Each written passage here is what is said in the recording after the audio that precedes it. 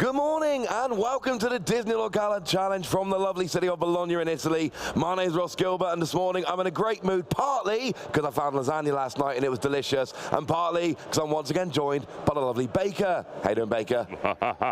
I'm doing very well, thank you, Ross. Again, it is a pleasure to be here at DLC Bologna, and yeah, that lasagna last night was something else, out of this world. I won't get too distracted by food because we have Lorcana to play today. Yesterday we had 9 rounds of Swiss. I think it was about 1,900 players, maybe just shy of that. About 1,900. About 1,900, so a huge field, 9 rounds of Swiss, 2-game format, some of the best Lorcana players in the world competing for some of the ultimate prizes in our game. And now we have our top 64, and they'll be playing today under best of 3 format, and I can't wait to get in and see what these players have brought to the table. Yeah, it's a different game today. Best of 3 is very different to a 2-game format. In best of 3 now, we're very generous with the timing, and then we go untimed. But there is still an element in a long game, there is an element of the clock. Conceding a game where you've got a 10% chance of winning so that you can save time to do 2 proper full games if you are playing one of those slower decks. It is a skill that does need to be managed, but it also means that going first in game 3 is huge. You want to win game 1, because if you win game 1, if there is a game 3, you will be going first in that game 3. And we know going first is an advantage in Lorcana. So if we go the full distance, winner of game 1, that's who you should be looking at a lot of the time. Yeah, you're absolutely right. There is a huge disparity in going first. That can really make a big advantage in the game. However, as I said, these are some of the best players in the game. These guys know the lines, they know decks, they know how to play on the draw when they're going second. So while, yes, absolutely, going first is a huge advantage, I think these players are skilled enough, they know how to come from behind, and I think they're going to show us some really fantastic skills today. Oh, absolutely. I mean, we saw a few games on stream yesterday where it was 1 win each and both the win with the player going second. It's not an insurmountable advantage by any stretch, but there is a reason why we give the highest seeds the opportunity to choose whether they go first or second, and I do think most of them are probably going to choose first. And I was having a little bit of a look. We saw Frank Carsten is in top 64, name that should be familiar. Ruben Gutierrez, our second place finisher in Bochum, is back. And I mean, if you come second and then immediately come back into the top 64, you've got to be feeling a little bit confident here. Absolutely. That you're like, you know what? Last time was good. I can do better. I think you're right, and also similarly, you go back to Frank Carsten, who is now topped in 2 different meta games. Obviously, in Lille, we were still under set 3 format, but now it's a very different game, and still proving that he's a fantastic player. And I'm very interested to see how he gets on today. And yeah, as I said, the best players in the world here, and some incredible prizes to play for. These guys have already secured their Cinderella, Stout-Hearted, Foil, Alternative are absolutely stunning. And if they are able to make it through to top 32, they're going to get that Rapunzel gifted with healing. Top 16 will not only get them a playmat of Rapunzel, but also the qualification for the European Championship. That's a huge event though, Ross. And that's one of the big pinch points of the entire tournament, is that top 16 qualification. That is the #1 goal. And you know, literally we were walking in with some players, and what was the first thing they said? What was it? 2 wins. 2 wins. There we go. I'm just like counting on my fingers, make sure I got it right here. They're like 2 wins, because then I get my invitation to the European Championships. And the way they put it was, I like Lorcana. I want to play more Disney Lorcana. And you know what? That sounds all right by me.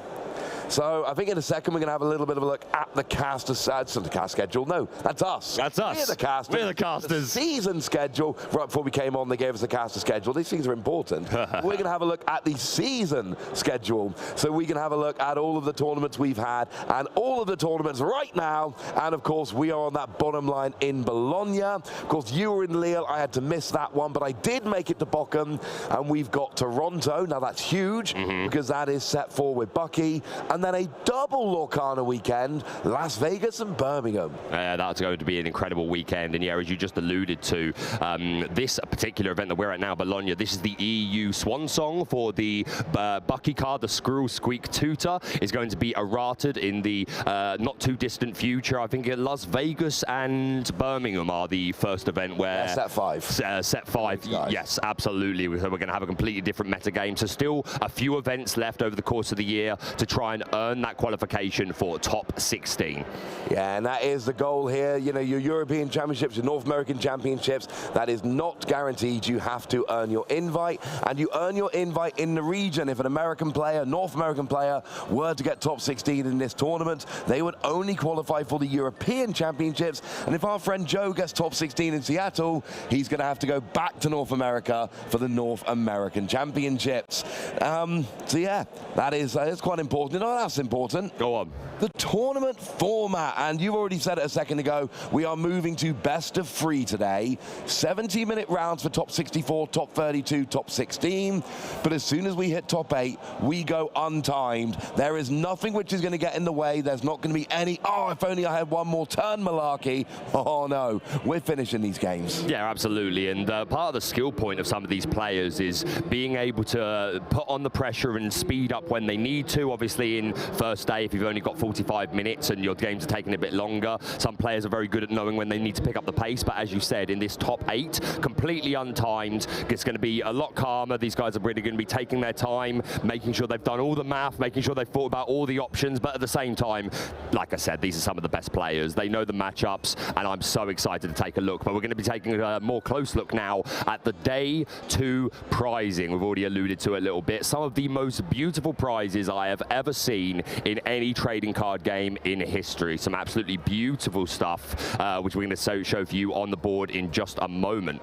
Yeah, we're going to have it up on screen in just a second. And that's the thing, what we're playing for a lot of the time here in Disney Lorcana, we are playing for prize cards. And as a massive TCG fan, it is the prize cards I am interested in. All these players today have already locked in their Cinderella Stout-Hearted, lovely foil version of it, which is lovely. And then if they get one more win, they get that Rapunzel gifted with healing, the lovely foil version thereof. And then one more win after that, you get your European Championship invite, which is the big goal for a lot of players. Absolutely. Don't get it wrong.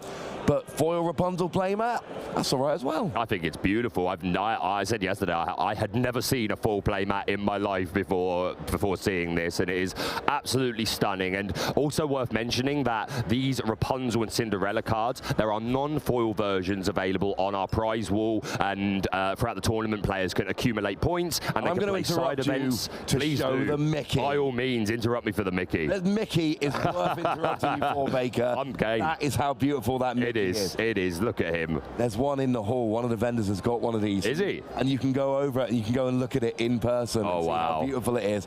I'm not saying I stood in the hall yesterday staring at it for like 10 minutes during one of my but I'm not saying I didn't. But I did interrupt you. Tell me more about these non-foil Cinderella and Rapunzel on the prize wall. Yeah, no, of course. But no problem at all. This Mickey Mouse is absolutely something else. It absolutely catches the eye, and what a prize to take home for any Lorcana player. But yeah, these Rapunzel and Cinderella cards available on the prize wall. You can earn prize tickets throughout the tournament. There's also lots of side events going on, so lots of players that might not be in contention for day 2, or have made day 2, should I say, still looking to get some points so that they can try and get those Rapunzel and Cinderella non-foil versions. But Ross, let's take a look at some more prizing. Yeah, once you get to top 4, now Mickey is a big goal for a lot of players. It's top 16 for the invite, Mickey for top 8. Those are the 2 things everyone's talking about, but it doesn't stop there. It doesn't. You get to top 4, 2 boxes and 100 prize tickets to get those things you were just telling us about. And then top 2, another 2 boxes, another 100 prize tickets.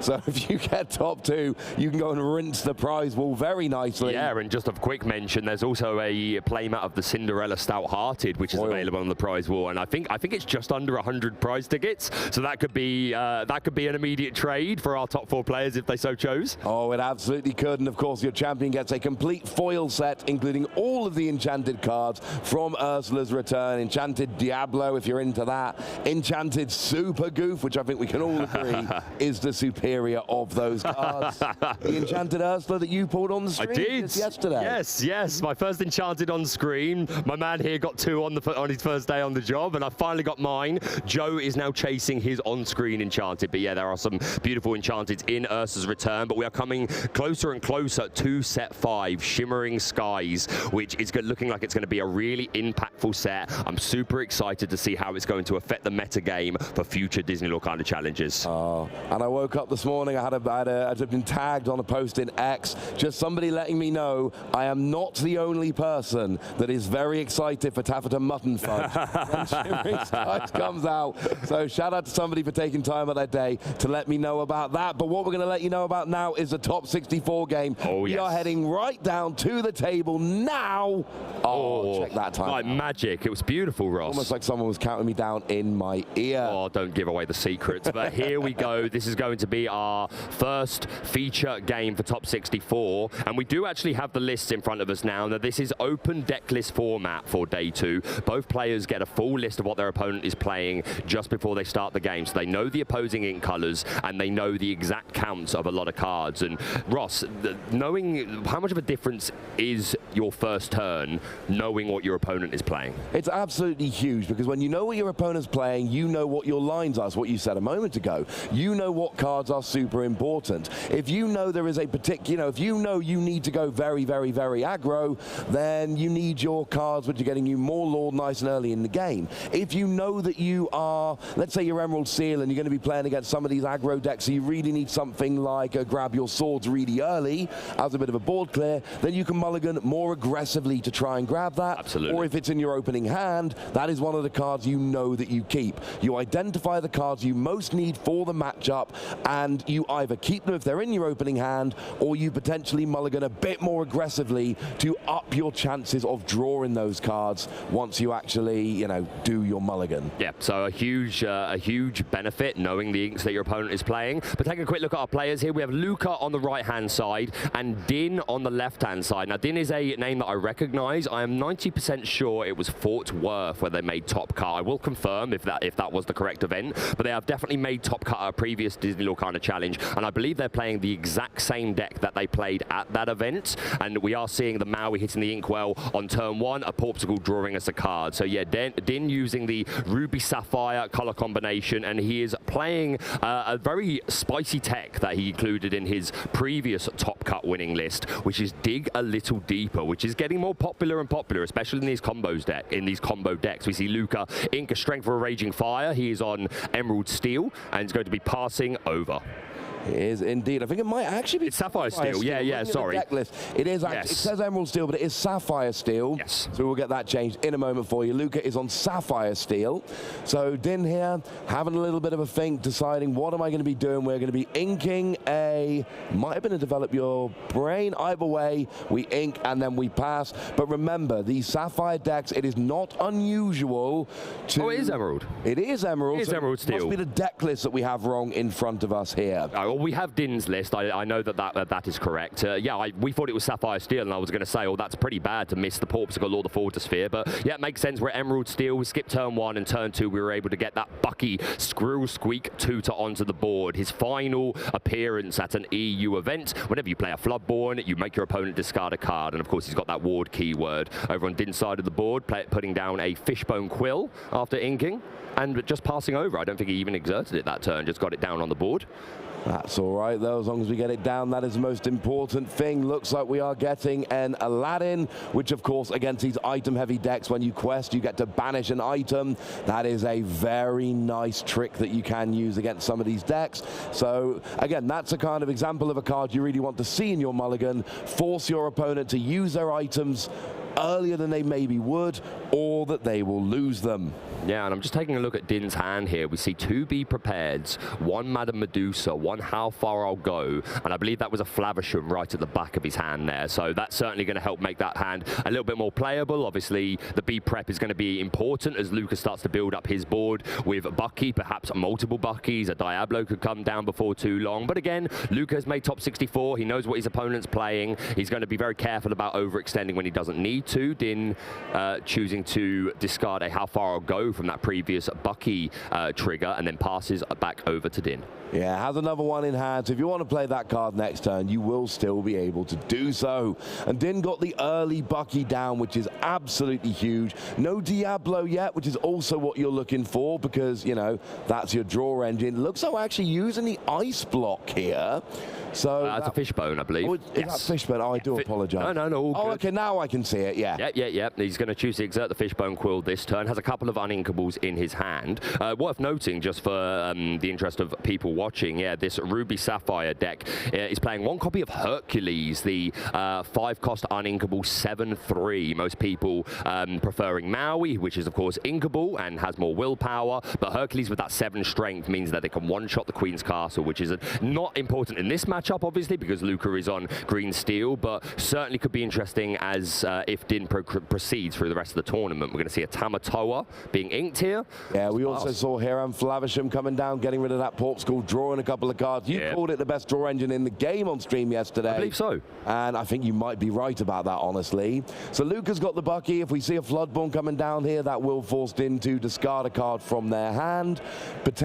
Obviously, oh, and here we see we're questing with Aladdin, and this is what I mentioned. It is going to get rid of that item. It's going to banish the Fishbone Quill. So not only do you not get to use the Fishbone Quill, but now there's no item down to be banished with Hiram Flavisham to draw cards as well. That is why the early Aladdin in this matchup, crucial. Yeah, that was definitely a good choice to get that Aladdin down nice and early. Din's deck is very much based on item synergy. As you said, this Flavisham allowing us to draw additional cards. But of course, Tamatoa, an incredibly powerful piece, very much a finisher in the deck with gaining 1 lore for each item on the board. And of course, if we combine that with Lucky Dime, we can make huge lore leaps. We can. I just want to confirm to everyone at home, there is a Luca playing Sapphire Steel.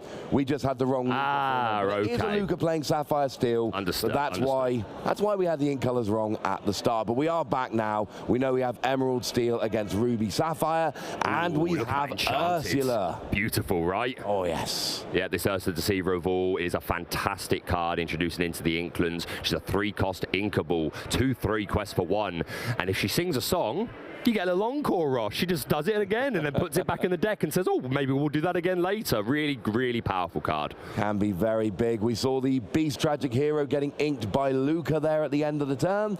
And we're back over to Din with a decision to be made that they don't look chuffed about. But it looks like they are going to be playing Fishbone Quill. Now, you can use it immediately, which is wonderful.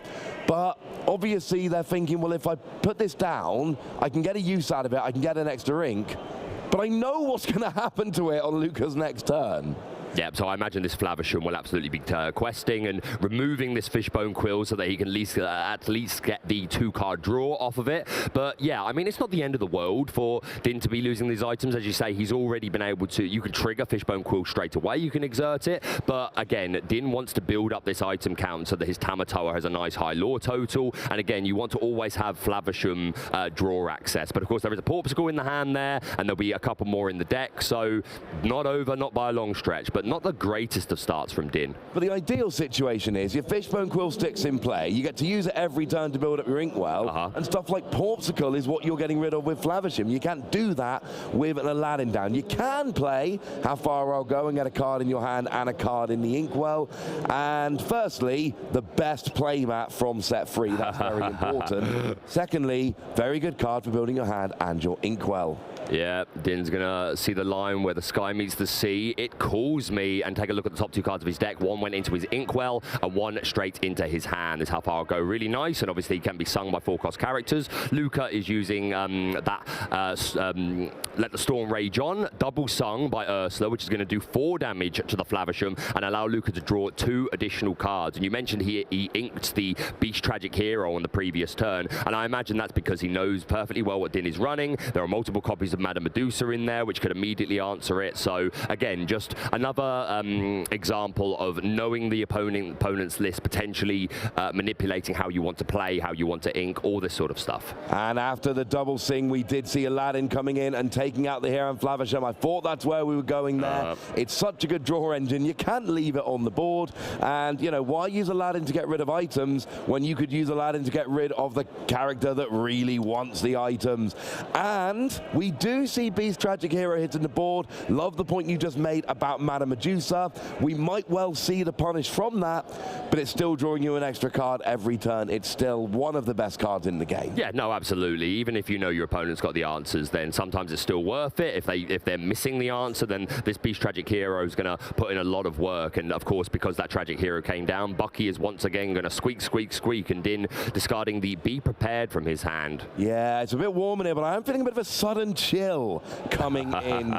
Luca's playing that song card, or I think it's song card. It is a song card, yes. Gets rid of the one card from hand, and we see a Be Prepared coming down. Luca had a nice board of characters built up, including that brand new beast, and Be Prepared just came down and ruined everything. Yeah, no, Din started off with those two Be Prepareds and probably feeling quite grateful for it now because that was quite an oppressive board. But Luca still with a few cards in hand, immediately able to develop another Beast Tragic Hero, and he's not quite passed yet. Not sure if there's any ink available for this turn. He does pass over, so Luca's going to be well aware that Din could have the Madame Medusa. We're just going to play down Flavisham, remove that Porpsicle, drawing us an additional couple of cards. I'm trying to get a good count on what ink Din's left.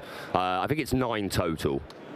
Yeah. No, 8. Sorry, that was his hand on the board. Yeah, I think it's 8 ink in the inkwell for Din. But yeah, this Grand Martala, looking at the top 2 cards of the deck, 1 in your hand, 1 to the bottom. Exactly the same as Develop Your Brain, but it's a play skill on a character rather than an action. And of course, as mentioned yesterday, the Gaston, which is creeping into the Sapphire list, has a better version of the skill called Developed Brain. But I very much appreciate that reference. Yeah, that overdeveloped brain. Look at the top 3 cards of the deck, but just look at the top 2. It's nice scouting.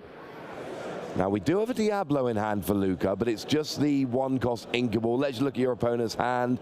Does not give you that draw engine, and that's what you need here. This deck revolves around Bucky and Diablo. They are the 2 key cards in the deck. We had a Bucky, but it got rid of with the Be Prepared. So, is this getting inked? Is it being played? No, we're thinking of something else. Eyeing up the Robin Hood.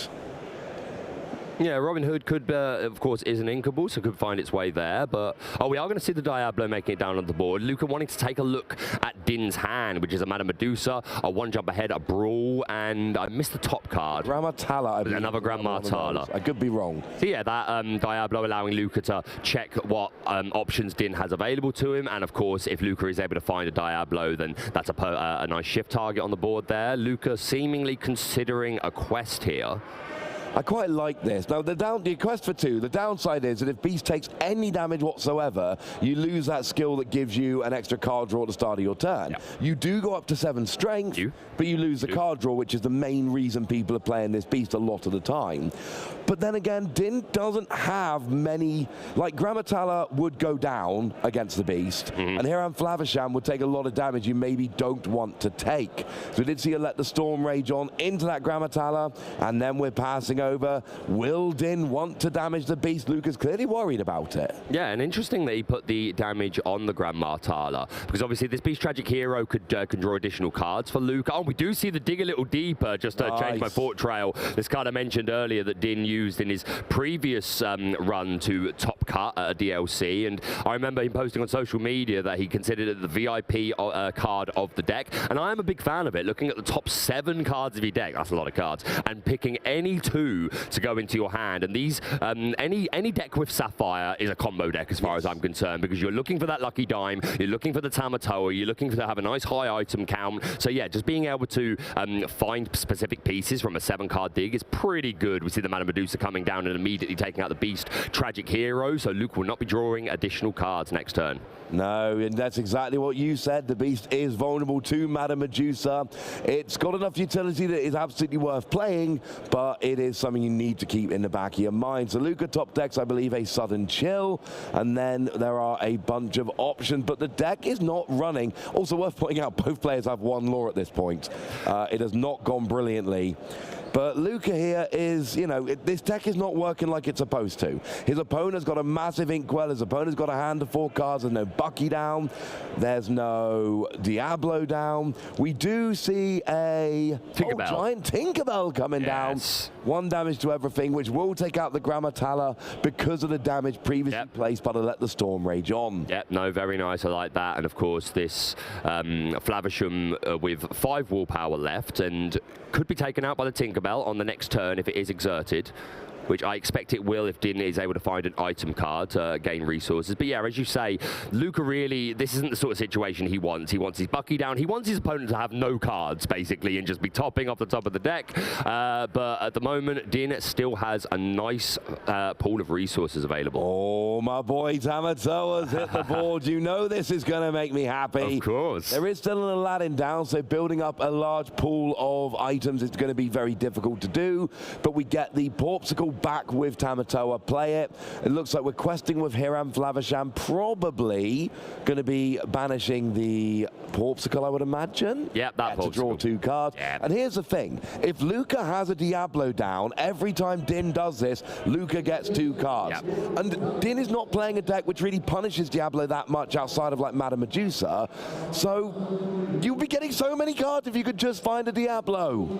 But you can't. Oh, is that the Rush Queen of Hearts? It certainly is a nice early aggro option for, well, to oppose the aggro decks, because this Ruby Sapphire deck can be very slow, wanting to spend its first few turns playing things like One Jump Ahead, Fishbone Quill, normally Flavisham on 4 for the draw, so you can really struggle against opposing aggro decks for sure. Yeah, so no Diablo down, no Bucky for Luca. Still got a decent board. You know, we're still very early in the game. The problem is these Sapphire decks want a slow game. They want the game to go on and on and on and on and on. Oh, look at my giant hand and massive Inkwell. Big combo, win the game. Luca wants to be further ahead by this point, generally speaking, because these Emerald Steel decks don't have the big swings that Sapphire Ruby do. We do see Diablo challenging into Hiram Flavisham, and then we see Tinkerbell taking out the Hiram Flavisham. Excellent. Which of course means you activate that skill, dropping 2 damage counters, which are going on to Tamatoa. Yeah, that Puny Pirate, so powerful, and this Tinkerbell just really good at checking opposing boards, and it put the 2 damage on the Tamatoa, which is not bad. Still has 6 willpower left. He is a big boy, this shiny crab.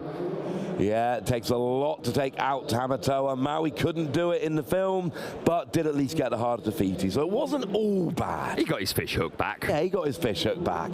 Actually, I should say Moana got the Heart of Tefiti, but still, it all worked out in the end. It did. Tamatoa and Maui, 2 of the big cards in Disney Lorcana.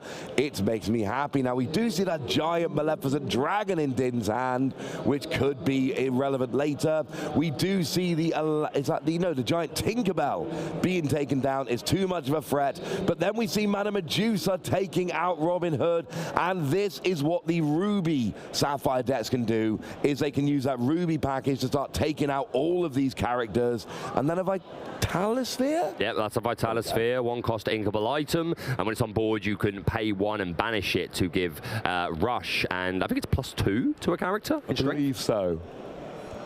But yeah, these Madame Medusas put in an awful lot of work against the Emerald Steel deck. Obviously, the Beast Tragic Heroes, the Diablos, the Aladdin. There's so many characters in this deck that will fall under that 3 strength or less threshold. So yeah, this Medusa really strong in this deck. The Queen of Hearts putting in some work, coming down and taking out that Diablos. That's taking away a shift line for Luca. And yeah, Din with far more cards in his hand than Luca can be happy with. And I think we're now at 10. Actually, that might be the 11th thing. And as you said, Din is holding on to that Maleficent monstrous dragon who has that dragon fire. And just inked Judy Hopps.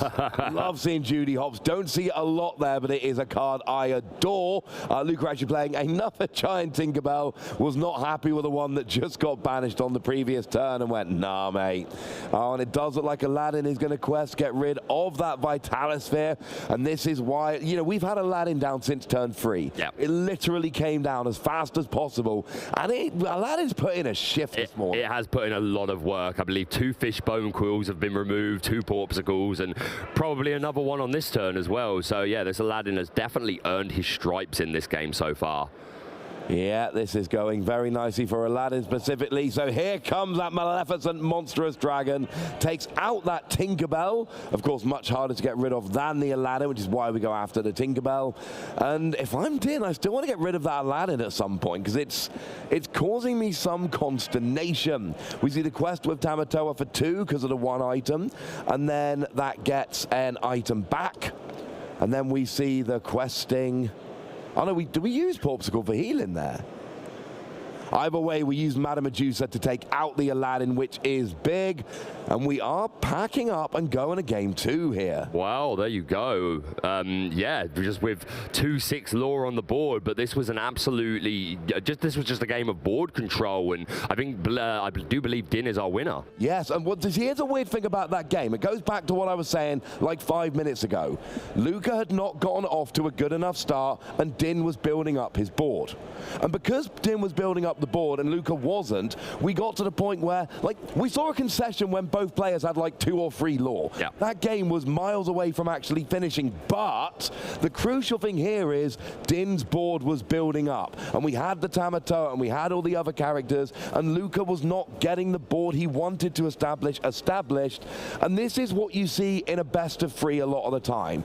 And here's the thing, Ruby Sapphire is not a quick deck. No, not at all. You do not want to lose this game in 15 minutes time when Din has finally got the big combo rolling, and then you've got to try and win 2 games against this in a much shorter period of time. Yeah, which is obviously longer than the 45 minutes that they got for day 1, but you still need to keep an eye on it to a degree, 100%, and say, you know what, I think I can see the writing on the wall here. I know that I'm playing against someone who's playing a very slow deck, but I'm hoping I'm going to win the second game so that we go to a third one. So yeah, just seeing the writing on the wall, didn't have the answers, didn't have a way to deplete Din's hand, and yeah, taking game 1. And this can be awkward, just, you know, a little peek behind the curtain from the casters here.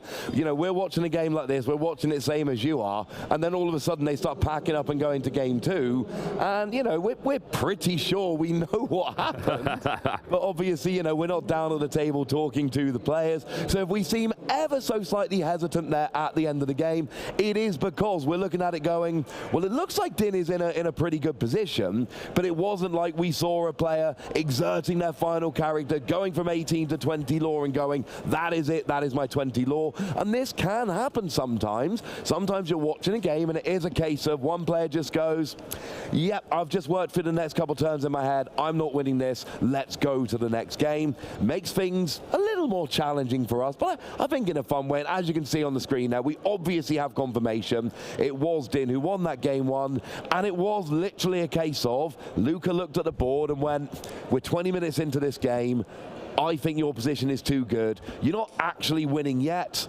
but I don't think I can win. Let's go to game 2. And again, these are experienced players, good players. They see when the writing's on the wall. Sometimes you need to make these calls and just go to game 2, and we move into it now. And yeah, just very quickly before the players get too carried away with the moves, just yeah, Din's deck here. We saw 1 copy of that Judy Hopps, and it is the only copy in the deck.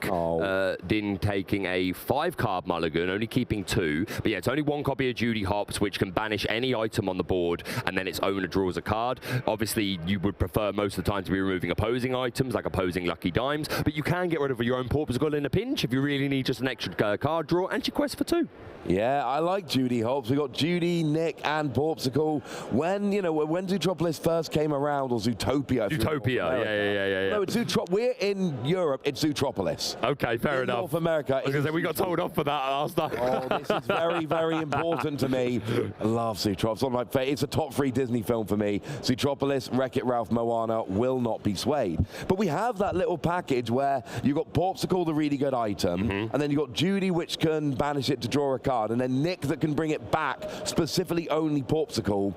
But either way, we have got a fist bump. We are rolling. There is a Porpsicle in hand for Din here, and we would imagine, yeah, Luca is going first, and it's a turn 1 Diablo. Yeah, I missed the ink, but we see a Diablo going down. He's going to take a look at the hand. Porpsicle, 1 jump ahead. Tamatoa, Flavisham, the monstrous dragon, another Tamatoa, and be prepared. And I did notice that Luca was holding on to a copy of the Floodborn Diablo, an enchanted one at that as well. I'd love to get another look at his hand to see if there's an action card there, and more importantly, is there a Bucky? That's something we're going to find out. We did see an ink coming down, and we did get the turn 1 Popsicle from Din. It was majestic. It was a dragon. Ooh, not a Bucky. It's an Ursula. That's not bad as well. Opting to choose the 1 one jump ahead. Really nice play, because that definitely would have been Din's preferred turn 2 move to just jump ahead in lore. And here comes a Diablo. Yep, it comes down. We discard that strength for a Raging Fire. We're able to immediately quest for 1. And as it moves into Din's turn, Luca will draw a card when Din does. And if this Diablo continues to sit there, then it's going to keep drawing Luca cards through things like Flavisham, like you mentioned earlier. Yeah, this is what Luca never got this in the previous game. We never saw the Diablo come down. Nope. It was a big difference in the game. We do see one of those Tamatoa being inked. It was inevitable. There's 2 in hand, and they're 8 cost. And now we go back to Luca's turn, and this is already looking like a different game. Still wants that Bucky, huge part of the deck. We're inking a Jafar, and we're paying 3 for... Oh, who could have guessed? It is that Aladdin that put in so much work back in game 1. But Luca needs to be aware, game 1, there was lots of getting rid of item, didn't get enough ink, fell behind too far as the game wore on. Needs to be slightly more aggressive in the lines, I think, in this second game. We do see 1 jump ahead, though. We got 1. Yeah, found another one. Is able to jump ahead in lore, and just again passing back over to Luca. But yeah, we saw this Aladdin put in a lot of work in the previous game, banishing multiple items, but it proved to not be enough in and of itself. Din still able to draw out of it and take that game. So you got to think Luca this time really wants to find that Bucky and just deny Din these card resources.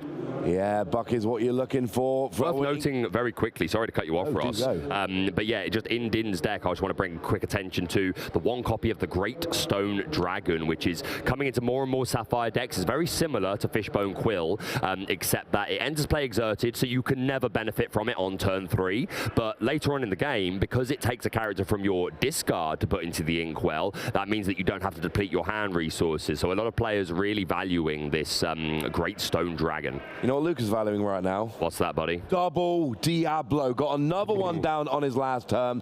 When that's exerted, for every 1 card Din draws, Luca will draw 2. Here on Flavisham would give Luca 4 cards, which would be quite absurd, frankly, if we get to that point.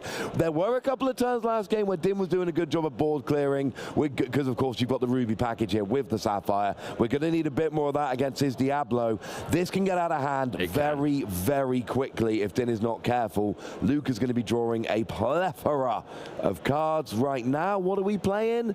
Ooh. Oh, that Hidden Cove coming down that we've seen utilized to great effect over the course of the weekend so far. It's a 1 cost, inkable location, 1 to move there, 6 willpower, no lore gain, but any character there gets +1 strength and +1 willpower. And they are all in the cove. There we go, because it's only a 1 cost. So yeah, that's going to affect some maths. Din is running 4 copies of that Brawl action card, 3 cost inkable, and you banish a character with 2 strength or less.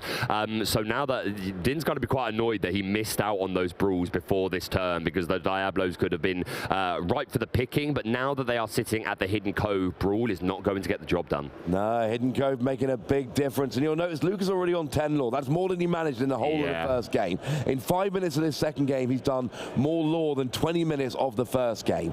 We are seeing and don't get me wrong, it's partly because you get the Diablo early, makes a huge difference, but we're seeing more of an I am going to quest and I am going to get lore, because just fell too far behind back in game 1. We see a second Maleficent Dragon getting inked, second one in the Inkwell here for Din. Yeah, it's one of the rules of villainy. If it's going wrong, turn into a dragon. But that time, that one's going to be hitting the Inkwell. I want to see how much ink is available through. I think it's 6. And looks Din, like 6 to me. And Din is holding, again, 2 copies of Be Prepared in hand. So, yeah, this board is very likely to be removed next turn. But again, that's still quite a slow turn from Din. And Luca's got a nice big hand and will probably be able to redevelop. But again, since Din is holding a second Be Prepared, if Luca overextends, that could be a big swing. We'll see how the players take it. We're going to challenge into the Hidden Cove. Super important to get that off the board. And it's important to note, Luca's going to be on at 14 lore minimum next turn. Even if Luca just quests with the 2 Diablo, the Earthling, and the Aladdin, you go up to 14 lore. That is getting Luca pretty close. Absolutely. Din's not off the you know, not off the starting blocks yet. Now, of course, we know we can have these huge swings to Sapphire. That's fine. But you're right. It is taking care of that board. Be Prepared seems like a bit of a no-brainer. You don't need to develop your brain to know you need to play Be Prepared. Yeah, I think it's a shoe-in that this Grand Martala is going to be challenging into the Hidden Cove. move to remove it from the board, and then more than likely Be Prepared is just going to reset us. Din may have a different line in mind. Again, there's a reason that he's the man on the stage. But the thing is, if we can see it, Luca can see it. Oh, absolutely. He looks at this board and goes, oh, he's got 6 ink. If there's any chance he'd Be Prepared. Oh, here we go. Oh, it's not enough because there's 2 copies in hand. As I said, what a relief, right? Luca there going, and you know there was a moment you play Ursula, you're like, oh, he's got to Be Prepared. I did it. Oh, he's got 2. Yeah. Do we have a second Ursula? Is there any chance? Because the thing is that Ursula now is also getting banished without having done anything. So we're questing for 4, going up to 14, but Luca doesn't need to guess what's going to happen. The Be Prepared is coming down. If there was only 1 copy, Ursula would have saved the day, but there were 2, and there is 0 chance Be Prepared is not coming down. Might start doing those vocal warm-ups there, Baker. Yeah, it's looking like we're getting closer to that time, and I think Luca's expecting it to come. We're going to pass over to Din. He's going to draw a card. That Grand Martala obviously readying, and yeah, I'm fully expecting that play that I've suggested. But again, Din could have a completely different line in mind. But at least worth saying that, yes, there was a double Be Prepared, which probably was a little frustrating to Luca. It was like, oh, okay, I'm definitely losing this board nonetheless. But if Luca's got a hand that he can redevelop, at least that's still 1 Be Prepared less that Din has access to. We're going to sing How Far I'll Go. I rate that very much. Grand Martala being a 4-cost character can sing this song. Look at the top 2 cards of the deck. 1 is going to go into his hand and 1 into the Inkwell. Oh, that's quite the choice there as well. The Flavisham obviously being an incredible card draw, but that Maleficent Monstrous Dragon is an incredible board presence and immediately banishing something when it enters play. And there's already 2 in the Inkwell. There you go. 2 of those Maleficent Dragons are already gone. They're already in the Inkwell. So if you put a 3rd one in the Inkwell here... I think it's time, Ross. I think it might be time. I'll get my headphones off ready. We're going to wink the Maui and we're going to say, Be Prepared! And all of those characters are gone. I believe we have caught the attention of our Italian co-casters looking over, trying to see what's happened. But they know what's happened. They're watching. They know what's happened. You know what? I asked them what Be Prepared was in Italian last night. They told me, and I've already forgotten. I'm going to have to double check that today. But yeah, that Be Prepared 7-cost uninkable action song. Banish all characters. Nice simple card text there, Ross. No mucking about, no ifs, buts, or maybe. Yeah, that's it. It's something like Sword Out Air, but something along those lines. Yeah, these 20 Italians. We do have an Italian stream, so if you want to hear good Italian, yes, I would watch them. And this is what I was talking about, Ross. Luca, obviously that first snipe of a Be Prepared, then fell to the second one, but now he's got at least a good read that Din doesn't have another one in his hand. Of course, he could draw into more, but Luca quite confidently now extending his board, putting down an Ursula Deceiver of all. Did a Bucky hit the board there as well? Oh, a Bucky hit the board. We got Bucky, Diablo, the 1-cost shift target, and an Ursula Deceiver of all. Nice. That is the board for Luca. And this is where double Be Prepared comes in. Sometimes you Be Prepared, and your opponent goes, yay, I've got lots of cards and lots of ink, because it's like turn 8 at this point. Sure. I'll play them all down. And a second Be Prepared is the backbreaker. So Luca did get hit with a Be Prepared, lost the double Diablo. That was rubbish, don't get me wrong. But the Ursula did at least save him from a double Be Prepared. Yeah, for sure. Which, I don't think I've ever played 2 Be Prepared in a row and not have my opponent concede. Yeah, it can be quite devastating to game plans. Luckily, Luca does still, once again, have a few cards in hand. So if Din is, because Din is running 4 copies of Be Prepared, which is the traditional count in most Ruby Sapphire decks. So another one could come down, but Luca may just re-extend. But important to keep mentioning that these Sapphire decks can just make insane jumps out of nowhere, or a nice high ink count. All it's going to take is a Tamatoa to start recycling some Porpsicles. Maybe another Fishbone Quill comes down and we jump to an even higher ink, and then this Tamatoa and Lucky Dime could absolutely just win the game for Din. He's going to play that Tamatoa. That's the first piece. Going to get that Porpsicle back. Yeah, and there is no Aladdin on the board right now, so for the moment, those item cards are going to be a little bit safe. We see a Develop Your Brain, I believe, being inked. We see a card drawn with the Porpsicle here. And we're passing over to Luca, who is going to be able to go to, I believe, 17 lore if we go full questing. But it's a bit, because, you know, Bucky has war but doesn't have evasive, so questing on Bucky, not usually the best idea. Yeah, but at the same time, at this point in the game, as you say, Ross, we could jump to 17 here. This Tamatoa would be able to take out any of the characters on Luca's board. Luca also must be paying attention to the fact that Din has access to Maui, has access to Hercules, has the Vitalosphere, which can give additional strength and rush to a character. So just because it looks like the current board state means that Din would only be able to deal with one of the characters, Luca knows that something else could come down and then he could just really punish Luca for overquesting here. But at the same time, is this the point in the game where you just go, oh, I'm so close, I just have to go for it? If you bench another couple characters here, you can basically say, if you don't have Be Prepared, I've got game next turn. Yeah. And then we're going to game 3. So, I mean, I tend to be quite an aggressive player in my playstyles, not in my mannerisms. But that would be what I would be going for here. Now, for the time being, we are getting rid of that Tamatoa. He gone. Is that a... Must be a Zeus. Yeah, there you go. It is the long game Zeus. The enchanted version, I believe. It certainly is, yeah. That takes out that Tamatoa, which is now looking very, very awkward for Din.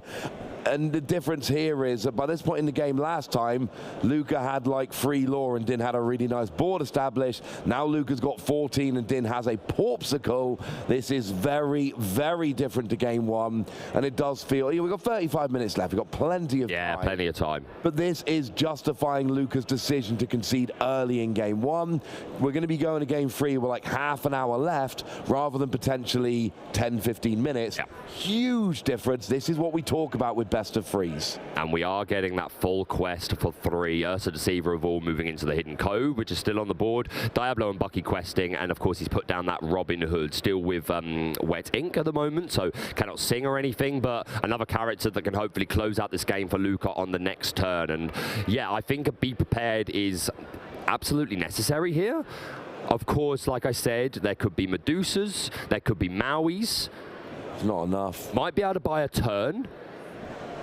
I think it's Be Prepared or bust here. I think there's 4 characters and Luca's only got 4 lore remaining. You take 1 or 2 out, you'll buy a turn or 2, but I don't think it's going to be enough. I think you need to Be Prepared. Yeah, I agree. And you need to just wipe the board and say, now you have nothing. If there's a Hiram Flavisham in hand, that would be good. But does that leave us enough ink to Be Prepared, even if we draw it? I'm not sure if that's 5 unused ink, and of course he hasn't inked for turn.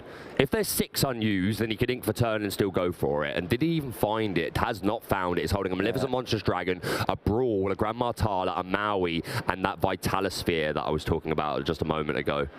So here is just how many characters can you get rid of on Luca's side of the board. If you get rid of 1, you stop them winning for a turn, but they're ahead 16 lore to 0 at this point, and it is a hard hurdle to overcome. And it does look like we're going to be using a lot of this clock here. The Sapphire Ruby decks tend to play quite slow.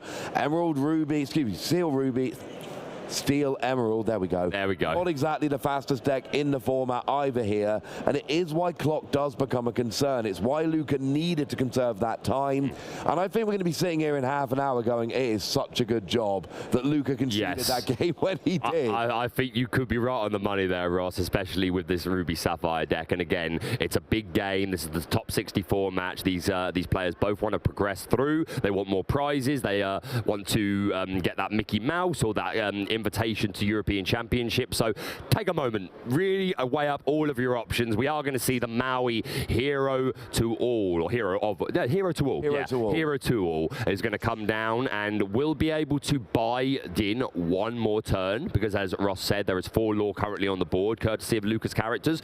We can remove 1. The Flavisham card, to be fair, there's a Vitalosphere. If we've got have we got enough ink for it? Because if we have, then the Vitalosphere could make Flavisham hit for 3 and then could take out something else. No, so, I think all the ink has been used here from the Maui and the Flavisham. I think there was... Oh, Flavisham came down this turn, yes, of course. So we go back to Luca here. Cannot win the game, but can quest for 3, getting 1 lore away. Merlin Goat here would be great. Of course, not an option. But I think this is a situation where you just quest for 3. At this stage, I don't think you do just flood your board with characters, because Be Prepared would be devastating. If I'm here, I just quest quest for free, and I just kind of chill for a minute, honestly. Absolutely, because I think this is as good as over, but it is important to say that Din's deck running so many of these control-based cards, the Be Prepared, the Brawls, the Madame Medusas, there is a world where Din could constantly have the answers, and if Luca keeps missing characters, maybe draws into multiple songs, then Din could work some magic here. Again, I do think the favor is very much with Luca in this game, but it's not over yet. I think, was that Enchanted? We don't talk about Bruno? I believe it might have Very been. nice. So Jafar comes down, and essentially, with Luca here, it's don't bench all of your characters.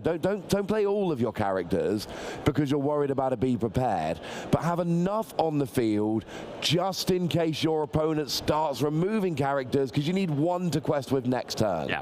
So you need enough that you're pretty sure your opponent can take out all of them unless they play Be Prepared, but not enough that if they do play Be Prepared, you have no characters with which to answer.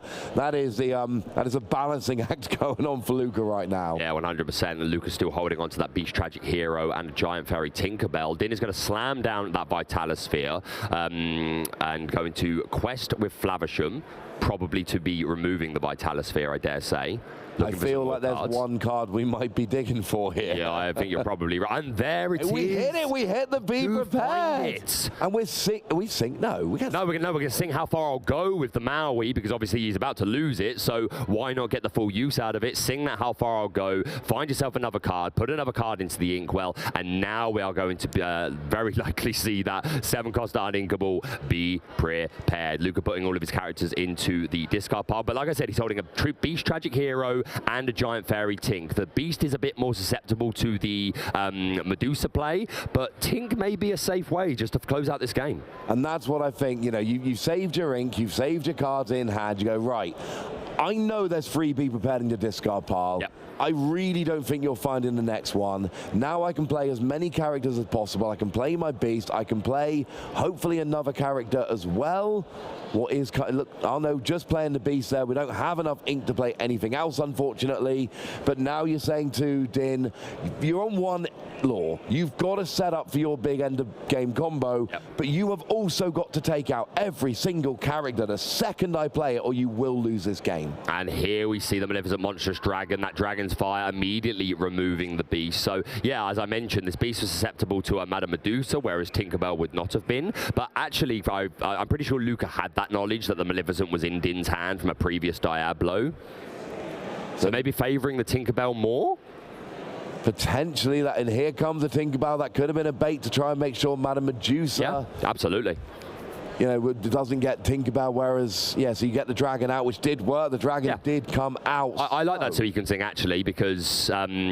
because it could have been Medusa taking out the Beast. And there we go. The game is over. We are at one game each. So Luca wins game 2. But I said this a minute ago. I'm going to say it again now. In a best-of-3 scenario, you really want to be going first in game 3.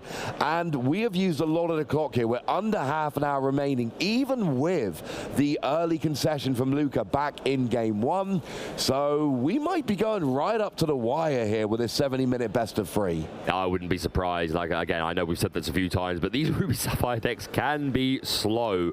But we'll see what happens. We are yet to really see the Bucky have a huge impact. Of course, it had some impact on game 1 more than anything, but we're yet to see Din without an empty hand, which is what Luca wants to see, preferably. But Din, of course, with that Flavisham engine, the Porpsicles are great for thinning out the deck and getting closer to your key pieces. So let's see how we do for game 3. Yeah, and Luca had a couple of turns in that game where he did have Diablo, and for a very brief moment, even double Diablo. There was some draw going on. It wasn't perfect, it wasn't ubiquitous, but it was there. Question is, what are we going to see this game? So we didn't get really Diablo or Bucky game 1. We got a decent amount of Diablo, but very little Bucky game 2. Could Luca finally just have a game where his deck does what it's supposed to do from the get-go? Not if Din has their way, no sir. But yeah, just while these players are shuffling up, just another quick talk through the deck list. On the Emerald Steel side, we have 4 copies of that Aladdin that's been putting in a bunch of work removing items, 2 copies of Zeus for the removal, is running 2 Babooms, which is mostly going to be for the mirror match and for opposing Flynn Rider frenemies from those Ruby decks. Baboom. Oh, Baboom! Baboom! Boom! Exactly. Sorry, I said it wrong. I take full responsibility for that one. But yeah, this Boom, great for the Diablos in the mirror match, great for the Flynn Rider frenemies against the Ruby decks. Probably not doing a whole bunch against the Ruby Sapphire deck. It might just be a finisher, but not really what it's there for. We've obviously got 4 Bucky, 4 Diablo, 4 of the 1-drop Diablo, just 2 copies of that Hidden Cove, 4 Jafar Dreadnought, 4 Let the Storm Rage On, only 2 copies of the 1-drop Robin Hood, but 4 copies of the Floodborn, 4 Strength of Raging Fire, 4 Sudden Chill, 3 Tink, 4 Ursa Deceiver, 3 Ursa Deceiver of all, and 2 We Don't Talk About Bruno, just for the sake of anyone that was wondering about some specific counts there. Very nice indeed. Always nice to go through that stuff when we have a moment. So it looks like Din is keeping 2 cards from the mulligan and getting rid of 5. And it looks like Luca is keeping 2 and pitching 5 as well. So what we're essentially seeing here is players going, I want these 2 cards.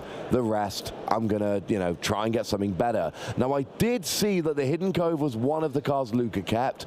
I'm afraid that's the only one of the 4 cards between the 2 players I was able to catch. Yeah, that Hidden Cove can be important, though. Obviously, if we get that early curve of Diablo into Bucky Diablo, then that Hidden Cove is important because Luca knows that Din is playing the full 4 count of Brawl, which could immediately shut that down. He's actually missed it quite a lot so far when he would have liked it these first couple of games, but maybe 3rd time is the charm. But we're going to be moving into Game 3, our first top 64 match of the Disney Lorcana Challenge Day 2. There's a fist bump, and here we go.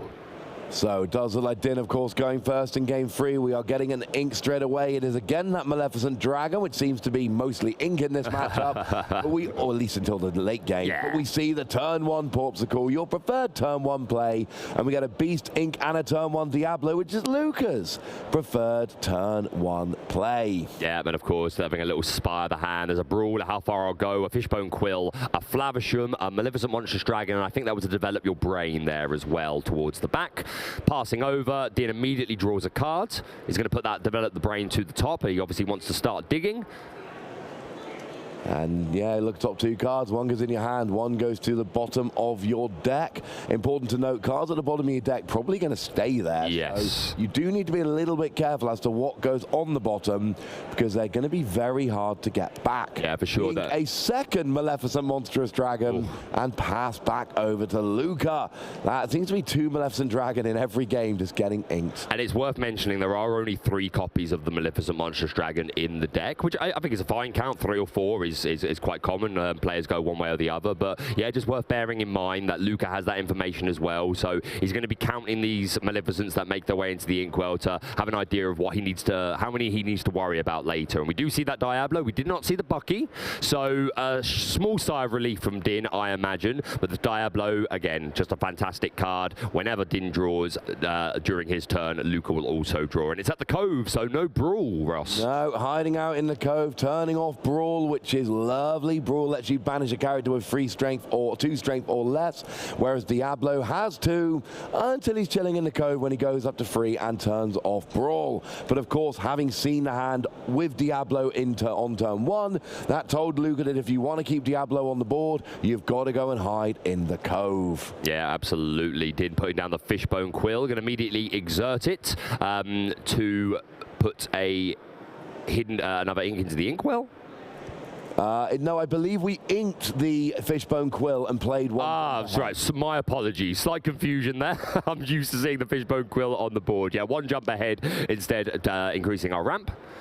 And just for the benefit of newer players, if you ever hear us referring to ramp, we're just talking about adding extra cards to your Inkwell. Of course, you can ink once per turn in the game of Lorcana, but there are cards of like 1 jump ahead, How Far I'll Go, Fishbone Quill, Detective Mickey, all these cards that do additional, put additional cards into the Inkwell, and we tend to call it ramping. Yeah, ramping works very nicely indeed. I sometimes use ramping for strength, which just gets confusing because really ramping is ink, but I think you can ramp your strength as well. Absolutely. You can even ramp willpower if you're feeling a little bit spicy. Ooh, daring today, aren't we? Yeah, we are. But Din's not got much going on here. Building up the Inkwell quite nicely, but nothing on the board at all.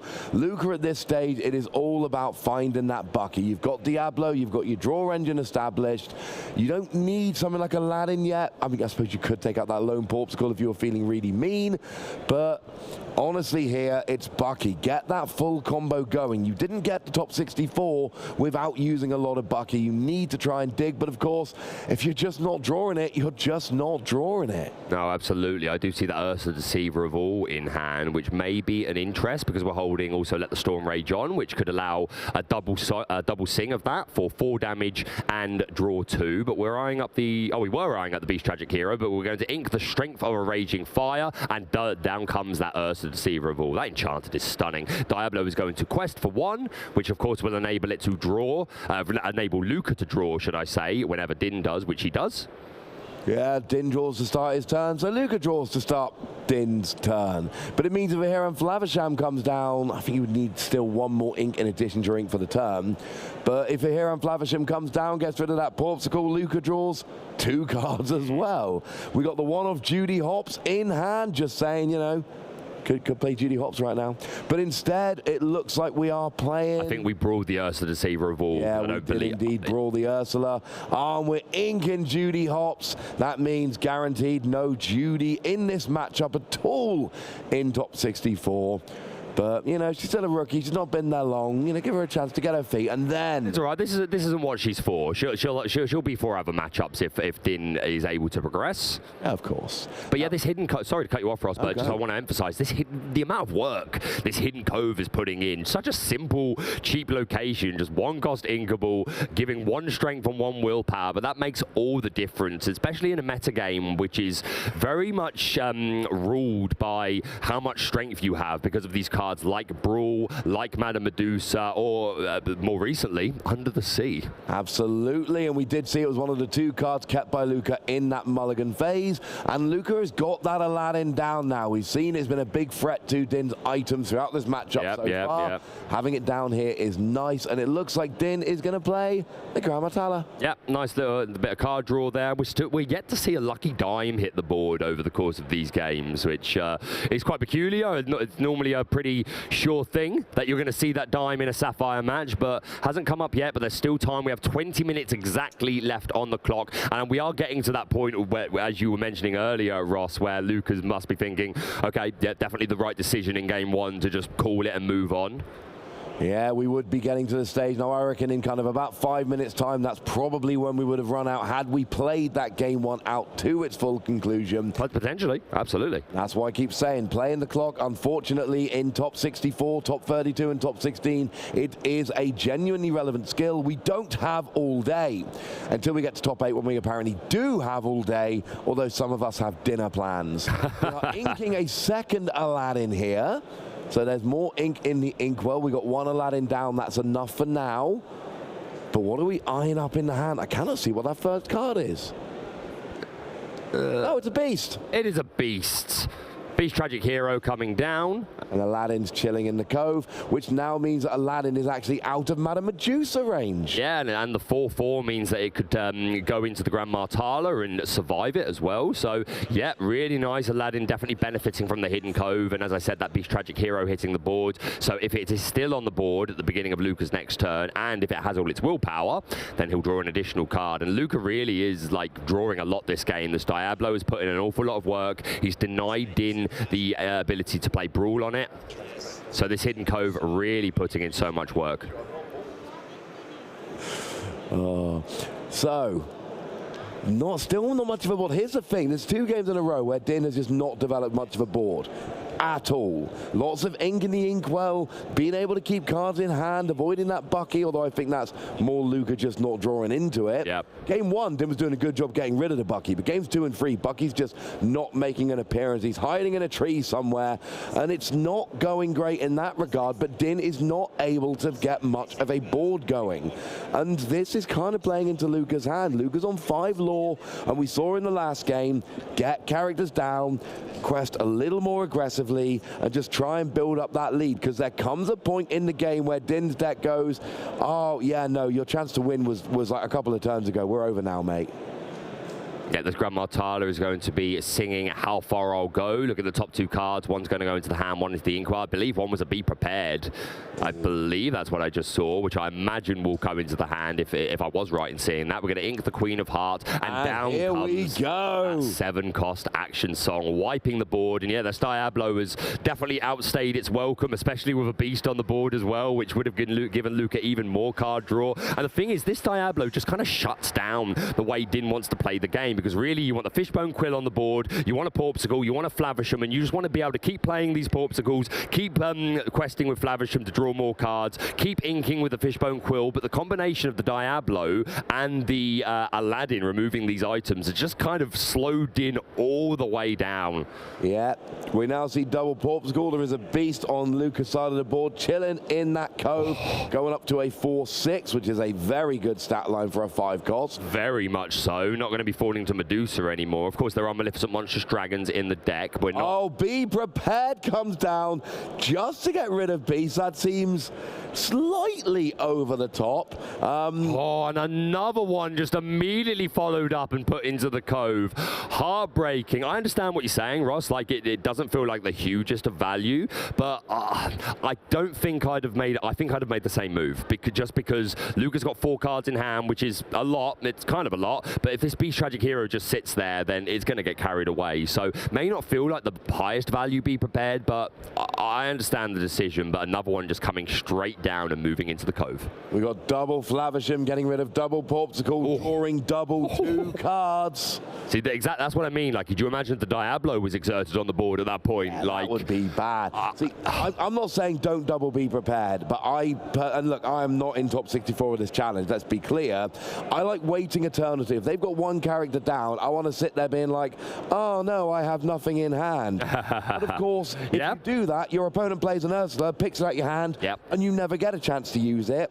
So do you want to use it suboptimally, or do you want to lose a chance to use it at all? Yeah, I think all of these things are at play. Yeah, I was just going to say, I think you're right. There's definitely arguments both ways, and this time Din choosing to just say, nope, let's get rid of it, be gone, or be prepared. Maleficent Dragon for 2 more inks certainly would have been something I think would have been a bit more fun, leaving a big body on the board while also getting rid of it. Of course, 2 are in the Inkwell this game, so only 1 is available maximum, but I think there is 9 ink there, so if there's any way you could draw it, just saying, Din, the Dragon seems like a good call right now. I would play the Dragon if I could. That double Sudden Chill, getting rid of Lucky Dime and 1 Jump Ahead, I believe. That Lucky Dime being... Yeah, what was that? So we're playing the... I've forgotten the name of the song. The Sing Together song. They dig a little deeper. Dig a little deeper, which literally exactly what is happening. Din is digging a little deeper.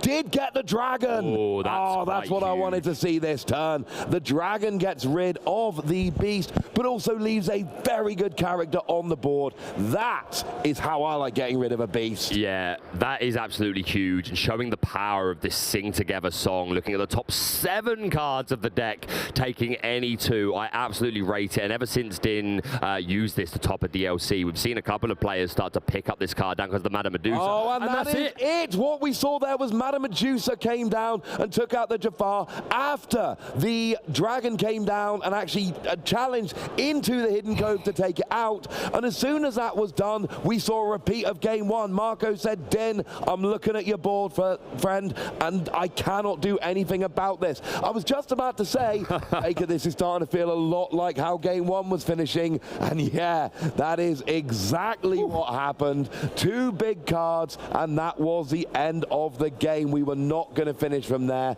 and Din just kind of talking through those last couple of turns. Big handshake, but when you lose in top 64 of a challenge, there's going to be some disappointment. Oh, you're absolutely right, but at the same time, I really hope that Luca is proud of themselves for making it into day 2. That is a heck of an accomplishment. It's not easy, like we said, just over 1,900 players, 9 rounds of Swiss, 2-game format. Making day 2 is an incredible accomplishment, and I hope he's proud of himself. But yeah, it will be Din that's moving on to the top 32, so that secures them their Rapunzel, gifted with healing. If they can go one more, then they will get that invitation to the European Championships alongside the Rapunzel play, Matt. Yeah, and that is the big goal. Top 16 for the European Championships invitation, top 8 for the Serial Mickey, and then you go, right, time to try and crown myself the champion. Of course. Those were strange games. In game 2, we saw Emerald, we saw this Emerald Seal just running away, just going, bit of questing here, bit of questing there. No massive turns, no Bucky getting rid of all the hand, but just nice, consistent questing through the game, getting up to 20 lore. But in game 1 and game 3, we saw Din using Ruby to control the board, using Sapphire to build up the Inkwell in the hand just enough to the point where Marco looked at the board and went, there's nothing I can do. I've had enough. In that game 3, Marco held on a bit. The first Be Prepared came down, he was like, it's all right, I've got a beast. And then the second Be Prepared came down, he's like, it's all right, I've got a beast. And then Maleficent came down, and he's like, I've got Jafar, which is not the same, unfortunately. And then you saw Maleficent Dragon taking out the Hidden Cove. Then the Madame Medusa took out the Jafar, which it could because the Hidden Cove was gone. And at that point, Marco, you're looking at your hand, and, you know, we were looking at that. Din had, like, 1 or 2 lore, like almost no lore. I think 0 lore in that game. I think it was 0 if the lore counter was right, but at the most 1 or 2, maybe from a Flavisham or something. But super interesting that game purely decided by the board dominance on one side of the board. So yeah, fantastic game, and I think we're building up to have a little chat with Din. Oh, that would be nice. I think it might be you, in fact, that's going to go and have that would be a pleasure. Well, let me know when you need to run off to that. I don't want to keep you. But, you know, when you see the game like that, for newer players that are watching and thinking, why would you concede that early? It's game 3. There's still 10 minutes left on the clock. It wasn't like game 1 where you're conserving time. The answer is, essentially, Marco looks at his hand and goes, look, I had the 2 beasts, I had the Jafar. My hand has very little. There's Flavisham on the board, so my opponent's got a draw engine established. There is a Maleficent Dragon, which is going to out-challenge anything I can play. It's going to get rid of any locations that I play. And now they're getting into their end game. They can just quest with the Dragon and the Flavisham, but I know they're not going to do that. We're going to start seeing Tamatoa. We're going to start seeing Lucky Dime. There is no way that I win this game.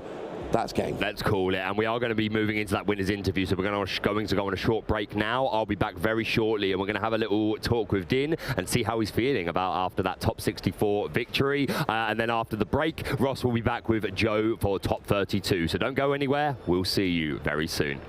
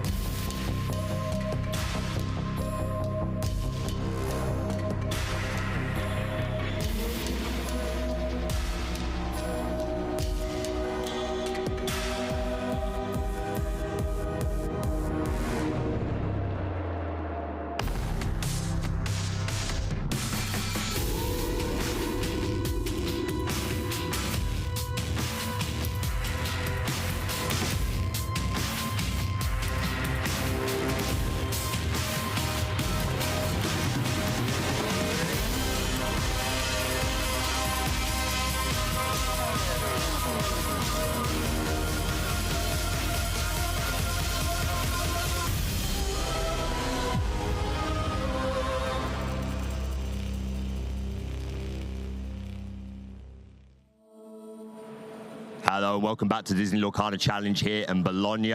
My name is Baker, and I'm here with Din Khan, who just came off a victory in the top 64. Congratulations to you. How do you feel? I feel great. I was super nervous before the match because, you know, it's kind of high stakes at this tournament, and also my goal is like to get the invite, so I was super nervous. Yes, of course, because worth mentioning, Din here is already qualified for the North American Championships, courtesy of Fort Worth, where you came top 16. And your goal, I believe, is you want to be the first player in the world to qualify for both the North American and the European Championships. What an accomplishment that would be, and you're one step closer. Exactly. Just, I think, 2 more matches, right? 2 more matches. Yeah, 2 more matches. Yep, and you are down. So that's fantastic. You're going to be hopefully a part of Lorcana history. But I want to talk to you about your deck choice. I believe you're playing the exact same deck that you played at Fort Worth. Yeah. Yes, exactly. Yeah. Sorry, one more match, and you've got your top 16 qualification. I'm just getting in my ear. So you're 1 away. But yeah, you played the exact same deck, Ruby Sapphire. Incredibly strong deck. Obviously, all the ramping options with Fishbone Quill and 1 jump ahead, and then these huge creatures like Maleficent Monstrous Dragon, Tamatoa, Lucky Dime. Did you consider making any changes from your previous list, or are you just fully happy with it? So the meta prediction for the last time was, yeah, everybody's playing red, purple, right? So, but it turned out everybody's still playing steel decks, like not only green steel but also amber steel. And at Fort Worth, I faced like 8 steel decks and then 1 red purple through the entire tournament. Yep. And then I was like, well, maybe it's the same here, because people are trying to play red purple, but the, let's say, quote unquote, really good players are trying to high roll their way with like green steel, or like amber steel is really strong too, and both kind of have a good matchup against red purple. Yeah. So I expected many players to play that, so I just decided, okay, my deck at 4-4 run really well, so I just like never change. Don't fix it. Yeah, never change the running system, right? And then one change I wanted to make, that was the Hercules. I was going to ask you about that, because I quite like the Hercules, but you're going off of it a bit? For set champs it's good, because at set champs they are like more red purple than here. I regretted playing him right now. Maybe I won't regret it later on in the next match. Depends what you run into, right? Yeah, but most of the time when I drew him the entire tournament, I wanted any card that's inkable. Right. Like literally, I drew him and was like, oh no way. You say that now, but like you say, who knows when it's going to come up and absolutely save you. But there is one card in particular that I would love to highlight in your particular deck. I'm going to give you full credit. I think you are the one that is popularizing that card. Dig a little deeper. Now, I'll be honest, biasly, I'm thankful that you've made this work, because when that card first came out, I was like, I think there's something here. A 7-card dig seems really good, taking 2 cards, and in a combo deck where finding the Lucky Dime, finding the Tamatoa is so important. Can you tell us about what led up to that choice and how you feel about the cards? So, my deck building was like, I had a rule set for myself. It's like imaginary rule. I said 20 uninks, not more. Okay. So with the Hercules, I was at 19. Everything else was mandatory in my opinion, so like all play sets. And then I had 1 slot left. That was the big Sisu, but I realized the big Sisu was kind of bricky, because every time I want to wipe a board, it was always be prep, as you saw, like just be prep the board. The big Sisu wouldn't have come up. Like people told me to play it for the green steel matchup too. I'm like, you saw the matches, right? You saw the games.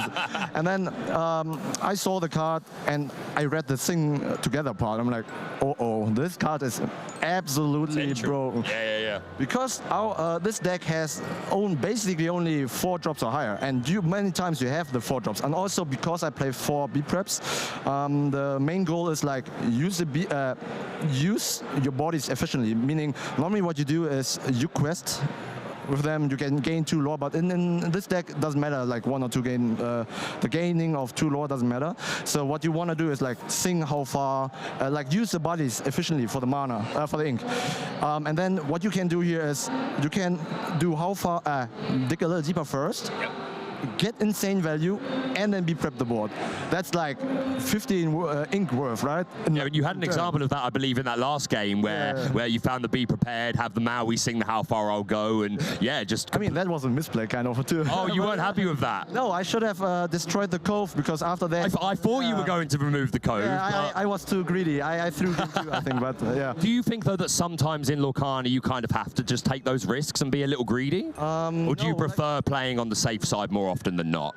That's the difficult part in Lorcana, because I think that's the most difficult part, because you can always go for the value, but you have to realize when you have to push, exactly when. Yes. Because sometimes you can have like the 10 hand cards, but if your opponent is just finishing the game, the 10 hand cards doesn't matter. So what I should have done is attack the cove. So I had Maleficent, I had Medusa, so I can kill the bees and then Tinkerbell. But at that point, I literally forgot about the Tinkerbell. That's why I didn't destroy it. So yeah. But it worked out. It was okay at the end. 3, it was okay, but I mean, I could have also brick game 3, and then I would be really sad, right? But thankfully, it worked out well for you. But yeah, you are generally a very slow deck, but we do see, was it 3 or 4 copies of the Queen of Hearts that you're running? 3 copies. Has that come in useful very much over the course of the tournament? I wouldn't have topped without it, because really, for what it's worth, it's mainly for aggro or like the Flynn, but of course, to be honest, I didn't face both.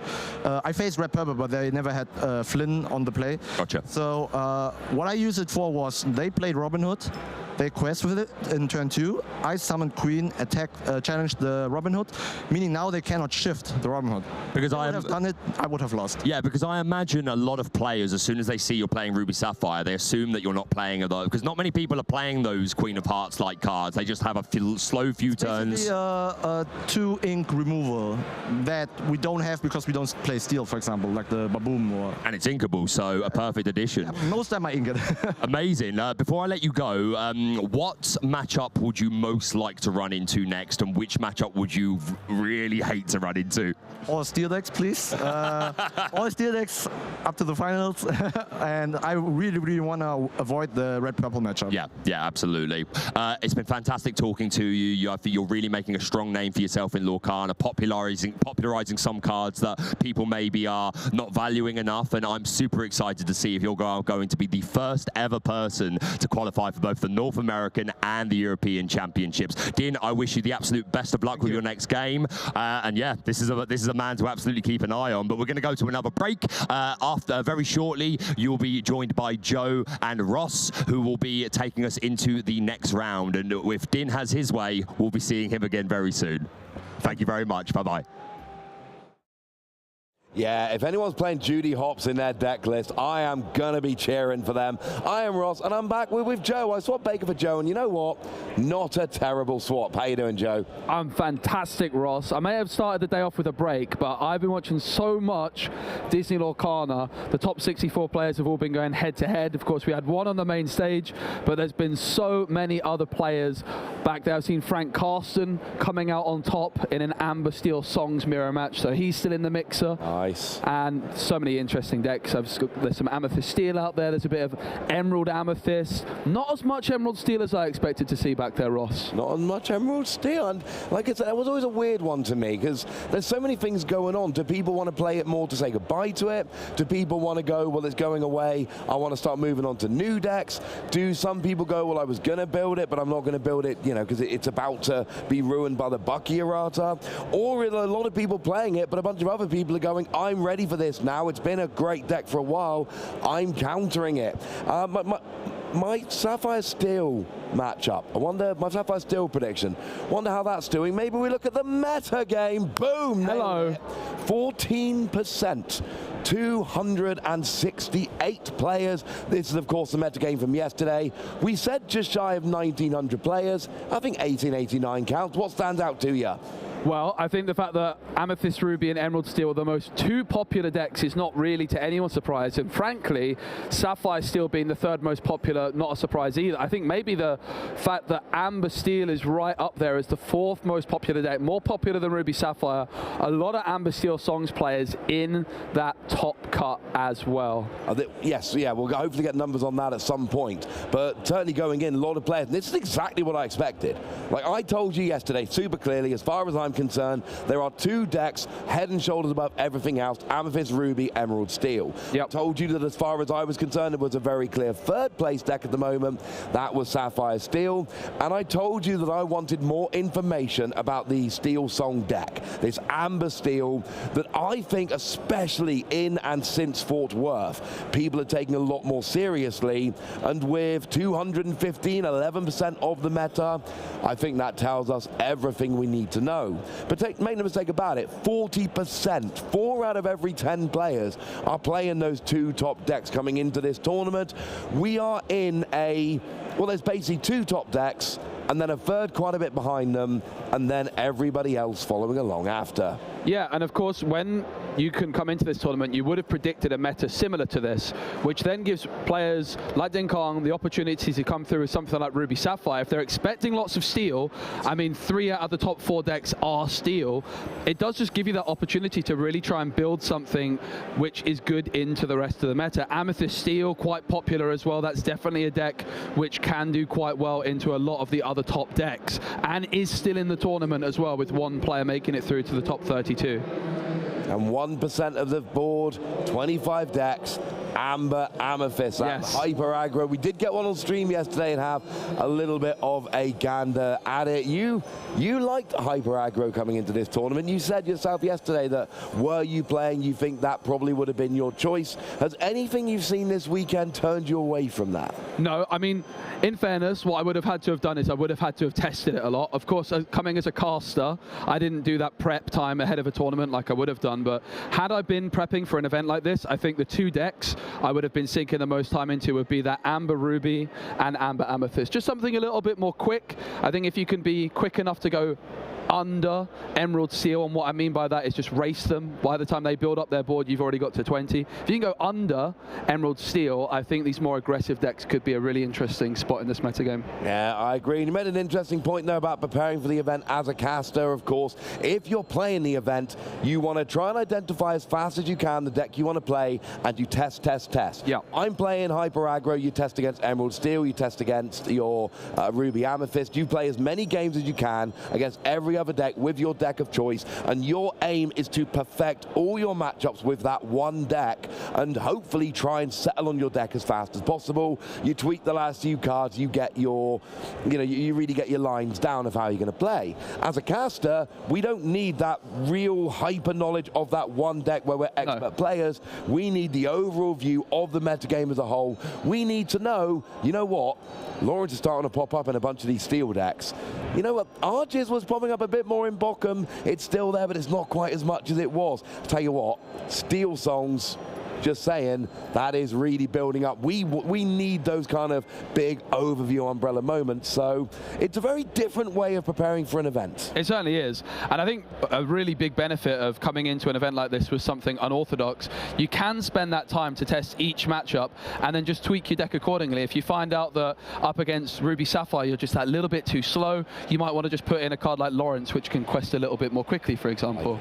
I really like it. But, rather than focusing on now, we're going to look to the future just for a moment with some set 5 highlights. Hello. We've got a bunch of legendary cards there. Prince Naveen, Mirabelle Madrigal, Genie, and Camillo Madrigal. So, I don't like Naveen as much as everyone else seems to like Naveen. Tell me why I'm wrong, Joe. Well, Prince Naveen is an uninkable card with Singer 6, and when you play this character, you play a song with cost 6 or less for free.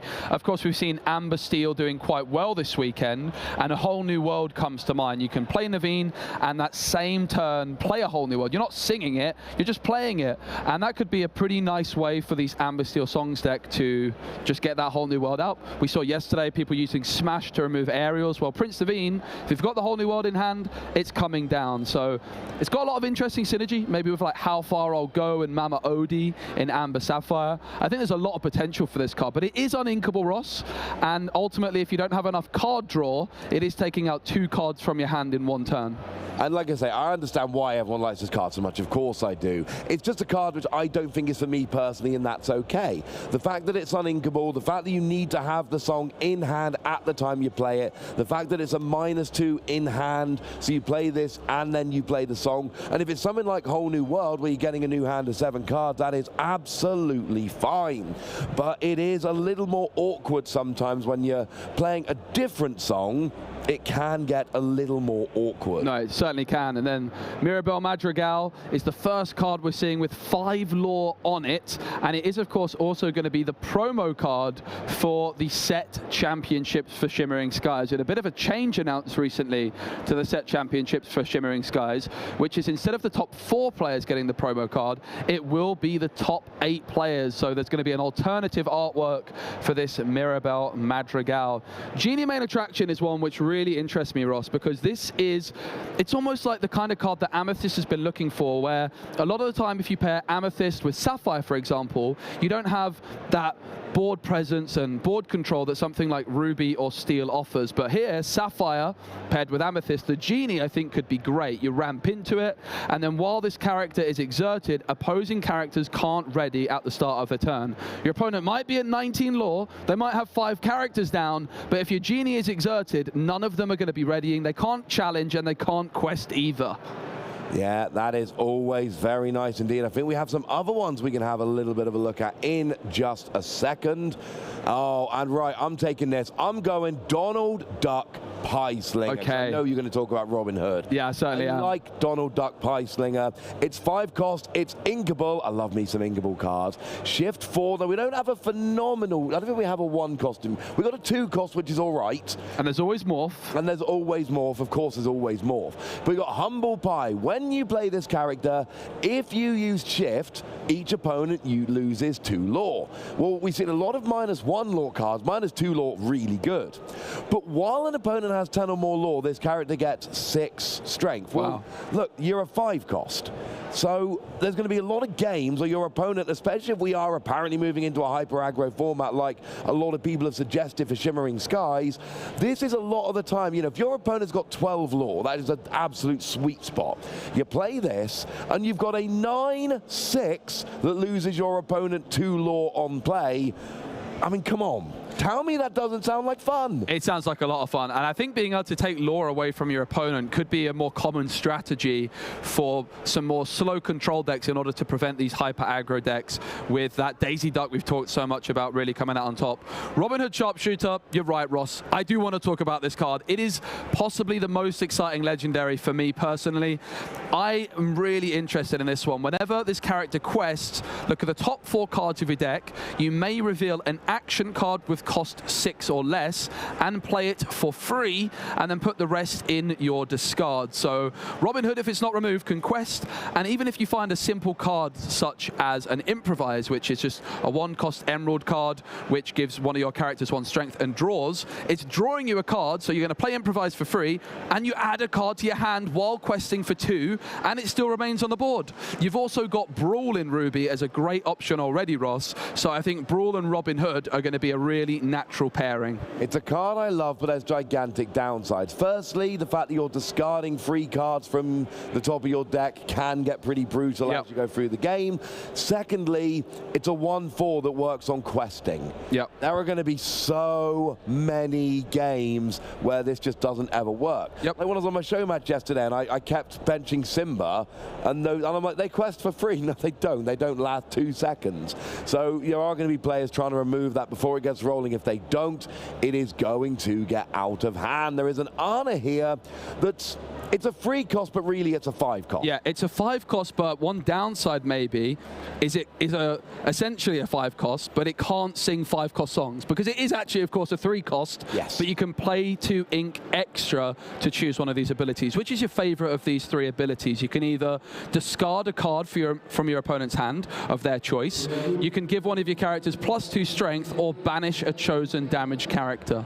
I can't answer that question because it depends on the board state. It really does. My opponent's got a really powerful character with 1 damage on, then I absolutely love banishing a damaged character. If their hand is getting out of hand, or if they've got 1 card in hand, a lot of the time, and Emerald loves doing this, getting a card from the hand is great. But if they've got, say, a Queen's Castle Mirror Chamber, and I've got a 5 strength character on the board, playing this, buffing him up to 7 to take out that Queen's Castle becomes a very, very, very enticing proposition indeed.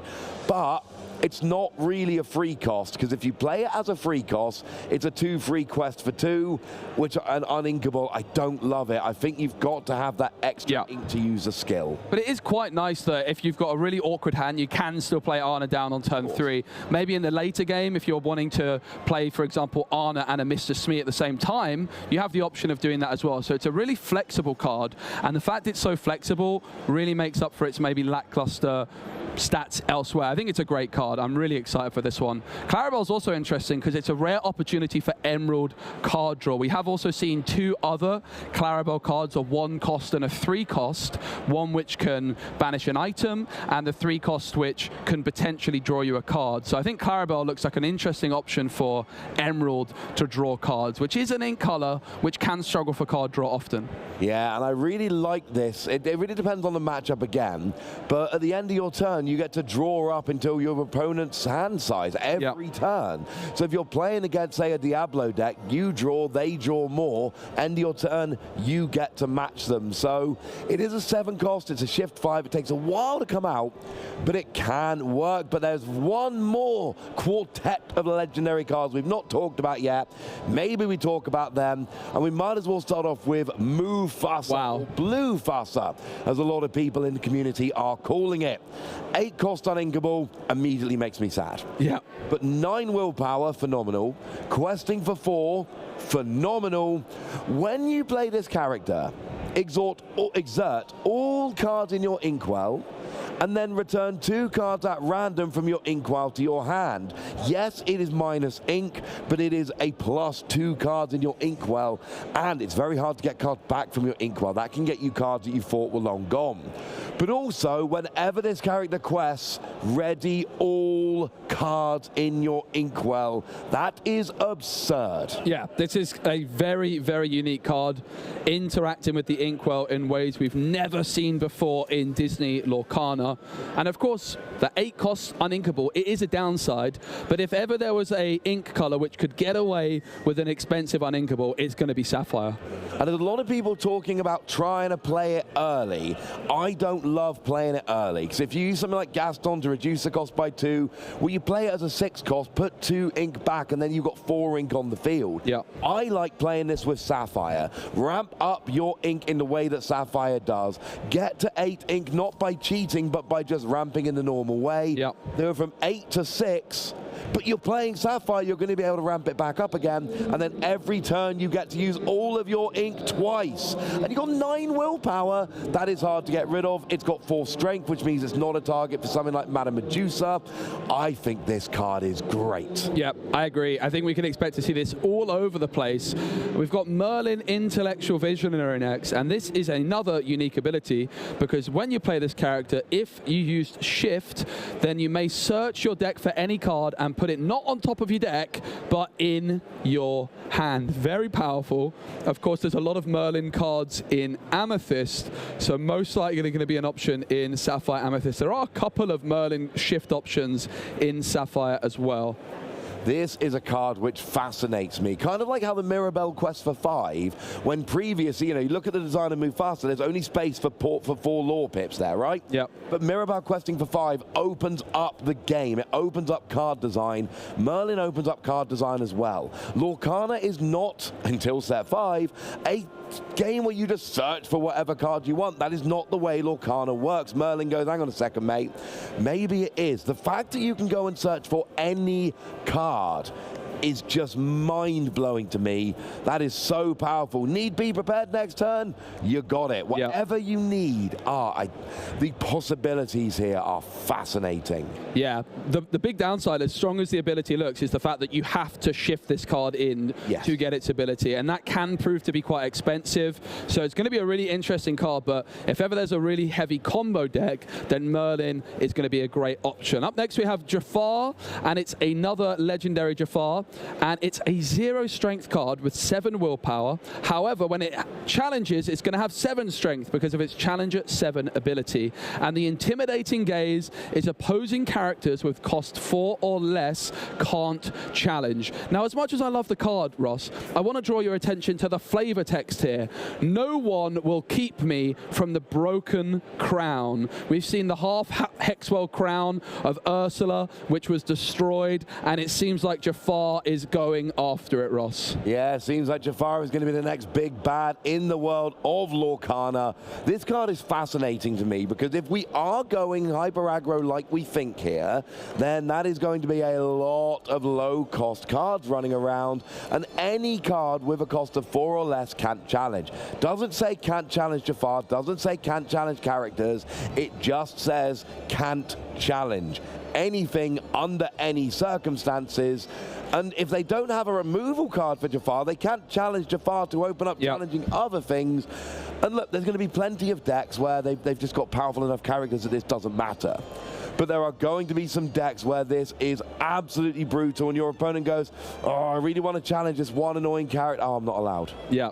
And I love that. And we've got finally, last but certainly not least, Arthur King Victorious, a Floodborn Arthur. When you play this character, chosen character gains Challenger 2 and Resist 2 and can challenge ready characters this turn. I think Arthur is going to be a bit of a game changer in Sapphire Steel to add the mirrors into your favor. The mirrors at the moment are very 50-50 because the board just ends up with a bunch of Cogsworth which are readied. But Arthur is going to be able to give something else the ability to challenge readied characters and remove your opponent's Cogsworth in a Sapphire Steel mirror. So that is going to be really exciting, Ross. And when it says, well, we say another character, it says chosen character. You could, of course, choose Arthur itself. You could. You know what else we could choose? We could choose to have a look at the bracket for this tournament so far, so we can have a look at exactly what inks we've got, what players we've got. I do believe, yes, here we go. So we have a look at the Cinderella bracket.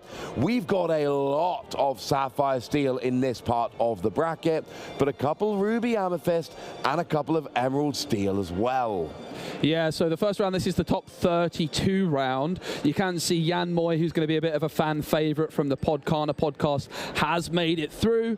Lots of Sapphire Steel, also Ruby Amethyst and Emerald Steel. So the top 3 decks from the whole 2,000 players have all made it through into this bracket, and none of the other decks have, Ross.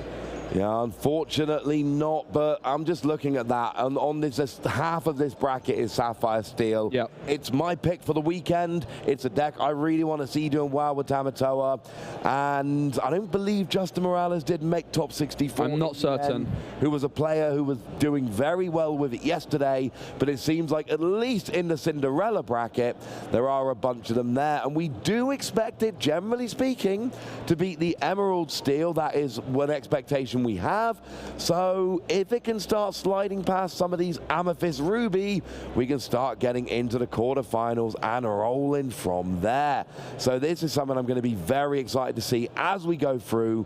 And yeah, Amethyst Ruby, I don't even mind too much about the numbers here. That deck just seems like it's going to win. Yeah, there's some really interesting matchups in this one. That Sapphire Steel mirror definitely favored for the player going first, but maybe with the right text in your deck, of course you can't quite play that Arthur we were looking at yet because it's a Shimmering Skies card, but maybe you could manage to win that Sapphire Steel mirror when going second. That would be really exciting to see. But moving on from the Cinderella bracket into the Maleficent bracket, and we can see a bit of a different addition to this one with one player here on Amethyst Emerald and one player on Amethyst Steel, as well as some Ruby Sapphires. This is a very different bracket. Every match in this bracket has Ruby Sapphire. Wow. It's Ruby Sapphire against Sapphire Steel, Ruby Sapphire against Amethyst Steel, Ruby Sapphire against Emerald Steel, and Ruby Sapphire against Amethyst Emerald. So, and yeah, there are some weird ink combinations we maybe wouldn't expect. What's the most surprising one there for you? The most surprising one has to be, for me, this Amethyst and Emerald. It's a deck which can definitely be very, very good against almost every deck, with the exception it tends to struggle against Emerald Steel. Well, great news for Forsten. If this Emerald Steel player loses the first round here, then they are going to be not facing any Emerald Steel at all. It's a very real possibility. So maybe we could see the Octo Finals full of Sapphire and Ruby mirrors, but I'm not sure. I think that Martin's going to have a great opportunity. I was looking at their Amethyst Steel deck. They've got some Maleficent 1-cost characters in there which can quest for 2, and that gives you a great opportunity against the Ruby Sapphire decks. It's going to be really fascinating. I think that Forsten's going to fancy their chances up against Ruby Sapphire, and I think Martin's going to fancy their chances as well. So going to be really interested. Are you surprised to see so much Sapphire Ruby here? Yeah, I mean, it was the 4th most popular deck coming into this weekend. It was, the 5th most popular deck after Steel Song. It was, yeah. Which we've not seen on either of the brackets so far, I don't believe. Stop me if I'm wrong about that, but I don't believe we saw it in the Cinderella bracket, and I'm not seeing it there in the Maleficent bracket. So that means that we're, it seems to be a pretty good conversion rate. Of course, the most played decks in day 1 and day 2 don't have to be the same, but the more of a particular deck there are, the more likely it is they're going to force their way through into the following round. So yeah, honestly, 4 of them in top 32 alone is surprising to me. 4 of them in the same quarter of the bracket. Yeah, that is very interesting. I do believe we're going to flick to another part of the bracket in just a second, because what we're going to do, show you some of the bracket. Nah, mate, the Elsa bracket, and oh no, we've actually got to play a missing from here. I'm sure there's an explanation there. Yeah, I imagine their game is still ongoing and just finishing up. But here, this is where so we seem to be theming the bracket here, because I said there was no Steel Song. Well, there's 4 Steel Song, and none of them are playing against each other. They're all in different parts of the bracket, but we have 2 more Sapphire Steel here and 1 more Amethyst Ruby. Yeah, so a couple of Amber Steel versus Sapphire Steel matchups. I did just watch one of them. I saw Jan Moy victorious as the Sapphire Steel player, but it's an incredibly tight matchup. We did see one on the stream yesterday as well. That Fishbone Quill can put in some serious work for the Sapphire player, but if Amber Steel can get that whole new world through nice and early, it can be a real problem for Amber Steel. I'm sure many of the fans are going to be really excited to see the name at the bottom there. Frank Karsten, the champion from Disney Lorcana Challenge, Bochum, Lille in fact, and we saw them in Bochum playing Emerald Steel. Well, they've gone back to what won them the event in Lille, and it's Amber Steel songs, and Frank has brought back the Piglet Pooh Pirate Captain as well. Love that Piglet Pooh Pirate Captain. Quest for free as long as you've got 2 other characters on the board. It's also, I believe, it's a captain as well, so the really nice combo there with Mr. Smee. Absolutely. You don't take the damage at the end of your clues in the name, Ross. Piglet Pooh Pirate Captain. I know, I said it was a captain. But yeah, this is weird. The fact that we got one bracket where it's, this Sapphire Steel, and another bracket where it's, really heavy on the Ruby Sapphire. Yep. Now we've got a bracket that's really heavy on the Amber Steel. And just to be clear, the brackets, they're just put, there is a set order in which the players get put based on their finishing in Swiss. It's just a bit of a coincidence that we've ended up here. So hopefully in the not too distant future, we can take a look at the final of the 4 brackets here. And oh, look how great that was. And this seems to be a real variety. Yeah, real variety.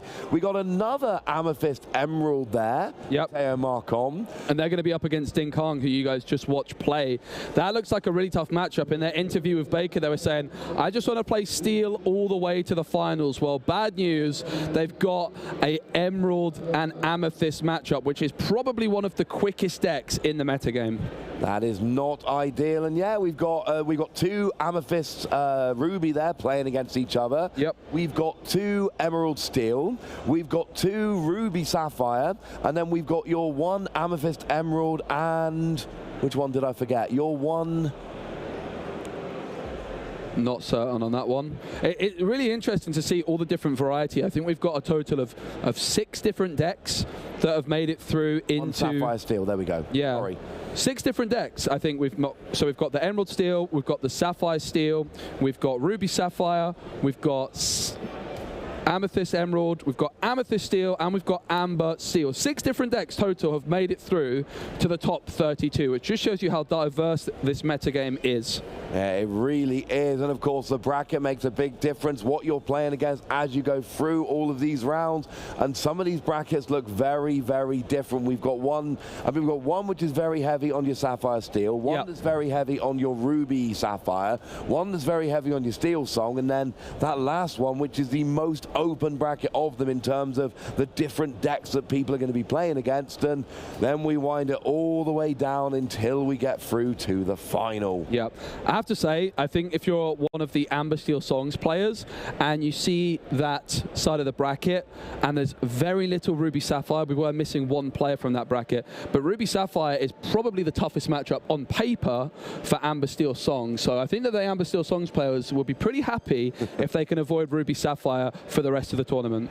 Yeah, and we've seen that before. I believe it was Justin in Bochum had a really nice run. They're like, I just want to play against Emerald Steel. And I think they might have played Emerald Steel like multiple rounds in a row, just going through the bracket, playing against those decks they really want to play against. Of course, you want to be a top seed, because being a top seed means you get to choose to go first, and you've had a better day, your deck's working better, this is all good. But actually, the most important thing a lot of the time is what you play against in the bracket, and there is absolutely no way to plan for that. No. You just have to get put in the bracket, cross your fingers, and we've all had those tournaments where we look at the bracket and we're like, oh yes, and we've all had the opposite tournaments. Yeah. And of course, the one thing that you do have going in your favor, if you had a better performance in Swiss than your opponent and you're a higher seed, you are able to choose to go to first in the first game, which is a nice advantage and a good reward for those players with the better record in day number 1. And like we said, going first in game 1 gives you an advantage there. And even if you lose game 2, you will then be going first in game 3, which is honestly a huge advantage. Yep. It's where you want to be. It's what we saw from Din back in our top 64 game. So it's where you want to be, frankly. Yeah. And the other thing to mention that's different from day 1 is, okay, it's a best of 3 instead of 2-game format, but it's also open deck list, which really changes things. You saw, when I was back there looking at all the players in the top 64, they get maybe 5 minutes or so to really study their opponent's deck list, see if there's any unorthodox cards in there. There were some judges on hand for some translations if there was cards players weren't familiar with as well. And that's a really nice different element and adds a different skill entirely to the game, because rather than in the first game mulliganing, not knowing what your opponent's playing, not only do you know what they're playing, you know what every single card in their deck is. And then you got some things to track. You need to be looking, well, all right, then they're playing 3 copies of, let's say the full 4 copies to be prepared. You know that for a fact. Well, 2 got discarded, that's quite good. There's 2 available. Look at the size of their deck, and you can start working out the odds. If you see, 2 Maleficent Dragon being inked, but you know for a fact your opponent is only playing 3 copies, not 4, again, you look at the size of the deck remaining and you go, they've inked 2, I don't think they've got a 3rd available, and that's a 9-cost card. You know they're probably not stashing 1 in hand, because it's way too expensive to stash for that many turns, and it means as you go through the game you can start going, right, it is really unlikely to have access to this card, let's go. Or you might know that they just don't play a particular card. So whereas in some matchups where it's where it's blind deck list, you're thinking, oh, what if they play this? If you know they're not playing it, you can start playing very differently. So yeah, it's a very different skill set. Yeah, and it's also an interesting dynamic that rather than just having the deck list fully available in front of you for the period of the game, it is just a period of time that you're allowed to look at your opponent's deck list. So really rewarding players with that strong memory. And it's going to be really exciting to see which matchups we get to see next. I'm really interested in these Emerald Amethyst decks in particular, Ross. Yeah, I am very interested by them. I think it's going to be ones that, we need to keep a little bit of an eye on. I believe we're going to have a little bit of a look at a deck profile here. We're going to be looking at Ruby Sapphire Control. This is a deck, like we say, it was the 5th most popular deck in day 1. It wasn't a huge deck, and yet seems to have converted pretty nicely. There are a bunch of them all over top 32. So it's a deck we need to be aware of. And what we're trying to mash together here is the control and the board ability of Ruby with the ramping and big endgame swings of Sapphire. Yeah, absolutely. And the lucky dime is often the way that this deck is going to close things out. We saw with a player interview yesterday, one of the Ruby Sapphire players really liking the idea of playing 3 different lucky dimes. So that is going to be a really, really interesting option to see how many lucky dimes the Ruby Sapphire player goes for. Of course, Tamatoa also a nice option to pull back that lucky dime from the discard and into the inkwell. I mean, it's a great option for into the hand, not the inkwell. Sorry, into the hand. It does go into the hand. You are correct. It gets an item when you play it. It gets an item when you quest. It quests for 1 plus 1 for each item that you have in play. And of course, Lucky Dime can copy. We did see some. I think it was in Bok, and we saw. I want to say there were maybe 8 or 9 items in play. So we were questing for like 9 or 10, and then using Lucky Dime to copy it in a massive end game swing. We've not seen anything like that in Bologna yet, but it would be something I would be happy about. What I'm not happy at, well, I'm very ambivalent right now, because on the one hand, I wanted to open some packs. I'm like, we've had a bit of a long break. We talked about the bracket. Let's reward ourselves with a couple of packs before we get into the top cut game. But it turns out the top 32 game is going to be happening in mere moments. The players are already over by the table, so, you know, we're not going to be cracking any packs. We've got too many games to get to, Joe. Yeah, that's right. The players are now in the building, getting ready and getting settled down on the main stage. Where were they before they were in the building? Well, they were in the building. They weren't in this part of the building. They're behind the curtain. Yes, they were behind the curtain, but they've come into our part of the building now, and they're getting settled down on the stage with the bright lights and all the eyes on them. And of course, they are going to have that little bit of an opportunity to study their opponent's deck list as well. Now, I hope that their handwriting is nice, Ross, because it's going to be paper deck lists, which the players get to see. And so if there's any translation issues that need to be helped out with, we've got plenty of amazing judges here at Disney Lorcana Challenge helping out. So I want to give this moment to give a big shout out to the judges, Ross. They've done, what a glorious job they've done, making sure that all the rules are being followed. I've learned a lot of things from the judges. If there's ever a Disney Lorcana question, as much as I might like to ask Tim, the game designer, the judges are the next best people to ask, because they know so many interesting interactions about Disney Lorcana. Yeah, the judges have come across everything. You know, we talked about preparation for the tournament. Well, for the judges, it's completely different preparation. Again, we can be lucky. Like, we know the rules. We get the interactions. But if there's super awkward rule interactions, we get to say things like, our judges will sort it out. Yeah. Unfortunately, the judges have to sort it out themselves. And one thing you find when you travel around mainland Europe, when you go into places like, you know, Germany, like we were, in Italy, it is surprising the amount of people and the amount of languages that they speak. There are so many multilingual judges that we have here who all speak English, but then they speak Italian and Spanish. You know, a lot of my European friends, you know, I've got a very good French friend who's also fluent in English and fluent in Japanese, speaks a little bit of this and that as well. I've got a German friend who's also fluent in English and Japanese. I've got a Danish friend who's fluent in Dutch and English, bit of Italian, a little bit of German. What do you speak? I'm learning Japanese. I speak a bit of Japanese. Okay, that's impressive. I think I speak enough. I'm going there in a week. I think I speak enough that I can get by if I find people who don't speak any. But it's actually a really important consideration. I'm making a point here, I promise. Because, of course, we're in Italy. There are a lot of players here who speak Italian. We don't expect them to speak English. That would be weird. We have a lot of French players coming in. We have a lot of German players coming in. Mainland Europe, in a lot of ways, is kind of similar to the United States in that you just drive around and you just train around. Like, we're flying everywhere because we live in the UK, but a lot of French and German players will just drive over. Yeah. And it means that we need these multilingual judges who are able to fix all of the problems, and we have them and they're brilliant. They really are brilliant. So it's been so nice to get to meet a bunch of the judges. One thing I really enjoy, Ross, is when I go backstage to have a beverage or something like that, you see the judges also on their breaks. And what are they doing when they're on their breaks? They're playing Disney Lorcana, because they also love the game as well. Yeah, it's all we do. We finish here, we go and have food while we talk about Disney Lorcana. Lorcana, and then we retire to the hotel to play some Disney Lorcana. Then we get a few hours sleep and come back to cast Disney Lorcana. We are somewhat obsessed. Is this a nice time to mention that, you know, we had a little present waiting for us. We did. When we got here this morning. I'm going to try and put it on over the head. Finally bugged. It's not working, mate. It's not working. It's definitely not working.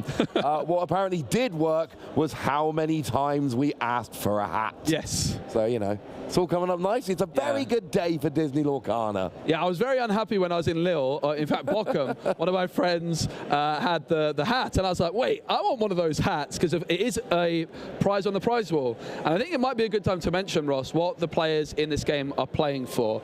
Because not only, of course, are they playing to win the whole tournament, get their hands on a golden Mickey, but this next game for many players is even more important than that golden Mickey game. They're 2 games away from the golden Mickey, but if they win this next game, not only do they get that amazing Rapunzel foil playmat, but they also very crucially get access, an invitation to the European Championships. And I'm right in thinking we've not seen the prizes for European Championships, have we? No, we have no idea. I don't think we've seen anything along those lines. All I'm telling you is we have seen the prizes for the challenge.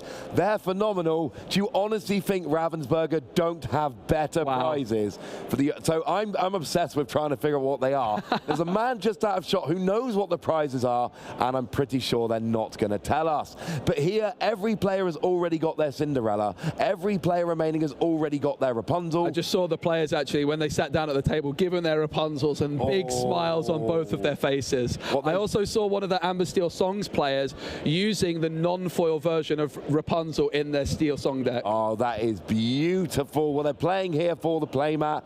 And don't get me wrong, that playmat is wonderful. That playmat is beautiful. But if you don't get to top 16 without loving, top 32, without loving playing Lorcana, there's no way you can do it. You need to have that passion for the game.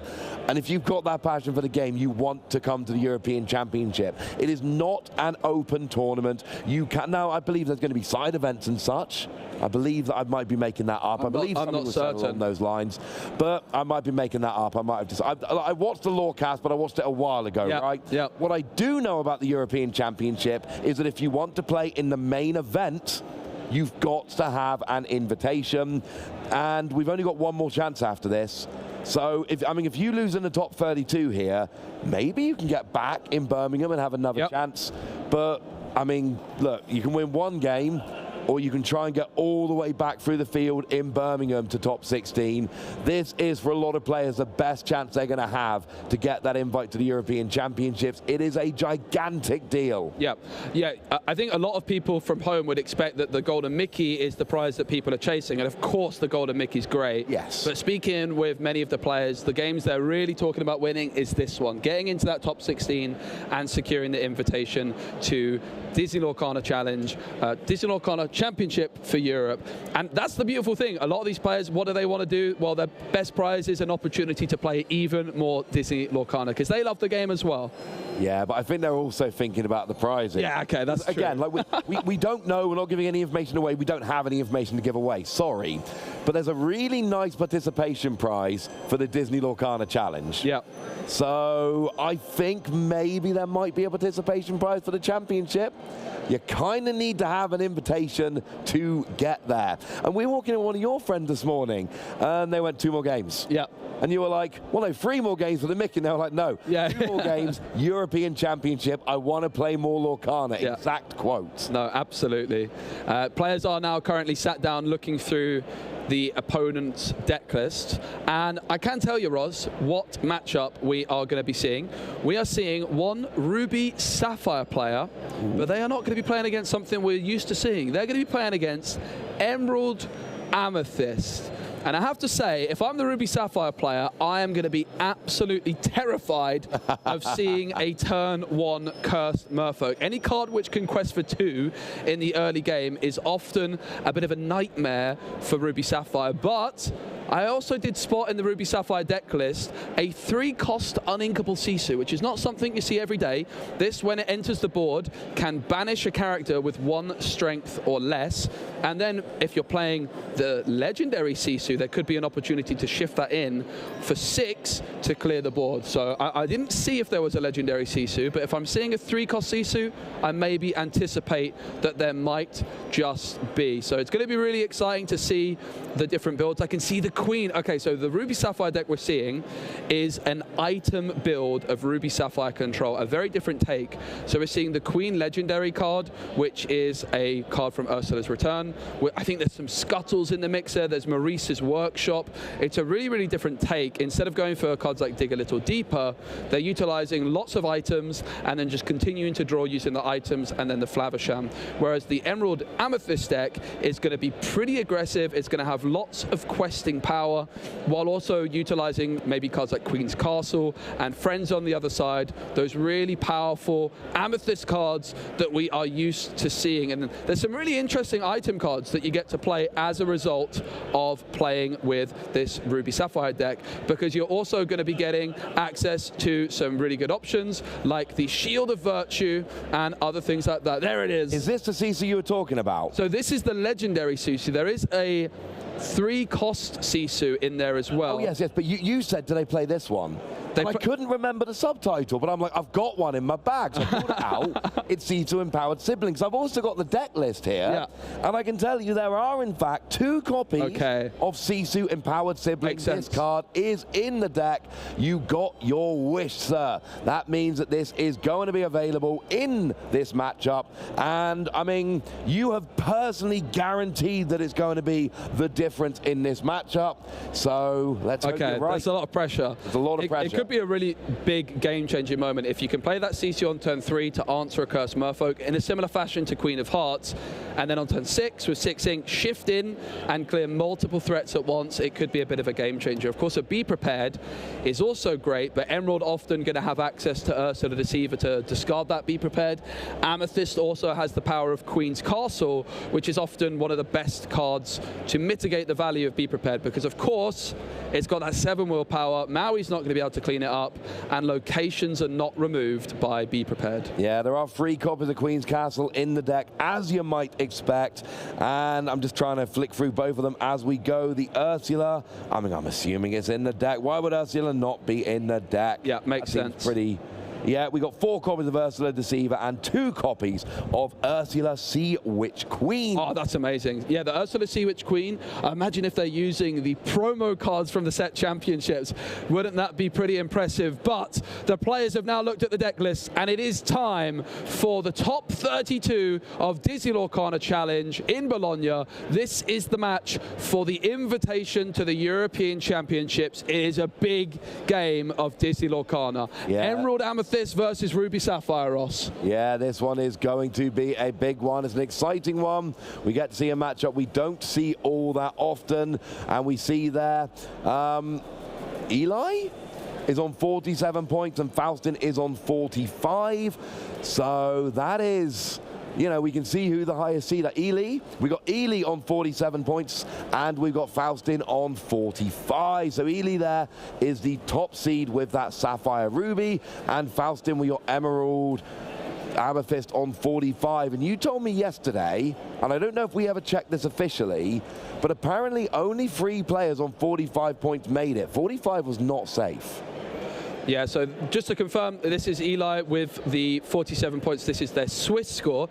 Ely, this is their Swiss score. This is not their seed, so it is going to be Ely as the higher seed who's going to be going first. And I think that makes for a more interesting matchup. I think the Emerald Amethyst player, when going first, is going to feel really, really confident.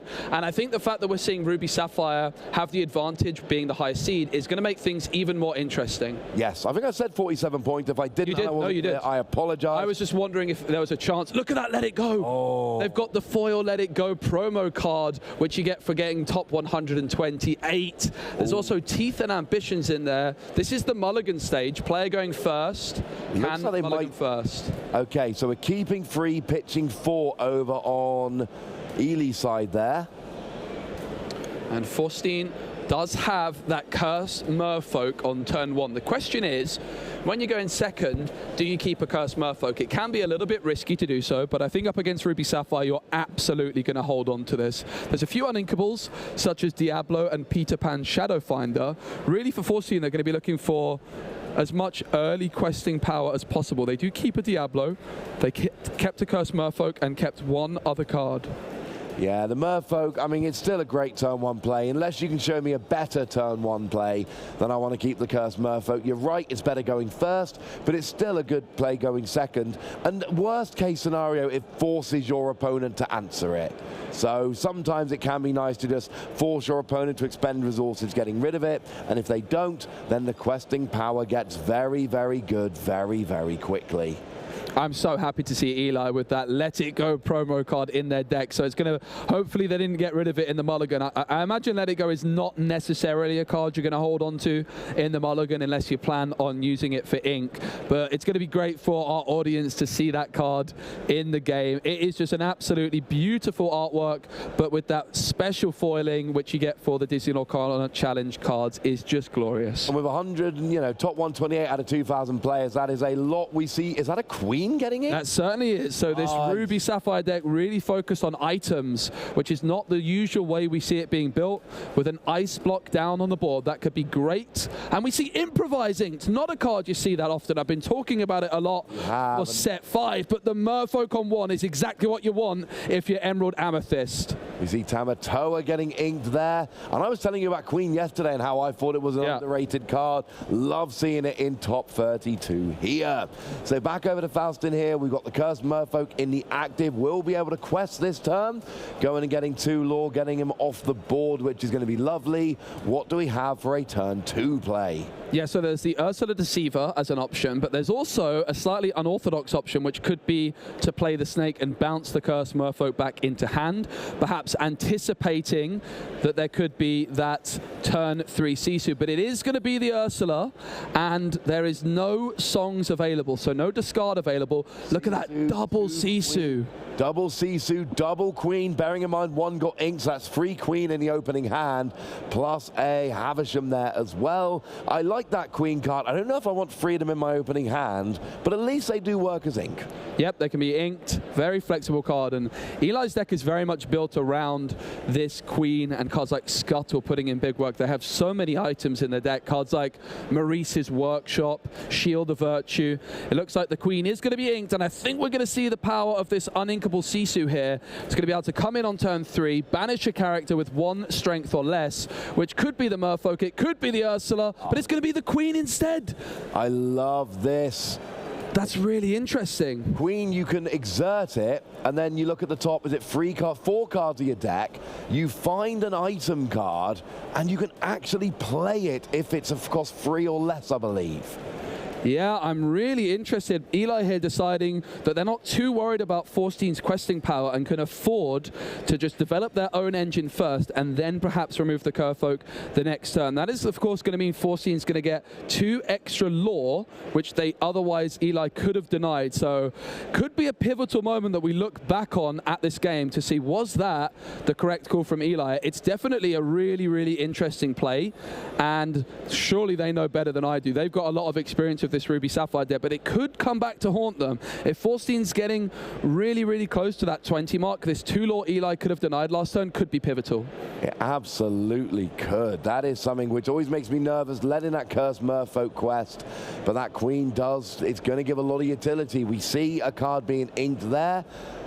Now, we could play another Queen if we wanted to go a little bit silly. Oh, my goodness. We see the Ice Block on Diablo, and the Sisu removes it with ease. The combo of dreams. Ice Block, Sisu, goodbye, Diablo. And the Queen is not going to challenge the Merfolk. It's going to exert to use its ability, and the Merfolk remains and lives to fight another day. Bad news. No items. There is an item. Maurice's Workshop. And it's a 3-cost item, played for free, absolutely maximizing the value of the Queen. Yeah, I love that. You get to search an item from the top 4. If it's 3 or less, you get to play it. This is why the Queen comes in, and we see maybe why the Sisu was being held there, because it actually was great up against the Diablo. We do still have Sisu in hand, so I still think there's a decent chance it comes down next turn, because that Merfolk, it's all, you know, Faustin's already up to 5 lore. Ely here does need to stop them at some point. A lot of flying things in Faustin's hand. Yes. Yeah, it's such a fascinating start to this game. Eli on that turn 3 deciding to develop their own draw engine first. And Faustin just going to be able to get that extra questing power. If Eli was going second, I don't think they would ever be able to make such a decision. But the fact that they're going first, they feel like they can get away with it. Pegasus is shifted in. Merfolk and Ursula are now evasive and cannot be challenged. What a play by Faustin. This Pegasus is drying on the ink, so it's not going to be able to quest or anything itself, but evasive on the Merfolk and Ursula. But this Sisu on the board is also evasive, Ross, and that is going to be really important for Eli. Yeah, it gives a challenging option. I'm just looking at Ely's side of the board here. 3 of the 4 cards they've got in play, we basically haven't seen in any list all weekend. No, absolutely. This is a very, you know, it might be Ruby Sapphire, but it is a very, very different Ruby Sapphire build. Now, we do have an ice block there. We have got a Maurice's Workshop as well. So Maurice's Workshop is whenever you play an item, you may pay 1 ink to draw a card. And Ely is really relying on this Maurice's Workshop as their card draw engine. Don't have cards like Dig a Little Deeper. Don't play things like Grandma Tala, maybe not How Far I'll Go. Instead, going down that item route, which is really fascinating to see a Ruby Sapphire player with this approach and them succeeding so well. Yeah, it's always nice to see people doing something a little bit different. Makes me rather happy. Absolutely. We're using a couple of ink here. We're using an ice block. We're drawing a card with the Workshop. We are inking a card, and I mean, is it time for Sisu to take out the Merfolk? It could even be double ice block onto Pegasus, and the Sisu could even take out the Pegasus. Of course, if you challenge the Merfolk, you are going to be... But there it is, the Sisu onto the Pegasus. Double ice block Sisu. And now this Sisu could challenge Merfolk, but it would force Ely to discard a card. We're seeing the Queen's ability now. Look at all those items. Shield of Virtue, Porpsicle, or Vitalosphere can be played for free, but they'll come in exerted. And really fascinating to see the Shield of Virtue picked over the Porpsicle there. But it's interesting to note the other cards go to the bottom of your deck. There is now a Be Prepared at the bottom of the deck. We see a challenge with Sisu into the Merfolk, but that is one copy of Be Prepared, which is essentially out of commission for a while. Yeah. That's just not coming back, not anytime soon. And let's not forget, that was an evasive Merfolk right there. Faustin shifted in Pegasus to give this Merfolk evasive, but Ely with that Sisu, it has been the absolute star of the show in this one. The 3-cost uninkable Sisu putting in so much work. All I'm saying is, right, Ely's got a bunch of items being built up. You know who loves items? Okay, I think I see where you're going with this. I feel like we've not seen many boards that have really taken advantage of it this weekend so far, but I do feel like Ely is building up to a potential gigantic Tamatoa line, and that would make me very happy indeed. We're not there yet, but it's just something to look out for. A Tamatoa right now would be questing for 5. I know we don't have enough ink, we're not there yet, but Faustin does not seem to be playing much item hate, much item removal here. No. So it feels like Ely can, you know, and it's not like we're playing a Havisham build here where we're just constantly getting rid of all the items to draw. We could see a gigantic swing turn as we see a Merlin Fox being inked and a non-shifted Pegasus coming into play. Yeah, one of the big weaknesses of Emerald Amethyst is you don't have access to a card like Benja. Most of the item removal cards are not great, and therefore items can be a real problem. We do see the Ursula Deceiver quest for 1, so Faustin is now at 9 lore, only 11 away, but Ely only at 0, but that's going to change pretty quickly as they continue to develop their board. This Queen play on turn 3 was just so heads up from Ely, deciding that they just had the time to stall out thanks to the power of the Sisus, the double ice block as well. It's just been a tremendous start from this series by Ely. And keeping those ice block in play means you can just be constantly lowering power over and over again. There's a Tamatoa there. Tamatoa is in the deck confirmed. Ely with 4 cards, of course, from the Queen. So they're going to find a Porpsicle, and they're going to be able to play that for free. That is the only item they found. But this is the 3rd time that the Queen has been exerted to play an item for free. It is, and Porpsicle comes down. There is a Tamatoa now towards the bottom of the deck, which is awkward. Although the more you play the Queen, the more the first cards at the bottom do get shifted up towards the top. But there's 4 Tamatoa in the deck. We will be fine. I think my big shiny crab friend might be coming around. Here we go. Oh, the shift Sisu. Legendary Sisu. And with the ice block there, lowering Pegasus's strength. Boom. Down they both go. Wow, what a play. We're seeing the power of the ice blocks in this one. A lot of Ruby Sapphire players moved away from it, but this item-heavy build is absolutely taking advantage of them. The Diablo 1 cost comes in from Forstein, and it sees a Flaversham, and Flaversham means more cards where that came from. We see the Diablo Legendary as well, but Ely is just looking in an absolutely dominant position right now. Yeah, this is going beautifully. Of course, we do have Havisham here. We're not seeing it in this game. It's why we're seeing the items build up, but we can play Havisham. Oh, we see a whiff on the Queen, but it does push things like that Be Prepared and Tamatoa towards the top of the deck. So it's not completely useless. And is that Havisham hitting the field, getting rid of that Porpsicle? Now we draw cards.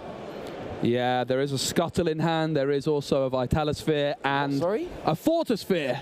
A Scuttle? No, it's Scuttle. Okay, it is a Vitalosphere. I thought I got the Vitalosphere. The Fortosphere is the steel one. Yes, I just know how you like Scuttle, so I just really wanted to. Oh my goodness, the Shield of Virtue readies the Queen, and her ability has been used twice this turn.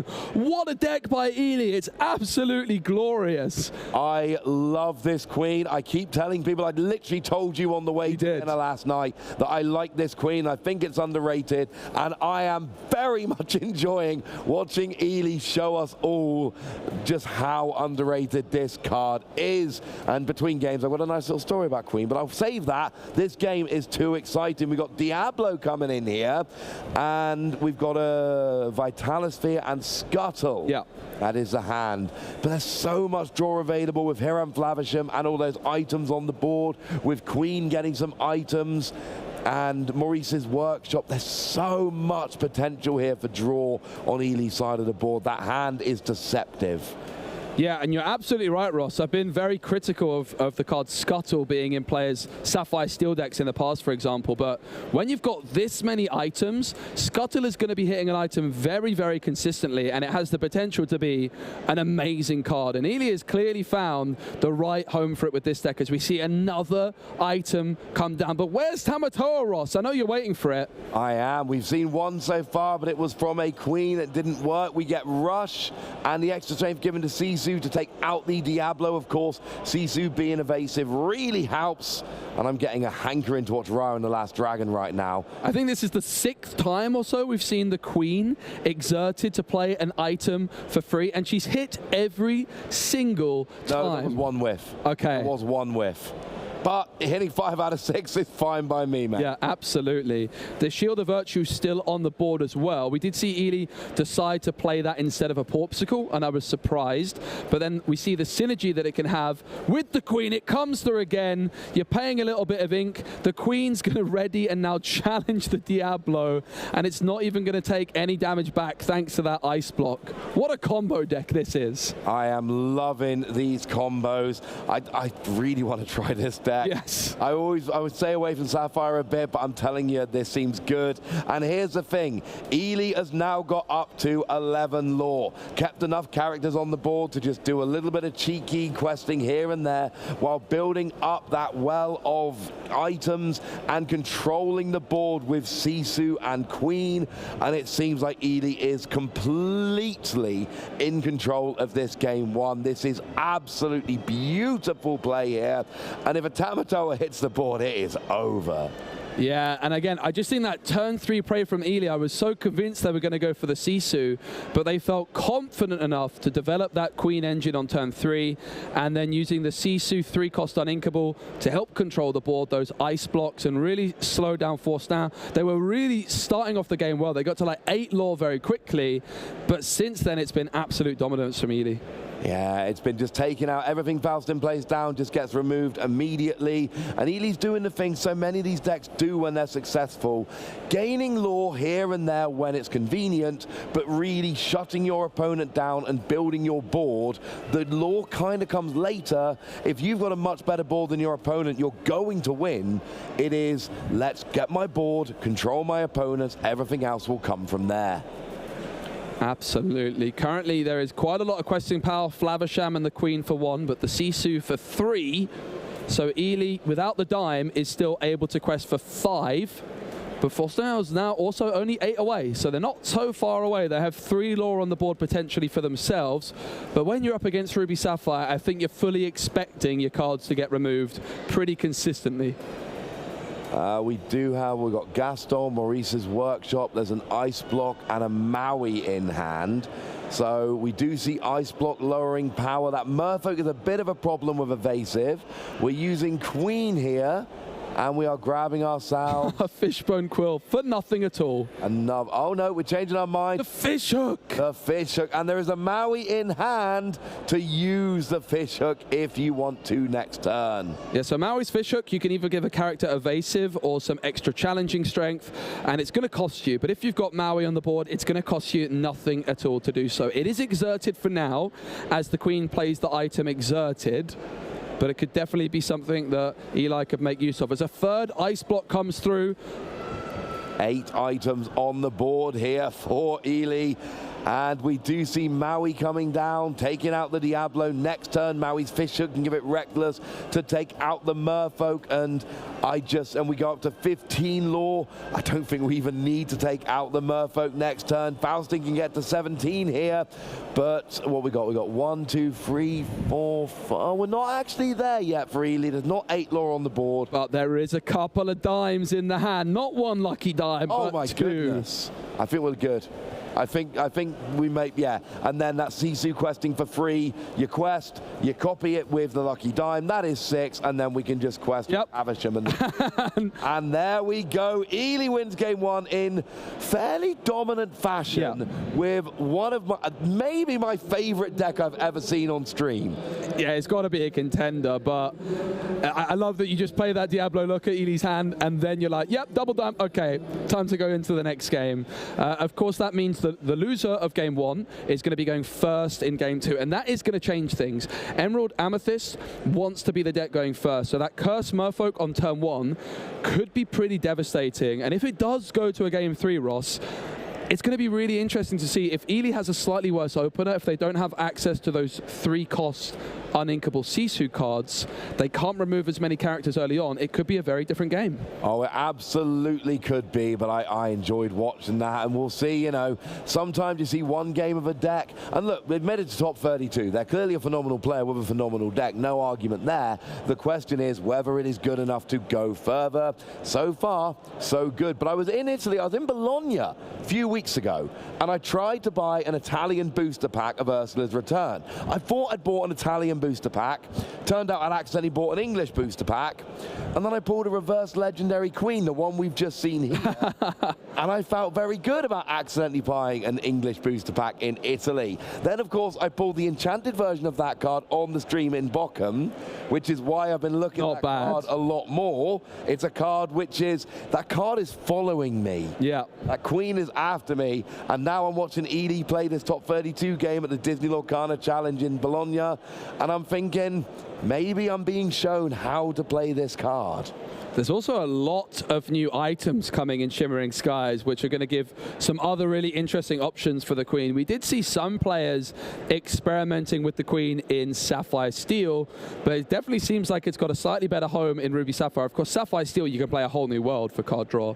Ruby Sapphire can really struggle for card draw, and this Maurice's Workshop Queen combo put in so much work there. It's so impressive to see. Yeah, and you do have Havisham there, which can draw as well. It seems to be a deck that really wants to keep the items on board more than necessarily some of these Sapphire Steel decks we see.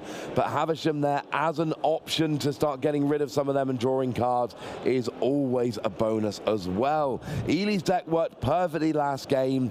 If we can see that again, I think we're seeing them in the European Championships, whatever that might be.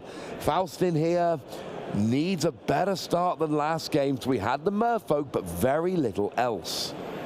Yeah, that Merfolk on turn 1 was definitely nice, but when going second, it just gave Ely that opportunity to really get back control of the board. They were able to be greedy and play that queen on turn 3, but in this situation when Ely's going second, I would really expect them to be looking for that Sisu play on turn 3 to just answer the questing power as quickly as they possibly can. They're not going to have many characters on turn 1 and turn 2 either. Sapphire preferring to play items on turn 1 and turn 2. You can see Porpsicle, Ice Block. There's that Vitalosphere. We know they have Shield the Virtue as well. So many one-cost items for Ely. Might struggle for one-cost characters, which means that 3-cost Sisu on turn 3 could be huge. Now, Ely's put down the cards. Are they not mulliganing anything? Ross, what's going on here? Ely going second. I mean, if they are going second, you do have the opportunity to make your opponent do their mulligan first. Absolutely. Whoever's going first has to mulligan first, and we see a lot of the time, people just don't worry, they just go for it. But there is extra information to be gleaned. How aggressive is your opponent mulliganing? The general rule is the more aggressively they're mulliganing, the worse their hand was. If they only put 1 or 2 back, you need to think my opponent has got what they want. They're playing on their preferred curve, 1 cost on turn 1, 2 cost on turn 2, etc. I need to be a little more careful. If they've kept 1 card, could that be the Cursed Merfolk? Yeah, it could be. That's what we're thinking if we're Ely here, but it's good, relevant information. It's very rare to see a player keep their entire hand pre-mulligan. Yeah. It happens, but it's rare. Yeah, and also not only are you gaining more information about your opponent's hand from their mulligan, but you're also making sure that you're not giving your opponent any unnecessary information, because if Ely was about to mulligan 7 cards, Forster might feel a little bit more confident about keeping a few more. So definitely makes sense as the player going second to use every advantage available to you, and just waiting to confirm your mulligan until after your opponent has done it is something you can absolutely expect to see the very best players doing at this level. Yeah, and we are 1 game away from Ely for getting that invitation to the European Championships, getting that Rapunzel playmat, and of course a shot at the Mickey next round. This is the first real, what I like to call, pinch point of the tournament. This is where we're going to separate the players who get the invite from the players who don't. Okay, so I'm looking at Ely's hand, and I'm not seeing many 1-cost characters. In fact, I'm not seeing a single 1-cost character. And what's more, Ross, I'm not seeing a 2-cost character either. They mulligan 6 cards, so you can certainly imagine that they were looking for some more cheap characters to play down onto the board. No Cursed Merfolk on 1, and for Ely, that is going to be music to their ears. That's basically an extra turn for Ely here. It's as good as, in some ways, it's as good as just going first. Your opponent, okay, they got the first ink, but no Diablo, no Cursed Merfolk. That is a huge win for you, because let's face it, you're going to jump ahead in ink. You're playing Sapphire.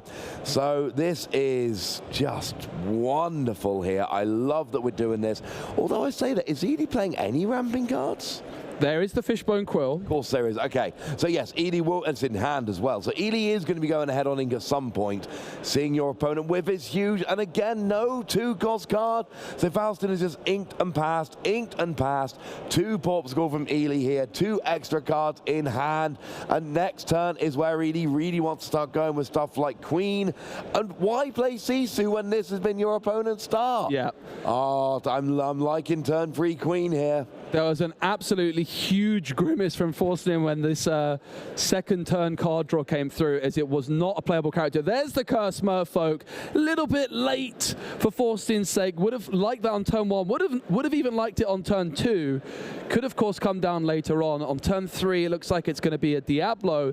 Not a quick questing card either. The good news is Ice Block not available for Ely, because Ice Block plus that turn 3 uninkable Sisu could have been curtains for Diablo. Yeah, that would have been terrible getting that quite so early. Not there now, but as soon as we get this third ink down, we are going to potentially have a queen in play, and that is going to be a rather handy bonus indeed. We could see the queen inked and the queen played. The other inkable cards are Maui, Fishbone Quill, Flavisham, and Maui's Fishhook. It is a queen inked, and surely it's going to be another queen play, but perhaps it could also be the Fishbone Quill here. Not too worried about the early questing power. Does decide to go for the queen as a potential engine. We saw how valuable that was in the previous game. Card drawn off the hop is friends on the other side. Yeah, and I'm just thinking you could use queen and potentially get a Fishbone Quill next turn anyway. That's very true. Very, very true. So Friends is sung by Diablo. 2 more cards in the hand. There is Queen's Castle, there's an Ursula Deceiver, Curse, Merfolk, Pegasus as options. 3 ink available. And of course, they are also still able to ink this turn to get up to 4 ink.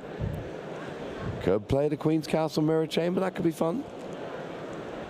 Pegasus looks like the card that Forstein is considering to ink, but just having some second thoughts about that. No shift target available just yet. It's definitely a line that you're looking to do quite often with Emerald Amethyst, is shift in this Pegasus and give all your characters like Curse, Merfolk evasive. We Forstein go for that exact play in game 1, but the evasive power of Sisu and the ice block really shut down that line. It absolutely did. Now we see the Ursula being inked. Here is the Queen's Castle Mirror Chamber, getting that 2 passive law return, basically forcing Ely to deal with it. And with 7 willpower, it's actually a very annoying thing to deal with. I've got good news, Ross. Ely's just drawn Tamatoa. Yes, we didn't see it last game. We might see it this game. We see Maui's Fishhook coming down. Oh my goodness. We're seeing Maui's Fishhook.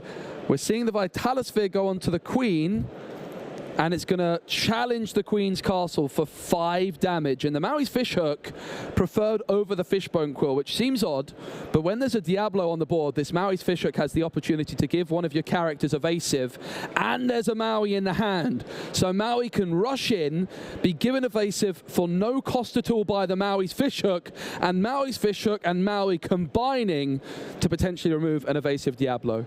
Yeah, that will work. And then, of course, the Queen could potentially just finish off this Queen's Castle Mirror Chamber. And then your opponent's got nothing. And this is what we saw from Ely back in game 1. Let the law take care of itself when it's appropriate. Build up your items and shut your opponent's board down. Counter everything they do and grab law at convenient times. We had the possibility for a big law swing with Tamatoa. We see improvise, a huge play. Diablo now with 3 strength until the end of the turn, and it could now remove the Queen as an option. It did also draw a card, so Diablo with 3 strength until the end of Forstein's turn here. You've got to think that is to try and get rid of a second Queen's Castle. Queen goes down, and this is annoying. The Diablo does actually trade with the Queen, but Faustin here is just going passive law from the castle is too good. But it's Maui time, and there we are, taking out the Queen's Castle in one go with the extra strength you get from the Fishhook. Maui can't take down the Queen's Castle, but with his hook. Yes. Absolutely amazing. I mean, these Queen's Castles are such a weakness of Ruby Sapphire. We see a lot of Ruby Sapphire players playing the Vitalosphere, but he's got not only the Vitalosphere, but the Fishhook as well. Even the Shield of Virtue can allow characters to challenge twice in a single turn. So Ely has so many answers to the Queen's Castle, which is often considered the biggest weakness of Ruby Sapphire. It is glorious to see the deck building on show here. Yeah, I am absolutely loving this, making sure you've got answers to everything to which you need to have answers, and this is beautiful from Ely here. And once again, you look at the board, Ely's got some items down, you've got your Maui down. On the other side of the board, it's not looking so good. We do see the Merlin Rabbit come down, Ursula get inked, and a Curse Merfolk, a double Curse Merfolk. Now we might be talking. Yeah, Forstein in an ideal world would have been playing like a Merfolk on turn 1 and then 2 more Merfolks on turn 2. So it's definitely late to be getting these Merfolks down, but it's certainly better late than never. Ely going to be really hoping to find that legendary Sisu at this point, because that would remove the whole board. It's going to be Flavisham for 4 ink, and the Porpsicle is banished. Ely drawing 2 more cards for their trouble. Scuttle and Flavisham were drawn. And we're inking a Flavisham. Time for Scuttle. Is Scuttle going to do the business? They're going to look at 4 cards, and an item is able to come into the hand. And Scuttle hits so many items available. The consistency of Ely's deck is really paying off. Goodbye Queen's Castle as Maui trades into it. And Maui has now been given evasive as well, it seems, by the fishhook. And now we've got 5 lore coming down from Faustin. We'll only put him up to 9. Not there yet by any stretch of the imagination, but is starting to get a little bit closer here. The double Queen's Castle was scary, but it was dealt with. The double Cursed Merfolk is scary. Hopefully they'll be dealt with by Ely here. Still no lore. Still in that phase of the game where you're really going after your opponent's board. And for Faustin here, it's just, I'm going to get some cards down. Can I get some benefit out of them before they inevitably go away? And if I can do that often enough, I can squeak this game too. Faustin deciding to sing friends on the other side with the rabbit, so they can still quest for 4 here this turn with the Merfolk. Gonna have a peek at Ely's hand with the Diablo, sees that dreaded Tamatoa. Maurice's Workshop, Ice Block, and Shield of Virtue are available. So knows that there's no threat of that Sisu coming through just yet, but of course, lots of card draw available for Ely with that Flaversham on the board. Yeah, Flaversham is a great option. It's nice building up a store of items, but sometimes using Flaversham to draw can be just as good and lovely. So, and if you're Faustin here, it's a really awkward decision because if you can just keep questing, but you know your cards aren't going to last that long. You know that Sisu is an option coming down. You know that Ely can give evasive to Maui to go after them potentially. Lots of draw to replace the cards lost when you challenge the Merfolk. And you've only got 4 cards in hand. You've got no draw engine on the board. So you don't want to get to like 12, 13, 14 lore and end up with no cards in hand and nothing on the board. So I believe what Faustin's thinking here is, look, I can get some lore here with the Merfolk. That's great. That's lovely. How am I going to get this working for the rest of the game? Yeah. Because I need to finish this out. I think the line for Faustin that they're considering, they have a 5-cost Pegasus in hand. They don't currently have that 1-cost Emerald Pegasus. If they can shift in Pegasus, they can get evasive on all of their cards. And that could allow them to get that extra turn of questing they're looking for. The risk for that is, if you don't quest this turn with the Merfolks, there's a very good chance Ely's going to draw into that legendary Sisu. And therefore the Cursed Merfolks would be removed. But in this position, Faustin's maybe left with no choice but to take a risk like that at this moment in time. And I really like to see them really taking their time at a big moment. 5 ink going to be exerted. It's probably going to be the Cricky as the option, which can quest for 3. But it is, in fact, just going to be the Pegasus, deciding not to go for that shift Pegasus line and instead just questing instead. I love how Faustin really slowed down at this moment in time. It was a big decision. They could have gone for that risky line to try and draw into the Pegasus, but they decide it's just too risky and not worth it. And sometimes that's where you've got to go, and it does seem to be working. We've got a Tamatoa hitting the inkwell here, so no Tamatoa in hand anymore. We see Maurice's Workshop being played, adding another item to the pile, and now it looks like we're paying 2 ink for a Shield of Virtue and an Ice Block. Oh, Ice Block's lowering the power of Rabbit. Maui's taking out Rabbit. Yeah, so Maui only taking 1 damage back, and then Scuttle and Flaversham are going to challenge the Merfolks, which is going to force Ely to discard. But that Lucky Dime, while it's in the discard pile, it can be fetched pretty comfortably by our friend Tamatoa later on. Faustin at 8 lore, 12 away, can quest for 3 to get to 11, and that evasive Pegasus isn't going to be super useful with the power of the Maui's Fishhook on Ely's side of the board. Yeah, having an evasive character questing for 2 is great because it's so hard to get rid of for a lot of decks. But Maui's Fishhook here giving the perfect answer, and it does feel like Ely's got the answer to pretty much everything in Faustin's deck here. It might not be this case for every matchup, but right now, you got your evasive cards, don't worry, I've got that. You've got your really good questing low power cards, don't worry, I've got an answer for that as well. And you're not doing so great at having an answer to my items. You don't have much item removal in your deck. Do you have a Rabbit though? Yeah, Rabbit hitting the board, going to be a card drawn for Faustin. Has a few ink remaining, I believe 2 ink remaining.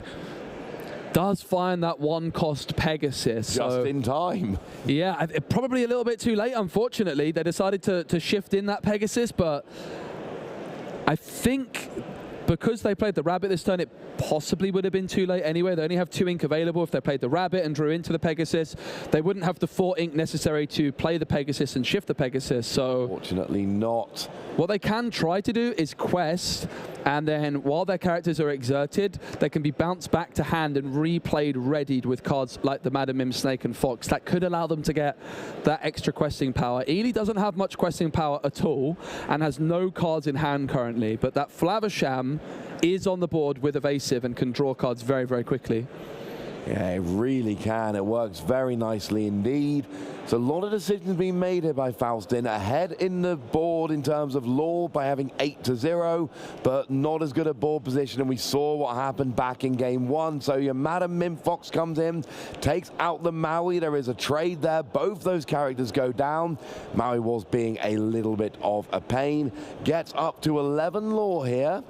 And now it's over to Ely to decide, you know, building your board is good and playing keep away is good, but you do at some point need to start, you know, getting some stuff rolling. We got 4 items down after using Hiram Flavisham to draw 2. With the questing, we've got an ice block down now. Maurice's Workshop is going to be triggered to draw another card. So Ely started the turn with no cards in hand, drew for the start of the turn for 1. They've played an ice block, and they still got 3 more cards in hand. That is the power of this Flavisham and Maurice's Workshop, as we see the Scuttle combining with the Fishhook to remove the Diablo. And that Pegasus is still on the board, still with Evasive. But the Ice Block plus Sisu is going to remove it from the board. And the Grimace from Forstein tells you all you need to know. And we are now getting to that stage. It's like a lot of Sapphire decks. You are going to fall behind.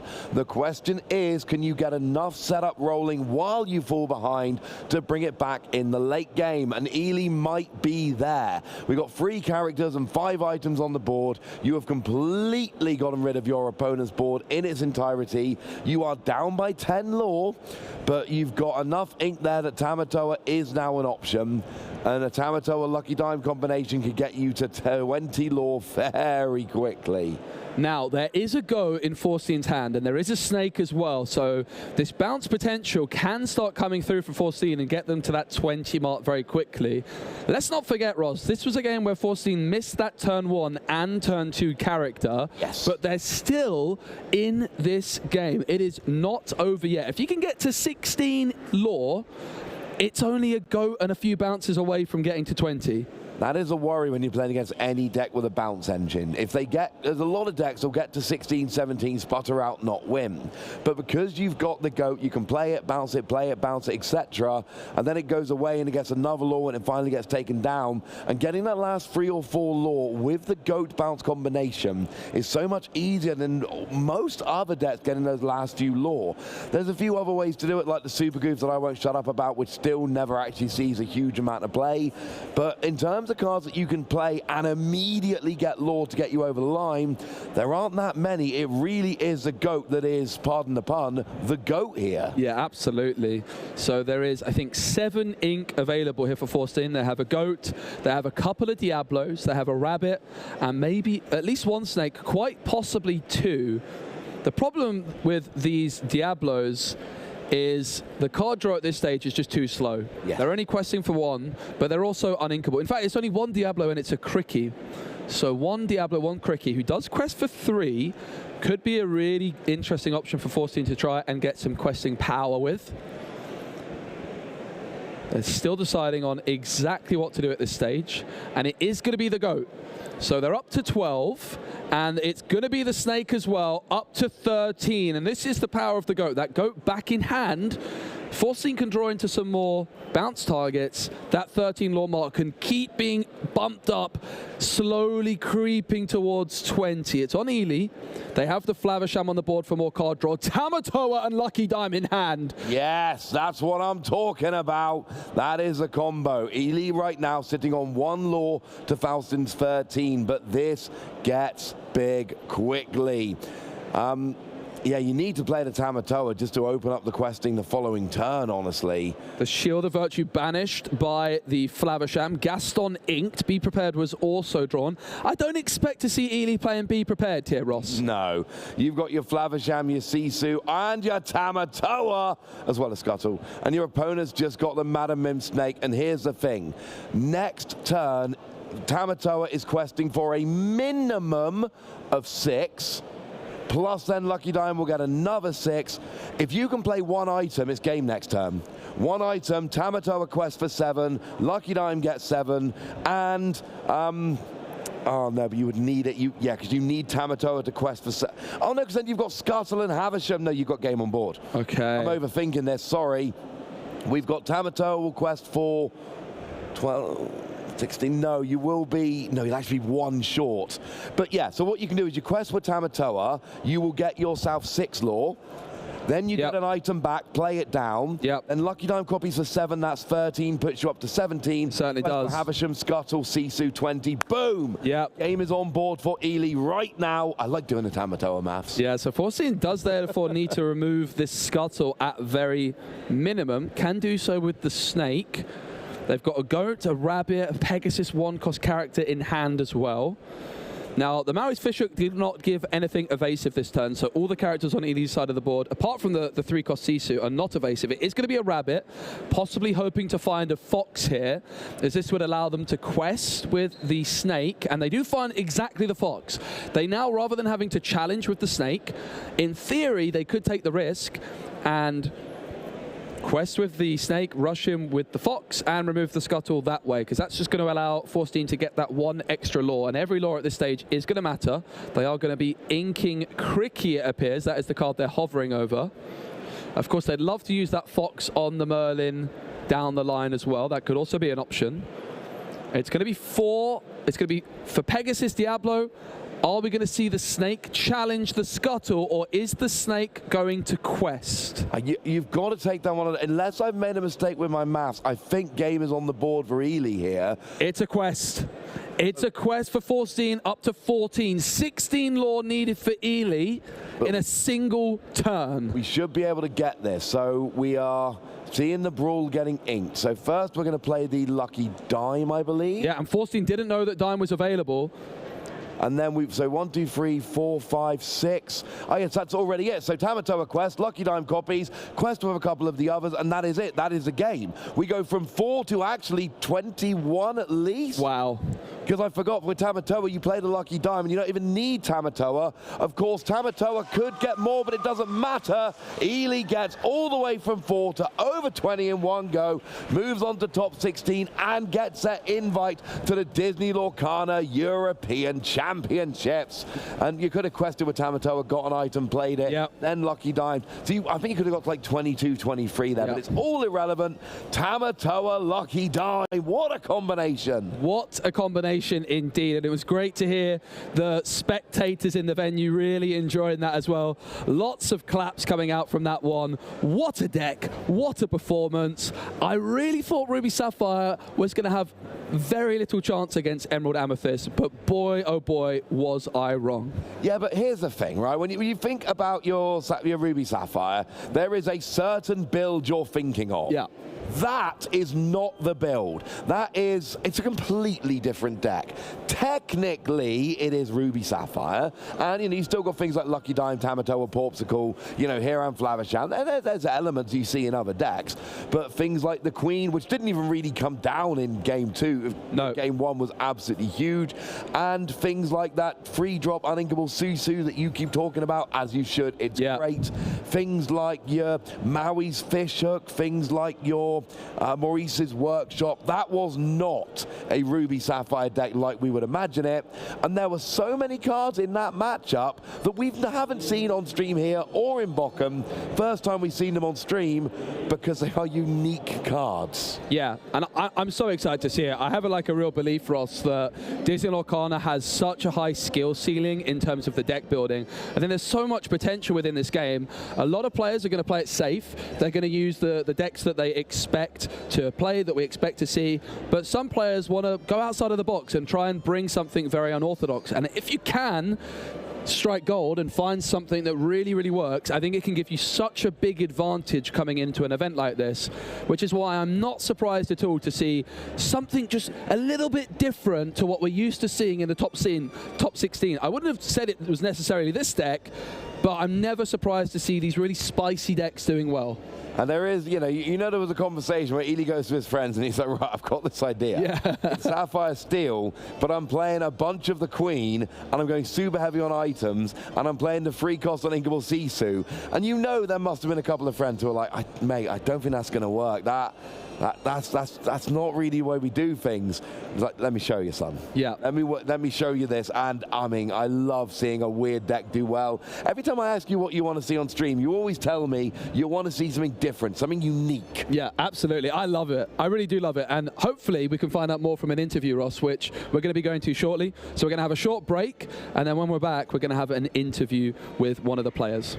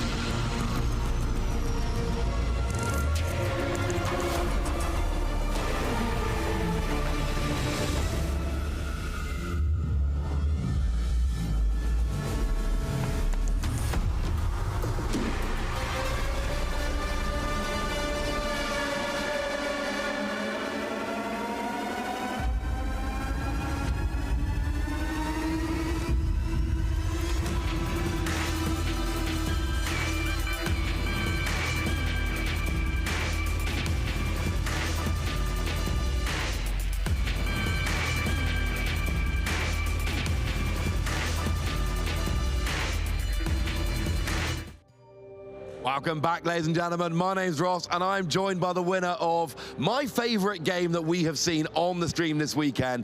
It is Ely, and I'm afraid I can't pronounce your name quite right, but you got your deck right. Yeah, absolutely. So, okay, we need to start with your deck, okay? You're playing Sapphire Ruby, but that is not what we expect with Sapphire Ruby. Can you just tell us how you came up with this deck? I had the idea at the start of the chapter 4 because I wanted a deck that wasn't like the usual chapter 3 with a song like One Drop Ahead and mono song, and I wanted something like more punchy with Sphere and Mulan. I always wanted to play Sphere and Mulan, and after test, I cutted the Mulans, which were too slow, to play some Namaris, which were not the thing, and I said, let's go all in early game and just play Tamatoas and Preps in end game. So one of the cards we love in that deck is your Sisu. It's a Sisu we don't see very much, a free cost uninkable, and it put in so much work.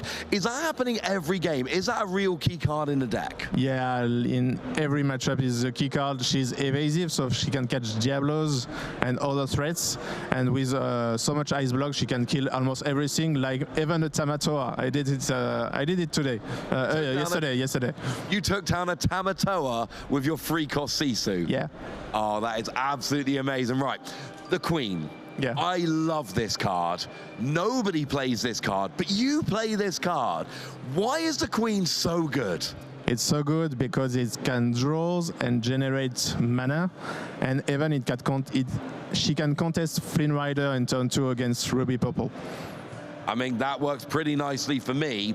So we saw a huge Tamatoa at the end of game 2. You went from 4 lore to, I think it was like 22, 23. It was... No, he made 2 times 7 with a dime. Oh, but then you had a couple of other questers as well. Yeah, there was 2 more. I could have picked an item in the grave, but... You could have gone high, but you've got plenty there. You won the game nicely. What is the biggest Tamatoa you have pulled? Because it seems like your deck gets items out nicely. Yeah, biggest one, I guess I did like 33 lore in 1 turn. I've never seen 33 lore in 1 turn. That is absurd. So you're in top 16 now. Yep. You've got your European Championship invite. Yep. I assume that's something, you know, when you were coming in, what meant more to you? The top 16 invite or the top 8 Mickey? What was your main goal? To have fun. I playing for fun. I came with TO Time, which won Bochum. Yes. So we trained together and... I mean, that's the answer. That is absolutely the answer. So, you're in top 16. Yeah. Having a phenomenal run. What decks do you not want to face? What are you worried about? Excuse me? What are your bad matchups? Yellow purple. Are you expecting much of that? I don't think so. Okay, so what I'm hearing here is a lot of confidence. Do you think your deck is ready to go all the way here? Yeah, maybe I can. Maybe I can. Maybe you can. I hope you can. I love seeing the Queen getting all the items. I love seeing the giant Tamatoa. I love seeing the Sisu that nobody else is playing. You didn't even see the best 4 turn, which is shield on the Queen. Oh, talk us through that play quickly. Yeah, you play the Queen on turn 3, she grabs an item, then you play a shield, you untap her, and you grab another item. Well, you did that in one of the games. You did the double Queen in 1 turn. Yeah, but it wasn't on turn 4. Oh, doing it on turn 4, that's the key. Yeah. I love it. There are so many little tricks and intricacies to your deck. I absolutely adore it. Well, congratulations. Thank you. It was huge fun to watch, and good luck in top 16. Yeah, thank you very much. Bye. And don't worry, ladies and gentlemen, we are going to have more wonderful Lorcana. I can't promise you the next deck is going to be quite as unique as that, but I can promise you that top 16 is fun because we're going to be playing for the Golden Mickey. But I think we can go back to the casters now.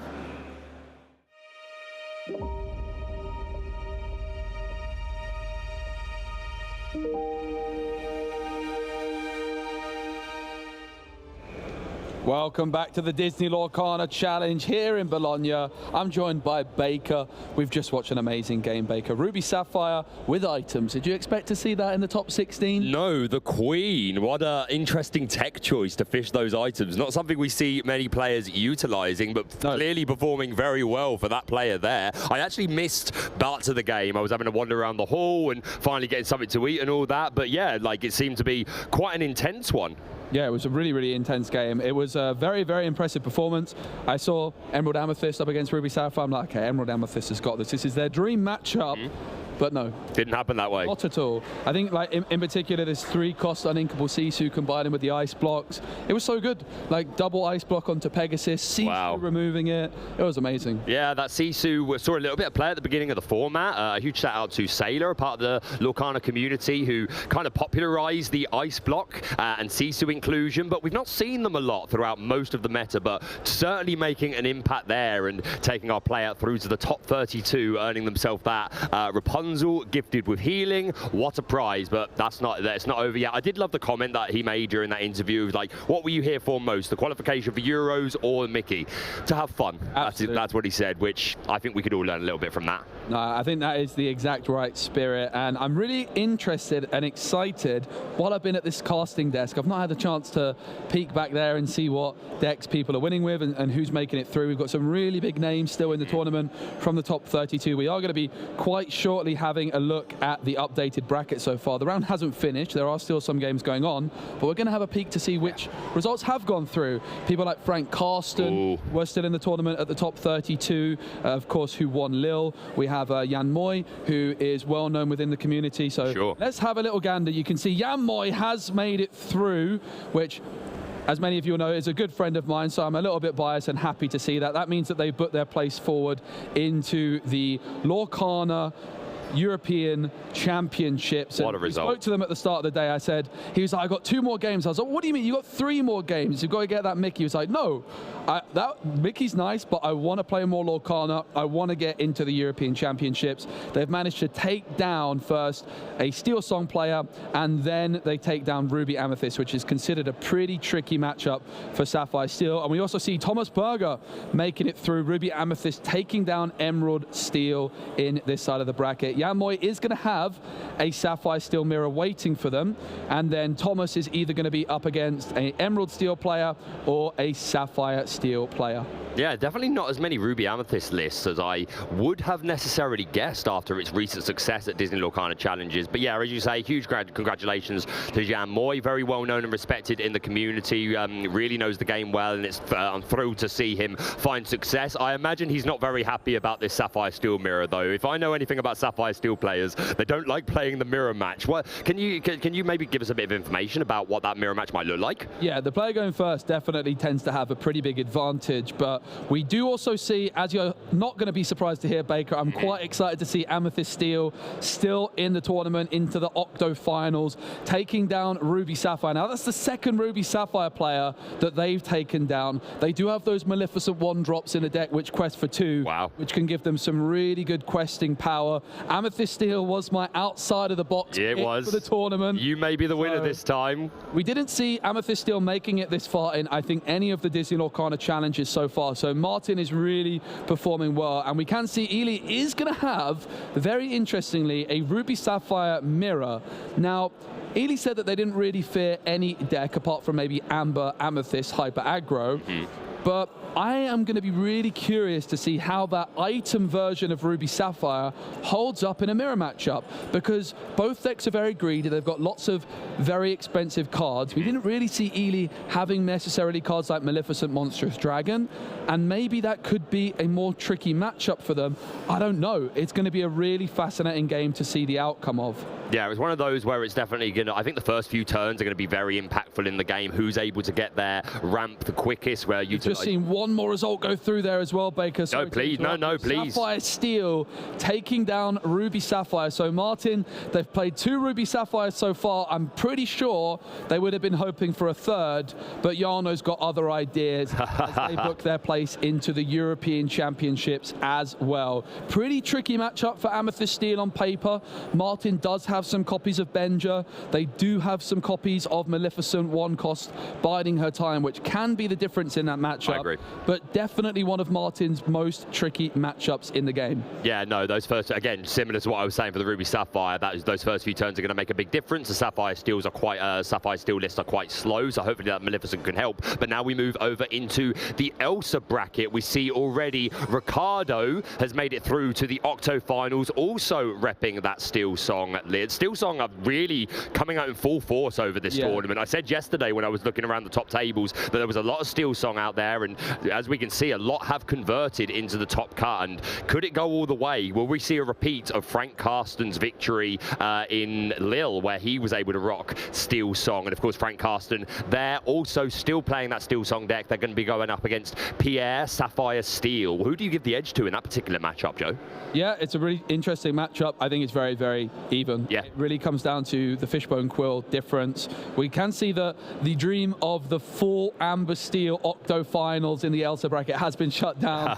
Niels winning with Ruby Amethyst. This is like a weirdly populated area of the bracket with lots of Amber Steel songs, but there's still, we could see an Amber Steel songs mirror in the Octo Finals. Frank Karsten still in the mix, but we are going to have a look at the final part of the bracket, which of course all join together at the end. This is the Rapunzel bracket. We're going to have Emerald Steel up against Ruby Sapphire. Ding Kong still making it through. That does mean that both Ruby Sapphire players won their matchups against Amethyst Emerald, which means Amethyst Emerald is out of the tournament. What a shame. There was a lot of people that are a big fan of that deck, but couldn't go all the way this time. But Dean going to be very pleased. Yeah, we saw his feature match earlier. He is, yeah, he already made the top cut at the Disney Lorcana Challenge in Fort Worth and is qualified for the North American Championship. And when I was doing the interview with him, he said that it is his dream to be the first player in the world to qualify for both the North American and the European Championships. And that's history making, right? He's done it. That is so impressive. Din Khan not only qualifying for the European Championships of this, but did it a few weeks ago in Fort Worth. That is just tremendous. And we can also see Ruben Gutierrez has made it through into the octo finals as well. Ruben Gutierrez, if I'm not mistaken, was the runner-up in Bochum, losing out to Theatime in that Ruby Amethyst mirror. They've stuck with Ruby Amethyst again, and they are going to be up against Ruby Sapphire. So there's still a lot of decks in the competition. I think 5 different in total. We've got Emerald Steel, Ruby Amethyst, as you'd expect, quite a few Steel Songs players. We've got Sapphire Steel, and finally we've got that lone Amethyst Steel player holding it down. I know you're going to be subconsciously supporting them. Yeah, subconsciously, I'll be honest. Outwardly, biased, full included, but I've got the prediction down, so. No, I love it, and again, I'll give you compliments. I do credit this man to my left with a lot of the reason that Amethyst Steel deck has grown in popularity and just has good matchups against so many decks. It's consistent, and I know that you'd be very pleased to see it go all the way. But going back to those Steel Song lists for a minute, super interesting that nearly all of them have ended up in the same bracket. Not sure what the odds of that are, and it'll be very interesting when we get those deck lists to see what differences are between these Steel Song lists. Quite often you see a lot of these variants running Sleepy's flutes, although a few players have moved away from the flutes and they're now utilizing that golden harp, which I'll fully admit I did not give enough respect to when I first said it. It's a 1-cost inkable. Is it 0-4 or 1-4? It's a 1-4 quest for 2, but at the end of your turn, if you haven't played a song, then the golden harp will be banished. So you can never play it on turn 1, but later on in the game, go on, how can you play it? Go on. You play on turn 1 and it banishes itself. Oh, right, okay, fair enough. I sit corrected. You can play it, you shouldn't play it on turn 1, but still a fantastic card. It's inkable as well, so it's a bit more diverse than those flutes and can provide real aggression. But are we going to see flutes? Are we going to see golden harps? Are we going to see the Pride lands that are in some of these Steel Song decks that just give opposing decks just so much to answer? You've got to worry about my flutes. I'm going to be playing things like a whole new world and refreshing the hand, just coming at you from all directions. So I'm super interested to look at those Steel Song lists in detail. Yeah, and a lot of the Steel Songs players, we saw Zach Bivens come out top of one of the North American challenges from Swiss with Pride Lands and Flute. That was right at the start of Ursa's return meta, where Ruby Sapphire was really popular. Now, coming into this weekend, I don't think anyone would have predicted Ruby Sapphire to have so many decks making it to this top 32 bracket, but there's a lot of them around. So those Sleepy's flutes, without them, it's going to be a really tricky matchup for Amber Steel into those Ruby Sapphire decks. So Sleepy's flutes could really come in clutch. We also saw Baloo, tournament winning, or sorry, the runner-up deck list for Fort Worth a couple of weeks ago, as a really interesting option. It's just guaranteed lore. If it's removed from the board, it gets you 2 lore. I would never have predicted to see Baloo in Amber Steel Songs, but we did see it. So lots of different ways you can build the deck.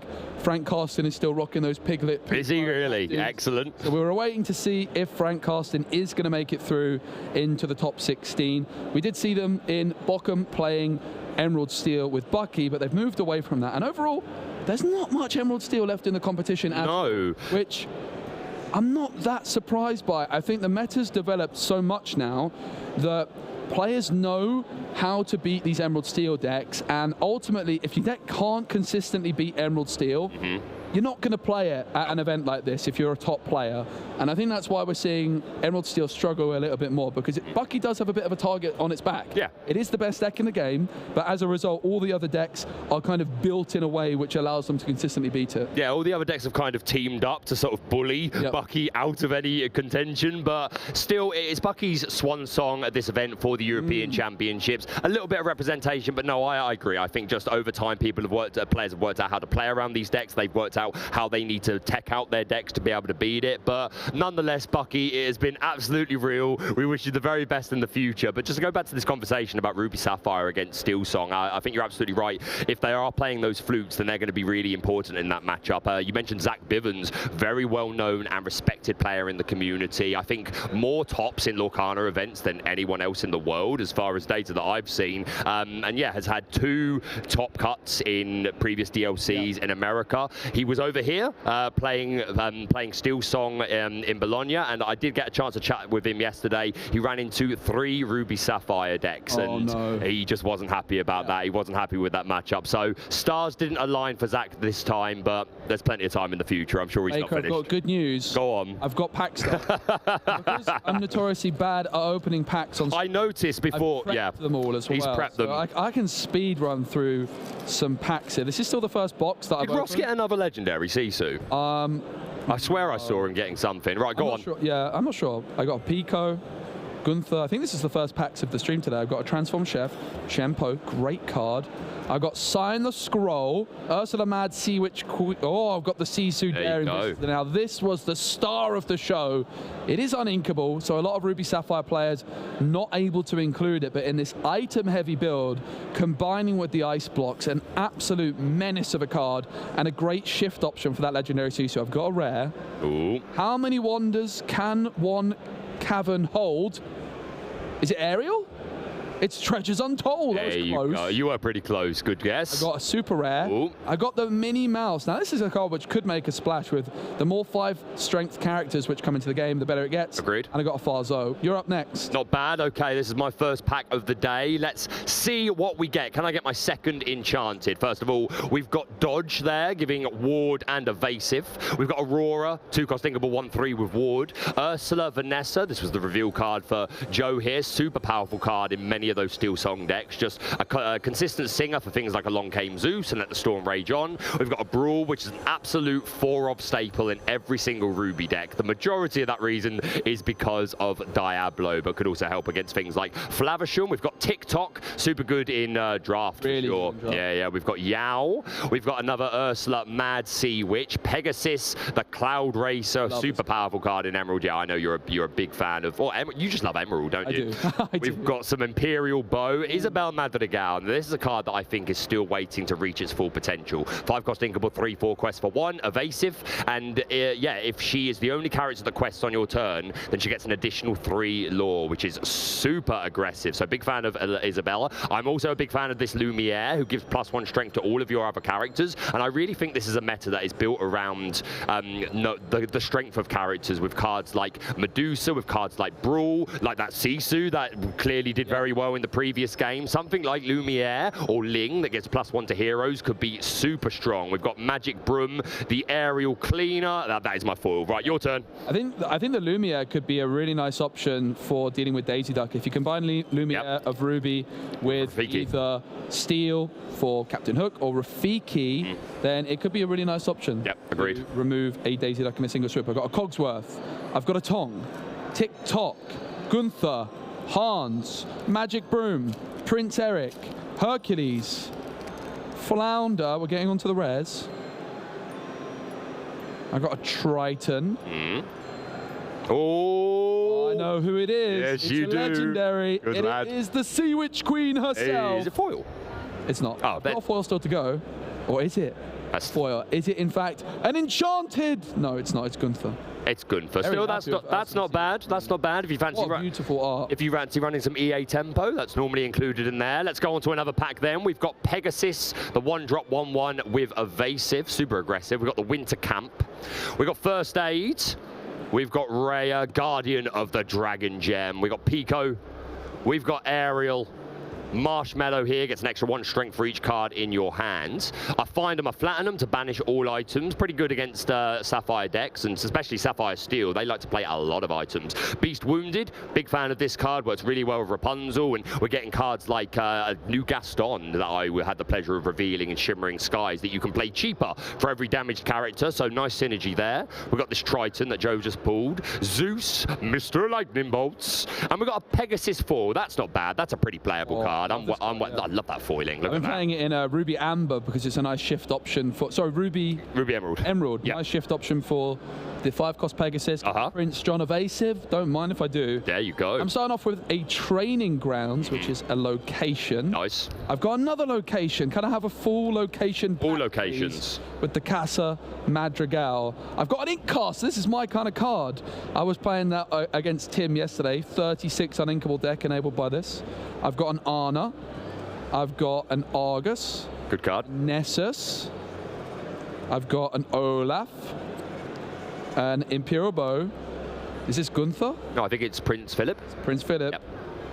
I've got a Noi, and the foil is a Magic Broom. Got the Magic Broom. Oh, there, snap. Snap. Very nice. Let's go on. Let's do it. I'm keen to get through the rest of this box before we move on to our next round of Lorcana. We've got that Gunther. We've got Hans. Ross is a big fan of this card. When you play this character, if you have a Princess or Queen in play, immediately gain 1 Lore, which is Lore's pretty good There's in some Lorcana. nice synergies maybe in set 5 for Princesses and Queens. Yeah, I agree completely. We've got Augustin Madrigal, the Plank.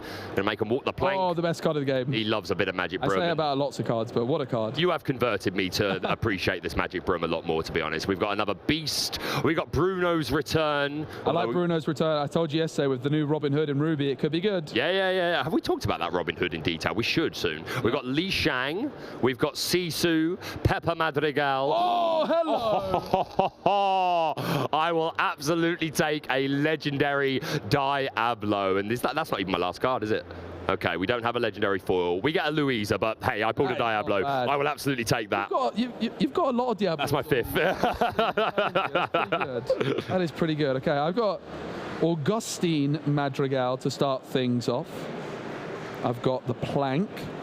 Oh, hello. The Magic Broom of Dreams. The Fates. An Ice Block.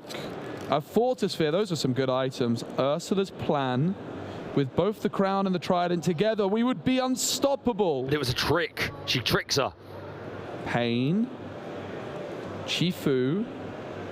Imperial Proclamation. Very interesting card next set because there's a new Cogsworth card in Amethyst which costs 1, and when you play it, it can give any character rush. So you can give your own Cogsworth, which costs 1 rush.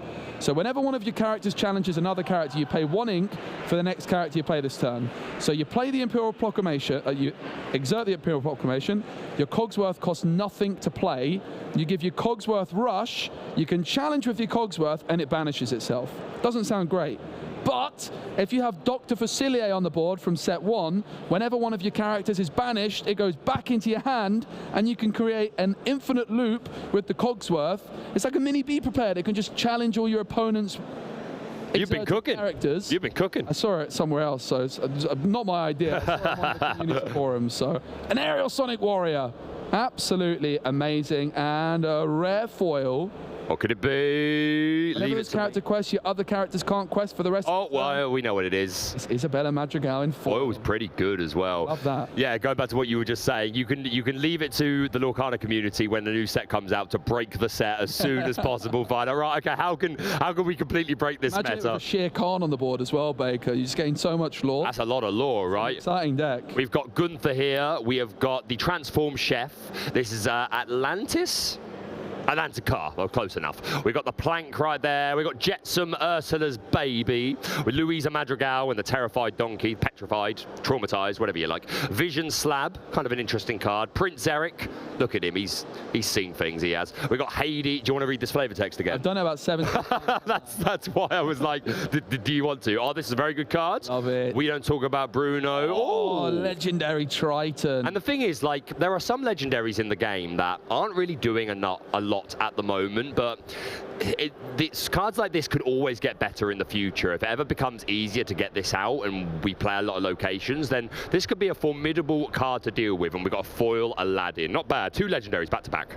Yep. I'm starting off with a Mirabelle Madrigal, which has support. The Vitalisphere, which we've been seeing quite a bit of. Swing into action. The Dodge. Aurora. Triton's Decree, which we saw Ross getting Sylvia played against humbled by yesterday. Medallion weights could be a really nice card with that Cogsworth Rush deck I was talking about. Yeah, I love it. Flounder. And in Red Steel Heroes. Yeah, Avalanche, onto the rares. Onto the rares, onto the good stuff. Philip, Galleon Defender with support, and whenever one of your characters is chosen for support, they gain resist. Nice shift target for the Emerald one as well. Ursula's I think it's Ursula's Garden. Ursula's Garden.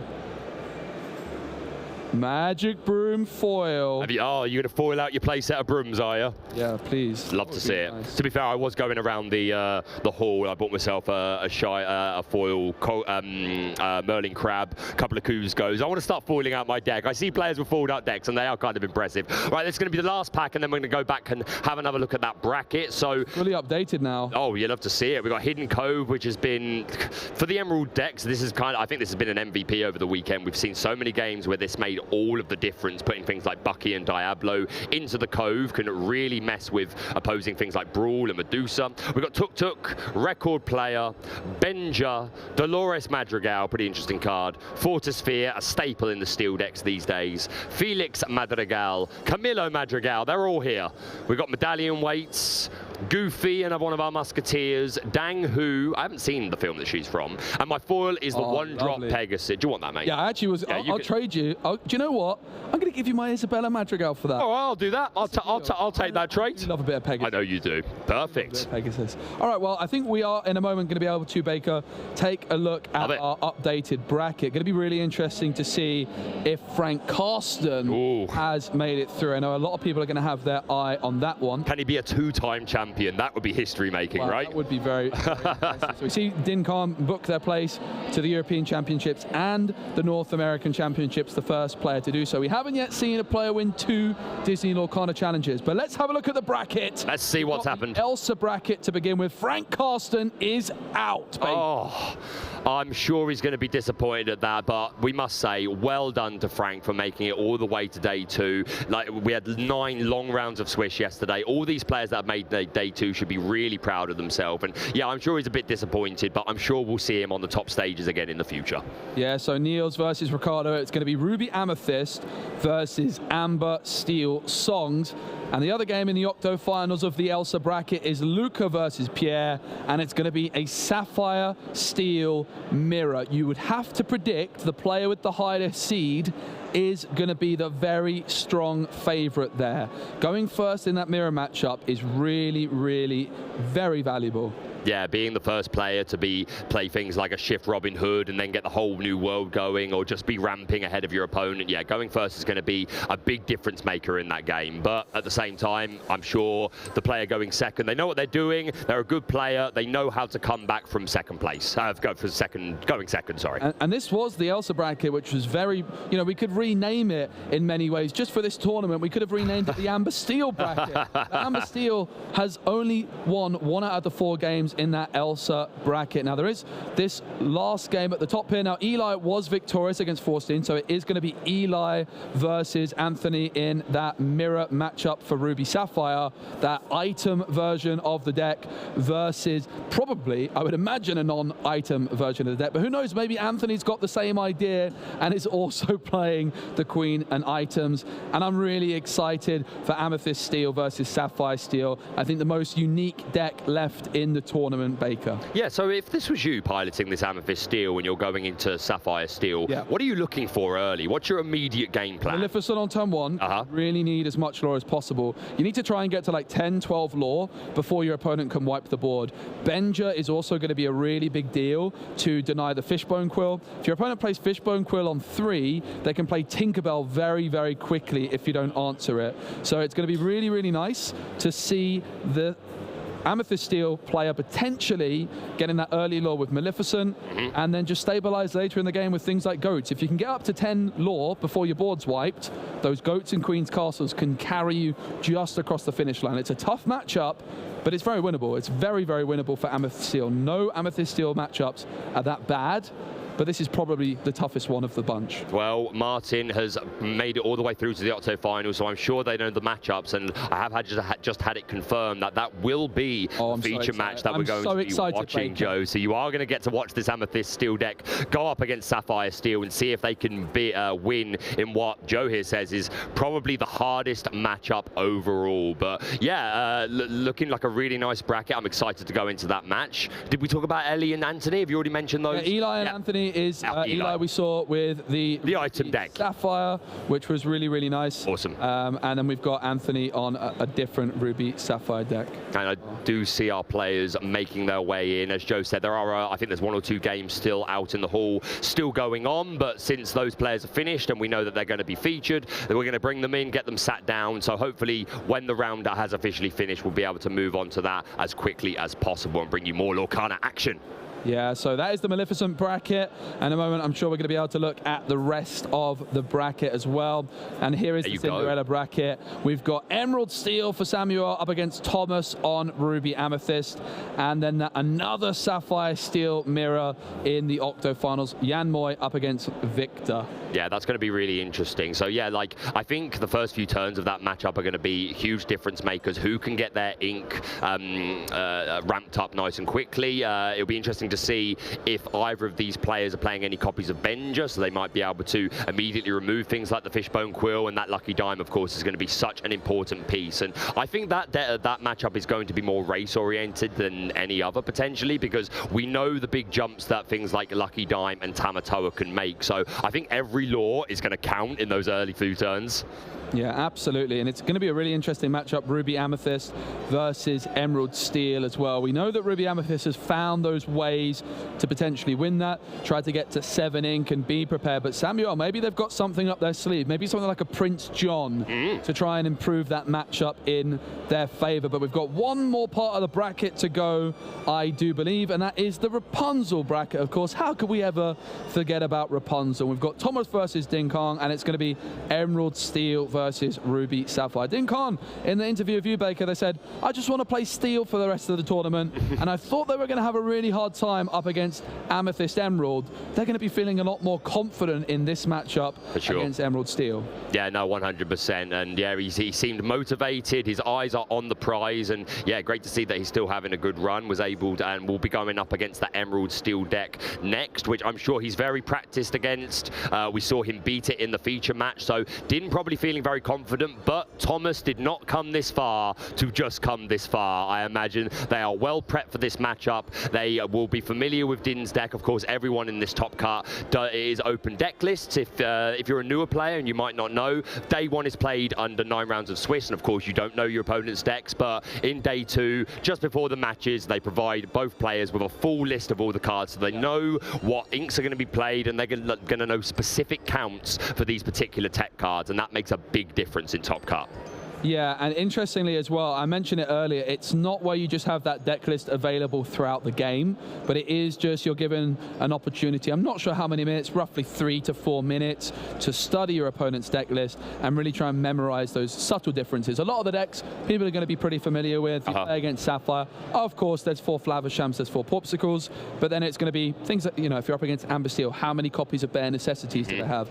How many Grab Your Swords? Those are going to be the really important things to try and remember. Yeah, for sure. And like the Sapphire Steel decks as well, some of them opting to not play a whole new world, which is a big difference maker as well, because if you're in that mirror and you can say, no, I'm just going to spend all my time playing cards, inking, you're going to be the one to play a whole new world and give me a fresh hand, that can be a disadvantage. So if you know that your opponent isn't necessarily playing some of those normally staple cards, that's going to make a huge difference in this matchup.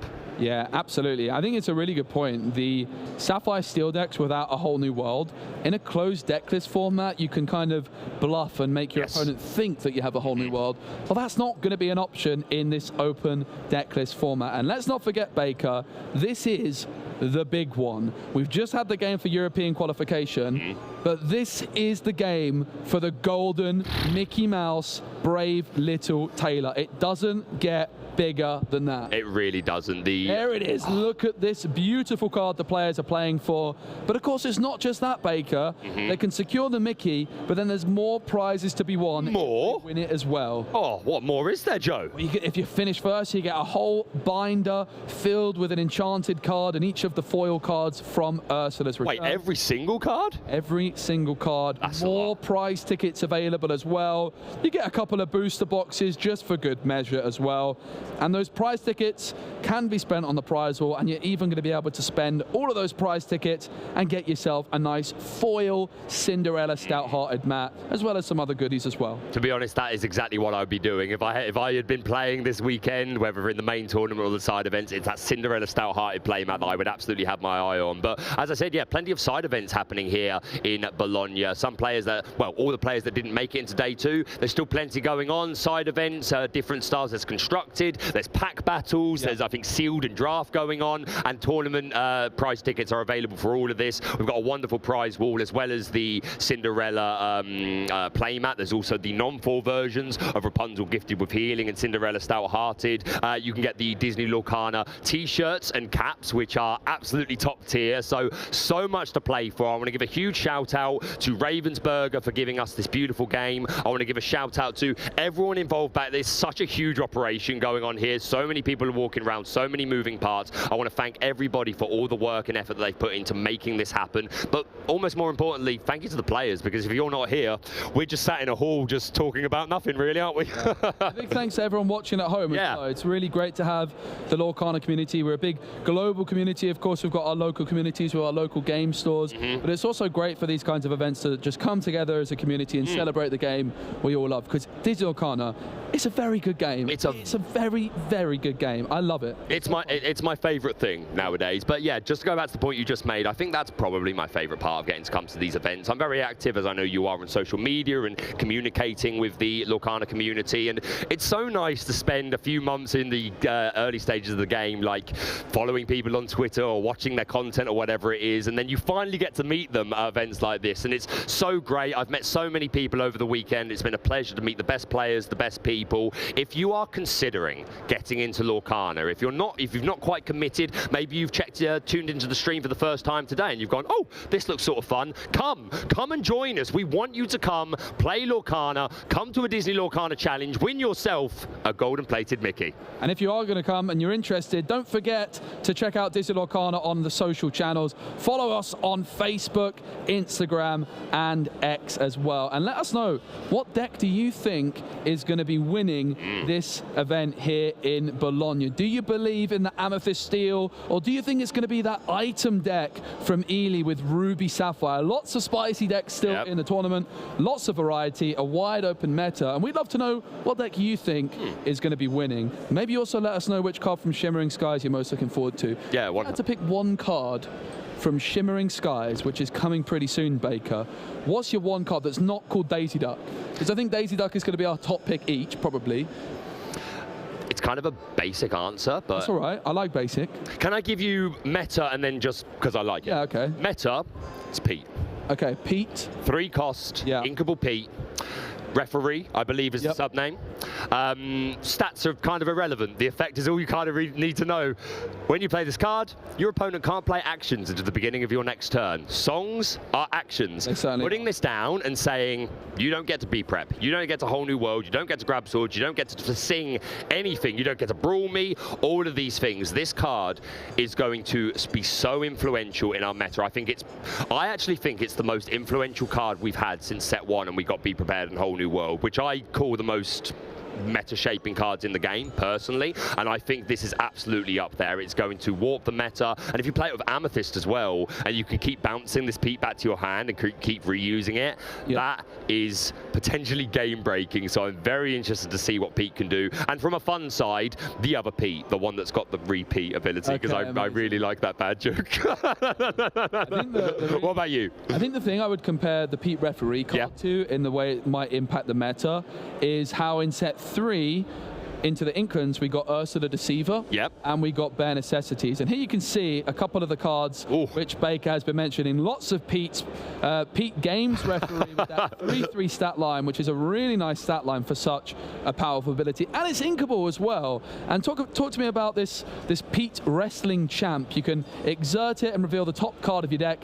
If it's a character named Pete, you may play it for free. And imagine if you hit the Steamboat Rival, Baker. Oh, what a thing that would be. I feel like this page has been made specifically for me since we've been here. I absolutely love this. Of course, the games referee on the far right, that's going to be the most impactful one. And then, yes, the Wrestling Champ. I am a big fan of the sport of professional wrestling. And Pete, say his name, and he appears from the top of your deck. Reveal the top card of your deck. If it's a character named Pete, you may play him for free. I believe in Pete. And yeah, this Steamboat Bully or Brawl. I can't quite see that second name. Steamboat Brawl. Steamboat Brawl, yes. Steamboat Rival. Rival, there we go. Another one of these cards that connects the art with the Mickey Mouse that we got from Chapter 1, which I absolutely adore. And yeah, 7-cost inkable, 6/6, quest for 2. And when you play this character, if you have another character named Pete in play, you may banish chosen opposing character. So again, I completely understand you can't always guarantee that you're going to have that Pete, but if you do, this is just a cheaper Maleficent, and it's got 1 more willpower, one less strength, which can be good or bad. You're not one-shotting the Queen's Castle, but you're not being taken out by a Long Game Zeus either. Baker, I want to point out a bit of an Easter egg potentially in some of the artwork. Please do. The Games referee is in the ring, and there's a couple of other cards in this Disney Lorcana set. I think the Gaston you revealed, and then there's another one with Aladdin and Genie, and it seems like they're maybe having a boxing match, but then Pete, the Wrestling Champ, potentially just changes the mind.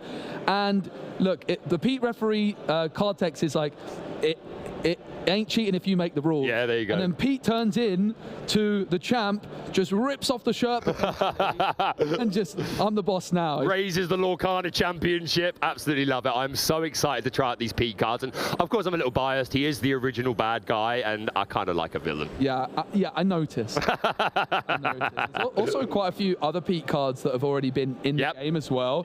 So there really are a lot of Pete cards. Give me more. I want a 1-drop. Give me a 1-drop. Everyone was asking for a 1-drop Broom. Give me my 1-drop Pete. I believe in Pete. Players are now having a little look at their deck lists as well. So players are looking through the deck list. I know the Amethyst Steel deck list quite well, Baker, because I was watching the player in the top 64 when you and Ross were casting, keeping a very close eye on their game. It is pretty similar to the deck list which I won the Content Creators Championship. Playing that bell? Yep, there's the bell in there. I'm not sure how many copies. There is maybe 2 or 3, maybe even just 1 copy of the Maleficent biding her time 1-cost character. There's even the 3-cost Tinkerbell, which gives you the opportunity to shift in. But there's definitely some differences compared with the lists which I played. I think most notably, there's at least 1 copy of Grab Your Sword in there. There's also at least 1 copy of Lawrence as well, as a nice aggressive questing threat potentially. But this is a deck which is very flexible. It can go for a long game with the Amethyst card draw, but it can also take that more aggressive approach with Maleficent on 1, Mr. Smee on turn 2, Benja on 3 can be a really good opener. That is really aggressive. And speaking from experience, that's very aggressive and hard to deal with.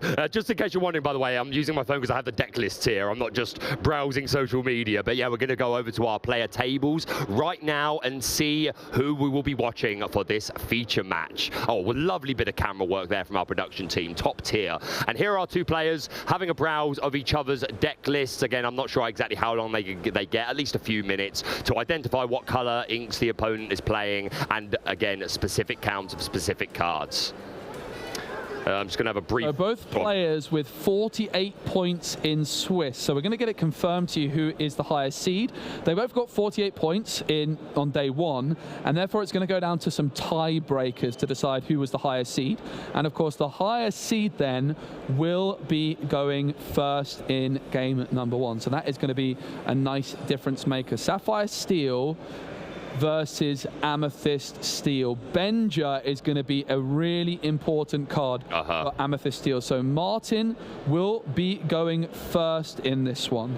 Yep, he is the highest seed, so Martin has the pleasure of getting to go first, and that can make a huge difference, as you said, things like this Maleficent biding her time, 2 copies of that, 1 copy of Smash as well in the deck, which can answer a lot of prominent threats. And going back to what you mentioned earlier, the 2 copies of Tinkerbell, Tiny Tactician, this creates mind games, because as soon as this comes down, you know that there's a potential for a shift from turn 4, and then Tinkerbell is a very good card if you didn't know, so you have to respect the Tiny Tactician all of the time. No, absolutely. I think one thing that I did see that didn't quite go right for Martin, and Martin will be the player going first in this one. They did get the better tiebreakers, and therefore they are the higher seed. One thing that they are going to be looking out to avoid is a situation where they end up with grab your sword stuck in their hand. They only have 1 copy of it, but what I saw in their top 64 game is they drew grab your sword off the mulligan, and then it just stayed in their hand the entire game. So that's going to be something they want to avoid for sure. So there are 2 copies of that Maleficent, as you mentioned, and there are 4 copies of Chernobogs, 4 copies of Magic Brooms, only 3 copies of Madam Mim Fox. That is not something you see very often, Baker. No, it is not. That is extremely curious. I'd be very interested to talk to him about what led him to that decision. Madam Mim Fox has been an absolute staple in the game since its release in Rise of the Floodborn. Such a diverse character. That 4 strength, it checks a lot of characters, and of course this bounce mechanic of having to return a character to your hand, which some people may have looked at as a negative, but it really isn't. It helps to protect characters, reuse come into play effects. But we're going back over to the table now. They're just going to do a little pile shuffle, make sure that they've got all the cards they need. And shall we go over and have a look at this Sapphire Steel deck and see if we can find some interesting counts? I'll just get that up. Yeah, so Martin going to be going first. And again, when I was watching their top 64 game very closely, they did have a couple of games where they inked a card on turn 1 and played nothing, and then they inked a card on turn 2 and then played nothing. They are going to really be wanting to avoid that. So if they don't see those Magic Brooms, those Chernobogs followers in the opening hand, expect to see a pretty aggressive mulligan from Martin. The Sapphire Steel player then, Baker, you're looking through their legs. I am, yeah. Catch your eye? Yeah, I've got a couple of things to say already. So for a start, we are seeing 2 copies of the 1-drop Captain Hook Forceful Duelist. Now, these Sapphire Steel decks don't tend to run 1-drops very often. They'll run 2-drops, like we are seeing 2 copies of Argus in here, which is absolutely there for against the Ruby Amethyst matchups. It helps you against the Flint Rider. The 4 strength is really good for taking out Queen's Castle, but they don't normally play a 1-drop, and of course, because the Amethyst Steel player is going first, if they do get that Maleficent biding her time, then the Sapphire Steel player really wants that Captain Hook down early to be able to remove it, otherwise it might just start to run away with the game. 3 copies of Grab Your Swords in the Sapphire Steel decks, 2 Let It Go, 2 Lucky Dime, 1 copy of that Rise of the Titans, which will absolutely be relevant for Martin's Queen's Castles. There's Fishbone Quill in the opening hand for Yana. That's a really good start. Yep. Martin's going to be going first. They do have that Smee for turn 2. Nice. But I don't think there is a Chernobox followers as well. So Martin has a card to play on turn 1 and a card to play on turn 2. Now, Baker, you talked about what are you looking to do in this matchup with that Amethyst Steel? Against it. What you can do, as Amethyst Steel, what you're looking to do is you're looking to get as much questing power as early as possible, but then you want to play around the potential board wipe. So the Chernobogs followers is a great option. You can quest with the Chernobogs. If Yano doesn't have a character down on their board on turn 1, you can then keep questing as much as you can possibly risk, and then at the last moment you want to draw with that Chernobogs followers. It's 4 cards mulliganed for Martin. Yeah, definitely want to utilize those cards as well as possible. Get as much as you can out of your Chernobogs followers before you trigger that draw. Super powerful 1-drop in the game. Absolutely. So Yano had Fishbone Quill, had Mickey Mouse in hand. When you're up against Bengers, you're probably going to prefer the option of Mickey Mouse on turn 3. Absolutely. So it's going to be interesting to see if Yano did hold on to that Fishbone Quill or did mulligan. Would be really interested actually just to see how many Bengers are going to be in that deck list. That would be really interesting to see. Baker's helping me out here. My phone's miles away, but he's taking a look at the deck list. You are all good, but I've got some very interesting information for you, my friend. Yep. None. Is there really not any? There are no Bengers in this list unless you can see something I'm missing, but I'm not seeing the list. That one's the Sapphire. Oh, am I on the wrong list? Steel, am I on the wrong list? I apologise. No Sapphire Steel Bengers, which we'd probably expect. We're seeing 3. Beast. We're seeing 3. That seems like a nice amount. My apologies for that previous misinformation. Yeah, 3 copies of Benger. So as you say, yeah, that will be really important. And just to clarify, our Sapphire Steel player is on 4 copies of A Whole New World. Just to clarify, because not all of them are. So we see a turn 1 ink. Down comes that Chernobog's followers, as you said, can put on a lot of pressure early. Yeah, and we do see Jarno mulliganing away that Fishbone Quill, preferring the Mickey Mouse. Not usually what you see, but again, when you know your opponent's got 3 copies of Benger, it's definitely going to be of interest. Now, the other thing is Martin even using Benger on a Fortisphere or a Porpsicle is going to be nice, as it's going to deny the potential card draw from Flaversham later on. Jarno's still, of course, going to play the Porpsicle. Why not? It draws you a card. And it's going to be back on over to Martin. And Martin's going to be very happy. No Captain Hook down on the board. This Chernobog's is going to be able to quest here and stay down. Now, another thing Jarno doesn't have access to is Fire the Cannons. 3 Baboons in the deck, but no copies of Fire the Cannons. And that is going to be music to Martin's ears. Friends is inked, perhaps expecting A Whole New World, and in comes the bumbling mate for Martin. This is the opener they were looking for. Maleficent biding her time, probably better than Chernobog's, but Chernobog's is still able to replace itself by banishing and drawing a card when the moment is right for Martin. Yeah, super aggressive opening, and as you say, because Jarno wasn't able to get down that 1-drop Captain Hook, the Chernobog's followers is quite safe to just sit there on the board. He can get another quest out of it next turn and won't draw off of it until it's absolutely necessary. In Jarno's hand, we do see that Argus. He's flicking a copy of Cogsworth, probably going to make its way into the Inkwell, and we already see that copy of Grab Your Swords in Jarno's hand as well, which could be a difference maker. And Argus is nice. It can remove either Smee or Chernobog's, but the problem is it's then going to be banished when it does so. Jarno didn't find a Baboom on this turn, and I think Martin is going to be really happy with the start. Interesting option to go Magic Broom and Mr. Smee this turn. They're going to double quest. A big decision on the Chernobog's followers if they draw with it. I would anticipate that Martin is going to leave it on the board because Mr. Smee could be removed by the Argus anyway, and they need as much questing power as possible in this early game, and that is what they decide to do. Yeah, in this instance, going to make Jarno choose between the 2 characters rather than just basically leading it. Such a good opener from Martin. Wow. This is how you play this matchup. You get as much questing in as early as possible, and Jarno, without that Baboon, without that Fire the Cannons, is starting to struggle a little bit here. This is going very well for Martin so far, but it is going to be very easy for Jarno to remove many characters in a single swoop in a few turns. Yeah, 100%. And let's not forget, it's been kind of the story of Sapphire Steel over the weekend. They have very slow starts. Quite often we see them fall well behind in lore, but that combination of Lucky Dime plus Tamatoa can just help them make insane jumps and clutch out the game. So yeah, a slow start from Jarno, but do not call him out of this game yet. It's still time for him to bring it back. And we pass back over to Martin. He's going to re-ready his characters. Ready, set, draw. Our Sapphire Steel player also playing 1 copy of Aerial Treasure Collector, just as a note, which is another really aggressive character that can work with that Lucky Dime, potentially questing for 5 if you've got more items than your opponent, which I imagine they're going to have more items than the Amethyst Steel player, Joe. Yeah, I think you could be right. And this is a great time for Martin to use that draw of Chernobog's. Because the Mickey Mouse is now down on the board with that 1 strength, it would be able to challenge into Chernobog's followers and remove it. But there's also the threat potentially of Grab Your Sword. So Martin picks the right moment to banish the Chernobog's. We didn't see them do it in the previous turn, and they got 1 lore extra as a result. And we see the Madam Mim, and is Mr. Smee back? It certainly is. This is ready to go aggressive. Again. Yeah, sorry, cut you off there. This is super aggressive, man. And like Jarno has a lot of catching up to do. Martin already on 8 lore with another potential 4 lore already on board. This Mickey Mouse will not be able to take out this Magic Broom, who has 2 willpower. But yeah, this is looking like a really nice start for Martin. Jarno gets down the Grandfather Clock Cogsworth, who has Ward and is going to give Resist 1. Questing up with the Mickey Mouse, getting the first lore on the board for Jarno. So what does Jarno need to do now here to kind of combat this early aggressive stage from Martin? Well, I think Jarno is still in a position where they can win. A Whole New World might be a bad idea because it's going to give Martin access to more goats and things like that. Just try and keep removing as many cards as possible and deny as much card draw as possible. The Magic Broom quest first, and we're going to see the rabbit. You can draw off the rabbit first. It goes into the bag, and now the Magic Broom can be banished to draw a card for Martin if they so decide.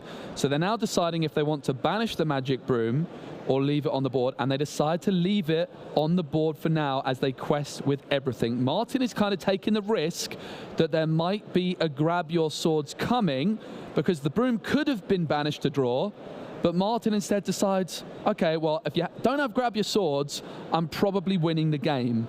And the question is, does Jarno have it? Well, they do. Certainly does. He's had it since the beginning of the game. So, but I still think that was a good play from Martin. And he's finding that mid-stage between Cogsworth's on the board. He knows that Jarno could potentially whole new world. So you want to find this sort of happy medium in your hand where you have enough resources, but you don't want to overdraw to the point where Jarno just gets far too much value out of the whole new world. Because see Tinkerbell come down, and Cogsworth does exert to sing grab your swords, grab your bow, and remove all of these characters from the board. Martin's going to draw off the rabbit. Nice board clear. Yeah, and this is kind of how this matchup tends to go, and Martin's done a good job of getting to 12 at this stage. If he's down at 8, it can be pretty difficult to recover from this position, but the rabbit's drawing cards, finds a goat. I will say, Baker, I would have liked to have seen Martin draw from that Magic Broom in the previous turn. Okay.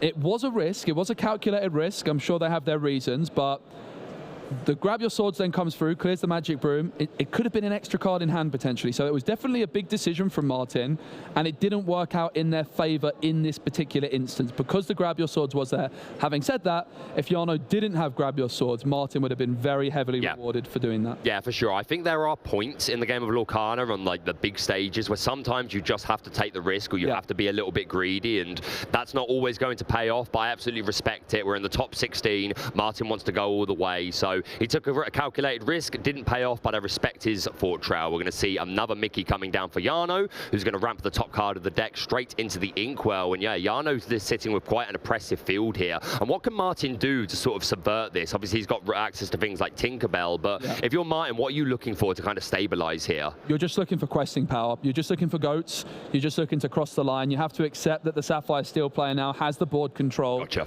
And that's where that early questing power, that early curve was just so important. Smash is the card found, most likely just going to be going into the Inkwell here, and Martin just going to be looking to quest. The Tinkerbell is a bit of a concern though, Baker, because it could remove the Madam Mim and deal 2 damage to another character, so you're not going to want to play any character on the board here for Martin with 2 willpower or less. But then of course there's also the worry that there could be something like another Tinkerbell or a grab your swords. There is no items on the board yet for Jarno, and only 1 card in hand. So Martin can start trying to win a bit of a battle for the card draw as well. As the goat enters the board, the snake is going to quest, 2 ink still remaining, and a smash is going to be going into the Inkwell, it seems, and there is a fox available to bounce that goat back into safety. Yeah, that's pretty good, because obviously next turn, as you mentioned, this Tinkerbell will be able to challenge and take out this snake, and the Puny Pirate ability will put 2 damage. Well, it would have put 2 damage, but it's going to be bounced immediately back to the hand. And it's like you say, Joe, Martin just needs to accept the fact that I'm not contesting the board here. I'm at 12 lore or 15 now. I just need to race the game, and that goat in hand is going to be making Jarno sweat. Baker, I love this play by Jarno. Had the option of rushing in with the fox and removing a Mickey Mouse, but deciding instead to leave the fox ready because they just value that protection and that ability to quest with 1 lore next turn. Every lore matters in this game, so while you could deny 1 lore potentially for Jarno by removing a Mickey Mouse, it also, more importantly, might mean that you miss out on 1 lore, which is why Martin decides not to rush with the fox, but leave it ready. There is the Tinkerbell, 2 damage counters onto the Madam Mim, but with that 3 willpower, she is safe for now. Jarno did not draw that Tinkerbell or grab your swords. Yeah, no, I think you're right. Super smart decision to just use the fox as another character to quest on the following turn. He's already at 15 lore. He's got a Merlin goat in hand and more in the deck, and we're just a couple of goat bounces away from game. So yeah, I really rate that decision. Jarno coming down with the Tamatoa, big 8-cost Inkable, who's going to return an item from the discard to the hand, which I believe we took a Porpsicle. Rise of the Titans into the Inkwell, and I expect this Porpsicle is going to come down, draw Jarno an additional card, and of course items are exactly what cards like Tamatoa, Aerial, and Flavish and want to see. That's an along came Zeus. That's a pretty good pickup. It's a really interesting option for Jarno, because now Jarno has the option of exerting this Cogsworth to sing the Zeus and remove the Madam Mim from the board. Now that might seem like overkill, and it certainly is, but every law matters, and Jarno might be forced to remove this Madam Mim, but decides to hold on, it seems, for this Zeus for a rainy day, and they're going to be trying to use this to remove a bigger threat down the line. Now Martin's going to draw, finds a Baboom off the top. There is a Rabbit, a Goat, and a Queen's Castle, I do believe, in the hand. Jarno is 11 away. Tamatoa on the board, only one item on the board currently, so it's only questing for 2, Baker. This Baboom probably not going to help too much to influence this field, but Rabbits get you draw, Merlins are going to get you lore, and Zeus may be able to help to potentially get this Tinkerbell off the field. This is something that Martin's worried that is going to prevent him from getting to the game. We're getting 2 game. We're going to play the Rabbit. Oh, it's a snake off the top. Was it a snake? It's so big for the Goat. Now, Martin's in an interesting spot here because they can go for 4 for the Goat, but then it's going to leave it on the board at the end of the turn, which is going to give Jarno an opportunity to use that Zeus they held onto to remove it from play, denying the snake bounce in the next turn. Yeah, no, that's huge. And Jarno, let's not forget, has 2 more copies of Grab Your Swords in the deck. Could be a huge top deck as well to assist. But yeah, being able to remove that Goat is big. Most players want to return it to their hand so that it's safe to be able to continue to bounce it. But again, Martin, 17 lore now after putting that Goat down on the board. He's very, very close. Can Jarno stop Martin from getting Whole New World is not what you want to find at this moment in time, because of course, if you go for a Whole New World, Martin's got 7, in fact 8 opportunities to draw into some more Goats. Now, Jarno can quest for a total of 4, 6 plus the Tamatoa. So Tamatoa currently questing for 2, so they can get up to 15 without the Tamatoa. If Martin could get down 4 items, then they would, in theory, be able to get across the finish line. But of course, that's pretty unlikely to happen. They are going to use the Porpsicle to heal nothing, as now Tamatoa just quests for 1, but it is going to be able to get that Porpsicle back into Jarno's hand, and an opportunity to find 1 more card off the top, and it's another Porpsicle. Guess what, Baker? That means they can have another card off the top. Another one. And it's going to be a Grab Your Sword. That could be big. Is it good? That could. Don't know if that's what Jarno's looking for. Whole New World, Grab Your Sword, Zeus in the hand for Jarno. Could play this Grab Your Swords, but the Goat and the Rabbit down to 1 willpower, meaning that if Tinkerbell takes out this Fox, it will be able to finish off. The Goat is really what Jarno wants to go. Jarno's going to be aware that Martin has a big bounce package, and that Goat is a key to victory. So some options in the hand here, but yeah, Jarno not in the best position. Just Martin has done such a good job of racing to gain those early few stages, being able to just quest freely and not be threatened, were huge. The Mickey Mouse, I believe, making a trade there with the Madam Mim Fox makes a lot of sense. Yeah, so the Madam Mim Fox is removed. There is the Zeus onto the Goat. No surprises there. Martin now up to 18, and that Rabbit still down on the board. Cogsworth is going to quest. Tinkerbell's going to quest. And now Jarno is in a position at 16 where Martin really needs to win this turn. Do they find the Goat? Goat would win the game for Martin here. They quest for 1 with the Rabbit. They're up to 19. All they need is a Goat to win the game. They bounce the snake. And we find it. Goat off the top. It's a Friends. Do we have enough ink? 7 ink total to be able to get there. Friends is played. 2 cards drawn, it's a Baboom, and it's a Fox, and I don't think Martin can cross the finish line. Jarno being able to remove that Goat with the Zeus, denying the Goat bounce. Now, Baker, Martin potentially could have not played that Goat the last turn and gone Goat bounce this turn. But then the Zeus, instead of removing the Goat, would have removed the Rabbit. Jarno gets there just about. Jarno, the winner of game 1. Wow. What a game. I also, Baker, want to just mention that Magic Broom card draw. Could that have made a difference as well? There was the opportunity for Martin to draw with the Magic Broom. It was then removed by Grab Your Swords. Fine margins indeed when you get to 19 lore. Yeah, no, you're absolutely right. That one card dig could have made all the difference. As we said, a risk was taken, saying, hey, if you don't have to grab your swords, then I have a huge board here. I'm going to continue to just race far quicker than you. Was punished for it, but again, I respect the decision. But yeah, the first game taken by our Sapphire Steel player. Again, we are in 2 out of 3, so the Amethyst Steel player will get to go first again this time. Yep. So maybe they can play it a bit differently. But yeah, I absolutely agree with you. That Merlin Goat coming down was really a big decision, but was kind of punished for it. It was removed by the Zeus, so wasn't able to make that Goat bounce play. Yeah, and the problem is for Martin, if they didn't play the Goat, then they had 4 ink left. They could have played the Snake onto the Rabbit, but then you really want to save the Snake for the Goat. If they played the Goat, if they didn't play the Goat, well, that Zeus would have just been used on the Rabbit, and then they still would have been 1 short anyway. Yeah, no guarantee that it would have changed anything. I think the big decision from Martin, which they're probably going to be regretting in hindsight, is not drawing with that Magic Broom when the Grab Your Swords came through. If Grab Your Swords didn't come through from Jarno, they're probably winning the game on the spot. But I'm not sure if it was a risk that they needed to take. I was anticipating them to draw with the Magic Broom. What a game it was. Really, really exciting stuff. So Martin is going to be going first again, and Jarno going to be going second. Look for a kind of similar play pattern. Worth noting as well, Baker, a Maleficent biding her time on turn 1, it gains 1 extra law compared to a Chernobog. That is the kind of difference maker you often need in this matchup. That Maleficent could be really, really big on turn 1 for Amethyst Steel. Yeah, 100%. And as we said, our Sapphire Steel player, Jarno, does have those 2 copies of Captain Hook. Wasn't able to find one in the first game, but didn't make much of a difference. Our Amethyst Steel player was able to race really efficiently, but Sapphire Steel catching up, able to control the board. And yeah, we're going to be moving into game 2. Our players drawing their first 7 cards. If you're new to Lorcana, there is a mulligan stage in Lorcana. Both players will be able to look at these 7, throw as many as they want back to the bottom of the deck, and then draw back up to 7 before shuffling again. And this part of the game where you curate your hand is one of the biggest skill tiers in the game, in my opinion. Yeah, it looks like Zeus, Grab Your Swords, and Tinkerbell Tiny Tactician being gotten rid of by Martin for now. They're certainly going to hold on to that Chernobog's followers, and it looks like they're going to hold on to Lawrence. They're going to be looking for Mr. Smee on turn number 2. Maleficent biding her time would also be great. Now, Jarno doesn't have access to any ramp this time, Baker. They do have Mr. Smee for turn 2, but they don't have that 1-cost Captain Hook, which they might like.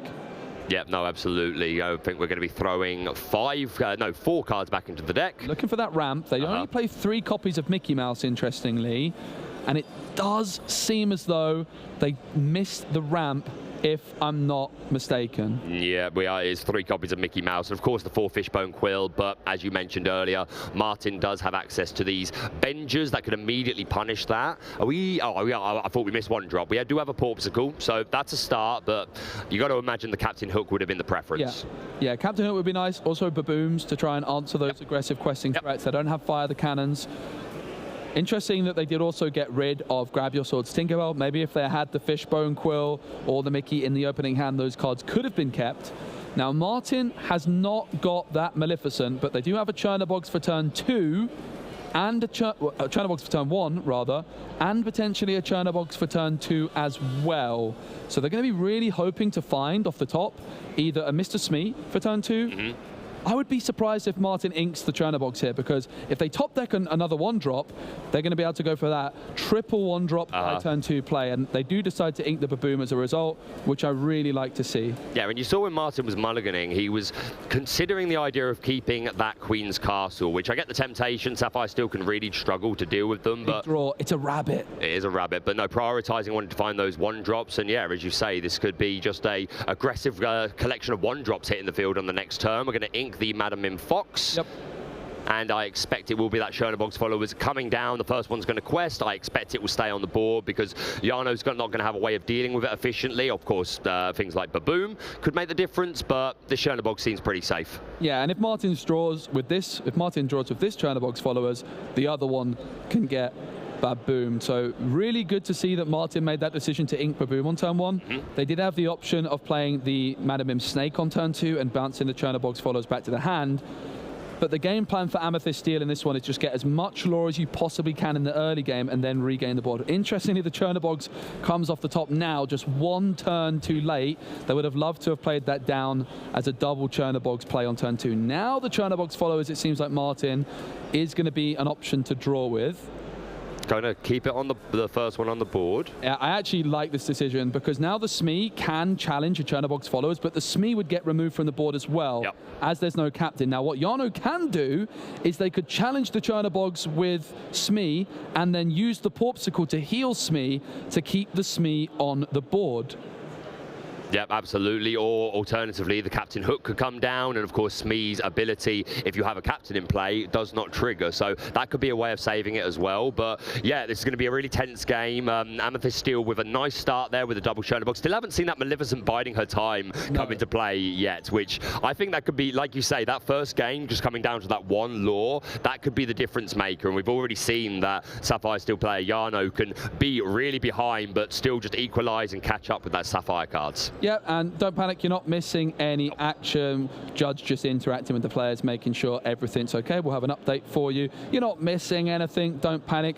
The Lawrence was played down on the board for the Amethyst Steel player before that Judge has come to chat with the players. What do you think of Lawrence and Amethyst Steel? Really interesting. Yeah? It's a nice option. You didn't play it, right? No, and I do think it's a nice play on turn 3 that Quest for 2. A lot of the time, otherwise, I had like the Tiny Tink Tactician, I had the Fox. I think only playing 3 Foxes is very surprising, but what Lawrence does give you, it gives you a more aggressive option on turn 3. Yeah. I like the idea of it. It doesn't get removed by Medusa. Yep. It's a nice card. Yeah, no, it's a very aggro option. Like we say, these Amethyst Steel is actually just super low to the ground. You should always get to play the game. You should never be like hard. I'm sure it can happen, but I imagine hard bricking is rarer with these sort of decks. No, absolutely. And Lawrence is a really interesting card. I believe it's a set 2 card. Yep. Didn't really see that much play, but the more Medusas we've been seeing, there isn't as much steel like Tinkerbells anymore. Like, there's a lot of steel decks, but not necessarily with Tinkerbell, which can be a big counter to Lawrence.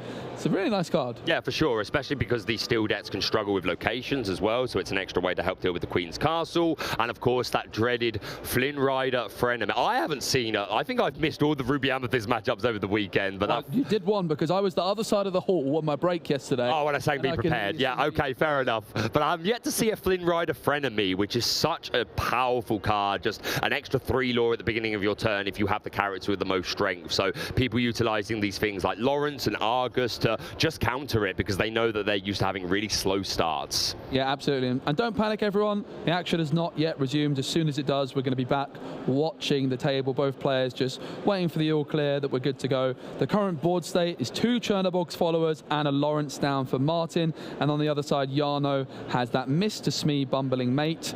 And it could be that turn where they challenge a Chernobog and maybe draw with a Porpsicle, heal with the Porpsicle. Could be a really interesting option. Yep, absolutely. This I don't expect the Smee to challenge unless that is then the follow-up plan, because that wouldn't be great value. This Smee is so well statted with its 2 lore, 3/3 stat line. I really do think it's the best 2-drop in the game, at least from a stats perspective. I think the other argument would be Ursa Deceiver, but this Smee so incredibly strong. So yeah, it's a couple of options, as you say. Could challenge into the Chernobog and pop this Porpsicle to heal it up, or if we can get down a Captain Hook to protect him, and that might be quite nice as well to like help deal with the other Chernobog's followers. Would trade, but if we can get a 2 for 1, then great. Absolutely.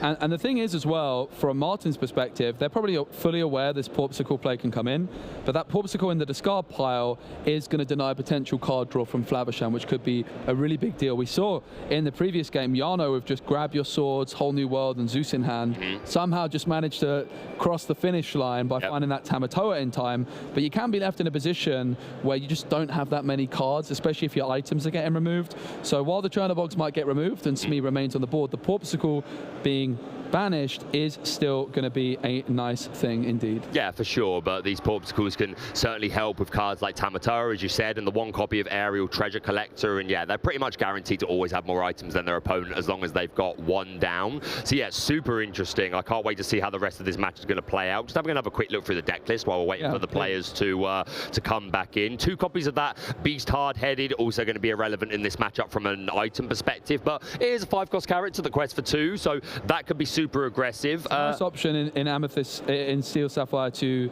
sing a whole new world and grab your swords. But we're going back on to the players. Everything is sorted. Everything's good to go. So it is going to be moving on to Jarno's turn. They haven't yet inked. We saw Martin quested those 2 Chernobog's followers, not not drawing with either of them and putting that Lawrence down on the board. So there's now 2 ink available for Jarno, and it looks like that Beast Hard-Headed might be going into the Inkwell. Quite possibly. We may play this Fortisphere first to draw and then ink, but we will find out. No Mickey Mouse Detective in the deck, sorry, in the hand, which would be a nice play here. Ink, play the Detective, ramp up for 5, but that's not going to be an option. We do have Flavisham, won't be online until next turn, but that's another reason why he may be tempted to keep this Porpsicle on the field. You mentioned that there's a nice play that would help keep Smee, but then the Porpsicle's gone for the Flavisham on the next turn. But there is a Fortisphere in hand. It depends how desperate Jarno is for card draw, really, but at the moment, they seem to have some cards. There's that Lucky Dime in the hand, not great at this point in the game, but later on that could absolutely be a difference maker.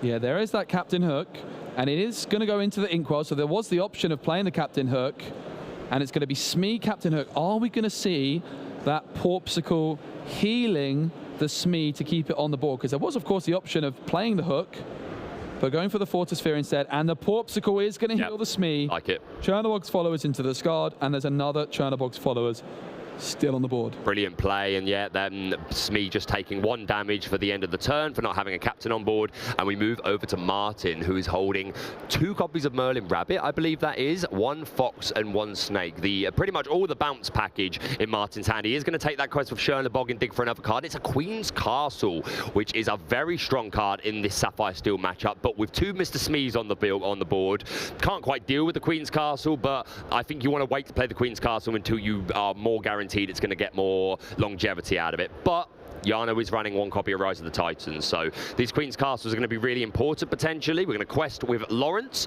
up to 2. And this is a really good example of how Lawrence, or why Lawrence is such a powerful character.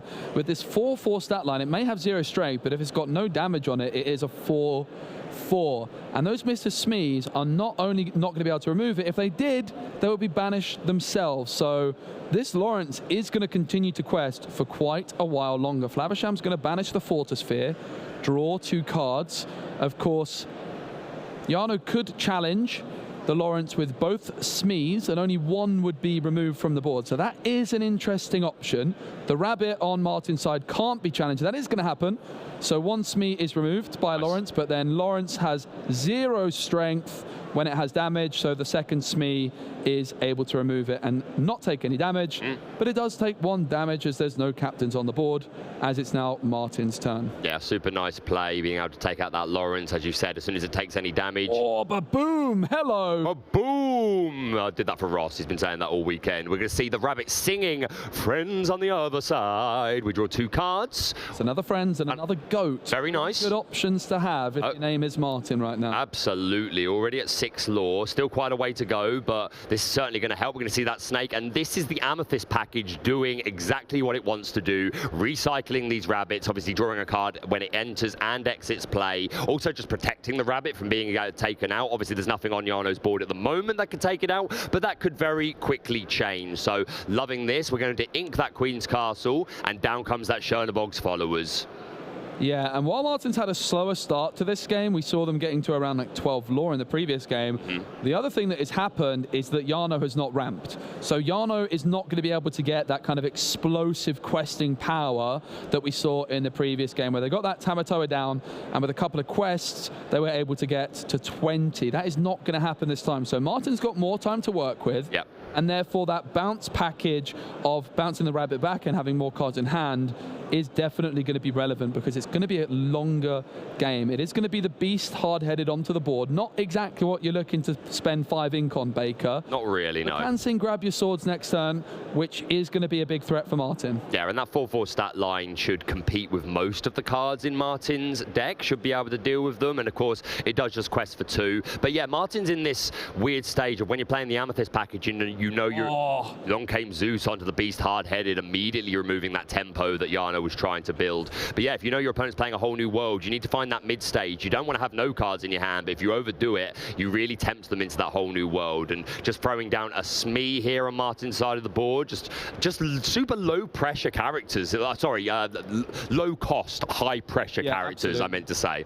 And I love this play by Martin. It might seem a bit odd. Why are you using Zeus on a simple Beast hard-headed? Well, the threat was that Jarno could sing Grab Your Swords, get to 6 ink and play Tink, which was exactly what Jarno was probably planning on doing, and then this Madam Mim Snake and the Smee would be removed, and that is 3 lore lost for Martin. So deciding, instead of developing another character, just paying 4 to play Zeus. Of course, ideally, you get that 4-cost character down and you sing Zeus, because it costs you nothing to do so.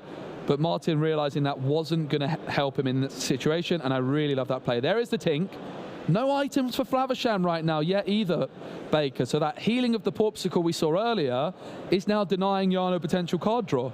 Yeah, no, that's super interesting. I still I agree with the play he made to protect the Smee, but you got to imagine he wanted to find some more items to work with this Flavisham by now. Hasn't happened as of yet. We're over on to Martin, who Martin's has a goat, Baker. A couple of goats in hand now. He's eyeing up a rabbit. The rabbit on board, working out what he wants to do with that, potentially questing. But yeah, go back to your previous. Another goat, Baker. Is that 3 goats? 3 goats in Martin's hand right now.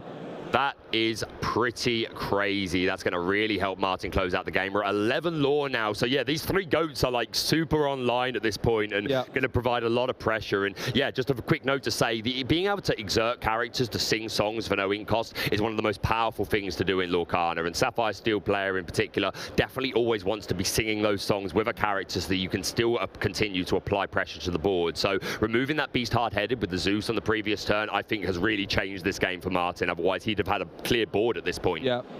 So Jarno can sing Grab Your Swords with Tinkerbell, play another Tinkerbell, for example. That would clear the whole board again, but might instead decide to challenge with Tinkerbell. That is what they do. And then the 2 damage counters are going to go onto the rabbit, and in comes the second Tinkerbell, clearing the Smee and the rabbit. Martin's going to draw, though, from the rabbit, entering the discard. Martin is not going to be too happy about that, but you know what they are going to be happy about? 4 goats in the hand. 4!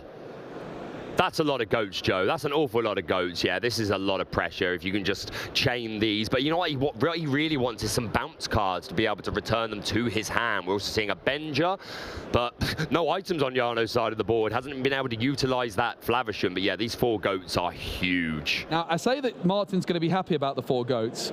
However, I believe they're not too happy because I think they're currently at 6 ink, which would mean that they can't play double goat this turn, if I'm not mistaken.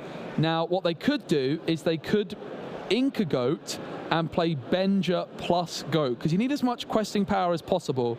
So it is going to be a goat, 2 ink remaining. Now, does Martin ink a goat to play Benja? Do they ink Benja to hold on to the goats? It's a really big decision for Martin. I would wager we might see a goat getting inked to play the Benja, because you need as much questing power as possible. Now, next turn, if Martin finds an inkable, they can go double goat. Yep, for sure. And plus, again, if we find these bounce cards like Snakes and Fox, we can continue to bounce them back to the hand. Yeah, I imagine Jarno was quite surprised to see that goat go into the inkwell, but it does make sense. As you say, you want to fully utilize your inkwell, and Benja questing for 2 is quite big, even though wasn't able to remove an item. So, yeah, nice play. In is going to come Aerial Treasure Collector, currently questing for 3. Yes, no items on the board at the moment. Are there any in hand? There is a dime. There is a dime. So dime could come down for Jarno next turn. As you said, Jarno hasn't been able to ramp efficiently in this game. We normally see these Sapphire decks able to make these huge moves by this point in the game, but Jarno missing the Mickey, missed the Fishbone Quill, and of course, playing Quill would have been risky against the Benja anyway. We're going to quest up with everything. Yeah, lots of questing from Jarno, bumps them up to 6. Now, they can quest next turn if they play the dime with the aerial for 5, but they won't have enough ink to also exert the dime to get 5 more lore from aerial. So Jarno currently can get 8 lore next turn. It's a goat.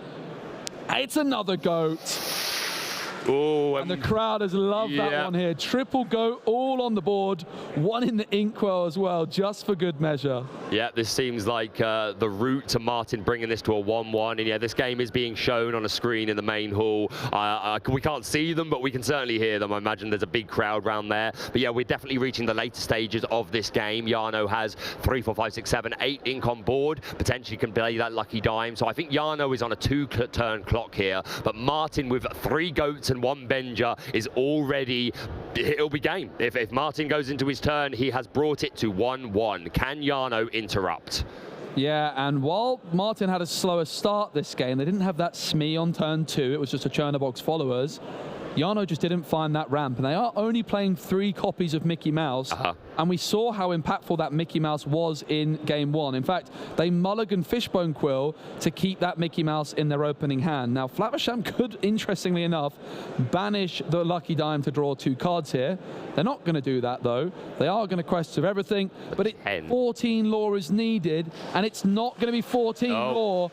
Jarno is taken down by Martin, but we're going to game number 3. Martin, though, going to be going second for the first time in this series. And I think that is going to make a huge difference if on turn 1 Jarno can get down a Captain Hook, immediately checking things like that Maleficent biding her time, who we're still to see hit the board. But yeah, going second, it's a very different game for the Amethyst Steel player. And yeah, super good game. He was he seemed disappointed with the multiple goats, but it allowed him to make that big extension onto the board and just guarantee game next turn, because of course goats give you extra lore just for leaving and entering the board. So super good game. We are going to game 3. Which of these 2 players are going to be proceeding to the top 8 and winning themselves a Mickey Mouse BLT? They're both already qualified for the European Championships. They've got the Rapunzel playmat. They've got the Rapunzel card, the Stout-Hearted card, but they want more. Yeah, it's going to be really interesting to see how Martin tries to maneuver what is a pretty tricky matchup, even when you go first, but going second. I think Benja on turn 3 could be a really big deal. If Jarno doesn't have access to that Mickey Mouse, of course it's open lists, so Martin's going to know there's just 3 copies of Mickey Mouse in the deck. So Jarno would go Fishbone Quill on turn 3, and then bam, turn 3 for Amethyst Steel. Benja to shut that down could be a really, really big deal. If you can deny the ramp options of Sapphire Steel, the deck becomes slightly less intimidating. I can see a couple copies of Tinkerbell. There's a lot of rabbits. Martin could also kind of take the approach to really just try and outdraw their opponent. There is Fishbone Quill and Mickey Mouse in hand for Jarno, which is exactly what they're going to be looking to see. Looks like Fishbone Quill's getting mulliganed again. Mickey Mouse the preferred option on turn 3 for Jarno, fearing those Benjas. Question for you, Joe. If you are on the draw going second like Martin here, how aggressively are you looking for this Benja? Do you think it's that important? Good question. I think that in an open decklist format, you probably anticipate your opponent to have the Mickey, but you just want to really be able to punish them if they don't. Right. If they don't have the Mickey and they end up playing that Fishbone Quill, you really, really do want to be removing it from the board as swiftly as possible. I think for Martin, it might not seem like it's exactly what you want, but the Chernobog's followers on 1, and then on turn 2, like Magic Broom Chernobogs again, and then you just try and draw with all of these cards as much as possible before the board wipe can come through, could be a very nice approach. Also, maybe that Maleficent biding her time on turn 1 into something like a Madam Mim Snake on turn 2 to bounce it back and replay it later. It could be a good option. We didn't see Jarno find that Captain Hook on turn 1 yet, so Martin might be able to quest with the turn 1 play uncontested. Of course, a Smee on 2 or a Baboom on 2 would be a great option for Jarno as well. So I think if Jarno finds those early game cards, it's going to be a real struggle for Martin. Yeah, 100%. Only 2 copies of the Captain Hook in the deck. We are yet to see it, but it still may make an impact, and even if it's just protecting Mr. Smee because of the Captain on board, we're going to be cutting each other's decks. I think our players are very, very similar coloured sleeves. Maybe a twinge more purple from Jarno. We see the fist bump, and we move into game 3. Who will be going on to top 8? Will it be Jarno? Will it be Martin? Let's find out. Jarno's going first. Jarno has lots of cards to play on turn 2. A Smee, a Baboom, and an Argus, but nothing on turn 1. Not even a Porpsicle or a Fortosphere. Okay, so definitely going to be pleased that they are going first, because going second with no 1-drop is huge. It's going to happen. Are we seeing it? Finally time. Maleficent has been biding her time here Nicely done. in this series. Is this the moment, or is Martin going to decide to maybe try and play this Maleficent down a little bit later, because it could get baboomed? It is uninkable, of course, so you're going to have to play it at some point. You would imagine it's going to come into the play. Martin really just taking the time on what to ink. It's going to be the Broom, and Maleficent biding her time. Here she is. Enters the board. A card which is uninkable. It only has 1 strength and 1 willpower, but it can quest for 2. And Martin is holding this Madam Mim snake, as you said, so does have that option available to him to be able to quest with this Maleficent and then just bounce it back to his hand, put the snake on board, which has the exact same strength and willpower as Mr. Smee. So that's a nice little check there, and of course leaving Maleficent to bide her time in the hand for another day. I appreciate that pun. Nice. Top marks for that, my man. It's going to be the Fox, which gets inked. It is going to be a Chernobog's followers and another Chernobog's followers. Okay. I love it. So many one drops down on the board, and Yano is going to be pretty spooked about this. Yep. We'll be able to take out this Maleficent with the Mr. Smee. We'll only take 1 damage, and then he'll take an extra 1 damage at the end of the turn if there's not a captain on board, but then at least still survives, and next turn will be available to take out something else or quest. And if you can get a 2 for 1 out of Smee, that feels pretty good. Now, what's interesting for Martin is they do decide to quest with the Maleficent. However, if they had gone for a Chernobog's followers on turn 1, this Mr. Smee, if it was to challenge the Chernobog's followers, would be removed from the board. Yep, good point. So I'm wondering if maybe Martin could have sequenced this differently, gone for a Chernobog's on turn 1, and then on turn 2 played this Maleficent and then maybe bounced it back into the hand. The Smee is going to remove the Maleficent. Taking that 1 damage. No, I think you make a really good point. The sequence in there could have changed everything. We're going to draw into a Long Came Zeus, the second copy. Not really what Martin wants to see. There's a Merlin Rabbit in hand, a Snake. Only 2 Inkables in the hand. We are going to be questing with Chernobog's followers, taking that draw. We find a Madam Mim Fox, which is a good pickup, especially in combination with the Rabbit in hand. Yeah, it certainly is. The concern for Martin as well now is the fact that Yano has ramped, even though this Smee has 2 damage counters on turn 5 or at 5 ink, you're very much anticipating Yano maybe to play that Cogsworth. Now, if this was a Maleficent, right? So you play the Maleficent, for example, on turn 2.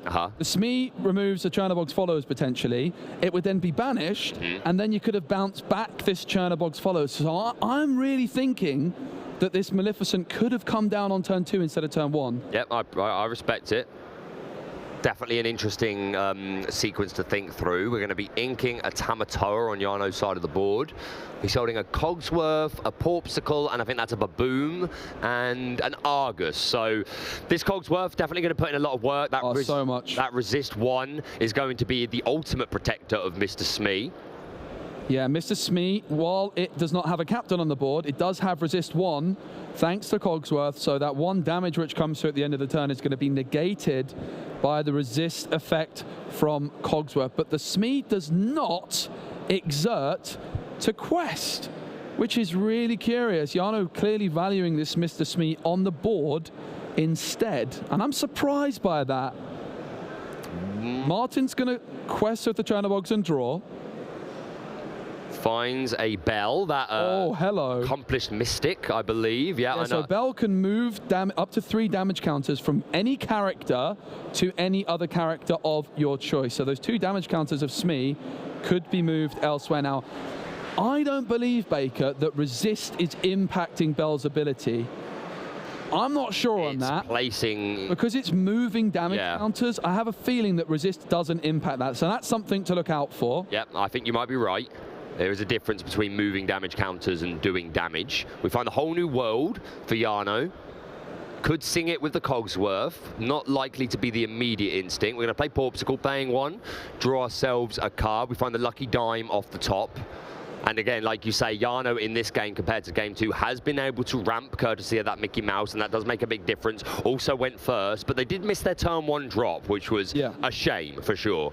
I think Martin now in this position with that Tinkerbell in hand is going to try and get back this board control. We haven't seen them have board control at all in this series so far, but this is a different game. They're going second. We've seen a lot of card draw come through off the Chernobog's followers.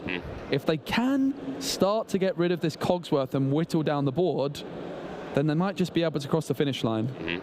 No Fishbone Quill ramp, so it was the Mickey Mouse ramp, but that's the only ramp that Yano's had access to. I don't think we've seen the Fishbone Quill hit the board the entire game. Clearly, Yano realizing that it's not always going to be the most beneficial play going up against Avengers. This Cogsworth is going to be exerting. Is it going to be having a sing-song Oh, yes, it is. I thought he changed his mind halfway through there, but we do play a whole new world. And both players are going to discard their entire hands, draw 7. Martin just doing a quick check to see what's in the discard. Does have that lucky dime, but it's perfectly happy to be in the discard. Tamatoa can grab that when it's needed.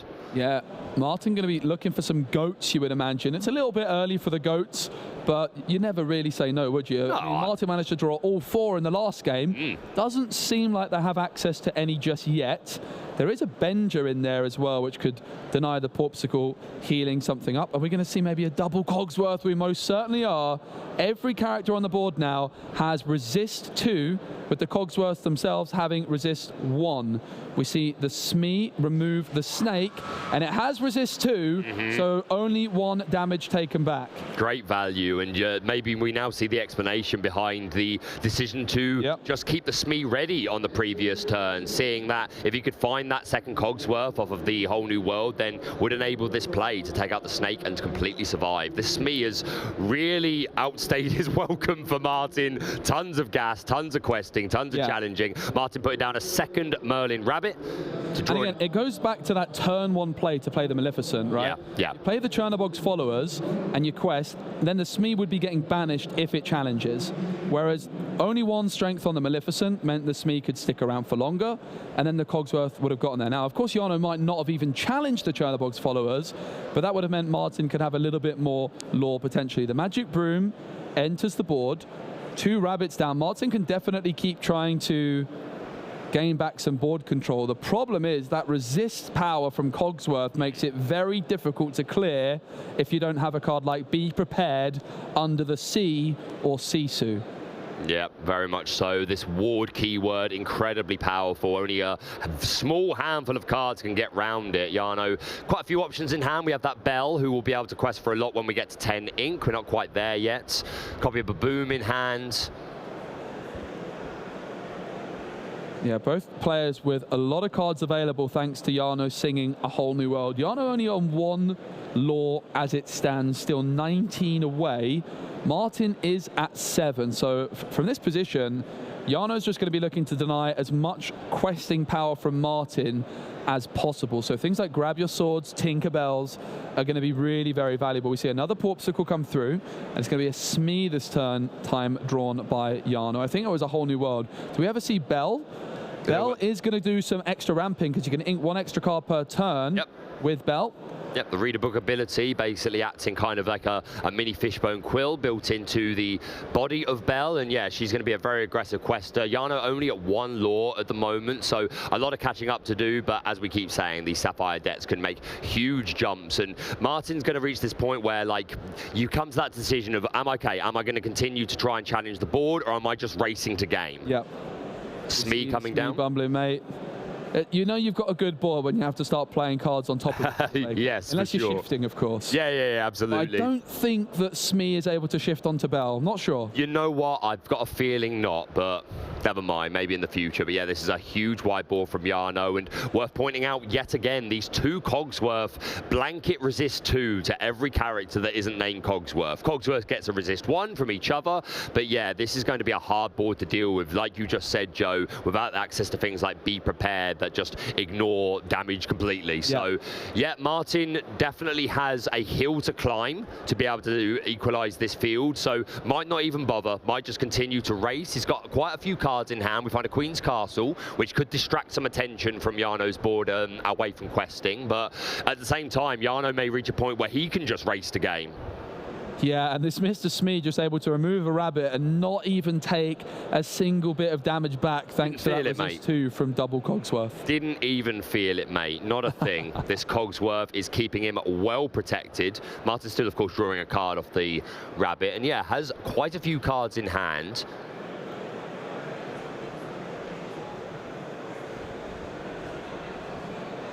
Weighing up options here. Of course, we are in the top 16. It is all to play for. The winner of this game will win themselves a Mickey Mouse. We pass back over to Martin finally, who's going to ready, set, draw. Finds a Merlin goat off the top. Okay, this is the start. This is how you start building a board and just chasing that lore. Of course, preferably you always want to try and bounce these goats back to your hand with the likes of Madam Mim Snake and Madam Mim Fox, but at the same time, this is a nice wide board that Martin's building here. Played 4 for the goat, 3 for the Mr. Smee. This is a little bit more like it. Still doesn't have quite the dominance that Jarno has with that resist 2 and just pure amount of characters, but now that Martin has a wide board, he could potentially quest very aggressively. We are going to remove that broom, drawing a card off the top. Yeah, all characters on Martin's side of the board with that 3 willpower means it's going to need something like a Tinkerbell and a Grab Your Swords to clear the questing potential from them. So Jarno is going to be hoping to have access to that. No Tinkerbell currently available on the board. No Tinkerbell in hand either. The hand is Rise of the Titans, Mr. Smee, Mickey Mouse and Baboom. So Jarno, as wide as the board is starting to run out of removal options. It's a bit underwhelming really, isn't it? Unfortunately, I think Jarno really needs to put a lot of faith in this board that he's built up. 5 lore from Bell, however. If there's 10 ink in the inkwell, this Bell is going to quest for 5. Still weighing up options here. Again, we've still got another 22 minutes. This is the last game. By all means, take your time. We're potentially moving on to the top 8 here, so really think it through. Make sure that you are considering all the lines, considering the options. We're seeing 2 Babooms hit the inkwell, 1 just for inking. It was Rise of the Titans. Oh, it might have been, but 1 card just from normal inking, and then the other one, I believe, was Bell's Read a Book. Bell questing for 5, Cogsworth for 2, Smee for 2, Mickey Mouse for 1, Smee for 2, and Cogsworth for 2 as well. That is a lot of lore which Jarno is adding up for us. I'm not is even... that 14? If Bell's questing for 4, sorry, for 5. 5, 6, 7, 8, 9, 10, 11, 12, 13, 14. Yep, there you go. That was one heck of a turn. Jarno going all the way to 16. Going to play another Mr. Smee and a Mickey Mouse Detective. Just full extension of the board. A bit more rampant, saying, have an answer to this or I am going on to top 8. Can Martin interrupt this board? Martin needs 10 lore. They're not going to be able to clear everything. Nope. They do have a goat available. They've got some questing power on the board, as well as a goat on the board. So they're going to quest with everything. That's a quest for 4. Martin's now up to 14 lore with a goat on the board and a goat in hand. 6 lore more needed. It's going to be a magic broom for 1. That's not going to gain any lore. Nope. Goat is going to come through, bumping them up to 15. The magic broom's going to draw. They find a Grab Your Swords, but it seems like it's too little too late. The Benja's going to get inked. The Smee's going to hit the board, but Jarno is going to be victorious and has got themselves a golden Mickey Mouse, Brave Little Tailor. What a game, Joe. I'm super fascinated that not once was Lucky Dime utilised, and we saw Tamatoa once, and I believe it only quested for 2. So incredible games from both of these players. Yeah, unfortunately, just our Sapphire Steel player were able to just develop too much. I think that double Cogsworth was just way too much board pressure to deal with. And I'll go back to the point you made earlier. Maybe the decision between playing that Chernobog or Maleficent on turn 1 made all the difference in that game. Yeah, and I think going back to game 1 as well, there was some really interesting moments with the magic broom not drawing, for example. It was really fine margins. Martin got to that 19 lore mark in game number 1. I think they would have really been looking to make use of their higher seeding there, being able to go first twice, but it's a really tough matchup. Sapphire Steel, it's a very tough matchup for Amethyst Steel, probably the worst of the bunch, and Martin got so close in both games that they got taken down. Yeah, nothing to be ashamed of. Again, of course, it's perfectly understandable that players will be disappointed to be knocked out, but you made it to day 2, then you made it to top 16, you qualified for the European Championships, you've won a bunch of prizes, no shame whatsoever, but it will be our Sapphire Steel player that is going on to top 8. They've secured the Mickey. Can they go all the way? Do you think Sapphire Steel can do it? Oh, absolutely. You reckon? We're still waiting for Sapphire Steel to win a DLC, right? I don't think it's done it. This could be the day that it finally happens. We have a couple of very good Sapphire Steel players. I'm sure we'll get our updated bracket in a little while. I think we're going to be doing an interview in a little while, I do believe. Both players also now just been given their Rapunzel foil playmat, which is such an amazing prize. I might see if I'm doing an interview, if I can get them to show it for us. That would be pretty nice, wouldn't it? See it up close. Love that. But yeah, great game between our players. And the Captain Hook didn't come in play, didn't seem to offer much in that particular game. We saw one whole new world played, but that was a big difference maker in that last game because he was able to play that Mickey on 3, had that ink advantage and was just able to extend, singing with Cogsworth, Cogsworth singing a whole new world, meaning that he had all his ink left to play with and just these huge extensions, more Smees, more Mickey Mouses, keep up with me or I'm going to game. But that game 2 with those multiple goats, that was a bit of a goated moment. Goats in hand. Yeah. Our crowd absolutely loved that outside, and yeah, it's great to see that the players that aren't even playing are all just here watching the game, supporting, wanting to watch Lorcana, same as you guys at home, watching on Twitch or Facebook or whatever it is that you might be joining us on. Tell us what you think of the action here at DLC Bologna. It's been a great day. It's not over yet. We've got top 8 still to come. Yeah, we're going to head on over to a short video, but when we're back, I'm going to be doing an interview. So don't go anywhere, Awesome. and we'll see you very soon.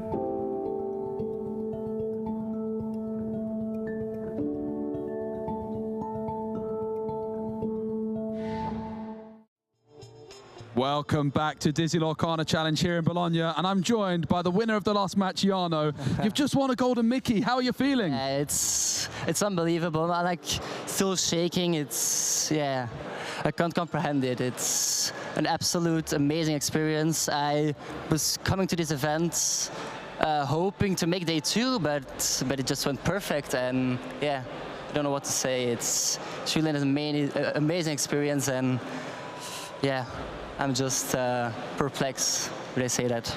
Were you expecting to get this far? No, not at all. I do have some card game experience, but mostly online, but nothing like insane or just for fun, playing with friends, playing with family as well. But yeah, I wasn't expecting this. Have you played in any other Dizzy Lorcana Challenge events, or is this your first time? I played at the event in Lille. Didn't go that well there. I had a lot of draws, so yeah, that was kind of sad. But were you also playing Sapphire Steel in Lille? Yeah, also Sapphire Steel. So is it your go-to deck? It's my go-to deck. I always play it. I also played in set 3 and 4, a lot of set championships, always blue steel. It's my favorite deck. Yeah, I know it by heart. So what is it about Sapphire Steel that you like so much? Is there a particular thing? I think you have like a lot of options. There's not like one game plan. It depends from your opponent, from the cards you draw as well. So I think it's just really a lot of variety in it and a lot of options. Amazing. So talking about your deck list a bit more, there's a few things that we don't always see. I think a couple of copies of Captain Hook are in there. What's the thinking behind that? I know Argus as well is an option on turn 2. Yeah, indeed. So the Argus was actually to counter the Ruby Amethyst. And you only have one Rise of the Titans, is that right? Yeah, only one. But that's because I also added the Captain Hooks. That makes it I can also challenge the locations with that, and I don't always need more than one Rise. But the Captain Hooks, I just play them because if you come against aggro players or even in the mirror, it's like a good card to play. You can quest, yeah. Did you ever have any thought to play without a whole new world? No. Not at all? No, absolutely not, no. Do you think that there's any argument for these? A lot of players do quite like playing without a whole new world. What is it that you love about a whole new world so much?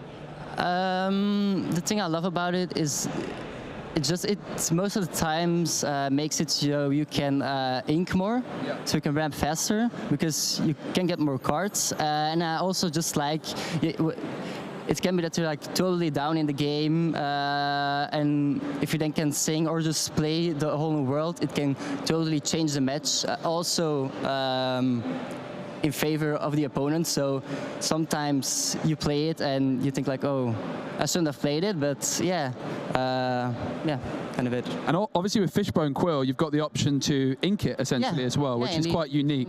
Indeed. So talking about the matchup you just had, you played against Amethyst Steel. Is that a matchup you've got much experience of? No, actually not. I didn't play against one in the whole tournament. I played against a few on set champs. I think personally it's a hard matchup for the Amethyst Steel player because of the Cogsworths, the Tinkerbells and the Grabber swords. So also congrats to my opponent because he played really well. I have to say it. Yeah. No, it was such a fun matchup to watch. It is a pretty tricky matchup for Amethyst Steel, but of course they were the highest seed. I think you were both on 48 points from Swiss. Yeah. You finished as the 10th seed and your opponent was the 7th seed. So are you feeling like your 10th seeding is going to put you in good stead? Are you expecting to go first much for the rest of the tournament? I don't know the results of the other games, but I expect not, but it could be, right? You never know, and a lot of people say that going first, you have the advantage, but against some decks, it doesn't really matter, in my opinion. Amazing. And you've come from Belgium. Yeah, what's the local scene like over in Belgium? Is there anyone you want to shout out? It's actually pretty active. I have my local game store, the Hermelijn. I want to shout them out. They do really good tournaments. But yeah, there are like a lot of local game stores in Belgium. I know a lot of people that play, so it's a really fun community to play in. That's really, really amazing. So you mentioned set championships. Yeah. Did you play in many? Did you win many Ursulas? Yeah, so for set 4, the Ursulas, I played 3 set championships. I one time went first. One time I lost in the semi-final. And then one time I lost in the quarterfinal. So 2 Ursulas and then 1 not, but yeah. Nice. Okay, well, you've also got this lovely map, which we're going to hold up to the camera. Yeah. After we've done that, we're going to say goodbye. Perfect. So is there any last words you'd like to say before we do that? Yeah, I just want to shout out Ravensburg and Disney for organizing this. It's a really fun experience. It's also not only for really competitive players, but also to play at home. So I'd like to shout them out, I guess. Amazing. All right, let's hold up this mat, and then we're going to go over to either a break or our casters. This is the top 16 prize. Are you going to play with this, or are you going to keep it stored somewhere? I'm going to keep it stored. All right, let's show the camera, and then we're going to go.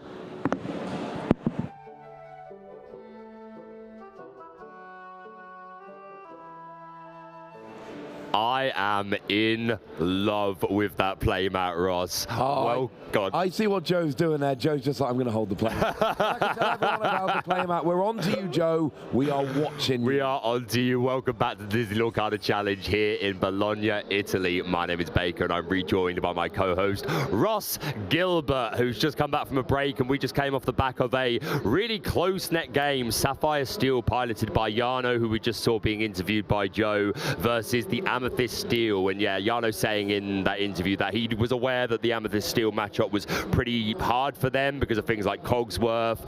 But I do want to give a highlight to just that moment where he just took the time to say, can I just say congratulations to my opponent? They played really well. Like, a moment like that, I think, is underrated. I think moments like that in our community are like what make it special and just make it a more welcoming environment. And make no mistake, competitive trading card games are for everybody. You are all welcome to come and get involved in Disney Lorcana, and we very much want you to. If this is your first time finding the game, please come and join us. How are you feeling about the rest of the event, Ross? I'm feeling pretty good about the rest of the event. You know, I keep saying there's 2 pinch points in the event so far. You got top 16 where you get your invite to the European Championships, top 8 where you get your gold Mickey. So we now have 8 players who have hit those 2 points. And now, I mean, don't get me wrong, there are still prizes available for every other win. That binder at the end is great, but you want to be the champion. Oh, look! Oh, look! It's the bracket, the Cinderella bracket. We've gone all the way to the quarterfinals here with Thomas Berger's Amethyst Ruby and Victor's Sapphire Steel. Yes, the first thing I will point out is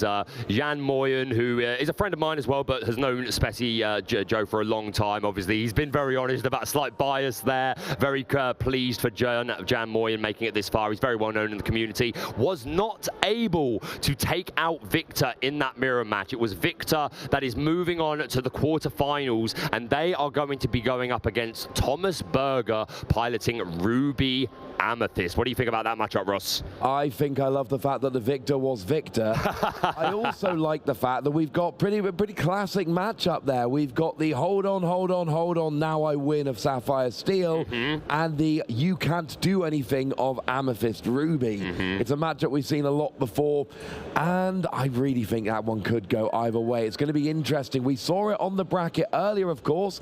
Jan Moy against Andrea Ferroni, and of course Jan Moy did come through there, so I don't know, guaranteed win for Sapphire Steel? We could see. I think it's really dependent on what sort of build the Ruby Amethyst player is using. I think if they have a high count of things like Bee King Undisputed and Lady Tremaine, that really helps to favor the Ruby Amethyst player, because Sapphire Steel, don't get me wrong, they can make big extensions. In the last game we saw lots of Mickeys, lots of Smees, but if you do a good job of controlling the board, you get them to this point where they can go, okay, here's just a Cogsworth, okay, here's just an Aerial, here's just a Tamatoa, and I can Bee King, I can Tremaine, and just remove these threats. But some Ruby Amethyst players are moving away from these cards like Bee King Undisputed, opting for more cards like the 8-drop Sisu. So it's going to be very dependent, I think, personally, on what sort of build the Ruby Amethyst player is using.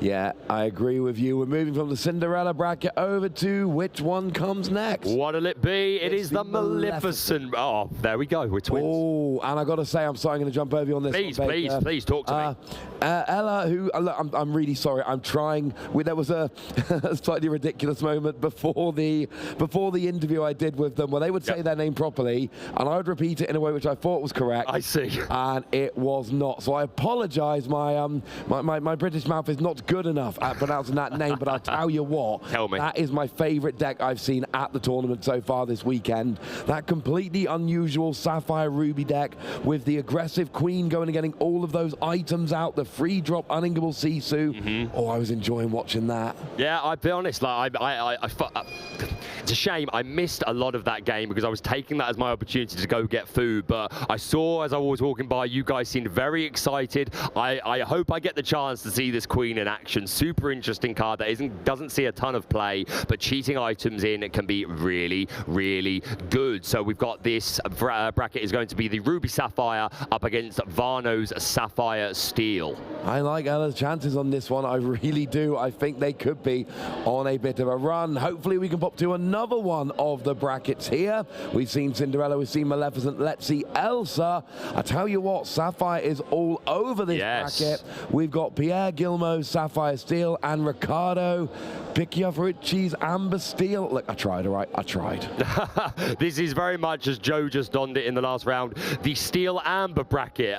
Yeah, it seems like nearly all of them ended up in this bracket. And none of them even had to face each other, which is wild. All of them in a different part of that bracket. Only one, well, two made it through to the octo final. No, only one. Sorry, I can't count. Three of them taken out. Only Riccardo proceeding on to the octo finals managed to take out the Ruby Amethyst player and is moving on to the quarterfinals to go up against Sapphire Steel. Yeah, that is interesting seeing we had three of them in this side of the bracket, or this quarter of the bracket. Only one of them made it through. That's a couple Sapphire Steel we've got, plus a Sapphire Ruby. So that is something I have got my eye on. And if we flick to the last part of the bracket here, there is another part of the bracket. There is. It's Rapunzel. And oh my word. It's happened. We got 3 Sapphire Ruby in top 8. And it was the 5th most played deck in day 1. That is amazing. Clearly, the deck was not happy with its less than stellar performances at previous DLC, so they have come out in full force today. And I do want to make a note, Ross. We do see that Din Can, who we watched earlier, going up against Emerald Steel, and then I had a little interview with them. They have officially made Lorcana history. They are the first ever player in the world to qualify for both the North American and the European Championships. What a feat. I would quite like to see them having a great run at both of them. That would be awesome. We have also had to say goodbye to Ruben Gutierrez, who was, of course, our 2nd place finisher back in Bochum. Yep. So another, I mean, getting all the way to the octo finals on the back of a final appearance, that is a ridiculous pair of results. Yeah, that is no shame at all. Clearly a very good player. They've stuck with the same deck choice. I don't know if the list is exactly the same. May have been some changes, but yeah, they very clearly know exactly what they're doing with that particular matchup. But yeah, the Rapunzel bracket will be ending with that Ruby Sapphire mirror match. And isn't it interesting, Ross, how little Emerald Steel seems to have made it this far? There's not too much. There's not a huge amount Amethyst Ruby either. Yeah, that's true. I'm not writing it down as we go. From what I could see, it seemed to be a lot of Sapphire, and 3 of them being Sapphire Steel. 3 in top 8 is really not something we were expecting. There's only been 1, I believe, in top 4 of all of these set 4 Disney Lorcana challenges. To see 3 of them in top 8, that is wild to me. Absolutely. I love it. I love these decks that haven't been really the top contenders at the last couple of events, at least. Getting their moment in the sun. Sapphire Steel, I feel like, is kind of the crowd favorite at the moment. There are a lot of very good players that love that in combination. They're very committed Sapphire Steel players, in my experience. Most Sapphire Steel players, once they start, they struggle to stop. And you think about some of the best Sapphire Steel players in the game, the likes of Harlan Sweet, the likes of DeCandio, Sky, the list goes on and on. I'm sure that these guys and the other Sapphire Steel stands out there would love to see this be the day that they take home the championship. One thing I find really interesting, we have Sapphire Ruby, right? It's not really been quite good enough up to now. It's not been getting and winning these. Great deck, but just hasn't had that success. Exactly, that's what I'm saying. It's been kind of a top 5 deck rather than a top 2 deck. And yet we got 3 copies in top 8.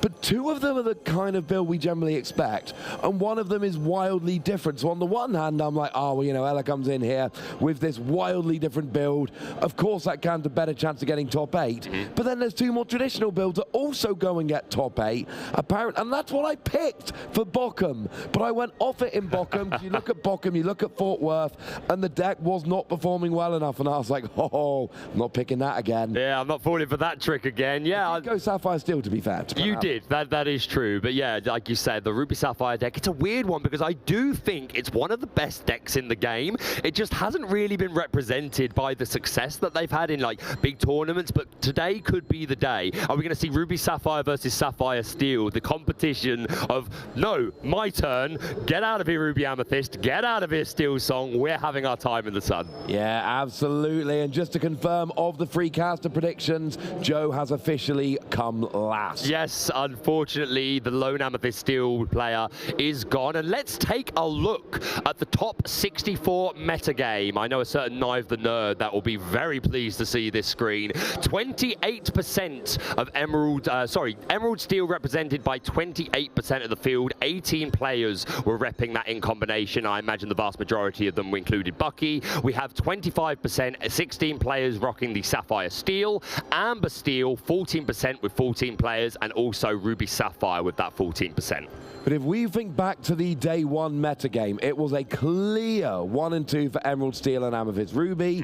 We had a very obvious 3rd place for Sapphire Steel, Amber Steel at 4th, Sapphire Ruby in 5th. But the differences between them were much greater. The conversion rate of this Sapphire Ruby, and then 14 of them enter top 64, 3 of them still going in top 8. It is converting across the board in this tournament. It is really doing very, very well. Also, got to give a shout out to lone Amber Emerald player who made top 64. Absolutely. We watched one feature match yesterday for the Amber Emerald player. Unfortunately, that matchup didn't go the best for them. We weren't able to see like these big Under the Sea and Muses players that I was really hoping for. So there is a little part of my little villainous heart that hoping that this Amber Emerald deck continues to do well. Unfortunately, we've seen the bracket. It didn't happen. Unfortunately, did not happen. One day it's going to happen. Do you know what surprises me, Ross?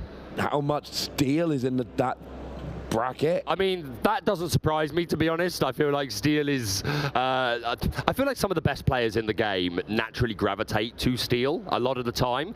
What surprises me is that seems like a low amount of Ruby Amethyst. I'm not going to lie. The deck has always been good. People thought it was falling off. It was a complete lie. Ruby Amethyst has performed so well at the last couple of DLCs. Only 8 making it through, which is still a lot, don't get me wrong, but vastly outmatched by the Emerald Steel, Sapphire Steel, Amber Steel, and Ruby Sapphire decks.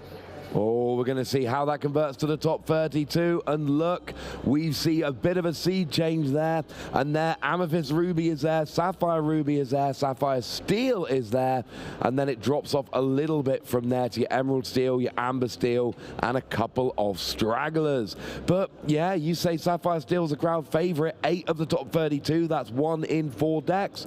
But just that conversion rate of Amethyst Ruby, Sapphire Ruby, can't be stopped. No, it seems that way, and Amber Steel seemed like it was so set, like all of them going into that same bracket, the Amber Steel bracket, essentially, as Joe was donning it. But only 4 of them have been able to, were able to go. Only 1 of them is now still in the tournament, but yeah, 4 of them in the top 32, 13%. EA Tempo, we had 2 versions, which I know there's some very dedicated EA Tempo fans out there, and of course our one Amethyst Steel player who is now done. Their journey has come to an end, but fantastic players, all of these guys that have made day 2, nothing to be ashamed of. You've played some amazing Lorcana, you've won some awesome prizes. Yeah, I feel like I was maybe a tournament too early on the Sapphire Ruby train, but Sapphire Steel is having a great tournament as well. And look, we've had 2 tournaments in a row that were won by Amethyst Ruby. And I know it's maybe not in as big numbers as we might have expected, but I'm still saying it's probably there as the deck to be. It's not the one I picked. Yep. I think it's kind of had its time. I think it might be time for another deck to win. I'm going to need some convincing first. Right, well, if anyone can do it, it will be the pilots that are using those decks. But our players are currently sat down. They're not even shuffling yet, so we've got a few minutes at least. I believe they're starting to look through the opponent's deck list. So, yeah, just always want to be friendly to people that might only recently be joining the stream. Welcome to DLC Bologna. This is day 2. Yesterday, we had 9 rounds of Swiss, 2-game format, and then today we cut to a top 64, 2 out of 3. There's so much to play for. The higher seed gets the choice to go first, and we are in open deck list format as well. Both players are given a copy of their opponent's deck before they start. They can look through all of the ink, they can look at the unique counts of cards, and that makes a big, big difference. Let's go to the table. Let's do it. Love that camera work. Big shout out to our production team here. I know I keep saying that, but really they're working so hard to make these events the best they could possibly be. Both our players have finished looking through the deck lists, and I believe that Ross has been sent the list and is having a little look through. Anything interesting in there that you can see, Ross? Oh, I'm afraid I'm not there yet. I've literally just had a first little bit of a look. No worries. Right now I'm looking at Pierre on 48 points and Ricardo on 47. That 1-point difference means that in this crucial top 8 game, Pierre is going to be able to choose whether to go first or second. I think there's a decent chance we'll choose to go first. Super interesting list here, Ross. So I was having this conversation earlier about the different variants of Steel Song lists, and a lot of them traditionally have been running those Sleepy's Flutes that give you fantastic reach for lore. No copies of Sleepy's Flute at all in this particular deck. Instead, we're seeing 3 copies of that Golden Harp, which is a 1-cost inkable, 1/4 quest for 2. But if you didn't play a song at the end during your turn, then it's banished at the end of your turn. But a lot of players suddenly enjoying this, and we see the Aerial Sonic Warrior in Ricardo's hand, which, if you're not facing Ruby, is really hard to remove. Yeah, it really is very hard to get rid of. There's a couple of Perdita in the list as well. Yes. It's a card we see in these lists, don't get me wrong, but it is not ubiquitous. It's not something we see in every list. I don't know if I've casted a game yet at these 2 events where we've seen it hit the table. We do see Lawrence in the steel, the steel... Sapphire Steel. Sapphire Steel players Sapphire list. Steel, yeah, we do see Lawrence, which is not that unusual, but really picking up steam, that particular card. And I think I've got 2 Steel Amber lists in front of me here. yeah, I think one of these might not be the... Yeah, we may have been sent one of the wrong lists, so that information about Flute might be wrong, but nonetheless, we saw the Golden Heart being inked. Down come the Cinderella Ballroom Sensation for Pierre. Inked by Ricardo, down comes the 1-drop Queen, and we pass back over to Pierre. Yeah, we confirm Steel Amber with Pierre here. Mr. Smee comes down on turn 2, and it looks like we're singing Strength of a Raging Fire, which is going to get rid of that Queen, I believe. Yep, so we are a Steel Song mirror match, which I thought there was only 1 Steel Song left in the bracket. Apparently that was wrong. So yeah, a Steel Mirror, and we see the Pooh Pirate Captain coming down on turn 2. Really aggressive character. Will quest for 3 if there are 2 other characters on board. Going to be super interesting to see how these players maneuver this mirror match. But yes, it seems like we do have the right list, but it's a Steel Song mirror. We thought it was Steel Song versus Sapphire Steel. So Ricardo is running those Sleepy's Flutes, but we're not seeing the Sleepy's Flutes from Pierre. So that is a big difference in how you build this deck. Yeah, we're going to see 2 wildly different builds here, but we're still going to see a lot of the same stuff. We got the Piglet down on the board. The Baritone Bully. Sorry to cut you off, Ross. I'm a big fan of this villain. 3-cost inkable, 3/3 with Singer 5. Super interesting, but it hits the inkwell. We exert 3, and down comes the Spectacular Singer. Yeah, we got a 3-cost card that can sing a 5-cost song, which makes a big difference. Lets you play these cards not only without paying any ink, but also faster than you should be able to. They're slightly lower statted so that they can have that great singer combination as well. Yeah, absolutely. And this Cinderella Ballroom Sensation is threatening things like Storm Rage On and Strength for a Raging Fire always. That's something that Ricardo's going to have to be on the lookout for. We're inking our Robin Hood, the 1-drop. We're going to be exerting 4, and down comes the gifted with healing Rapunzel, that alternate art. You could win yourself one of these if you come to a Disney Lorcana challenge. You get the foil one for coming in top 16. Is it the foil? I think that's the non-foil version. I believe it's non-foil from the prize wall, but it still looks beautiful. Beautiful. Ricardo here has drawn for turn, is inking the Shift Queen. That means 4 ink available, and 3 of them are being eyed up here. Yep, looks that way. And we're going to put down another aerial spectacular singer. Look at the top 4 cards of the deck. We fight grab your swords. That's going to immediately be added to the hand. And the rest of the cards are going to go to the bottom of the deck. Man, that Rapunzel really stands out on the board, right? And I think we are actually singing it immediately to get rid of the Mr. Smee. Sounds good. And with 2 other characters available, Piglet, Pooh Pirate Captain will quest for free lore. And is now perfectly safe because this Rapunzel only has 1 strength. Of course, there could be a something like a Let the Storm Rage On or whatever to remove it. But for challenges, this Piglet is safe and could potentially quest for 3 again next turn. Let's see. Well, potentially not anymore. That Storm Rage On, Pierre knowing that would have been just far too much quest pressure, just paying 3 for Storm, get that Piglet off of the board. Had to be done. Get the Piglet off the board with a Let the Storm Rage On, because any character that quests for free lore, you have to get rid of him as soon as possible. That is 15% of your total. You cannot let them have it. And we see an enchanted Robin Hood hitting the board here. That is a character we have seen a lot over these past couple of tournaments. One of the best cards in the game.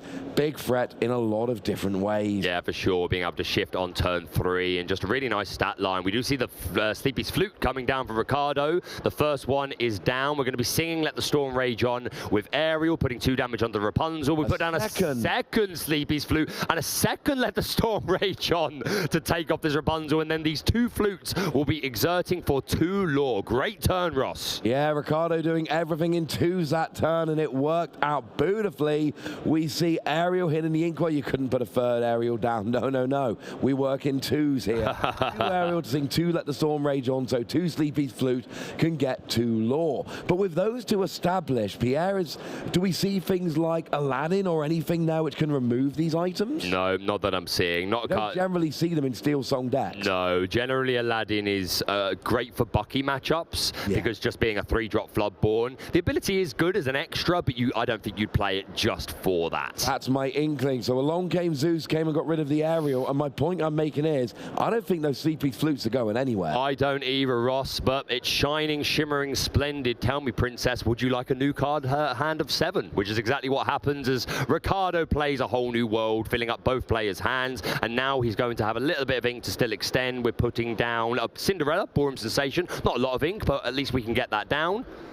And I believe we're passing back up to Pierre, who's going to ready, set, draw. But when you play that, when you play the one song, you can activate, I believe, both your Sleepy's Flutes off the same song, because they both just say, if you played a song, you are right. Play one song, get 2 lore, probably for the rest of the game. And yeah, we might be seeing why the Sleepy's Flute version, at least in this first game, I do think is given a big advantage, mostly because Ricardo got 2 of them down really early in the game.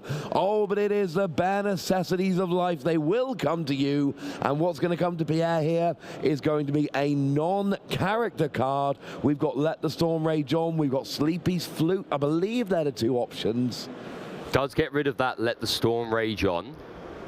Could have got rid of the flute there, which I imagine was a temptation, but at the same time, flute is just gaining you lore. Storm Rage On will interfere with Pierre building a board state, so I respect. Storm Rage On interfere with Ricardo building a board state, getting rid of that Cinderella, drawing Pierre a card. Yep.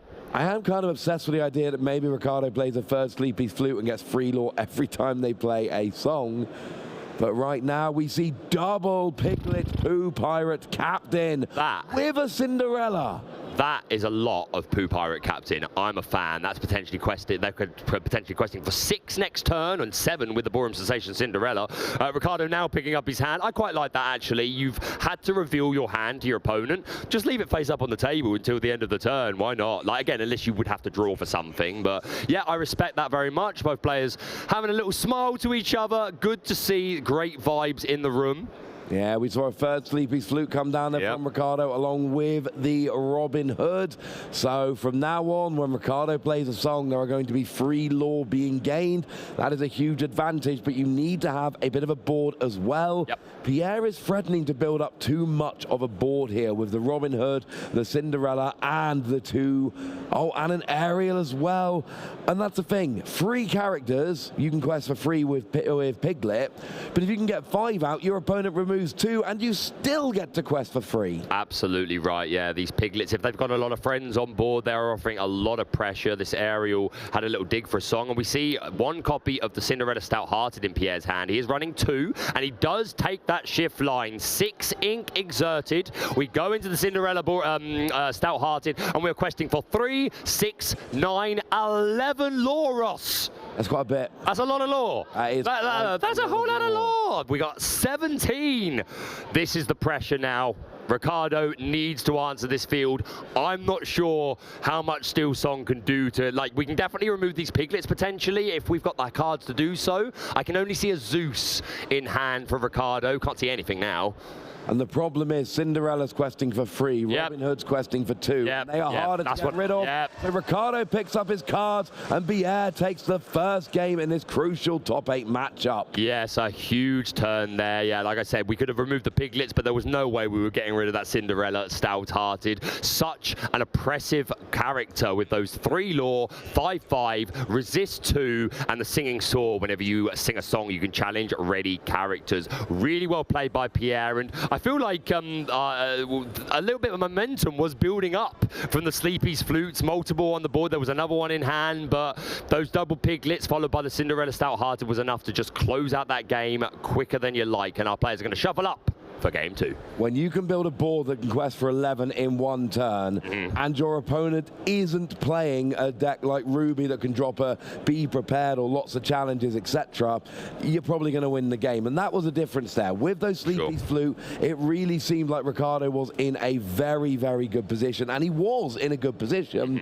but then we saw double Piglet come down 1 turn, and then the next turn Pierre put down all the rest of those characters, and that really was the game at that point. There was no turning back. Yeah, you're absolutely right. I think we're hanging on to a Queen there, I think is one of the cards I saw Ricardo hanging on to, which is a great choice. Getting that shift line early, being able to sing big songs with the big Queen. I like it. Pierre, a few options. He does have that 1-drop Robin Hood, which you've got to think he's going to be interested in. And just to confirm, the Kellogg is counting up, not down. That is not a technical issue. We are in top 8. We are untimed. We will be here for as long as this match takes. And I mean, hopefully not too long. We have places to be after the tournament. Top 8, top 4, and the final are untimed. So you don't need things like early concessions. If you've got a 5% chance to win by your own estimation, just play it out. You never know. You might get lucky. Yeah, you never know. Right, our mulligan seems to be done. Our players drawing up to 7. Can Pierre go 2-0 and progress into the top 4 of the Disney Lorcana Challenge, or is Ricardo going to pick up this dub and bring them to a game 3? We see an ink, and down comes that 1-drop Queen that Ricardo held on to. A great hold, really great character, the Floodborn Queen, as well as being a singer. That ability to manipulate strength is very, very strong. Pierre going to ink, and no turn 1 play. Interesting, because Pierre threw back 2 copies of Robin Hood. Oh, which is not ideal. It's weird. It's not your ideal turn 1 play, but then you give up the chance of any turn 1 play. We do see the early Piglet Pooh Pirate Captain, one of the coolest cards in the game. I'm just putting it out. Oh, I'm right there with you, Ross. The theming, the skill, everything about this card is awesome. It's another one that doesn't work that much because your opponent will really go after it if it hits the board. Yep. But it's still an awful lot of fun. Yeah, a lot of pressure as well. We see Pierre inking his own copy of Pooh Pirate Captain. Down comes the Ursula Vanessa, 2-cost inkable, 4 willpower, which is great, really hard to get over. And of course, that Singer 4, meaning she can sing that Storm Rage on, Strength of a Raging Fire, Bare Necessities, and then along came Zeus. Yes, absolutely. And if you sing it, that means I don't have to. Speaking of singers, here comes Ariel searching the top 4 cards of your deck for a song, but it is a whiff. That is not fun. But I love to see the smile from Ricardo, like little moment between the players, like, that was fun, wasn't it? But still, a nice board from Ricardo. He is able to quest with that Poo Pirate Captain to take him up to 5 lore along with the Queen. And that Poo Pirate Captain is safe from the Ursula Vanessa. She only has 1 strength, but I imagine that Storm Rage on may be put to work. Yeah, we saw the Storm Rage on take out more than 1 Piglet in the previous game, and I do feel like that could be the play here as well. Deals 2 damage, perfect for taking out your Piglet, and you get to draw a card for your trouble as well. Absolutely. Actually going after the Queen here, of course. Very nice shift target is the Queen. So it's not that you want that Queen gone away, it's that you want to take away the shift ability for 2-ink. Yeah, absolutely. Like I said, the Floodborn Queen is very strong. The ability to give +4 to one character and -4 to another, and she's just a great singer. So yeah, no, fair enough. There is of course also this Ariel already on board that has Singer 5, so interesting choice. And I think I might have gone for the Piglet, but there's a reason that Pierre's in the top 8 and not me. They absolutely know what they're doing. Let's see where they take it from here. We're inking over Ursula Vanessa, so we're at 3, and we're going to play our own Ariel Spectacular Singer, and they're just going to point each other and look for and Pierre also whiffing the songs. Nice moment between the 2 players, like, oh well, that evens it out, I guess. Yeah, both players play Ariel and both players whiff, that's fine. If one player gets a perfect song and the other player whiffs, that feels bad. We do see... I think that's a whole new world. Yeah, we're going to be playing a whole new world, singing with Ariel, turning her sideways, and drawing a fresh 7 cards. Yeah, sometimes you see the foil version, if the light catches it just right, it throws you off. You're like, I think that's what it is. Like that, but it is. Both players get a new hand of 7, and we do see a Rapunzel gifted with healing, but no healing to be done, unfortunately, as it comes in.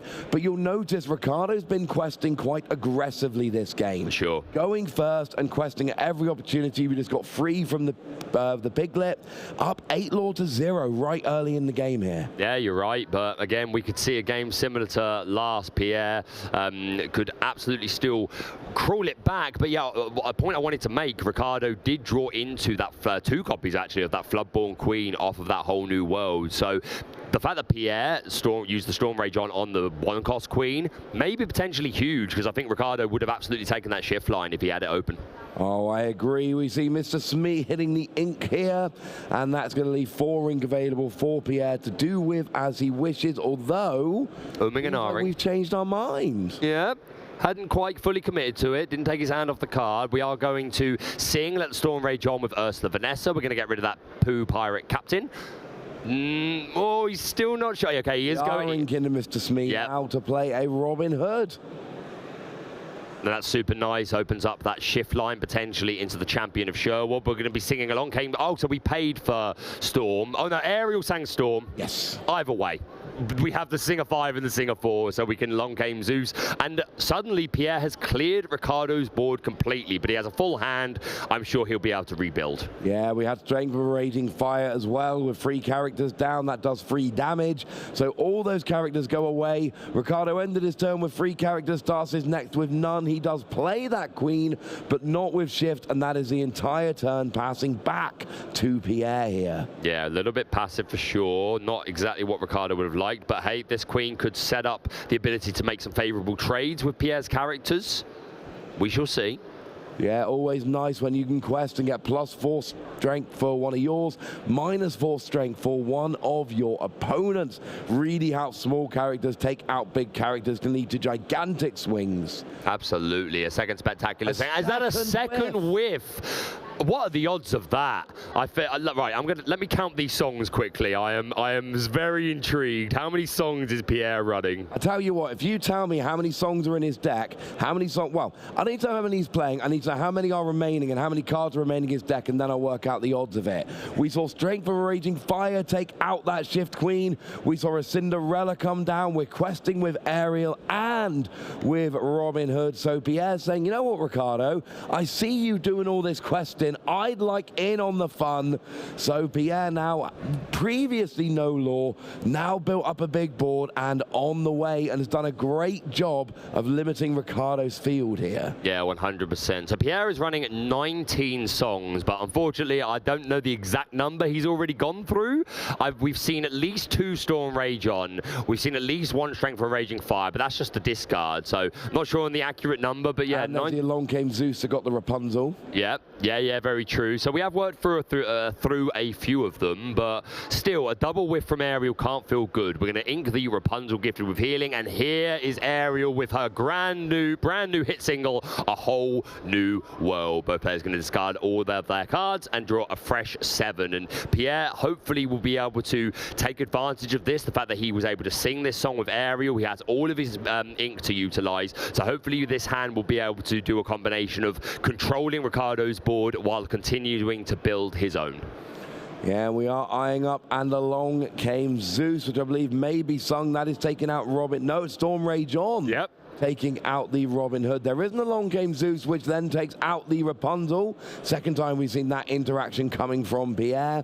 And I mean, look, Pierre's up 1-0 in this top 8 match, and we see them with, oh my goodness, that's 5 characters on the board, and a much better board. We are not ahead with 6 ink behind, but it looks like we are shifting into that Cinderella, and things are looking good for Pierre here. Yeah, in terms of board state, we are absolutely all the way ahead. Even a Grab Your Swords would take out the Robin Hood, but everything else lives, and it does nothing to the stout-hearted Cinderella. I'm wondering how many answers Riccardo actually has to this stout-hearted Cinderella. I mean, one would be the Big Queen, who could raise the strength of something. If we could raise strength to at least 7, then we could one-shot the stout-hearted. We could. What we've done right now is Riccardo has gone, all my characters, Robin Hood, Cinderella, Mr. Smee, Piglet, let's get them all down.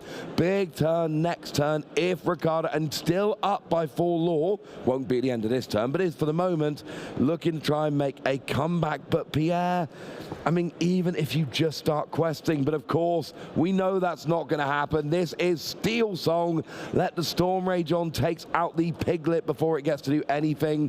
And we see a smile there from Riccardo, but I've been in this position. Yes, as I'm sure I recognize that smile. Everything you do, your opponent's got a better board than you, so they can use all of their resources to just undo everything you're doing while keeping their board.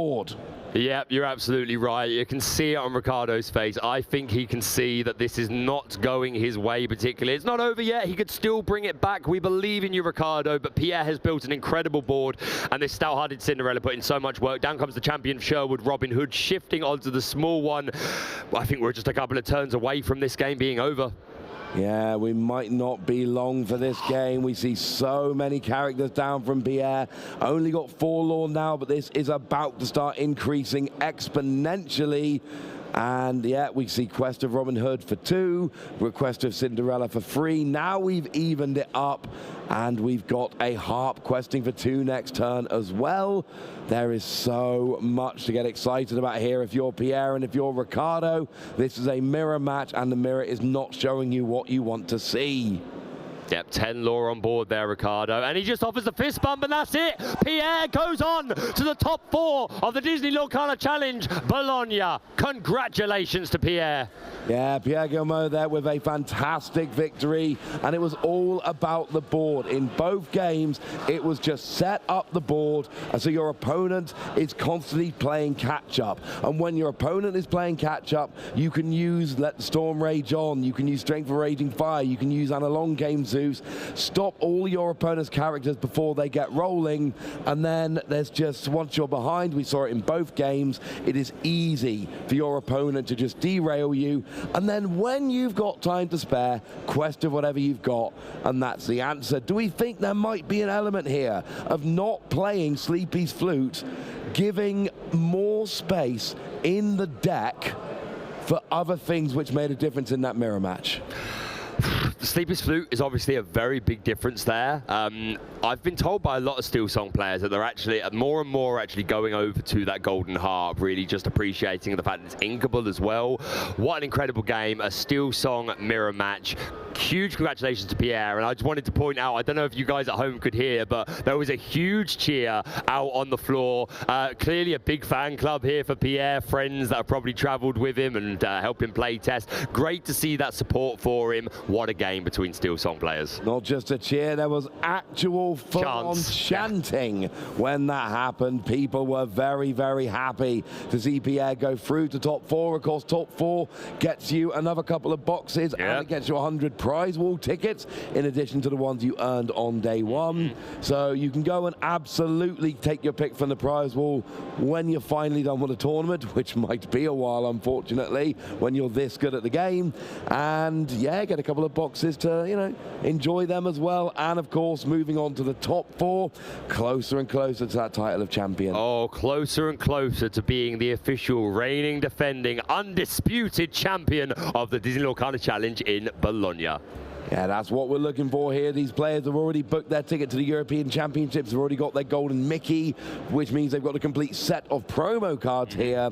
You win your top 4, you still get a couple more boxes and another 100 prize wall tickets. Yep. If you get all the way to winning, you get that binder with a complete foil set of Ursa's Return and all of the Enchanted, which does then beg the question, what do you do with the boxes you won from top 4 and top 2? You open more Enchanteds for the playset. There you go. Happy to help, Ross, whenever you like. I do believe we're going to be having a little chat with a Steel Song player, which I believe will be my responsibility. Definitely interested to pick their thoughts about some of the specific cards they chose to run, see how they're feeling after an incredible game. What a day it's been. Just want to say thank you to you for joining me. Thank you to you guys at home for joining us, and what a day it's been. Please, if you've ever considered coming to a Disney Lorcana Challenge, just do it. If you're in a position to, come and join us. We'll see you very, very soon.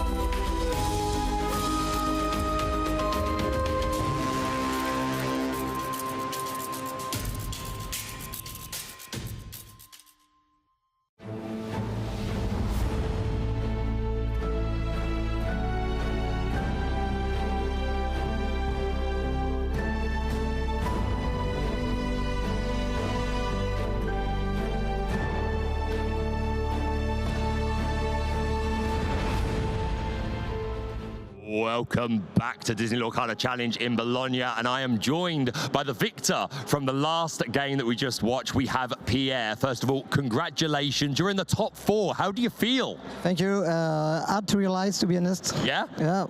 You didn't expect to get this far? I think 24 hours ago, I was 1 win, 1 loss, 2 draw. Wow, so you have crawled your way back through Swiss to make it this far. Yeah, I lost 8 or 9 wins in a row. Wow, that's a fantastic achievement. Tell us about how that affects your mind state and how you sort of crawled out to that to say, no, I'm going to make day 2. Was that a big factor? Did that demotivate you, those early losses and draws? Honestly, I was demotivated, and friends tell me, no, it's not over until it's not over. And and the win, it's like, if I think it's the same for everybody, every time you win, confidence come back. And yeah, so you should be a perfect example to people who maybe come to a challenge and they don't have the first couple of rounds go quite the way they wanted, but don't give up. You can still do it. Yeah. Pierre is sitting here now in the top 4. He's earned a qualification to the European Championships. You've won the Mickey Mouse gold-plated. Some amazing prizes, right? And I beat Frank Carsten, which is like one of my idols in Mirror, so I was very happy. So, oh, fantastic. Well, let's talk a little bit about your deck. You chose to bring a Steel Song. What led to that decision? What we thought about Steel Song, I used to play Ruby Amethyst, and I think it's too much draw and bad matchup against Green Steel. So with my team, we thought up that Steel Song was good, and I had 2 options, like the options my opponent just had with the flutes, and other one which came up from fourth challenge with harps and piglet and very low uninkable. So we thought that this version was better against Steel. That was because you have big bodies. Yeah. That you made the choices based on what you think was going to be most prevalent in the room, and that was a big difference between your list and your opponents. They were using those Sleepy's flutes, which a lot of Steel Song players consider this staple. They consider that's how you win certain matches, like the Ruby Amethyst matchup with the leaps you can get. But you opting to cut them completely and instead going for the big fashion icon at the moment, the golden harp. Tell us about the golden harp. Honestly, most of the time it's a turn 1 ink. Fair enough. But sometimes, when you're set up, it's really good because nobody wants to remove it. I just keep low, get some low every turn, and sometimes I had to brawl it, so it's a turn 1. It's a 1 loss, so it's really cool. So you much prefer that to the Sleepy's flute? Yeah. What do you think of the Pride lands that we see in some? It's not for you? You can't ink it, so... Not for you? No. No, that's fair enough. Are there another one I want to single in on is the Cinderella Stout-Hearted. Super strong card, and that I feel like that was a big contributor to your winning both those games, right? Yeah, it was pretty useless on day 1, and day 2 it was amazing. So it went from meh, I don't know how I feel about this, to this just won me top 4. I was really lucky there, getting it, can't say. Well, some luck, but you have certainly proved your skill to be here. Of course, we all have that element of luck in a TCG, but let's not take any credit away from you. You went through 9 rounds of Swiss, 2-game format. You've played 3 matches so far in your Top Cut, or 4? 4, I guess. 4 Top Cut matches, and you're still here, so super awesome. Tell us where you're from. Tell us about your how long have you been playing Lorcana? Do you have an LGS? Just tell us your story a little bit. I've been playing Lorcana since the beginning. I'm from next to Paris, Nanterre, with the Olympics. Right now, the swimming pool is here. I'm living just next to here. And so I was playing LGS here, and we set up a team, like an in-class team. We have 2 other dudes did top 64 today. Right.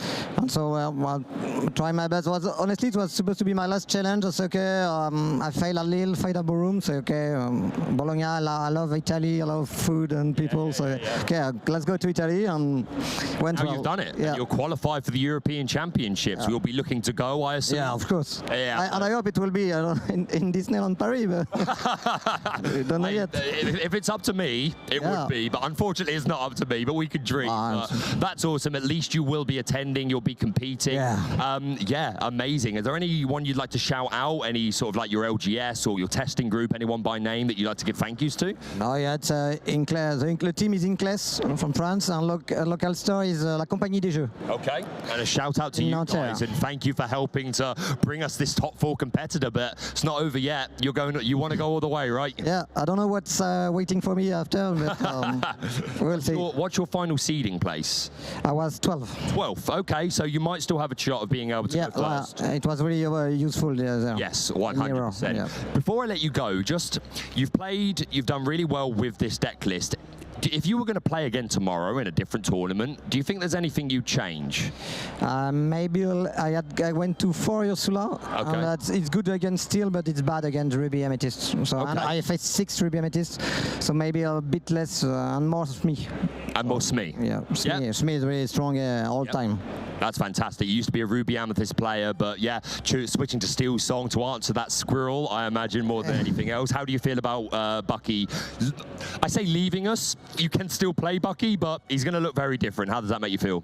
Well, as a Steel Song player, I love to see Bucky players because it was a really good match, but now I think it's a good idea. Good thing for the game. For the game, yeah. No, that's absolutely fantastic. Well, you've you've made it all the way through. You've got a couple more games left to go. I wish you the absolute best of luck. Congratulations. Went to Lille.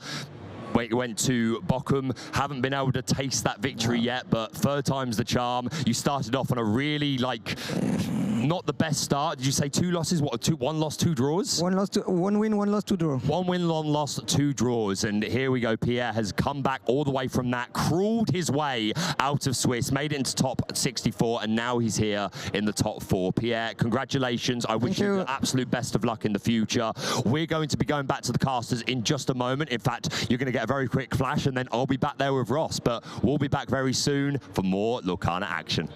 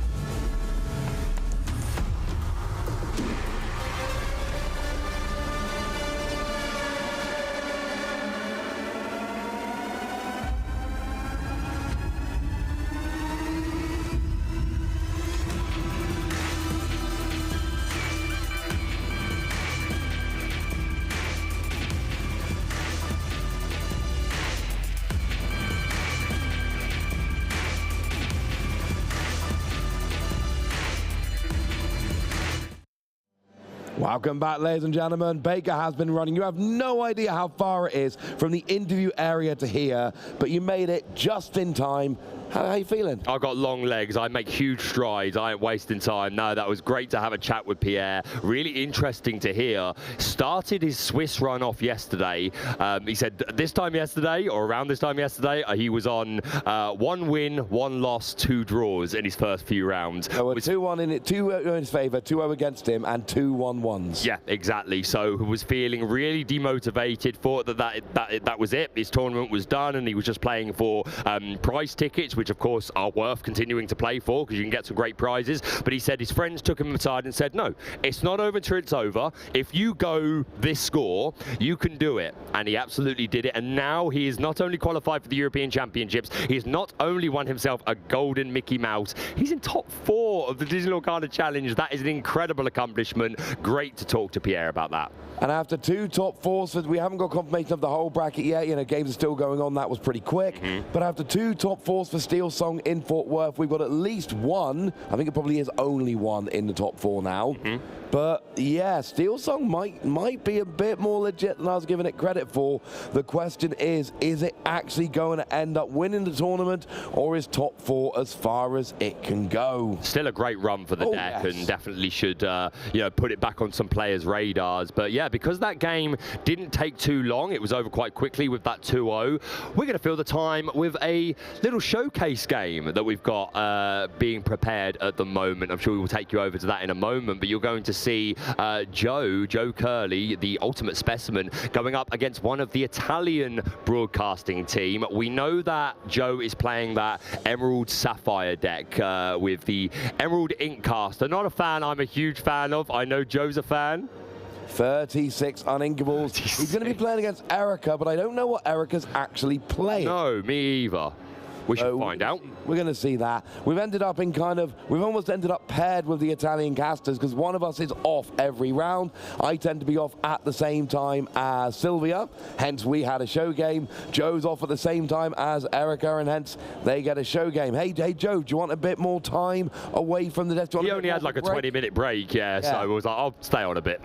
Joe decided to give up the rest of his break to play more Lorcana, just like I did yesterday, with 0 regrets. Absolutely can't blame you. We're just waiting for our character players to shuffle up, so I'm just going to do a speed opening. It won't be zoomed in because the person that's doing that has stepped away. He wasn't expecting me to do that. I'm just going to do it quickly. So many more packs than me. We've got Max, Pegasus, we've got Belle, we've got Thor, I think, we've got Rapunzel, we've got Ariel, Donald, Flotsam Jetsam.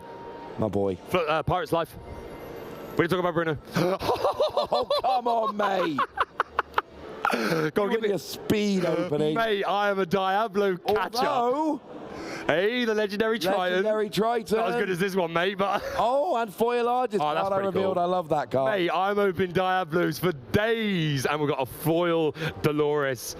Right, just the one, and then we're going to move over to our showcase game.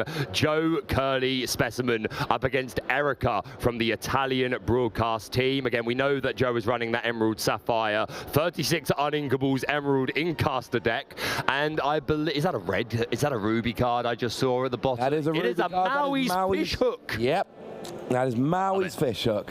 Love that. You pulled 2 Diablo on stream today. Yes, sir. I pulled 1 Diablo in total. Sucks to be you. Yeah. And I've opened quite a few boxes. Sorry, that was a bit harsh. I'm sorry. I've opened up quite a few boxes of this set by now. I think I'm up to 5 boxes total with 1 Diablo. Yeah, get good, I guess. Yeah, get good. I don't know what else. I don't know what else to tell you. But opening Diablos is a skill, mate. But yeah, here we have Erica. We know that she is running Ruby. We saw that Maui's fish hook, and I can see a Be Prepared at the bottom of the deck. Yeah, so we're definitely Ruby. We see a Brawl there. Please show me another colour. I'd love to see another colour out. There's the Maui to go with that Maui's fish hook. Oh, I think it's Sapphire. I think I just saw a little blue. I'm blue, double D, double die. It is blue indeed. We've got Erica on Ruby Sapphire and Joe on Emerald Sapphire with 36. He really wants us to know. It's very important that we know he is playing 36 uninkables in this deck. He's very keen to tell us that. Yep, no. I told them, Joe, you can stop telling me now. That's him just, can you just remind the casters I'm running 36 uninkables?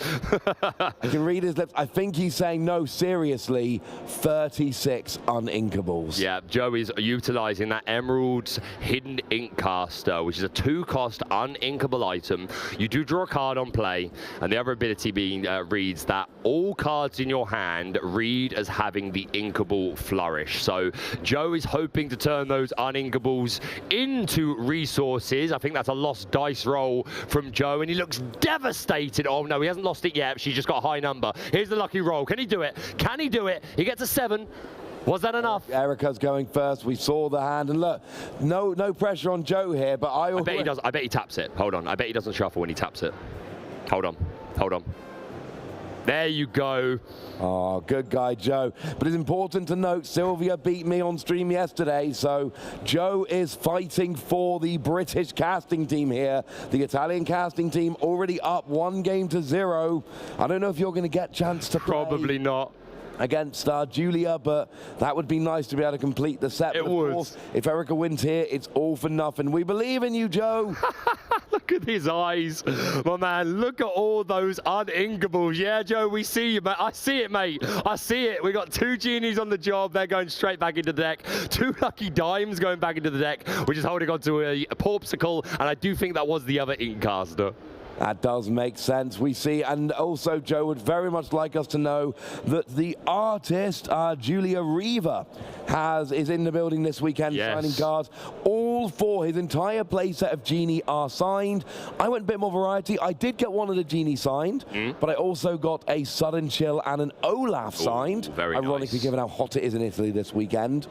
But Joe went for the full playset. Oh, I totally respect it. See, I met Julia at the Disney store in London for the release of, I can't remember if it was Rise of the Floodborn or Into the Inklands, one or the other. It was Into the Inklands. It was Into the Inklands, but I met her then, and it was very special actually, because my mum's favourite card is Peter Pan Shadow. She doesn't play, just to confirm, but like she sometimes looks through my cards, and she fell in love with the art on Peter Pan Shadow. So when I met her, I was like, look, this is my mum's favourite card. Can you sign this for her? And she just has it up in her room, just leaning on the side. So yeah, very grateful for Julia for bringing a smile to my lovely mum's face. But we move into a game time now. Erica is going to ink that Mouse Flavisham, playing the Porpsicle to draw and passing back over to Joe. Did he find some ink? He found another Genie. Another Genie on the job. He's got a Porpsicle in hand, we know, because he saved that from his initial mulligan. Absolutely, and we also see Milo Thatch in the hand of Joe. This is an uninkable card. It is a Floodborn, so it can shift, and it has the ability of, when he is banished, return all opposing characters to their player's hand. So that could be a nice tempo shift if Joe can find a point to utilize it. And we do see the 1-drop Milo being inked so that we can play the Porpsicle and we draw into Under the Sea. Not too bad. So Erica's got the Porpsicle. No, was that Porpsicle? Yeah, got Porpsicle down from turn 1, looking to establish a bit more of this board like we see. We got Maui being inked there, going into the inkwell, and so we can play a Flynn Rider. And you see the face from Joe there. If you do not get a more powerful character, you are giving Erica free lore to begin her following turn. Yeah, Joe is cringing. He knows what this Flynn threats. Look at this hat. Spessy, that is the worst hand I've ever seen. You can't hear me, but he's got to ink. He's got to ink. His Porpsicle. He does have a Flavisham, so like it could absolutely be worse. And down comes the hidden Inkcaster, drawing 1 card, and now all of the cards in Joe's hand are officially inkable. Does Erica have the Judy hops? That would be heartbreaking, right? If by heartbreaking you mean hilarious, then yes, it would be heartbreaking. Yes, absolutely. Anyway, and that's the thing about this hidden Inkcaster deck. You are basically saying, look, I'm playing 36 uninkables, but it's all right because I've got hidden Inkcaster. But if your opponent gets rid of the hidden Inkcaster, or you just don't draw into it, then you just actually have 36 uninkables. Not ideal. Flynn Rider, quest for 1, putting Erica up to 4. And Joe is only 1 turn away from playing Hiram Flavisham, who, for the record, does have less strength than Flynn Rider. Yes, you are absolutely right, but may still need to come down. We're going to see a Morph instead, who does have that 2 strength, so we'll stop this Flynn Rider from gaining a 3 lore at the beginning of Erica's next turn. Yeah, it is a 2-1, the Morph, 2 cost, 2-1, quest for 1. We see 1 going into play and 1 going into the ink. Oh, do you reckon Erica can do 1 damage? Erica is running a super spicy looking deck here. We've got Jim Hawkins. I'm seeing 2 copies also of the enchanted RLS Legacy, 4-cost uninkable location, 2 passive lore gain, 8 willpower. It costs 3 to move there, and all characters there gain evasive. But Ross, if you have a character there, it only costs 1 to move there. I love that theming that one man on the ship helps the others on. Beautiful. I do like that very much indeed. We saw some questing with Flynn Rider, putting Erica up to 5. No passive lore with the Flynn Rider, but Hiram Flavisham did banish the Porpsicle, draw a couple of cards, and Erica is doing the thing that Sapphire tends to do, starting to draw a bunch of extra cards. Joe gets a Milo Thatch down. Is that in play? Yep, that is absolutely in play. We're shifting on top of the Morph for 4. Pretty big turn, and so far this is going all right for Joe. Quests for 3 with the Milo, 7-cost uninkable 4/4. And of course the ability, as I already said, when it's banished, it will bounce all opposing characters to their player's hand. But until that happens, you're just getting free lore a turn from questing, which is frankly not too shabby. I'm just trying to remember, because it's been a while since I've looked at this Milo. I'm pretty sure it's on banish. I hope it's not on leave play. Because if it is on leave play, then this let it go that Erica's holding. Definitely banished. Well, okay, it is banished. Okay, that being the case, then this let it go, it could be a really strong play. We're not at 5 ink yet, but it could be a way to get rid of this Milo without giving up our own board tempo. Which would always be an advantage. That's what you're looking to do, get rid of your opponent's characters without giving them any cheeky advantages. We do have enough ink. I missed one. Let it go, and Joe is not happy about that.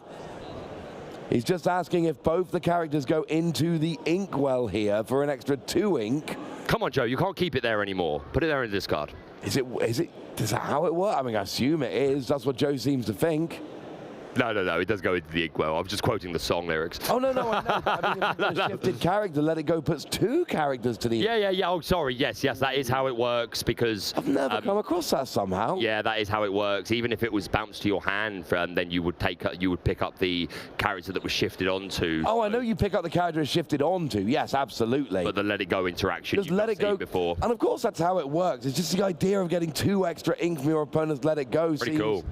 Too good. It does. I still think it was the right move, though, from Erica, because this Milo was just going to sit there, keep questing for 3. It's obviously got the 4 strength to outpace the Flynn Rider. So, yeah, it hasn't ended up being the worst thing for Joe with that extra ink, but I still think it was the right play from Erica. Oh, I agree. 2 extra ink is very, very lovely. You're right. So Erica then starts her turn. She's got a Flynn Rider down, but that is all she's got right now. So the question is, what can she do to try and bring this round? Joe is still behind on ink, but he's got the Genie down. He's got the Inkcaster in play, and it... almost unbelievably, his deck is actually starting to work.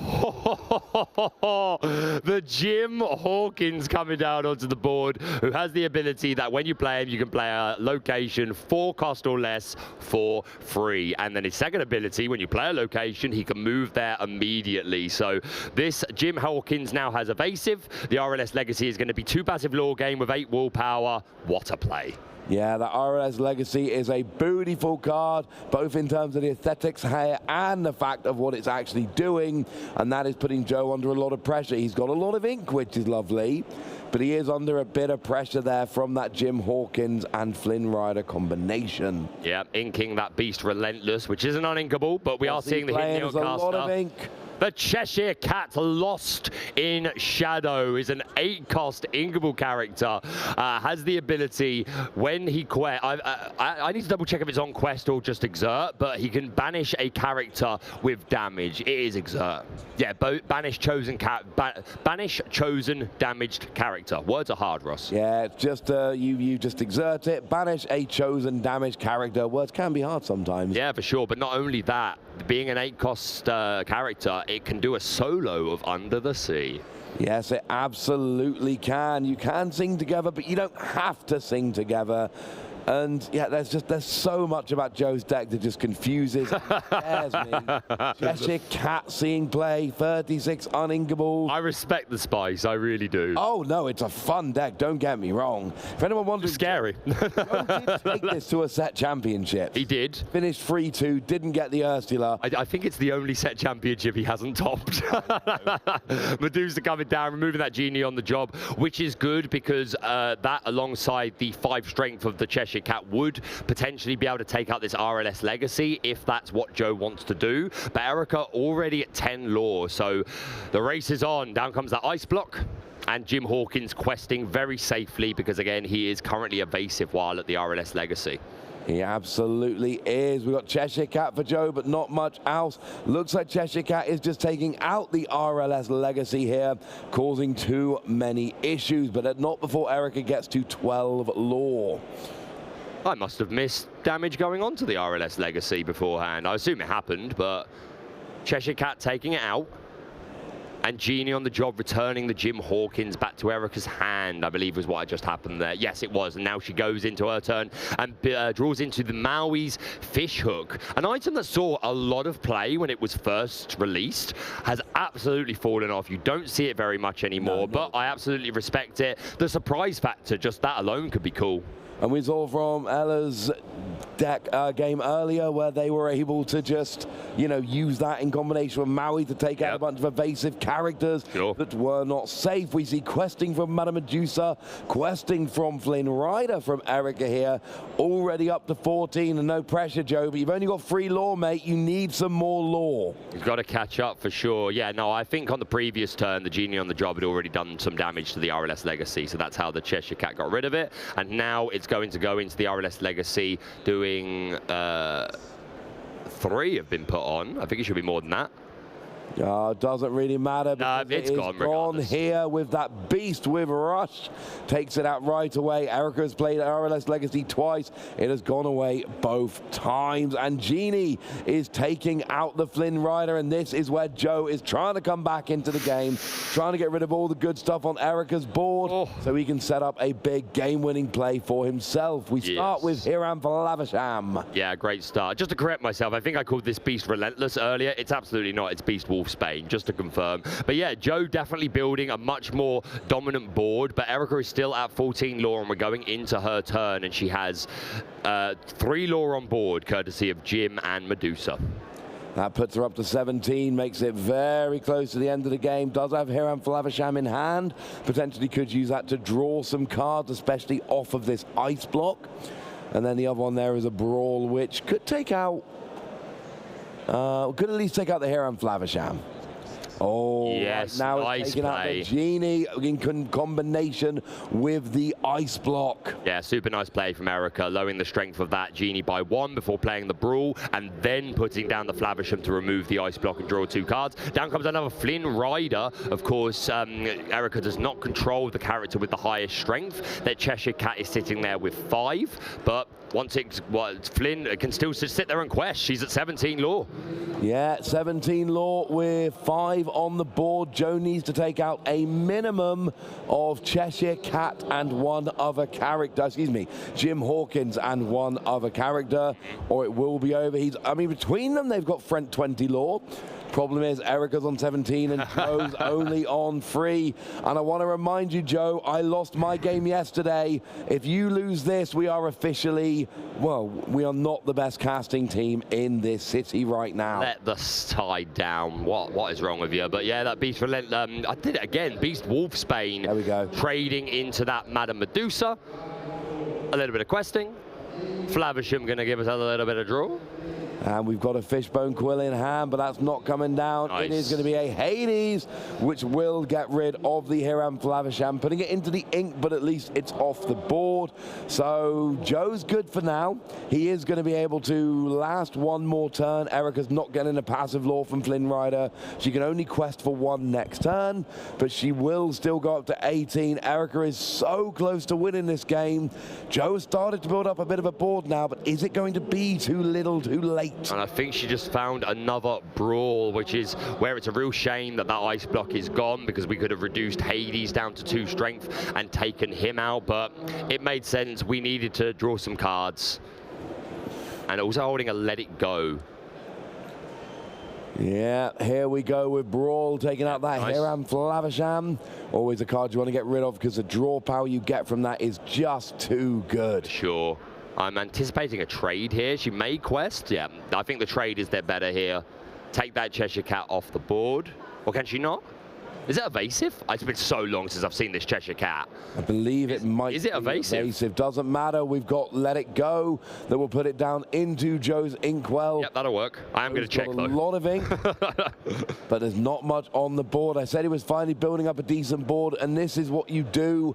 If you're Erica, you're ahead in the game. Just stop your opponent coming back. But it's that Gaston with the overdeveloped brain, the one that's becoming very trendy this weekend in Bologna. Yep, he is. My apologies to people watching. I must sound like I haven't got a clue, but in my defense, who's playing Cheshire Cat lost in from the shadows, should I say? Yeah, Joe, to be fair. I'm certainly going to remember now. Yeah, 8 cost Inkable, 5/6, quest for 2, shift 5, evasive, and Wicked Smile. Exert to banish a chosen damaged character. To be fair, it was just the evasive that I missed, but yeah, that made all the difference. Flynn Rider not able to make that trade. That would have been pretty good.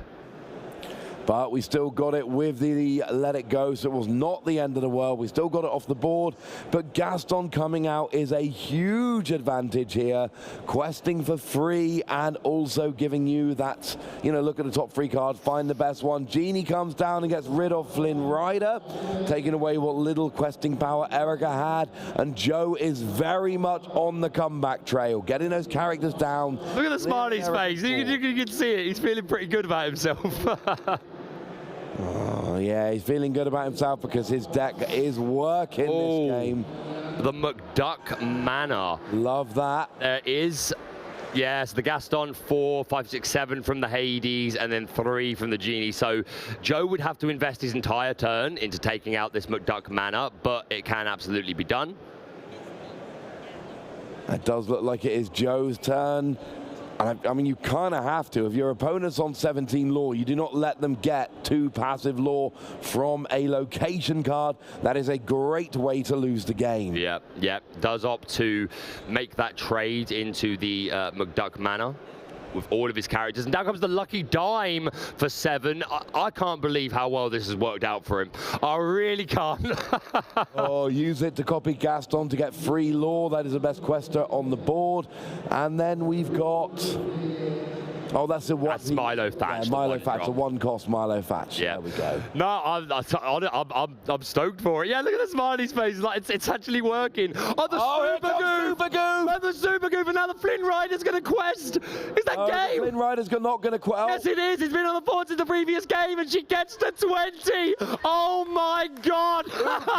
Gets the win with Erica. What do I keep telling you? Super Goof is amazing. Super Peanut Powers coming all the way through there. The Super Goof off the top. Joe can't believe it. I've just seen a mugging.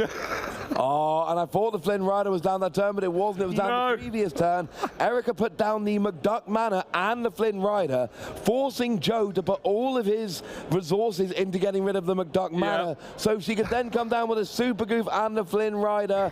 And unfortunately, that leaves the Italian casters 2-0 up against the British casters. And yeah, I think we might be off the team at this point. I think we might be replaced. Oh, that was absolutely incredible. And they're just coming back. Yeah, she's thrilled. The Super Peanut Powers. Joe looks demoralized. He's not on it. You're going to see his face in just a moment.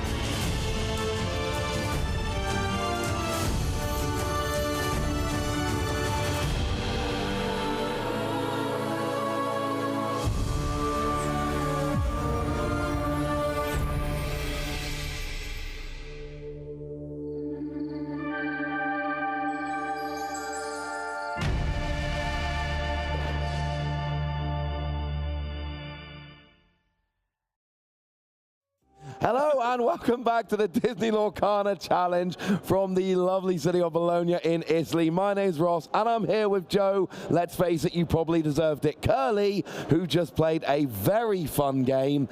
So, talk to me about Super Goof. Super Goof. Not really familiar with that card. What does it do? Well, apparently it beats you on stream, Joe. That is mostly what it does. I was feeling so confident right there. I thought I'd finally stabilized a bit, but no. You were, I mean, I'll give you your due there, mate. You were coming back beautifully in that game. It was a really fun game. I loved watching it. You got the early Inkcaster. Your opponent, you know, Erica, she had no answer to the Inkcaster. So your deck actually started working. I know, could you believe it? It actually worked. Oh, you got the Gaston down. You actually used Cheshire Cat more than once. You had the Milo Fatch coming in, doing its thing. Reminded everyone, including myself, someone I'd not really thought about for a while, but the Let It Go, putting it in the ink, it shifted will get you 2 ink. Yeah, it was quite nice. And your deck seemed to be working, and then Erica's like, Super Goof. Super Goof.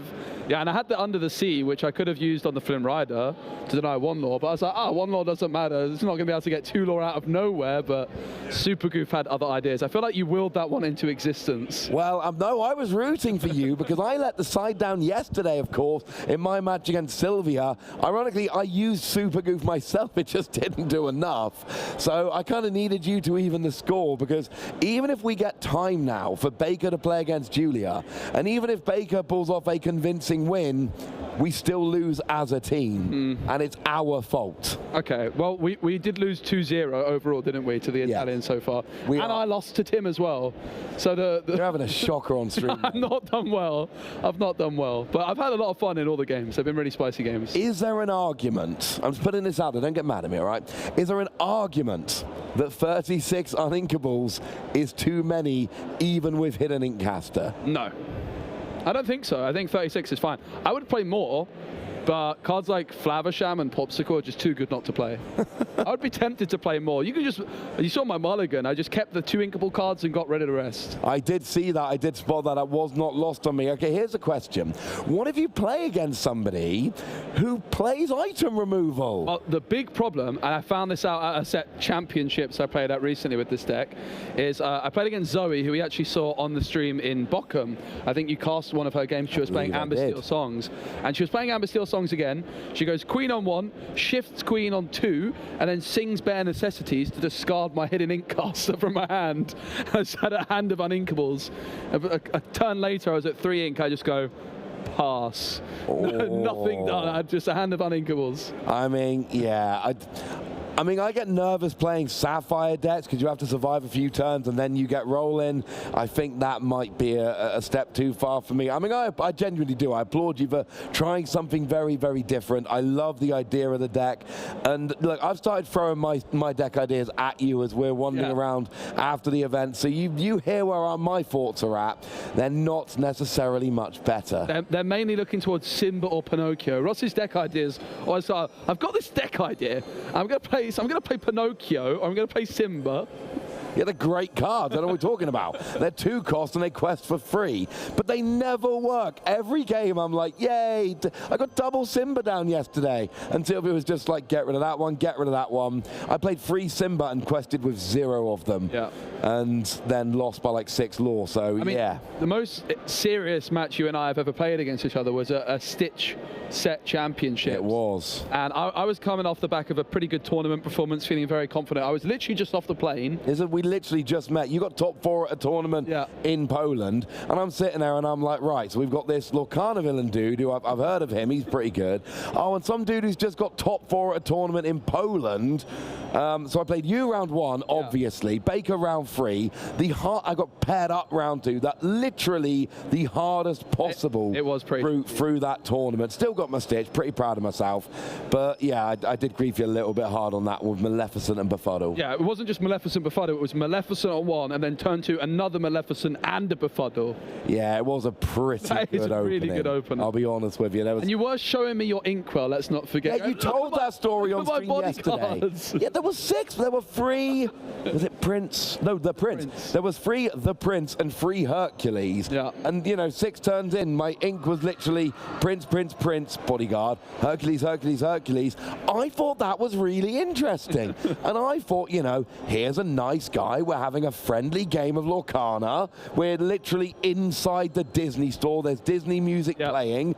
I think this is, even though it's a set championship, it doesn't matter. We're quite relaxed. I think you'll find this fun, and you're like, oh, you're not allowed to do that. I mean, to be fair, I was like, not going to be that guy going, judge my opponent's cheating. I was just like, bit of a warning, probably shouldn't do that again. Oh, I think you and I remember this in very different ways, my friend. But I feel like now we're kind of on this casting team together. Yeah. The problems of our past are left in the past. Well, maybe not. I mean, you brought it up both days on stream this weekend. I'm still salty. I can't believe that you got me with the befuddle on turn 2 Maleficent. I was so confident. And I got paired down, didn't get to play against Baker, and I never got to win the first ever set championships. Yeah, but I did thanks to your befuddles. Yeah, but I did get paired against Baker, and I didn't get to win the first ever set championships. And now we have to hear it from Baker every time we see him. Come down the hotel in the morning, I'm like, morning, Baker. And he's like, won the first ever set championships. I won the second. Well, the first Ursula won. I do feel like if there's another one of these that we're all invited to for Shimmering Skies, I kind of have to win it. A lot of pressure. We are going to take a quick look at the updated bracket in a moment. The players are in this part of the building, and they are seated and ready. I'm seeing some shuffling going on, so pretty excited to see what decks have made it through into the top 4. It is the top 4 now, right? It is the top 4 now. This is my last game of the day. We've got Victor with your Sapphire Steel against Pierre with your Amber Steel. And then we've got Ella, with that, his name, I'm really sorry, I'm pronouncing that name badly and I know it, with Sapphire Ruby. And here's the thing, that's the Queen deck. So far, we don't have any Emerald Steel, and we don't have any Ruby Amethyst. Now, there is one still to be confirmed. That could change, but the 2 best decks are not in top 4 right now, and I'm sorry, but Ella's deck there, I love that deck so much. I want to see the Queen winning. It is so much fun. It's such an impressive deck. Also, a friend of Theatime, who we saw win the Bochum Challenge, so that is a very strong prep group. What a deck that is with the Queen. If you haven't seen it yet already, you are not going to want to miss that one. But because we've got the first semi-final ready, we are going to be watching Victor versus Pierre. I believe the second semi-final is still not quite ready to go, as there's another match ongoing. Can you imagine going to their locals and being like, you sit down, you're like, wait, that's the Bochum Disney Lorcana Challenge champion, and that's a Bologna Disney Law. Like, how are you supposed to play at that locals with 2 of the 3 challenge champions? I mean, that does not seem fair. No, that seems like a very, very stacked local scene, that's for sure. Imagine Frank Carsten walks up and then it's just like everyone else just leaves the building. There is no point. You can't win. No, absolutely. Players are now getting ready to put their headphones on. They're having a nice little chat. I can see one of them's got one of the T-shirts available on the prize wall. Let's not forget, there's lots of other Lorcana going on in the building. It's not just the semi-finals. There's also a bunch of side events taking place where you can do all sorts of fun things like pack battles, earn yourself some prize tickets, and that is going to be pack. Did somebody say pack? I heard packs coming out. Yeah, packs so, you know, figure we might just open a nice little pack here. Our poor director has been getting it from me all weekend, like an opens packs now. When do I get to open packs? I might need to stop asking in a minute for fear of not being invited back. That's my boy Prince Eric. Made me look very good in the guest of flavor text yesterday. We got another Prince Eric heavy pack. One more Prince Eric. We got Jasmine. We've got the Super M Minnie Mouse and Benja coming out to say hello. Since Bochum, have you got any better at opening the packs? I have. Look at me go. Nice, proud of you, mate. Megara. Farley. Daisy Duck, Tong, Magic Broom, the Lively Sweeper. Nice. Lively Broom, the Aerial Cleaner. Okay, can we get 3 Magic Brooms in a row? Never done before. Aladdin. Yeah, that's a good card, that Aladdin. Hercules. Scuttle, which is in the top 4. I know you love some Scuttle. Ruby Sapphire deck. Never underestimate the... Wait, one sec. Let's just pretend this card isn't in there. I'm just going to... We never saw that. We never saw the Super Goof. Minnie Mouse. And the Plank. Super Goof, of course, that card which just put me down in the most dominant of fashions. Super Goof made you look like a super goof. Had to do it. There's one more for the pun. If anyone's counting out there, there is one more out there. Oh, we've got Seldom, All They Seem, we've got First Aid, we've got Farzo, we've got Yao, Ursula's Trickery, Felix is here. Oh, I love the art on this Olaf with all of the carrots. Oh, we've got a super rare Aurora, super rare Aerial Sonic Warrior, and a rare Elsa Storm really nice Chaser. art. Get to Exert It to give a chosen character, challenge +2, and rush for the turn. I've got Diablo, Ana. Look out for a shift option with Ana in Amethyst. 7-cost Floodborn. Could be a nice Sapphire Amethyst deck brewing. I've got a Pluto, a Hercules, Poor Unfortunate Souls, Triton's Decree, Flotsam and Jetsam, Megara, Mulan, Rapunzel. Oh. We don't talk about Bruno. Don't talk about it, mate. Don't talk about it. Ana. Two Anas in one pack? I like that Ana, so that's the one. I like it too, hero. If you have a hero in play, you get +1, but there's some other hero cards I really like and some Queen. Like Super Goof. Like Super Goof, and we got things like the Hans. If you've got a Princess or Queen in play, when you play it, you gain a lore, not unlike our friend the Goat. And I'm just saying, there is a deck in there somewhere. I am sure of it. I agree. We got ourselves RLS Legacies Cannon. Oh, that's a card we like very much indeed. And a Megara as well. Yeah, in this show match, when the Flynn Rider came down on turn 2, I was panicking because I just inked Milo Thatch and played Popsicle. And I was not convinced I was going to be able to stop that Flynn Rider anytime soon, but I got very lucky to draw into Morph. Oh, no, I noticed that. I've got, is it Jacques or is it Gus? It's Jacques, which we saw at the first round, didn't we? Yeah, that's a good card. Gives the character Reckless. Hogsworth, Li Shang, Magic Broom, Triton's Decree, Lost in the Woods, Nessus, Iduna, Hercules. I got another one before the foil. I got the Elsa Storm Chaser. We like the Elsa After Storm Chaser. Elsa dispersed Ursula's Storm, Ana was nowhere to be found. Argus as well. See, I like that. I like the Arges. I think I heard one last pack in my ear. I think maybe one last pack. I think I heard one last pack. Sometimes it's a bit hard to hear. There's a lot of noise in the room. I think we heard one last pack. We will be incredibly quick. Oh, we could do the duo pack here. I'll be quick. I'll catch up. Catch up. Pegasus, Bell. There's Prince Eric. Beast, Camillo. There's your medallions. Contract, Imperial Bow. Hercules. Treasures Untold. We got Elsa. Aurora. And Olaf. And Pete. Nice, okay. And it looks like I think we might be getting round. Of course, there was a couple minutes of break while we were waiting for the players to have a look at deck lists, a very important part of this day 2. But I think the players might have had enough deck list action, and that means we can get into some playing action. I think that is what we are going to be looking at here, because of course one of the important things about the top 64, it is open deck list. Not only are you allowed to know what your opponent is playing, we'll literally give you that deck list and let you have a good old look at it. But not during the game. You get to look at it before the game, but not during the game, which I think is a nice thing, because otherwise I think the games would be quite slow, especially in untimed rounds. You could really just be analysing, let me look through every card in your discard pile and see exactly what's left. So I think it's nice that it's just available for the game, plenty of time to try and get that memorised. And there's a little bit of skill there as well, but I think we are ready to be heading down to the table here for our top 4 game right now. That was good. Disney Lorcana Challenge here in Bologna. This is the first semi-final of the day. The player who wins this, of course, will be getting into the final. That is how this works. Well, yes, generally the player who wins the semi-final does get into the final. Thank you for that confirmation, Joe. In case anyone was unaware.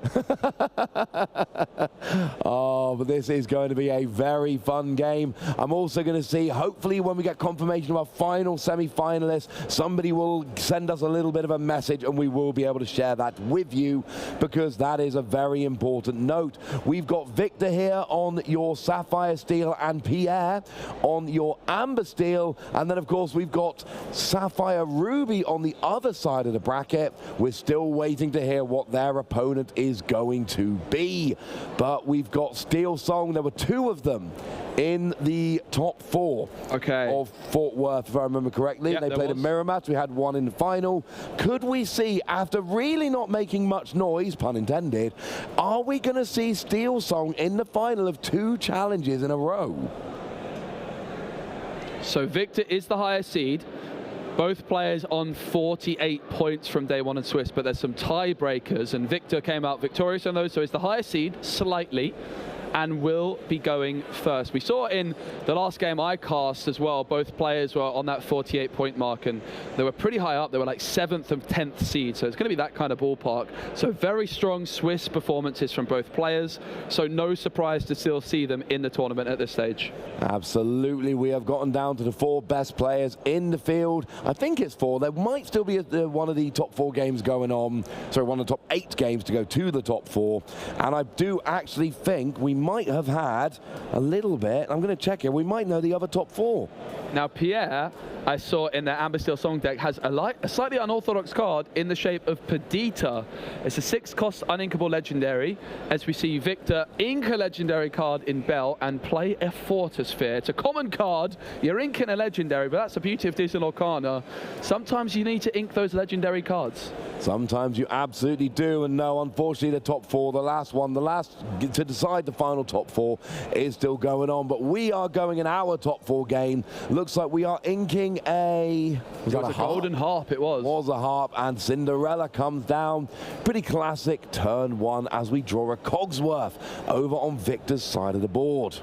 Yeah, and a big thing for Victor here is they have access to that Fishbone Quill.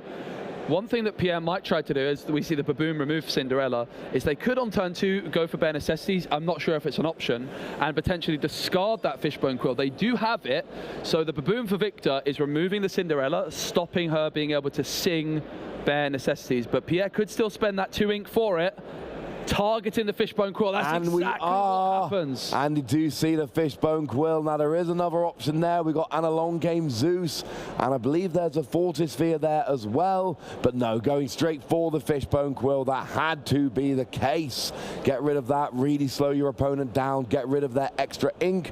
And you know, when these Sapphire decks get too high on ink, it opens up way too many options for them. Yeah, and Victor no longer has a ramp tool in hand, doesn't have Mickey Mouse, no other Fishbone Quills. And we know that Sapphire likes to ramp. Victor with the mulligan was kind of targeting getting this Fishbone Quill down on turn 3. But that's the power of the bare necessities. Unlike Ursa the Deceiver, it's not just song cards it targets, it's any non-character card, including locations. And in this case, importantly, it includes items like Fishbone Quill as well. Very nice. We got the Fortisphere down there, and we pass over to Pierre, who's going to ink a Robin Hood and just pass straight back over. Nothing else to be done. No good free cost card. Really not what you were looking for there. You'd like to try and get some characters on the board, but that's what happens when you play too many songs. You don't always get the characters, but Victor inks and passes just straight back. Yeah, 4 ink on the board for Victor. Without that Fishbone Quill, Pierre's really slowed them down. Rapunzel, not how you usually use her. Nope. Of course, this Rapunzel gifted with healing is an alternative art available as a promo card, both on the prize wall as a non-foil, but both players have already secured their Rapunzel playmat and foil card as Victor responds with a Cogsworth. Yeah, inking the Baboom and then putting down the Cogsworth here. That lovely 5-cost quest for 2 with Ward that gives all of your other characters resist 1. That is a very good card, one that sees a huge amount of play. So if you're playing these Sapphire decks, there's a very good chance you're playing old Cogsworth or Big Ben if you're in France. So Pierre's singing Let the Storm Rage On and damaging their own Rapunzel because they have a bunch of cards in hand they don't want to ink. They can't target Cogsworth with Ward, but this allows them to find the Ursula Vanessa, which was drawn from the Let the Storm Rage On, and allow them to play the Robin Hood. Otherwise, the Robin Hood was the only inkable card available. 2 Perditas in hand for Pierre, which I would imagine are probably the only 2 in the deck, and a whole new world as an option. We do see the Tinkerbell coming down, being inked to play another Tinkerbell. That puts a third damage on Rapunzel, and it puts a damage onto that Robin Hood there. This would be a great time to play a Rapunzel gifted with healing. It sure would. Now, Cogsworth could be challenging the Rapunzel, but instead it's exerted to sing. Grab your swords, which is going to put 2 extra damage counters onto the Robin Hood, as well as removing the Rapunzel. Strength of a Raging Fire, and it looks like it might be a signed copy, is drawn by Pierre. So it's Strength of a Raging Fire, 2 Peditas, and a whole new world. Pedita can bring back a 1 or 2 cost character from the discard pile and play it onto the board. Is there any available? Well, there's Cinderella from right back in turn 1. And you need to remember, the Let the Storm Rage On, the damage from that onto the Rapunzel is what opened up Victor being able to take it out with a Grab Your Swords. We'll see if that has a big effect as we go later on through the game. But Pedita getting Cinderella feels like a very good win. Fishbone Quill gets inked to play a Lucky Dime, and I am liking this. We could get, no, we're out of ink for the time being, but next turn that can start getting a minimum of 2 lore per turn. You might be liking the Lucky Dime, but Pierre is certainly not liking the look of that. A big grimace on their face when the Lucky Dime hits the board. If they don't have cards like Benja or Beast Hard-Headed, that Lucky Dime is going to remain on the board for the rest of the game, and those are not usually cards Amber Steel Songs has access to. There's another Pedita in hand, there's the Whole New World, but Let the Storm Rage On has been drawn, which could of course be sung by Cinderella. It could, and you can get some damage down, but it would have to be onto Tinkerbell, and it would not be enough. Of course, we've got resist on that Tinkerbell now as well from the Cogsworth. Cogsworth's got wards that can't be chosen by effects, so there is quite a lot of protection on the board here right now. Victor might only have a couple of characters, but they're quite beefy, and Pierre, Cinderella's all right, Pedita's all right, the Robin Hood's pretty good. No one's got any lore yet, but it does seem like Victor's set up. I'm preferring it right now. Yeah, Pierre's hand is a little bit awkward because whenever Pedita quests, it can also put a character from the discard back into play, and the Pedita in hand as well, but there's no other 1 or 2 cost characters available for Pierre to bring back with either Pedita. That is not ideal. If you've got a bunch in the discard, you can start flooding your board really nicely, but not an option right now. I mean, you can still use your Cinderella for singing.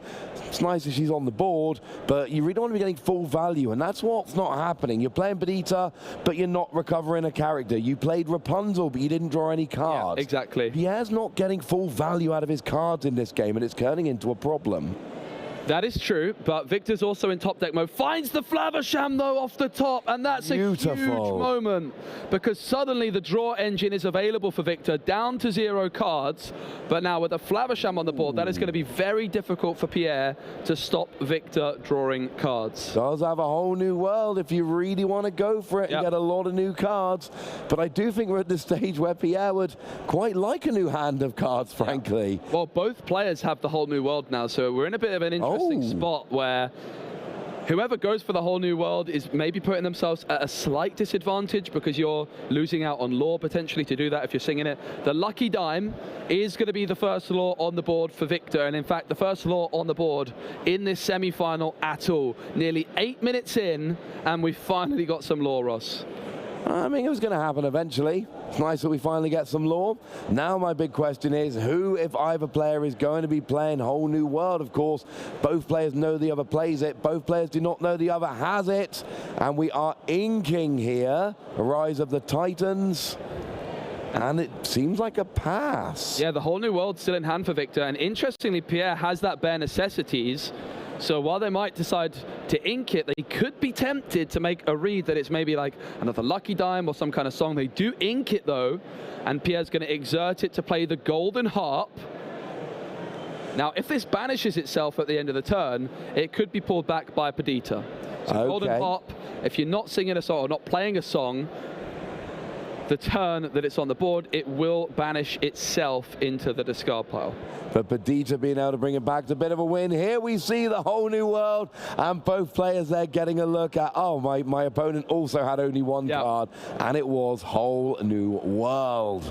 And Pierre, another grimace when they see that the one card was a whole new world. They were probably hoping for something like a Tamatoa or something along these lines. Finds another Bare Necessities, which is an interesting option, and it is going to be sung. After a whole new world, I always really like Ross being able to play either Bare Necessities or Ursula Deceiver. Just seeing what's in your opponent's hand, getting all that information is really crucial. It is, but all you hit there was a single Porpsicle, and look, we like Porpsicle. It's a one-cost item, draws a card when you play it, can be banished with Hiram Flavisham to draw cards, but it's really not what you were looking for there. You were looking for something a little bit more impactful.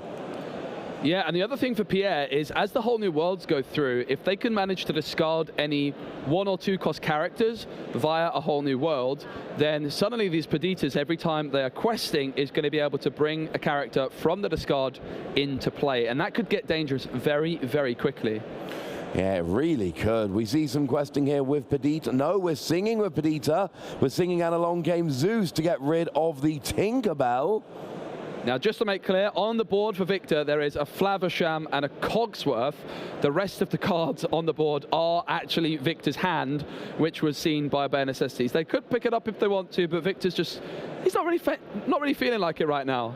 That would be a great board. Like, if that was an actual board, that would be amazing. Unlikely, but would be amazing. It would be pretty good. In comes Mr. Smee, only going to cost 2, but it can quest for 2. And speaking of questing for 2, it's the Piglet, Pooh Pirate Captain. And this is the power, Ross, of that Bare Necessities, because Pierre could have discarded Grab Your Sword there if it was in Victor's hand, but Victor could draw it. It's Rise of the Titans, but Flavisham, 2 more cards for Victor to find the Grab Your Swords. Can they do it? I think they did it, Ross. I think it's Baboom, and is it a Grab Your Swords? I think it might be a whole new world. No, it's a Fortis Sphere. Doesn't look like it's happened. I'm sure someone caught that. I'm not. I didn't see it in his hand personally. I'm not saying it's not there. I'm just saying I haven't seen it. I saw Fortis Sphere. I saw a Baboom. I mean, I definitely want to Baboom the Piglet, if nothing else. Even the Fortis Sphere is going to provide another card draw opportunity. So you could go for the Fortis Sphere, then maybe draw another card, and that could be the card that Victor is looking for. Let's see what they go for. It is going to be the Fortis Sphere, probably looking for that Grab Your Swords. It's a Tinkerbell, which is certainly not the worst idea at a moment like this, where there's lots of characters on your opponent's side of the board. But is Tinkerbell going to be enough? Because Pierre is questing for an incredible amount, Ross, with the Robin Hood, the Golden Heart, the Piglet, the Smee, the double Perdita. They all quest for 2, and there's a Cinderella just tucked at the top of the screen, which I do believe is still on the board. 12 is the total we're going to be questing for next turn. Assuming all those characters remain on the board, I believe Pierre is questing for 12 next turn. Just 12 in a single turn. Not bad, eh? I mean, to be fair, Ella in the interview earlier told me they got 33 lore in one turn with Tamatoa so far, so I'm going to be honest with you. There's the Tinkerbell. It removes the Robin Hood with the help of Cogsworth. 1 damage onto everything, but everything else on Pierre's board remains. Robin Hood banished, but no card drawn, Ross. It's only when Robin Hood is banished in a challenge that Pierre would draw a card. Yes, correct. So lots of damage on the board, but there's still so much questing power. We do see the Baboom coming down and getting rid of the Piglet. So that's at least 1, but we've still got 2 from the... Remind me what's on the left-hand side there. Oh, the Golden Harp. Yeah. We've still got 2 for the Golden Harp, 2 from the Smee, 2 from each of the Perdita, and 1 from the Cinderella. That's still 9 lore. That is not too shabby. NTS. Pierre as well now has got that Cinderella back in the camera shot. The board was so wide that it was easy to almost forget about Cinderella being there for a moment. Of course, if they have Cinderella stout-hearted, that could be a really interesting shift option as well. Now, this Piglet Pooh Pirate Captain got banished by Victor, but guess what, Ross? When Perdita quests, that Piglet Pooh Pirate Captain can be coming back down onto the board. Interestingly, the Smee could challenge Cogsworth as well, banishing the Smee, and then it could be pulled back by another Perdita. So Pierre's got some really interesting options here. They're going to sing Let the Storm Rage On with Cinderella. damage their own Perdita. I think I see where this is going. I think I see where this is going as well. I think we might be seeing a Rapunzel gifted with healing. There it is. Now that is full value. You are then getting 3 extra cards from the Rapunzel here. That is exactly what we're looking at. There's another signed card in the deck there as well. Whole new world. Amazing. Very nice indeed. Lorcana does allow you to play with signed cards, and that makes me very happy. Agreed. I was playing with some as well in the show match. I mentioned it. I'm glad. I'm glad. How many uninkables are you playing again? So Smee, definitely considering that option to challenge the Cogsworth, banishing the Smee, bringing it back with Perdita. I do believe the only 1-cost character in the discard is the Piglet, and the Smee is now joining Piglet into the discard pile, but I don't think that's going to be for very long at all. No, your quest with both the Perdita bring both of those characters right back, and Pierre is navigating this wonderfully. Early in the game, Pierre was not getting the proper value from their cards, but now they are, and crucially, their opponents only got 3 lore, and that's the key. Yep. It doesn't matter if you have a slow start, if you're not using all your resources as efficiently as you want to, as long as your opponent doesn't have a ridiculous start. And right now, that has not happened. Pierre still with 3 ink remaining. He's going to spend all 3 of that ink on an aerial spectacular singer. They're going to look at the top 4 cards of their deck.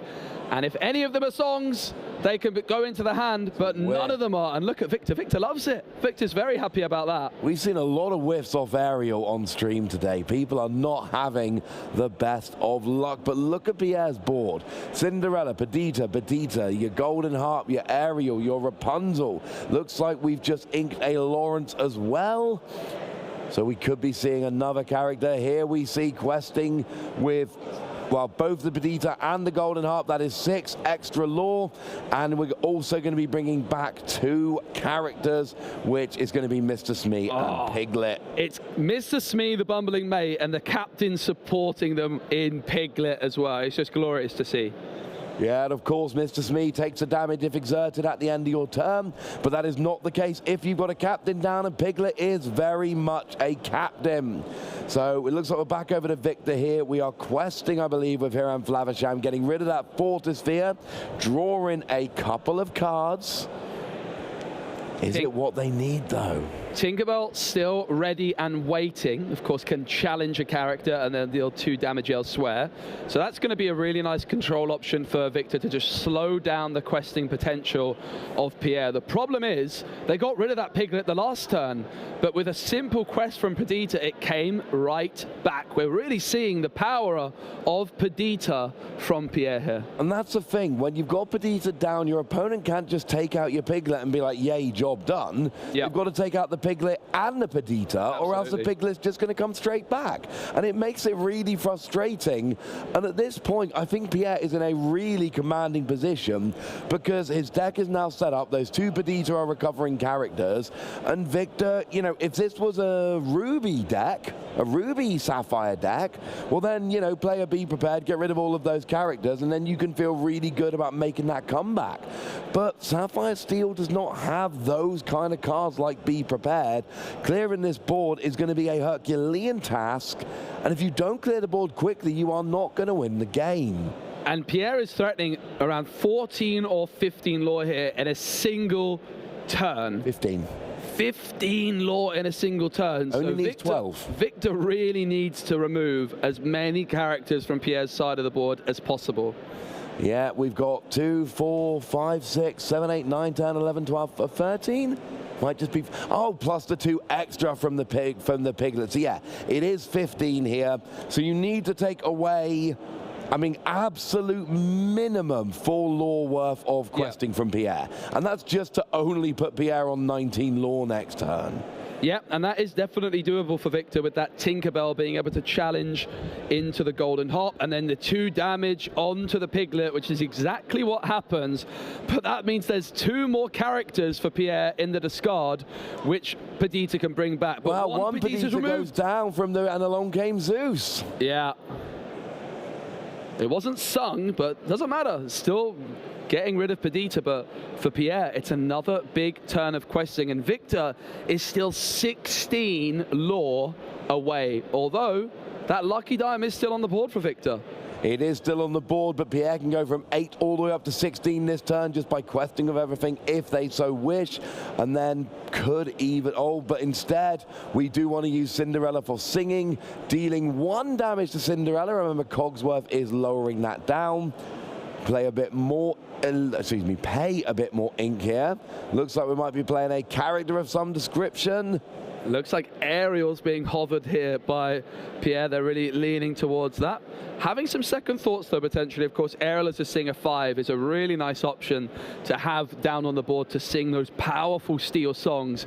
It's a big reason we see Amber and Steel pairing so well together because of this Ariel card.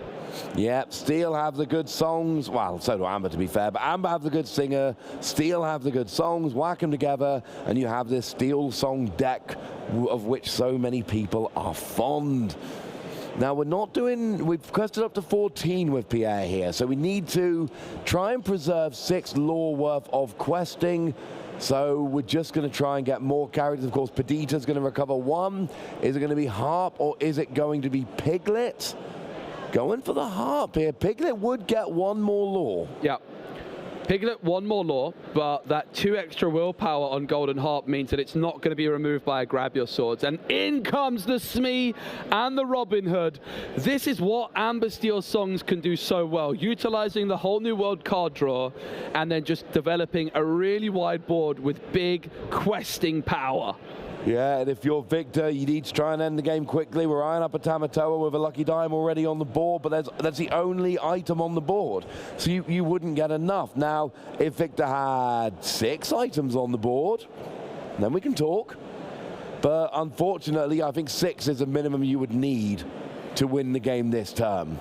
And I'm not sure, and Victor is looking, and it does look like Victor is conceding the first game. Pierre is too far ahead with too good of a board, and we are heading to game 2. And there was a big reaction from the crowd here, watching the games along with us live here in Bologna. Big shout out to all of those people, as well as the people watching from home, enjoying the very best of Disney Lorcana action. We showed Pierre's top 8 game, and there was a big cheer and chanting when Pierre made their way into top 4. We saw a big cheer there when Pierre won the first game. Pierre, clearly a very popular player in the room.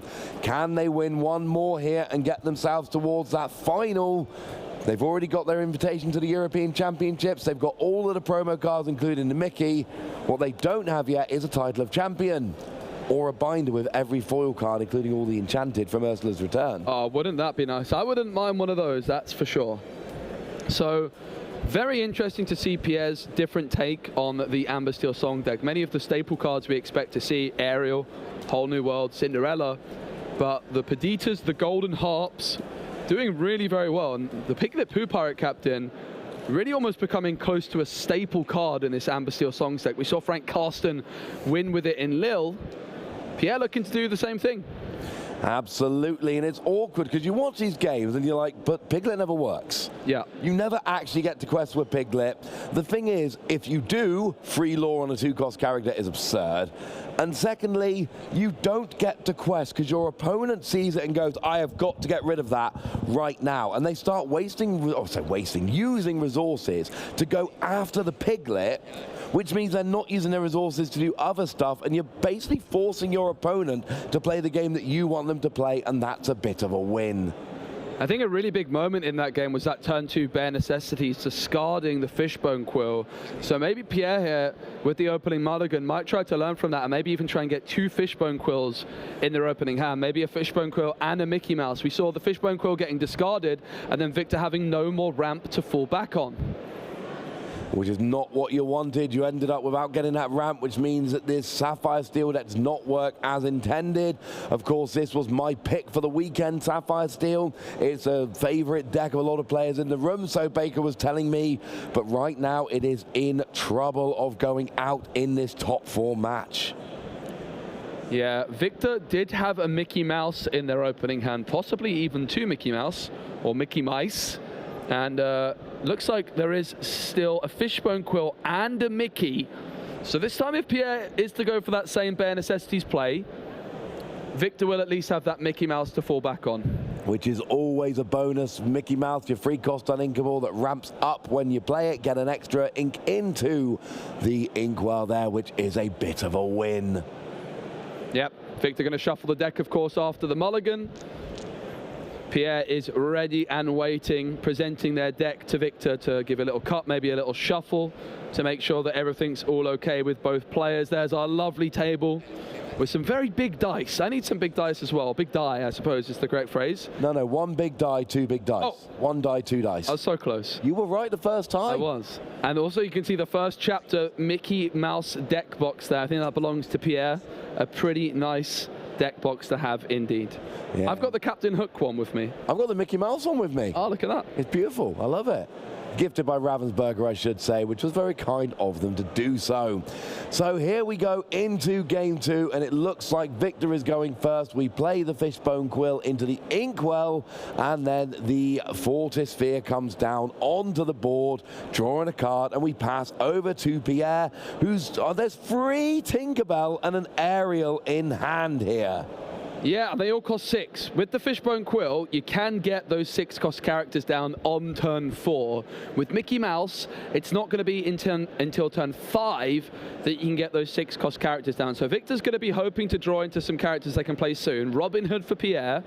Victor does have a Baboon, which can remove the 1 cost characters. Pierre's going to be looking to try and maybe sing A Whole New World nice and early. But that is denied by this Baboon coming through as Bell goes into the inkwell. Yeah, absolutely does. Fishbone Quill got inked, but hopefully next turn we can still have a Mickey. We've got at least 2 Strength of a Raging Fire in Pierre's hand. We've got a Lawrence, we've got a Rapunzel gifted with healing. So we've got a few options here. A lot of inkable cards. Question is, where do we want to go? Do we have a good 2 cost? It's the Mr. Smee, the Moosh, I believe it is. Well, he's been inked, so was there a second Mr. Smee? I'm not sure. I think there is right at the front of the hand. Yeah. There's also an Ursula Vanessa as an option. So Ursula Vanessa, not going to be questing for as much as Mr. Smee, but is able to sing 4 cost songs and 3 cost songs as well. So able to sing Strength, Storm Rage On, as well as And Then Along Came Zeus. Which is not too shabby at all. Back over to Victor, and we see inking one of those Tinkerbell. There were multiple in hand, and here is the predicted Mickey. Just a reminder that that Mickey Mouse inks the top card of your deck. It is done blind. You don't even get to see which card you put in your inkwell, which does actually mean you then start losing that tiny bit of knowledge of what is available for you for the rest of the game. Very true indeed. It's going to be back on over to Pierre. Mickey Mouse on the side of the board for Victor with a Fortisphere. Pierre with that Ursula Vanessa. Baboom in the discard for Victor, and that Robin Hood in the discard for Pierre. Yeah, we see another Mr. Smee going into the inkwell. That's 2 now. And Lawrence comes out, a card that a few weeks ago was seeing very little play, but is now coming out a lot in these Steel Song decks. When it's undamaged, it's a free cost inkable 4/4 that quests for 2, and that is a very nice stat line indeed. Yeah, so if Pierre went for the Smee on turn 2, they'd have 1 law more at this stage. But look at the hand for Victor. Those Tinkerbells and the aerial are still not able to come down. Remember, if this was Fishbone Quill on turn 3, Victor could have gotten to 6 this turn, but instead is going to ink a tink and then pass play on to Pierre. And it must be quite frustrating because game 1, you're relying on the Fishbone Quill, it gets hit with a Bare Necessities. Game 2, you're like, I'm not falling for that again, I'm going to put it in the inkwell, and no Bare Necessities comes down. You could have had it. And speaking of frustrating, the aerial has missed again. Ross, do you remember what Victor inked on turn 1 this game? Mr. Smee. It was Fishbone Quill, if I'm not mistaken. Oh, sorry. So Pierre inked Mr. Smee. Yes. Yes, Victor inked Fishbone Quill. That's what I was saying. Yeah. Inked it, and then no Bare Necessities came down. Absolutely. So you've had the worst of both worlds. The turn you keep it, it goes away. The turn you give it away, you could have kept it. Yeah, so even though Bare Necessities wasn't available for Pierre, Victor was so worried about it, and I do believe that only the discard target in hand was going to be that Fishbone. Victor ends up inking it to make sure that that Bare Necessities is getting no value, but then ends up having to skip a whole turn where the Fishbone Quill would have allowed them to have a whole Tinkerbell on the board by now, which would be such a different board state. It's all about decisions. Made that decision going, I tried to use it game one. It didn't work out. I'm not falling for that again. And unfortunately, it would have worked this game, but it's one of those things you're never to know. You know your opponent's playing it. You know that they can search it with aerial and sing it early. It's annoying, but it's one of those things as Tinkerbell comes down and puts 1 damage on each opposing character. Yeah, and that's particularly important in the case of Lawrence because of the card text reading. If this character has any damage, if it has no damage, it gets +4 strength. So that +4 strength has been removed, and it is now just a 0/4 character. Witch Quest for 2. In comes, and then along came Zeus. Tinkerbell removed, and the crowd loved that one, Ross. And Pierre is doing exactly what they managed to do in game one. What have you seen? Zeus was sung by Ursula Vanessa with that Singer 4. Pierre had that option, I believe. Did they sing it or did they just play it? Because now play's passed on over to Victor, and I don't think Pierre played anything there. I think it's the same result in the end, except one more lore because you quested with Vanessa, and Pierre is eyeing this up. I am hearing that in the other match that Ile is 1 up against Ruben. Okay. Very, very fascinating. So Pierre is still only at 3 ink. Didn't ink the last turn. The hand, there's an Ursula Vanessa, there's a Rapunzel. So they could have inked Rapunzel, Pierre, in the previous turn, but decided not to. And this has now allowed them to Rapunzel this turn to add an extra card into their hand. But Victor is really in the ascendancy in terms of ink available. Pierre at just 4. Victor's at 8, I believe. Not too bad. 7 ink for Victor right now. Just confirming that was the other top 4 games. So both top 4 games, we've had one concluded. That means we should be in the final before too long. Although I have to sit down for the final, so it's a little bit sad. But then I get to watch you and Baker tell me all about the final. But first, we have to decide which of these players is going to be in the final. Right now, it really looks like Pierre has got the inside track here. Up 1 game to 0 and really doing a good job with the ball. But that aerial is questing for 5 right now by virtue of having more items in play. Yeah. So I would love to see a lucky dime coming down here so that you could do it twice. Yeah, and the Rapunzel healed the Lawrence. A whole new world sung by Ariel. And the Lawrence now is back down with no damage counter, so it's back up to that 4 strength, 4 willpower stat line. Not too bad. Rapunzel healing is good for drawing cards, but it is also good for actually healing sometimes. Yeah. And that can give a big advantage to Mickey for potentially ramping Don. Tamatoa has come out here. No lucky dime yet, but there is a Hiram for Lavasham for draw if you want it, and a beast as well, and a Baboom. Yeah, Victor with no access to anything like Grab Your Swords either, which can be a really nice card in a spot like this to try and clear multiple threats at once. Pierre is at 9 lore, Victor still on 0. So Pierre 11 lore away, currently can quest for 6 if Victor doesn't remove any of their characters. So here we see a lot of ink being used, and we are playing Hiram for Lavasham, getting rid of that Fortithia, going and getting a couple of extra cards here. And the draws were another Porpsicle and a Mr. Smee. I don't mind just playing a bunch more items at this point, getting ready. We know there's a Tamatoa in hand. We know that Hiram for Lavasham is working as a draw engine. So I'm honestly not opposed here to just playing as many items as you can, as fast as you can. Yeah, the Porpsicle going to also be drawing a card. That Flavasham is going to be able to quest next time, and Victor might also want to just try and develop some more singers, but only 3 ink available right now. It does look like it's going to be the Porpsicle, so 1 more card draw available. There's the Tamatoa. I think he already had one in hand, didn't he? I think you might be right. I think it's the second Tamatoa in hand. 2 Tamatoa in hand confirmed now. Baboom is looking like the option for Victor for 2 ink. Probably going to be targeting that aerial to deny that 1 lore, but Victor might also decide to sink 2 damage in elsewhere, maybe into Lawrence, and then if they draw that Grab Your Swords, both Ariel and Lawrence would be cleared. Yeah, they absolutely would. Of course, we have already seen 2 Rapunzel gifted with healing going down. Sometimes damaging your opponent's characters when you're worried about a Rapunzel can backfire as they get maximum value and draw a bunch of cards. But with your opponent having already benched 2 of them, you know they can play more, but you know it's much less likely at this point. It is still Victor's turn. They still have 2 ink available, I believe. They did exert that 2 ink for the baboon, but it hasn't yet actually been played. But there it goes through, and it is going to be aerial decided. I think they were considering their options there to go for the Lawrence as mentioned, and then hope to draw a grab your swords, but this does deny the aerial Singer 5 ability for the next turn, or just Pierre simply questing for 1, because at this moment in time, every law matters. But look at that, Ross. Perdita was the star of the show in game 1, and Perdita is back for Pierre.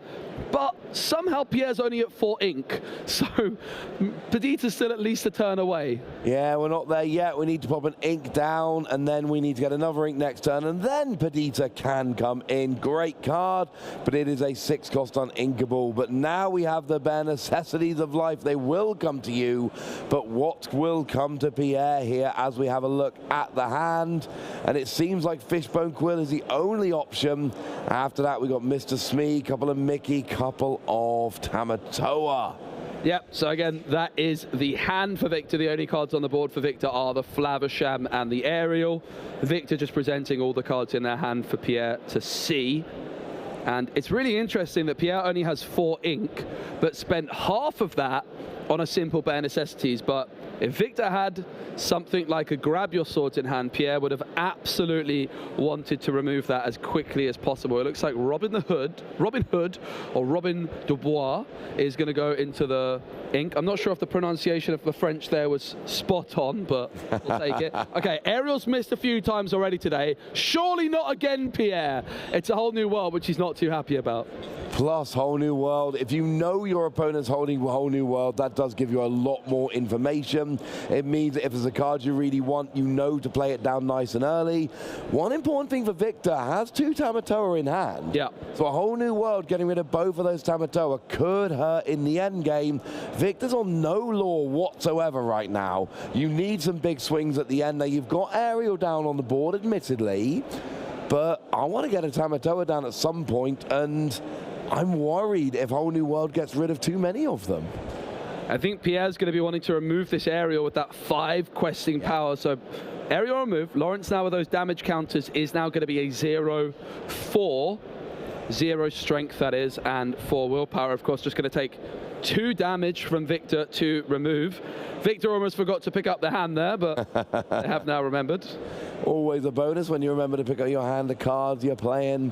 Was that a Fishbone Quill top deck? It was Fishbone off the top. There's 2 Porpsicles on the board, so a couple of tasty snacks for Flaversham. Victor has got a law on the board. 19 more to go, Victor.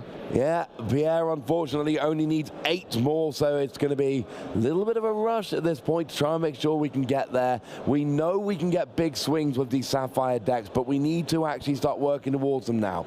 We need to get Lucky Diamond, Tamatoa, or another Aerial, or Bell we've seen in this deck already. Something along those lines where you can just quest for 5 or more at least twice. You need to be trying to build a 10-law return, because Pierre has got a bunch of characters down, and right now questing for 5 next turn. Yeah, there's a lot of law potential there. Yeah, Rapunzel and Lawrence both questing for 2, the Vanessa and Aerial for 1, so 6 law quest potential.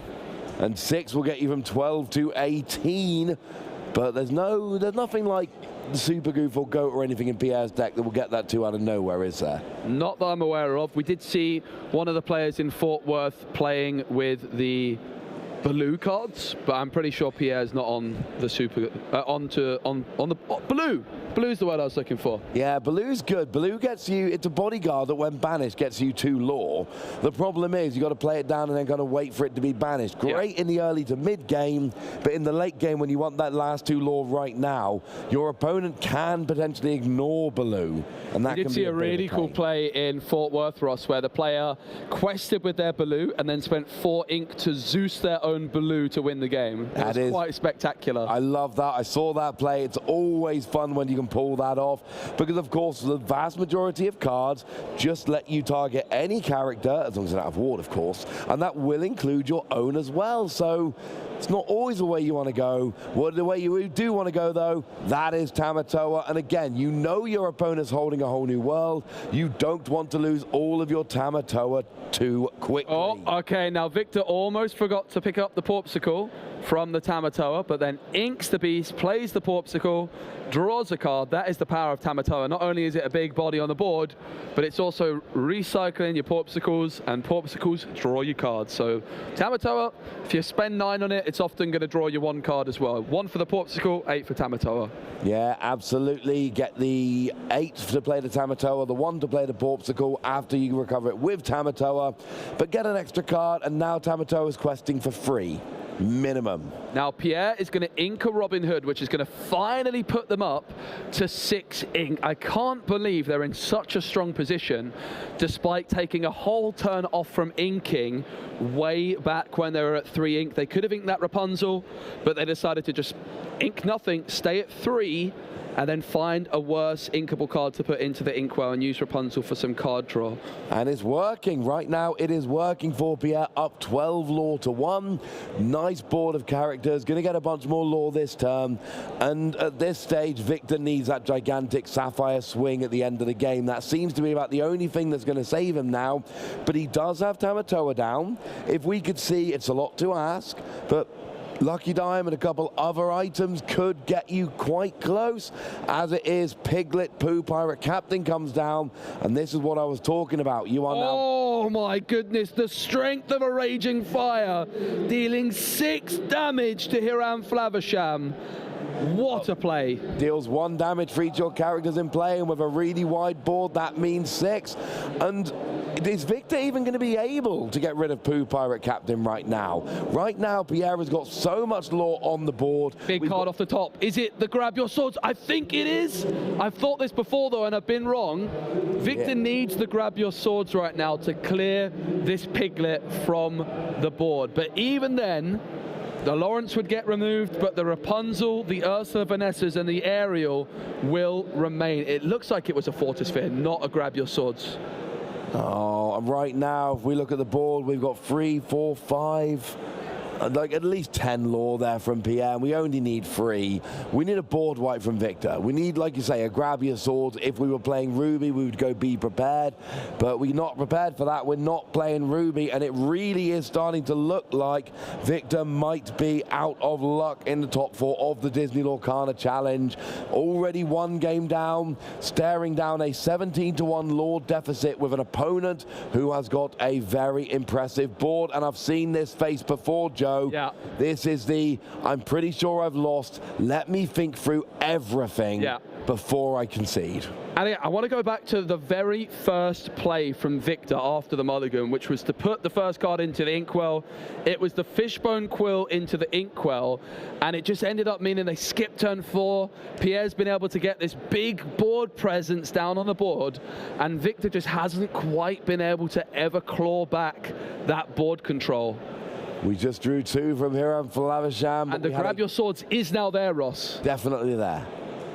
You're 100% sure? I am very sure this time, for once. So Grab Your Swords will get rid of a lot of cards. Will it get rid of enough cards? It'll get rid of the Piglet.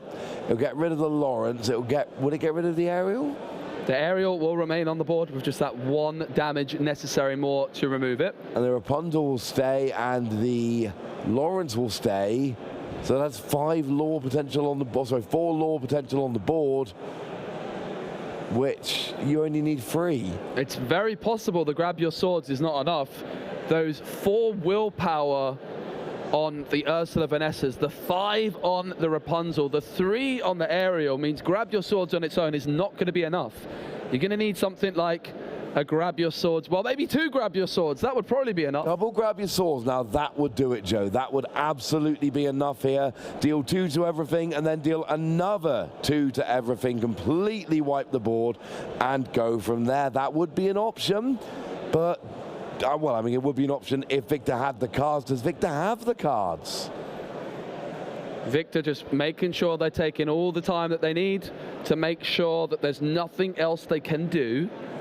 Of course, once you play a card, you can't take it back.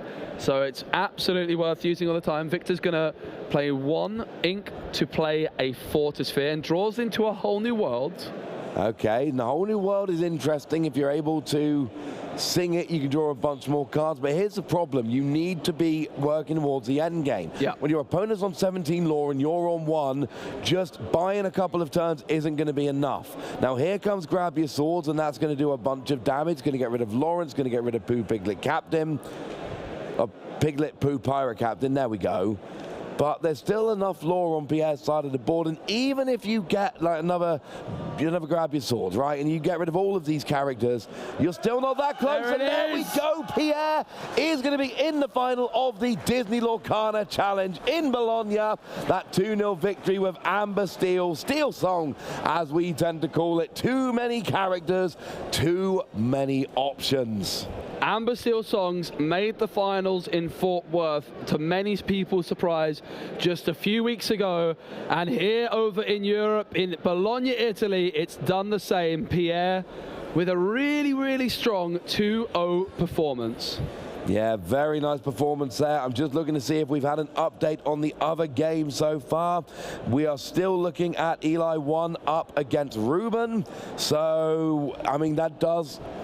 And that is, remember, the interesting Ruby Sapphire deck. Yes. And I don't think many people came into this challenge going, well, I think the final is going to be Ruby Sapphire against Steel Song. That's my prediction. No, that would be really quite amazing to see. I mean, historically, Amber Steel Songs has had a pretty tricky matchup into Ruby Sapphire, but this is not the standard kind of Ruby Sapphire deck that we're used to seeing. It's got items, it's not got necessarily as much control, it's got the Queen and Maurice's workshop, but it's not necessarily going to be Ruby Sapphire in the finals. I think, is Ruben the opponent, are they on Amethyst Ruby? Oh, We'll find out soon. We'll find out soon. For now, we're going to have a quick look at the Amber Steel Songs deck. And this is the one we just saw in action, doing a big old win. Low-cost singers with powerful songs, quick shift options, refilling your hand after playing many low-cost characters. And we saw there, you don't play as many characters as a lot of decks because you're playing a lot of songs. Yeah. But when it works beautifully, as we just saw, you use those songs to control your opponent's board, so they have a harder time taking your characters out. So even though you're playing fewer of them, you can have more of them staying on the board, and that Perdita tech, better in game 1 than game 2, but still fantastic. Lots of fun things going on in that last game. Yeah, absolutely. There's so many different ways you can build these Amber Steel Songs decks, and it's really fascinating to see how they adapt. And really, it's a deck which can just adapt to the rest of the field. Earlier on in the meta, when Ruby Sapphire was more popular, we saw Pride Lands and Sleepy's flutes. I don't think there was a single flute played in that last one at all, so it doesn't look like Sleepy's flute is an option there. No, Sleepy's flute was absolutely not what we saw coming out in that. But then again, when we saw the mirror match, then that was, again, the same player back in top 8. The Sleepy's flute didn't do very much in the mirror match. There was 3 of them down, or 2 of them down on the board. And they got a couple of lore here and there, but I'm concerned about the fact that maybe playing that then meant that you were playing fewer other cards, which actually made your mirror match a little bit worse, because the Sleepy's flute wasn't doing enough, and it wasn't, you were spending free lore to put them down, and it wasn't hurting your opponent's board or establishing your own board. It was free lore for a nice little bonus, which didn't come through well enough there. Yeah, absolutely. It's going to be really interesting to see how these decks adapt for Shimmering Skies as well. Amber Steel Song's definitely getting some interesting support with cards like Prince Naveen, Legendary. I can see that I do believe we're going to be having an interview quite shortly, which I'm quite excited to hear from our winner as well. Well, no, we're not going to have a winner from our interview, Joe. Okay. Oh, did you not hear the briefing? I didn't hear the briefing. We had a whole briefing about this, Joe. Okay. No, we're going to do something a lot more fun. What we're going to do, rather than having an interview interview with our winner. We're going to have an interview with both of our winners. I'm going to go and interview in a little bit both of our finalists in advance of the final. We're going to bring 3 chairs out. We're going to have me, we're going to have both our finalists, and we're going to be asking them about the final. And to that end, I can tell you that Eli has won 2-0 against Ruben. So we do have our final set. It is going to be Sapphire Ruby against the Amber Steel. And it's not just Ruby Sapphire, it's Ruby Sapphire with the Queen, with Maurice's Workshop, with the Shield, the Ruby Shield, all sorts of cards you don't see every day. And I'm so excited to see this final. Yeah, I'm excited to see the final as well. And it turns out our co-caster Baker, villain by name, villain by nature, has usurped my interview of our 2 finalists. But I know he is going to do a phenomenal job with it. And I think we're actually ready to go now and hear from both our finalists and Baker. Maybe not just yet. Oh, no, and Baker's literally walking past us. So. A little bit too early for the interview, but we will get to the interview very quickly. Any opportunity for me to open a pack. Let's get rid of my embarrassment with that poorly timed throw by opening a pack. That'll make me feel better.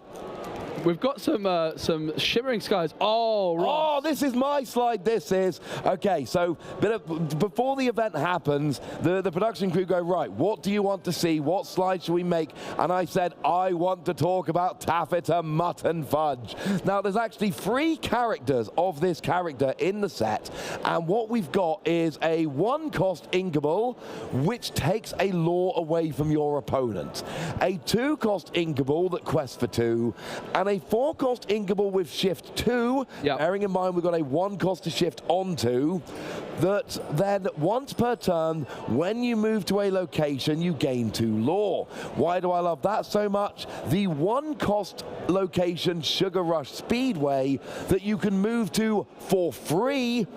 And the thing I love about this, it's kind of like a better version of Super Goof, although it is a bit combo-y. You play down Taffeta Mutton Fudge, either shift or play normally, either's fine, and immediately rush over to the Speedway, and you get those 2 lore now. You don't have to play and wait a turn to quest, and I adore this. I think all 3 of the Taffeta Mutton Fudge are really interesting cards. I think the Sugar Rush Speedway is great, and I love the idea of having a good turn 1 option. I love the idea of taking my opponent's lore away. I love the idea of being able to move to a location and grab a lore. Best case scenario, play the 1 cost, they lose 2 lore. Pay another 2, lose 1 lore, sorry. Pay another 2 to shift it up, drive over to the Speedway, 3 lore swing for 3 ink in 1 turn. Tell me that does not sound like fun, Joe. It certainly does sound like a lot of fun. I also think a few of these Ruby cards are available in the Ruby Amethyst starter deck as well, so that's definitely something to look out for Shimmering Skies. There's a Ruby Amethyst starter deck, which is very strong, and there's also an Emerald Steel. And Emerald Steel, Ruby Amethyst starter decks, those sound like some pretty powerful color combinations. They do indeed. What else is powerful is our cast of players who have made it all the way here, and we now can confirm our final there with Pierre on that Sapphire Steel and Ely there with your Sapphire Ruby. Not the 2 decks we were expecting in the final, and you'll notice confirmation of the final bracket there, semi-finals onwards. No Ruby Amethyst, no Emerald Steel. The 2 top decks, the 2 most played decks, both absent from not just the finals, but from the top 4 as a whole. And you know what, Ross? Bucky has been eliminated from the tournament, which means Bucky is not going to be played in its current form in a Disney Lorcana challenge again, because it's getting errated in a week. Toronto is going to be Ursa's return, but it's not going to be with Bucky in its current form. So Bucky can now be said goodbye. Goodbye, Bucky. Bye, Bucky. Oh, he had a good run, did that little squirrel, and a very good card. In fact, so good, we kind of had to deal with it. So, yeah, Taft and Mutton Fudge, very, very excited. And look, maybe I'll test it and find out it's rubbish, but looking through Shimmering Skies, that is the #1 like suite of cards I'm excited about right now. Yeah, I do not blame you. You've been telling me a lot about it, and I'm excited to try I won't shut up about it. I've got a pack. I've got Gus. I've got Ice Block, Augustine Madrigal. I got Training Grounds, the Rose Lantern, Triton's Decree, Julieta Madrigal, Mulan, Olaf, Namiri. Last time I did this, I got it. I know what it is. It's a legendary. It's Ursula. Ursula Sea Witch Queen. The second one I've got today, and the foil is going to be Ursula Vanessa. Hey. I can play my Ursula Vanessa, shift my Sea Witch Queen on. Job's a good one. Job is a good one. Right, let's see if I can beat that. I'm not entirely sure, but we do have Pascal, and who doesn't love Pascal? We got Vitalisphere. We saw that in the previous game used to great effect. We got Mickey Mouse. We've got Daisy Duck, but not Friar Duck, a different. We've got the Hercules, which is replacing or at least teaming with Maui in some decks. That's 7 strength, crucial for taking out the Queen's Castle. Your favorite card, Scuttle. We've got Tuk Tuk. Ooh, nice. Aerial Sonic Warrior, and a foil Raya. I do love the artwork on that Raya. Right, I'm not wasting any time, Ross. I've got another one ready to go. I've got Tor the Florist, an amazing card in a sealed format. Seldom will they seem. I've got First Aid, Farzo, Louisa Madrigal. I think she's your favorite Madrigal, right? Oh, she's got the best song, and she literally juggles donkeys. Beast Wounded, Miracle Candle. I've got one more card in here before the foil. It's a rare.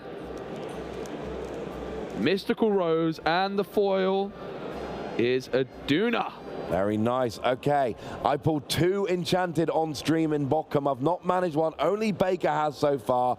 Can we fix this? We've got Cogsworth. I want to play more with this Cogsworth. We've got Tong going through what I think is a bamboo. We've got TikTok.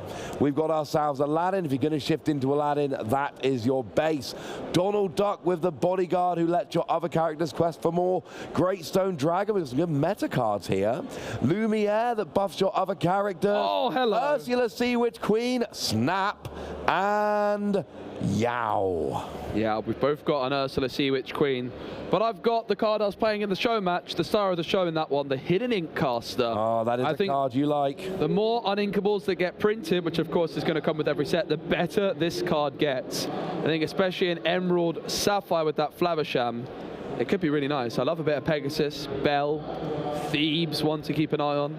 The Mob Song, another great card in Sealed. Medallion Weights is one of the best draft cards around. It is incredible. Yes. Flounder. John Silver. You got a legendary. It's Mulan. I know it's Mulan. Nice. We could see the bottom bit of the text. That's what I was trying to do.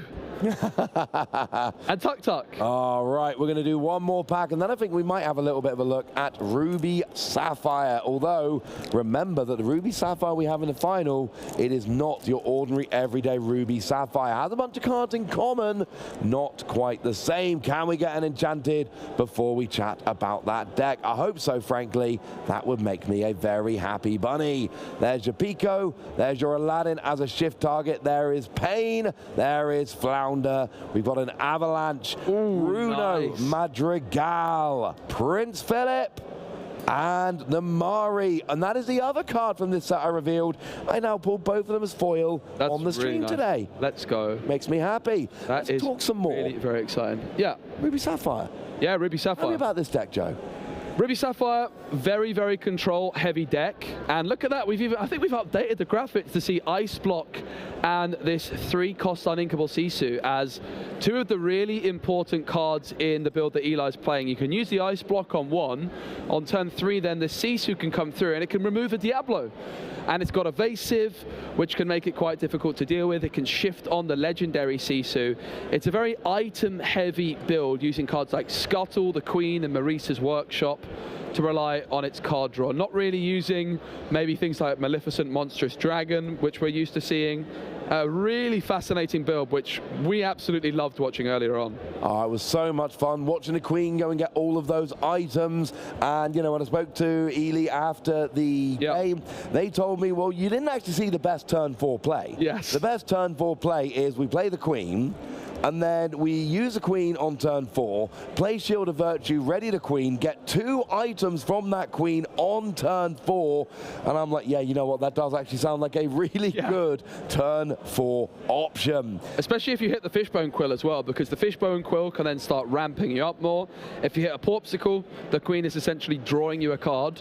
Now, the items of the Queen do come in exerted, so you're not going to be able to use them the turn that you find them, but the turn later, you're more than welcome to do so.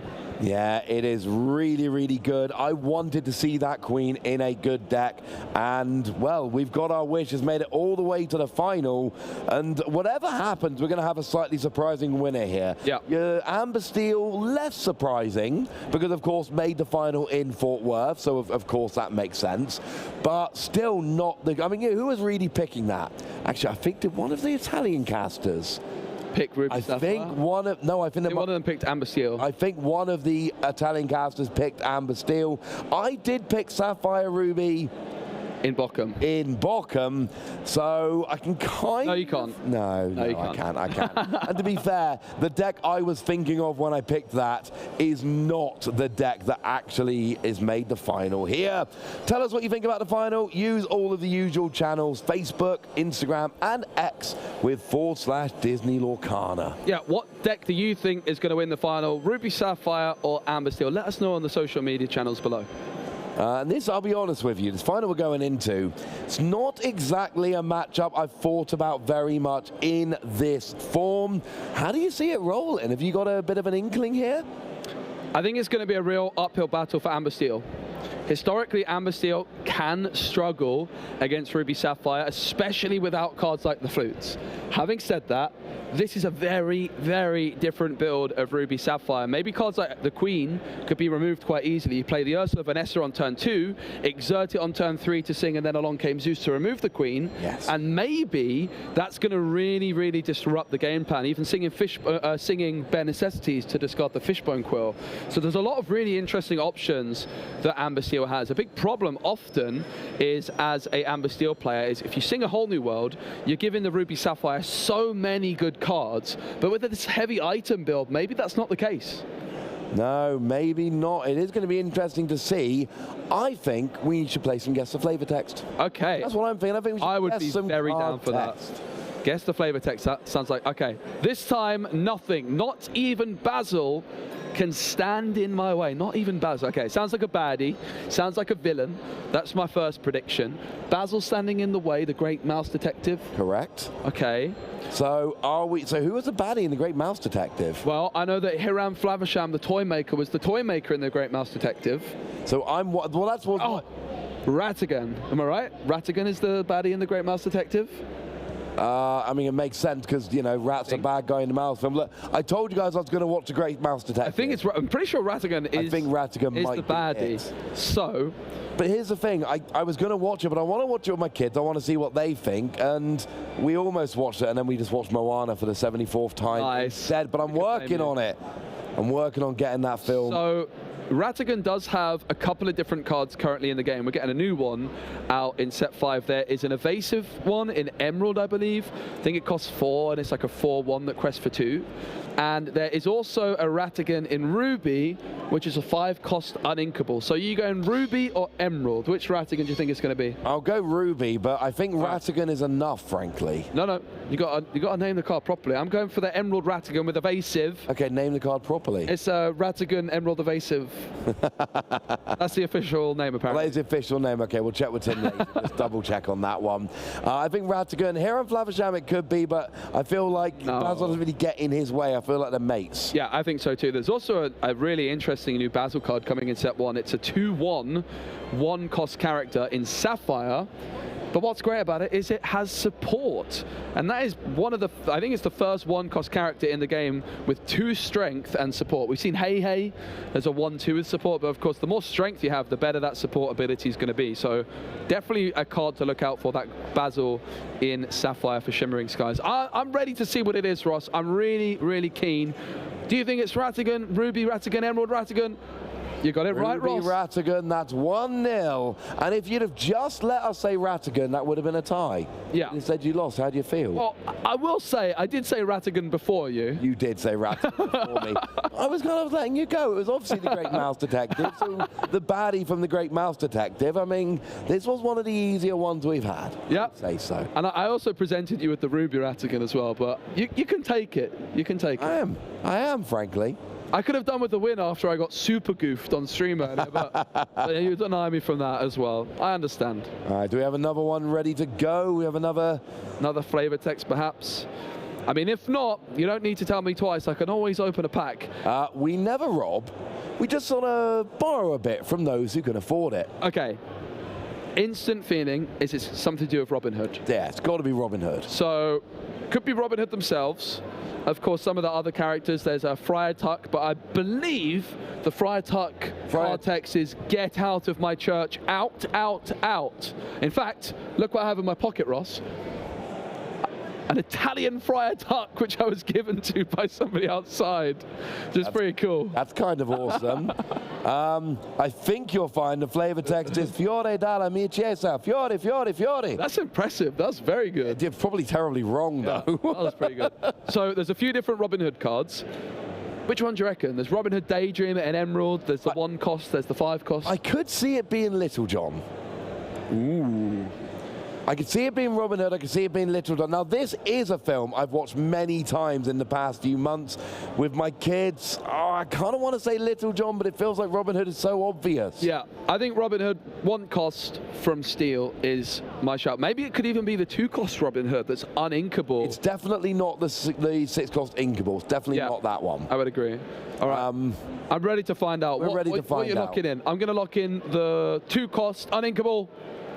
Oh, it's the 6 cost inkable in Sapphire. One that you can often forget about, but the Disney Lorcana dev team really like this. Steve Warner's a big fan of this card, and Tim used it against me yesterday as well. He did. It was one of the original D23 promos, but less about that, more about our finalists. Let's run over to Baker and Tia from both our finalists in front of what I think is going to be a rather lovely final. Hello and welcome back to Disney Lorcana Challenge in Bologna, Italy. And I am joined by both of our finalists for this Disney Lorcana Challenge. We have Ellie and we have Pierre. Gentlemen, congratulations on making it this far, first off.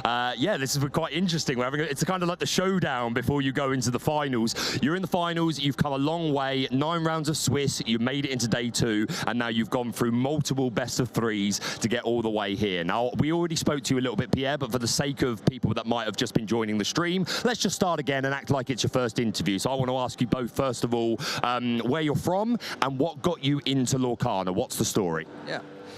So I used to play TCG when I was young, and I came back to Lorcana because my girlfriend loved Disney, so that was a good occasion. And I live next to Paris. Yes. Like I said, the Olympic Stadium for swimming is like my town.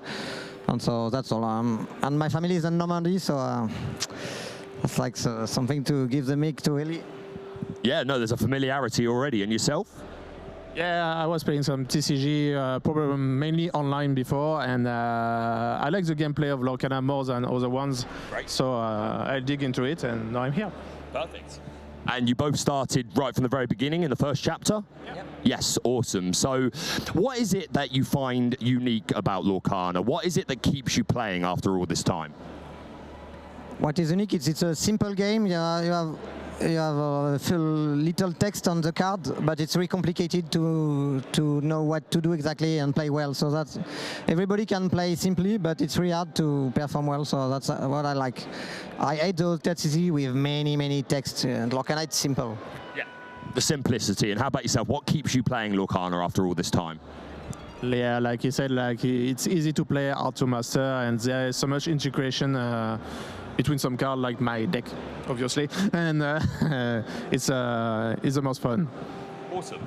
So you've both kind of done what a lot of people think couldn't be done, and that's bring Ruby Sapphire and Steel Song into the finals. Now, these are two very powerful decks, but in the recent Disney Lorcana challenges, they've not been performing overly well. Obviously, Steel Song won in Lille in the previous format, but really the meta's been dominated by Ruby Amethyst and Emerald Steel. So I think the people at home are going to be thrilled to be watching this particular matchup, something that we don't see all the time. Yourself, we'll start with you. You're running Steel Song. You are not running the Sleepy's Flutes, correct? Can you just give us a brief synopsis of your deck, what you think it does well, some of the unique things that you've done with it?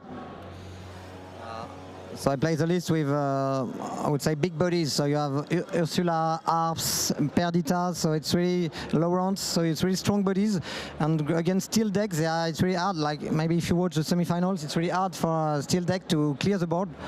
So you repair full body, you can draw with Rapunzel.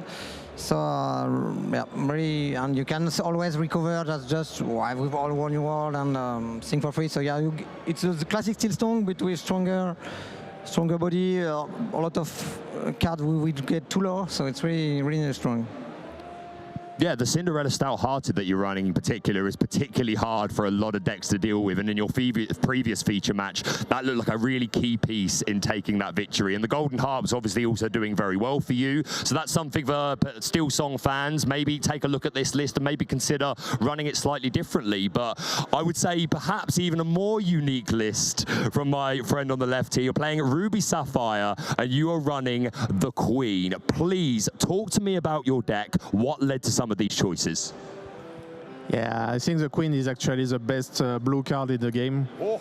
Yeah, okay. yeah, it is, because she's the only one to cheat Morris Workshop on turn 4, and Morris Workshop is the best card draw engine in the game. Wow, what a statement! I already played Morris' Workshop in Chapter 2 with Pabi's deck. That's why my deck's called Papabi, which means not Pabi. And I played OTK Pabi in Chapter 2, and this list is exactly the same, but more powerful because Queen and Scuttle enable the gameplay even more.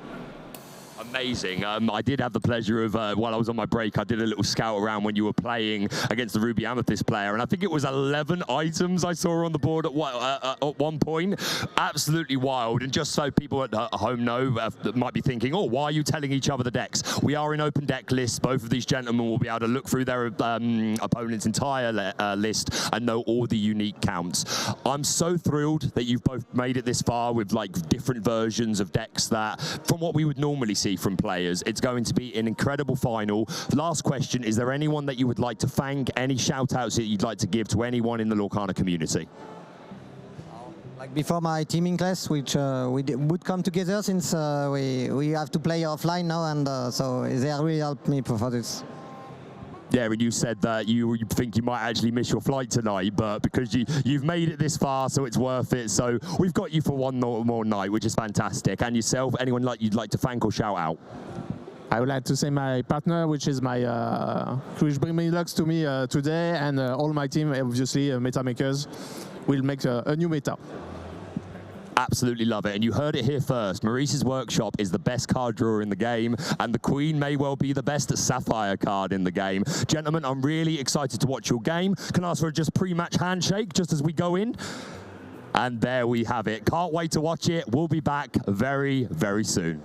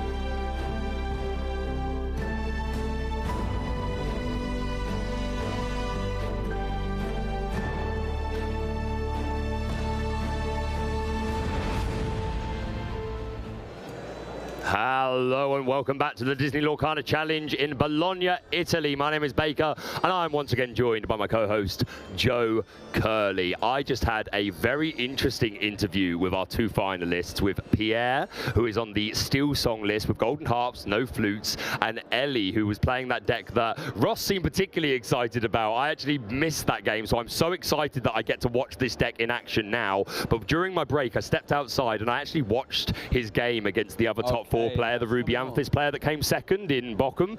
11 items on the board at one point. Whoa. 11 items. Incredible looking deck. It is running the Queen that can exert. Look at the top four cards of your deck, put an item into your hand, but if it's 3 cost or less, you can play it for free. What do you think about that? Yeah, Ross and I got to see it in action earlier, and it was so impressive. We saw it take down Emerald Amethyst, which on paper looked like a nightmare matchup for Ruby Sapphire, but it was really, really glorious. This uninkable Sisu that costs 3, a really nice option when combined with the Ice Block as well. And that's the thing, we saw a lot of the Ruby Sapphire decks at the start of the set be very heavy on cards like Ice Block, but then Ruby Sapphire deck started dropping the Ice Box. Well, a nice way to get the Ice Box in the deck is if you play lots of item synergy with cards like Scuttle and the Queen. You know, I've always been a bit critical of Scuttle. Yeah, for sure. If you've got a bunch of items, then the Scuttle maths checks out. The more items you play, the more consistent Scuttle is. The more consistent Scuttle is,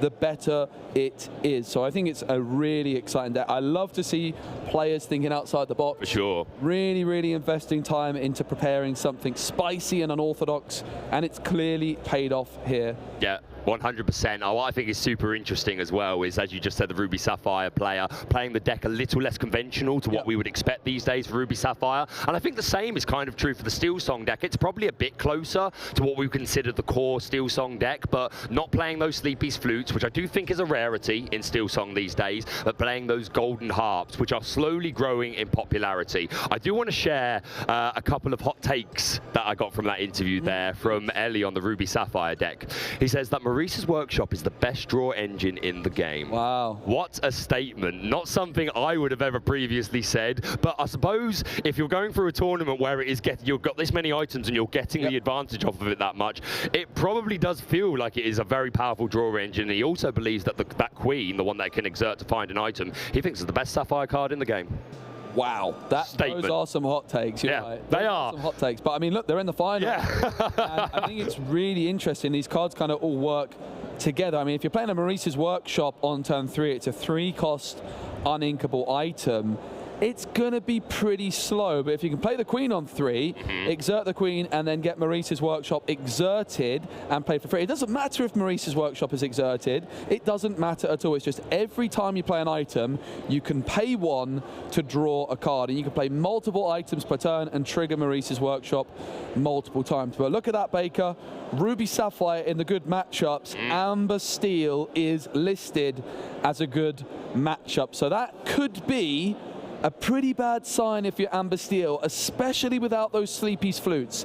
Sleepy's Flutes usually very good against Ruby Sapphire, but let's be fair, this is a very different style of Ruby Sapphire deck than we're used to seeing. Yeah, I think you're absolutely right. You would very normally give the advantage to the Ruby Sapphire player, because while they are able to just continuously ramp and have a much bigger inkwell than their opponent, the Amber Steel player, 9 times out of 10, they want to play that whole new world. So if our Ruby Sapphire player is just emptying their hand, then the Steel Song player is just replenishing their resources. But that might not be the way it goes this time. If we are able to get that Maurice's Workshop off early and just keep drawing a lot of cards, maybe throw a Flavisham in there, then maybe the Ruby Sapphire player isn't as keen to have the Steel Song player play a whole new world. What are your thoughts? Yeah, it's going to be interesting. I think like the Amber Steel player is going to be really looking to shut down that Fishbone Quill nice and early. And then if you can answer the Fishbone Quill, you might be able to get that whole new world and get a really wide board. I mean, another threat you've got to be considering is that Shift Sisu legendary potential. We've seen that Piglet Poo Pirate Captain, the Smees, very hard to remove from the board with something like a Grab Your Swords. But with Ice Block combined with Sisu, you can get a very big board wipe, including cards like Mr. Smee. Yeah, absolutely. And like I said, when I popped out and watched the top 4 game, there were 4 Ice Blocks on the board. So that if you can do it 4 times, a lot of characters now are just instantly removed by that 3-cost uninkable Sisu. And like I said, I love it. That, as Joe said at the beginning of the format, Ice Blocks and that uninkable Sisu, the Daring Visitor, pretty popular. Shout out to Sailor, who kind of originated that idea, but it's very quickly fallen off. Ruby Sapphire players have gone a different way, but here we see it in the finals. Maybe Ruby Sapphire players need to go back to that way of building the deck, and we will see very shortly. I'm so excited to get into this game, Joe. Again, I said to the players, it's so nice to have 2 ink colors that are very good, obviously, but haven't been getting those dubs in the DLC lately. It really, it's been Ruby Amethyst and Emerald Steel that have kind of been stealing the spotlight, but here we have Steel Song, Ruby Sapphire. I think the people at home and the people out on the floor that are watching on the screen are going to absolutely love this one.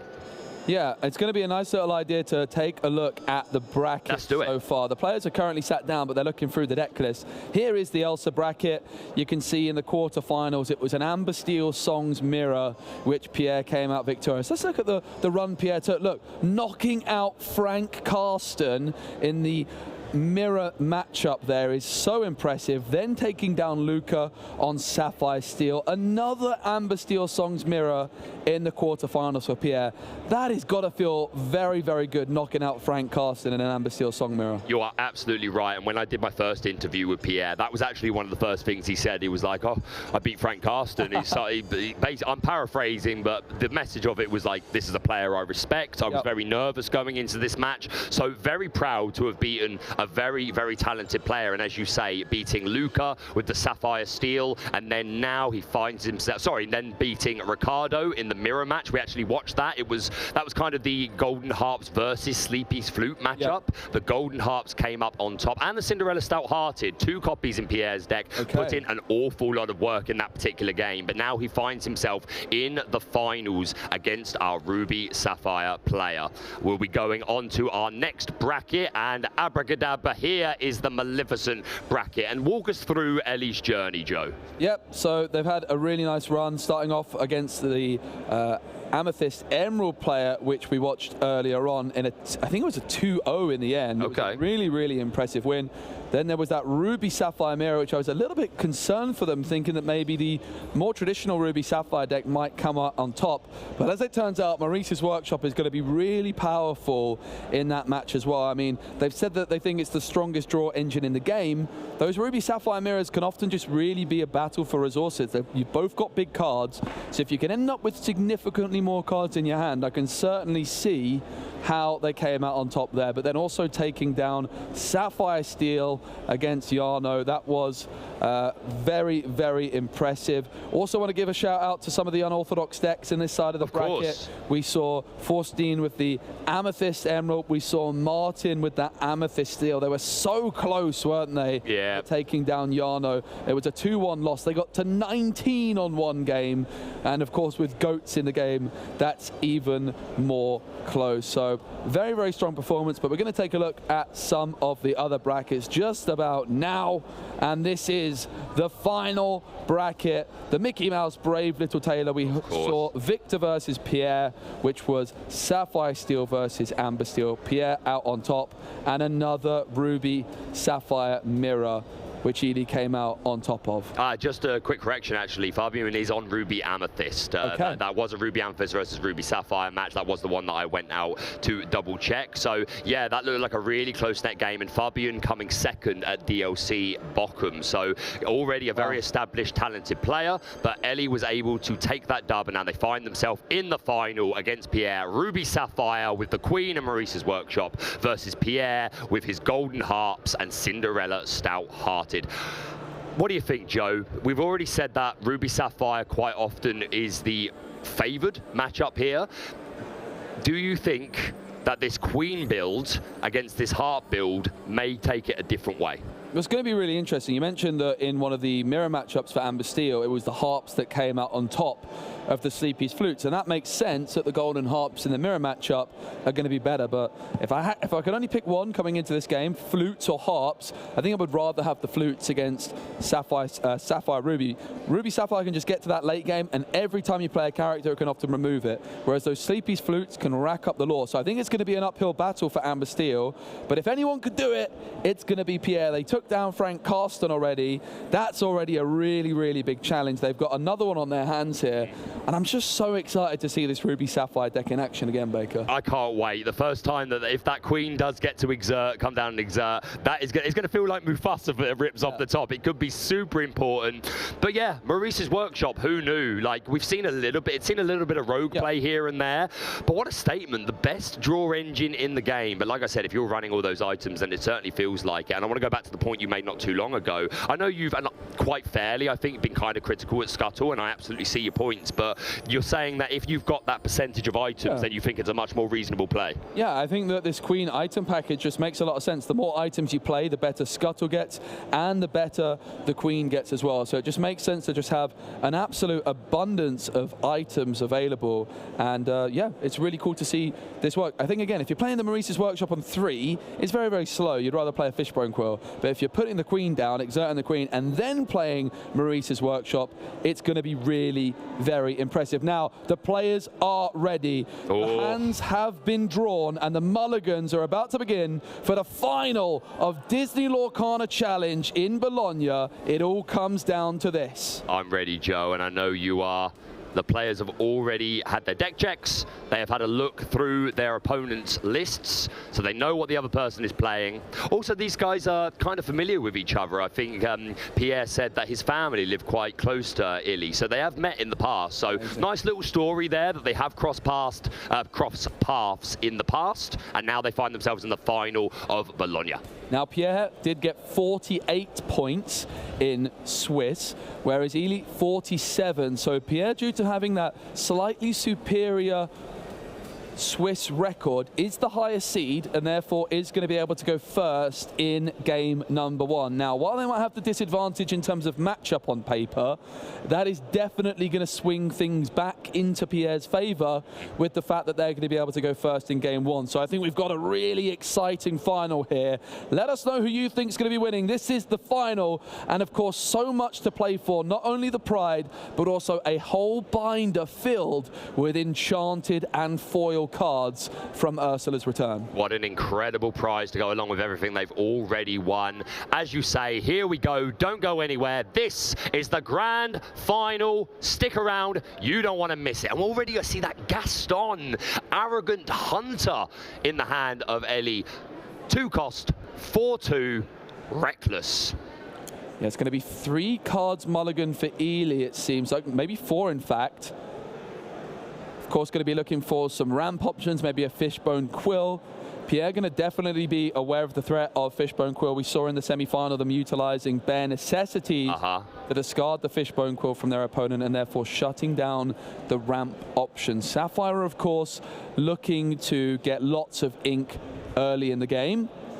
And it's interesting that both players, no overlap in terms of ink color. Ruby and Sapphire for Ely, and then Pierre on Amber and Steel. So a real big variety of inks in this game as the fist bump comes through, and we now are ready. Pierre with the highest seed will be able to go first. There's a Robin Hood which can be played on turn 1, and there's a potential Robin Hood shift which could come through on turn number 3. Yeah, no, this is looking like a pretty nice opening hand. We've got that 1 drop. We've got the Ursula 2 drop if we desire it on turn 2. The Aerial Spectacular Singer. There's the Grab Your Swords as well.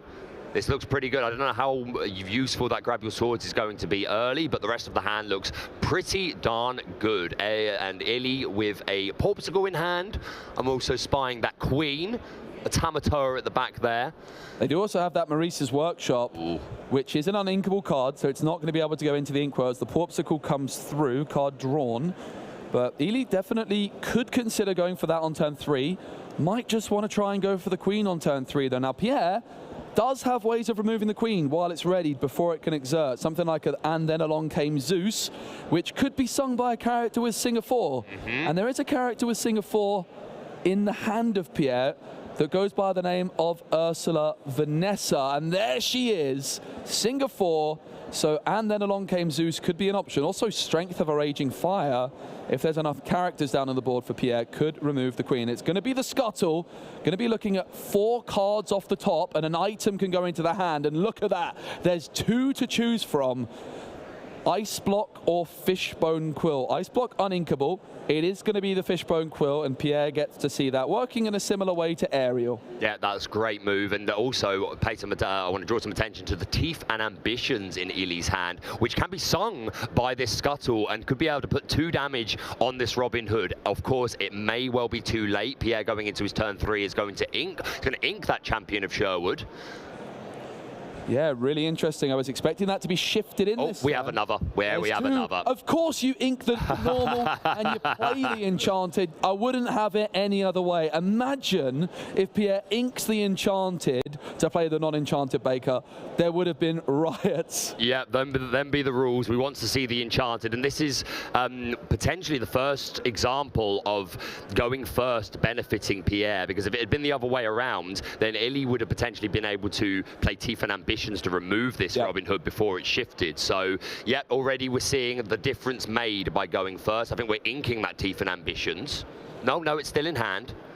Yeah, Teeth and Ambitions and Brawl, some removal options, and Pierre also just taking that opportunity in the previous turn to quest as much as possible. Another Robin Hood into the Inkwell, and it looks like Lawrence is going to come down that 0-4 stat line, but remember, when there's no damage counters on Lawrence, it's getting +4 strength. So it's a 4 strength, 4 willpower character, which quests for 2 right now. More questing from Pierre, who is making an amazing start, up to 7 lore already. Ili's going to be really looking to clear this board as quickly as possible, which that Fishbone Quill can certainly help them do. There's a Be Prepared in their hand. Yeah, you're absolutely right, but it is kind of the story of Sapphire over the course of the weekend. Really slow starts, their opponent racing away with that early lore, but Sapphire's potential to catch up is incredible with the combination of Lucky Dime and Tamatoa. That Maui's going to come down, hero of all, and take out that Robin Hood. That's going to allow Pierre to draw a card, because when Robin Hood is banished, that's what you get to do. You get to draw. So really versatile cards. We're going to see the Brawl hitting the Inkwell, and we pass back to Pierre, who does still have that Singer 4 available to him. Yeah, Scuttle quested as well here. Now, you might be wondering, why is there only 1 damage counter on Maui when it challenged the Robin Hood? There's no ice blocks around, but it was actually the Porpsicle which was used to heal Maui by 2. And there's now the Porpsicle in the discard, but only 1 damage counter on Maui. Now, Ursula Vanessa is going to sing Bare Necessities, and the Be Prepared is available in the hand for Ili. There is the Workshop, there is the Brawl. They're all actions, or non-character cards rather. They're all options. Surely Be Prepared is going to be chosen by Pierre here. Yeah, it seems like it's probably the safest choice. The Brawl there could remove the Ursula Vanessa, and of course this Maurice's Workshop could come down and start generating value for Ili, but he doesn't have any other items, so it might be a while before he could get that advantage, so he does choose the Be Prepared. Yep, there is Lawrence, which is going to consider challenging Maui. It's actually going to challenge the Scuttle instead, and then Rapunzel healing Lawrence back up to that 4-4 stat line, and a card drawn for Pierre. Now, Ili is at 7 ink, which is why that Bare Necessities came through from Pierre at this moment to discard it. Gaston into the Inkwell, Brawl onto Rapunzel, and 3 ink spare, which is just enough for the Workshop. Now, Maui can challenge either Vanessa or the Lawrence, but if it challenged Lawrence, the Maui would be removed. So Vanessa is the card chosen. No cards in hand right now for Ili, but an item off the top with that Maurice's Workshop would be tremendous, and there's a lot of items in this deck, Baker. Yeah, you're absolutely right. The likes of Fishbone Quill, Porpsicles, there's a Maui's Fish Hook in there as well. Lots of very unique items that we don't see all the time, and yeah, as you say, any item off the top, as long as he's got enough, 1 more ink than the cost of that item, then that Maurice's Workshop will be able to draw a card. And hey, how about Maurice's Workshop into Maurice's Workshop, and let's really start to flood our hand. Let's see what it is, Baker. It's a Let It Go. It's a lovely, wonderful, not set championships, a DLC. DLC, there we go. Promo card, which is so great to see. It removes the card from the board into the inkwell, but it's not a card draw tool. Cinderella, the only character standing right now. Perdita has just been drawn by Pierre, and that could be a game changer. Rapunzel into the inkwell, Perdita down onto the board, and Ursula, Vanessa, Robin Hood are options to be putting onto the board. When Perdita enters play, a 2-cost character or less can be played, and whenever it quests, Pierre is in a really good position. Big moment off the top. It's a scuttle. Oh, that's a pretty good one. Scuttle moment. There's 3 to pick from. So the fish hook, the fishbone quill, or the dime. Going to be the fish hook. Yeah, makes sense to potentially turn our characters evasive and keep them safe, because Ellie doesn't have a whole lot going on, but this workshop could lead to a lot of card draw in a row. We've got 3 items on the board at the moment. Maurice's workshop was also triggered there, so another card for Ely. There's 1 card in hand for them right now. I think it might have been Tamatoa, Baker. Oh, that's a pretty good piece. I think we're at 1, 2, 3, 4, 5. Is it 6 ink we're at the moment? So, or maybe 7. So we're nearly there. And that Tamatoa, of course, can recycle items, let us play them, and keep drawing off of Maurice's workshop. So it's not over. Triple quest for 4. Perdita is going to trigger her ability again, and Robin Hood comes into play. This Perdita is putting in big work for Pierre. Now, at this moment in time, they have a few options in hand. I think there's a Grab Your Swords, a Rapunzel. Do you play further into a potential Be Prepared, or can you risk just holding on to this Rapunzel? And then if a Be Prepared comes through, then you play Rapunzel. It's a big decision for Pierre here, and decides to play nothing at all, which I really like. They're only 6 lore away. Yeah, they're closing in on game already, and yeah, you saw the power of that Perdita on play and on quest, just playing another character from of 2 cost or less from the discard, just +1ing every turn. Down comes the so shiny Tamatoa. We do have enough ink. He's going to return the Porpsicle to the hand, but I don't think there's enough ink to play it immediately. There is not. No, and even if he had 1, he might not have done it, just because obviously you want to trigger the Maurice's workshop off of that, so he'd preferably like 2 ink. Yep. Pierre now questing again, surely, with all the characters available. A Robin Hood shift here would have given them an extra lore. They are 6 away, currently questing for 5. So a Robin Hood shift would have won Pierre the game on the spot, Baker, but it's not an option. Yep, he did. Cinderella Stout-Hearted as well would have been a game-winning draw there. Yeah, for sure. We saw that Stout-Hearted closing out games and when we watched Pierre's last match. But yeah, bearing in mind, Pierre did ink a Robin Hood Champion of Sherwood right at the beginning. But them's the breaks. You've got to play the hand you've got. You don't know what situation you're going to be in 3-4 turns from now. But yeah, you've got to assume that we're going to be questing heavy here and then just be 1 away. Now, we had Amber Steel down as a good matchup for Ruby Sapphire, but based off game 1, Pierre has got other ideas. I don't think anyone told Pierre that that's the case. Yeah. Of course, this Perdita on quest could potentially grab another 2 cost or less character. I'm not sure if there are any left. Yeah, he took the Robin Hoods and the Vanessa, so won't be able to take anything else just yet. Pierre knows he's within grasp of that game 1 victory. Yeah, and of course, untimed rounds here, so definitely worth them taking their time. They go for the Grab Your Swords, which is going to deal 2 damage to both Scuttle and Tamatoa. And then I think we're just going to see the Cinderella challenge the Scuttle and then questing with everything else, which gets them up to 18 and within touching distance. Again, holding on to that Rapunzel, Baker, just in case Ely finds that Be Prepared. They've then got a character to play down on the board, which can quest for 2. In comes the Porpsicle. Be Prepared off the top of it. You see the look on Ely's face. That Porpsicle immediately finding it. Yes, we're going to exert the Maurice's workshop to draw another card, find a Gaston Arrogant Hunter. That's going to be inked. We're playing another Porpsicle. Does he have enough ink to trigger the Maurice's workshop? And it's sung by Tamatoa as well. So this costs no ink at all to play Be Prepared. And a Scuttle comes through, and the items are now being developed, and there's many to choose from here. 3 items and the Queen off of the Scuttle. Of course, an item can be added to hand. It's going to be the Vitalosphere.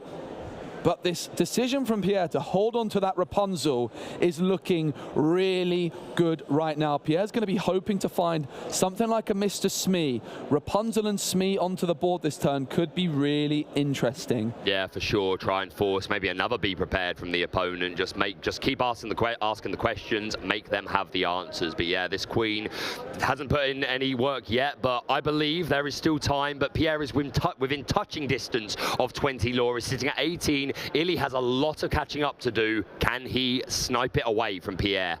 Now, Pierre has some interesting options here. They can go for Rapunzel and Vanessa, but they could just go for Robin Hood and Vanessa instead. Now, what Pierre's saying here to Illy is you have to remove one of my characters at least, whereas if they played just the Rapunzel, then you would still have to remove just one character but Rapunzel. So if Illy can remove one of the characters, Pierre's still going to have that Rapunzel to fall back on later on. The ice block comes through and is exerted. No, changing at the mind from Illy. Ice block is going to come down. Yeah, worth saying as well, Pierre knows. Queen. Oh, it's off the queen. There you go. Pierre knows that daring visitor Sisu is in Illy's deck, so maybe that was part of the motivation behind not playing the Rapunzel, who would be banished by that. Wow, look at this card draw tool from the Maurice's workshop. It's so good, Baker. You heard it from Illy, the best draw engine in the game, and he's showing us how good it can be. Down comes that Sisu, removing the Robin Hood, who has lost one strength from the ice block. Illy has really turned the board state around. He's got a lot of catching up to do still, but could he do it? Well, this Sisu would have removed Rapunzel, so I think Pierre made the right decision to hold on to that Rapunzel. For sure. And it is a Smee that's been drawn, so Pierre could go Smee, Rapunzel this turn, and risk another board wipe. With all those ice blocks, there's also just the simple potential of a giant legendary Sisu coming through to clear as well. Yep. No, you're absolutely right. This Sisu, this ice block could lower the strength by 1. Just trying to get a look on that. 6 ink available. Yep, so it could lower Smee's strength by 1, take it down to a 2-drop. That would be enough for the Floodborn Sisu. This has got to be an intense decision. Do you extend here? Because if you do extend into something like a Be Prepared, although that wouldn't necessarily be the best move from Illy, but if he's going to lose the game, he'd have no choice.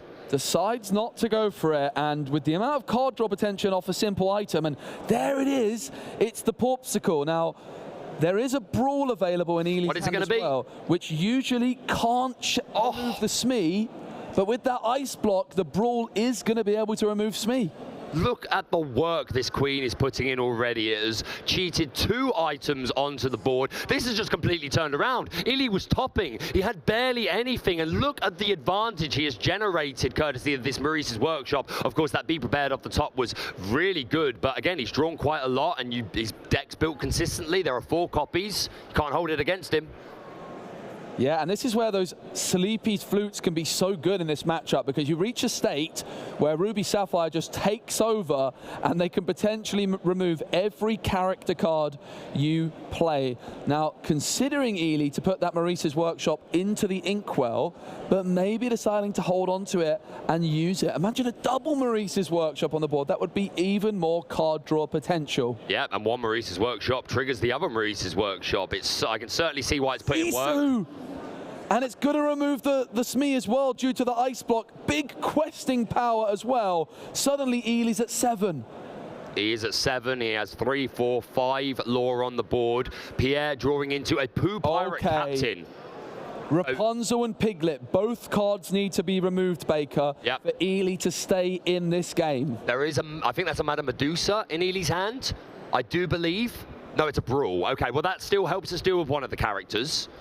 We do have that Be Prepared, so if there is no other answer, then we will see the Be Prepared just to stop Pierre winning the game. But can he do it any other way? We see the Maurice's workshop coming down. He's going to draw a card. Ambitions can deal with the Piglet. The Brawl can deal with Rapunzel. Oh, this is just what Illy wanted to see. He's going to be able to do a complete board wipe of Pierre's side and then just keep asking the questions. And Pierre now has got to be feeling the sweat. The Queen is going to exert again, looking for another item, and yet again it finds one every single time. The consistency of Illy's deck is absolutely tremendous. Maurice's workshop enters the board exerted, which doesn't matter. You never even need this item readied. This is incredible. Pierre with such a big head start, but Ely has just completely turned it around, and now he has Laura on the board and could potentially be on a 2-3 turn clock. Maurice's workshop. If I was playing on this board, Baker, I would need about 7 tables. It is tremendous at how organized Ely is keeping this table. 11. I'm going to count one more time. 1, 2, 3, 4, 5, 6, 7, 8, 9, 10, 11 items in play. Goodness Ely up me. to 10. Ely is 10 lore away. It's an Ursula Vanessa, which crest for 1. Well, guess what? Pierre only needs 1 lore. So Ely has to answer Ursula Vanessa. Ursula Vanessa is the final boss here for Ely. There is a be prepared, but is there going to be a more efficient way for Ely to deal with it? I'd love to know how much ink Ely has to see whether it's worth the Flavisham. Because obviously if you miss, you need to play Be Prepared. Yep, worst case, you can always sing it with the Sisu. That's true. That's a very good point. That Sisu is an 8-cost character, so that would work fine. We're going to play the Vitalosphere. We're drawing courtesy of Maurice's workshop. Lots. Now there's a dime. Now the lucky dime Baker could add 3 lore this turn for Ely with that Sisu down on the board already. It is going to be prepared though, and it is going to be a lucky dime as well. So I think Sisu singing the be prepared, and then the lucky dime. I think this is a great play because this is check. He has a Tamatoa in hand. Oh my goodness. There is a Tamatoa in hand who will be questing for more than 10, but this, well, obviously won't be able to quest, but this lucky dime will take that 10 lore and immediately give Ely game. Look at Pierre's face, the smile there. I don't think he can believe what's happened. He shows him the Tamatoa and he takes game 1. Wow. Goodness me, the Maurice's workshop and the Queen putting in the absolute business.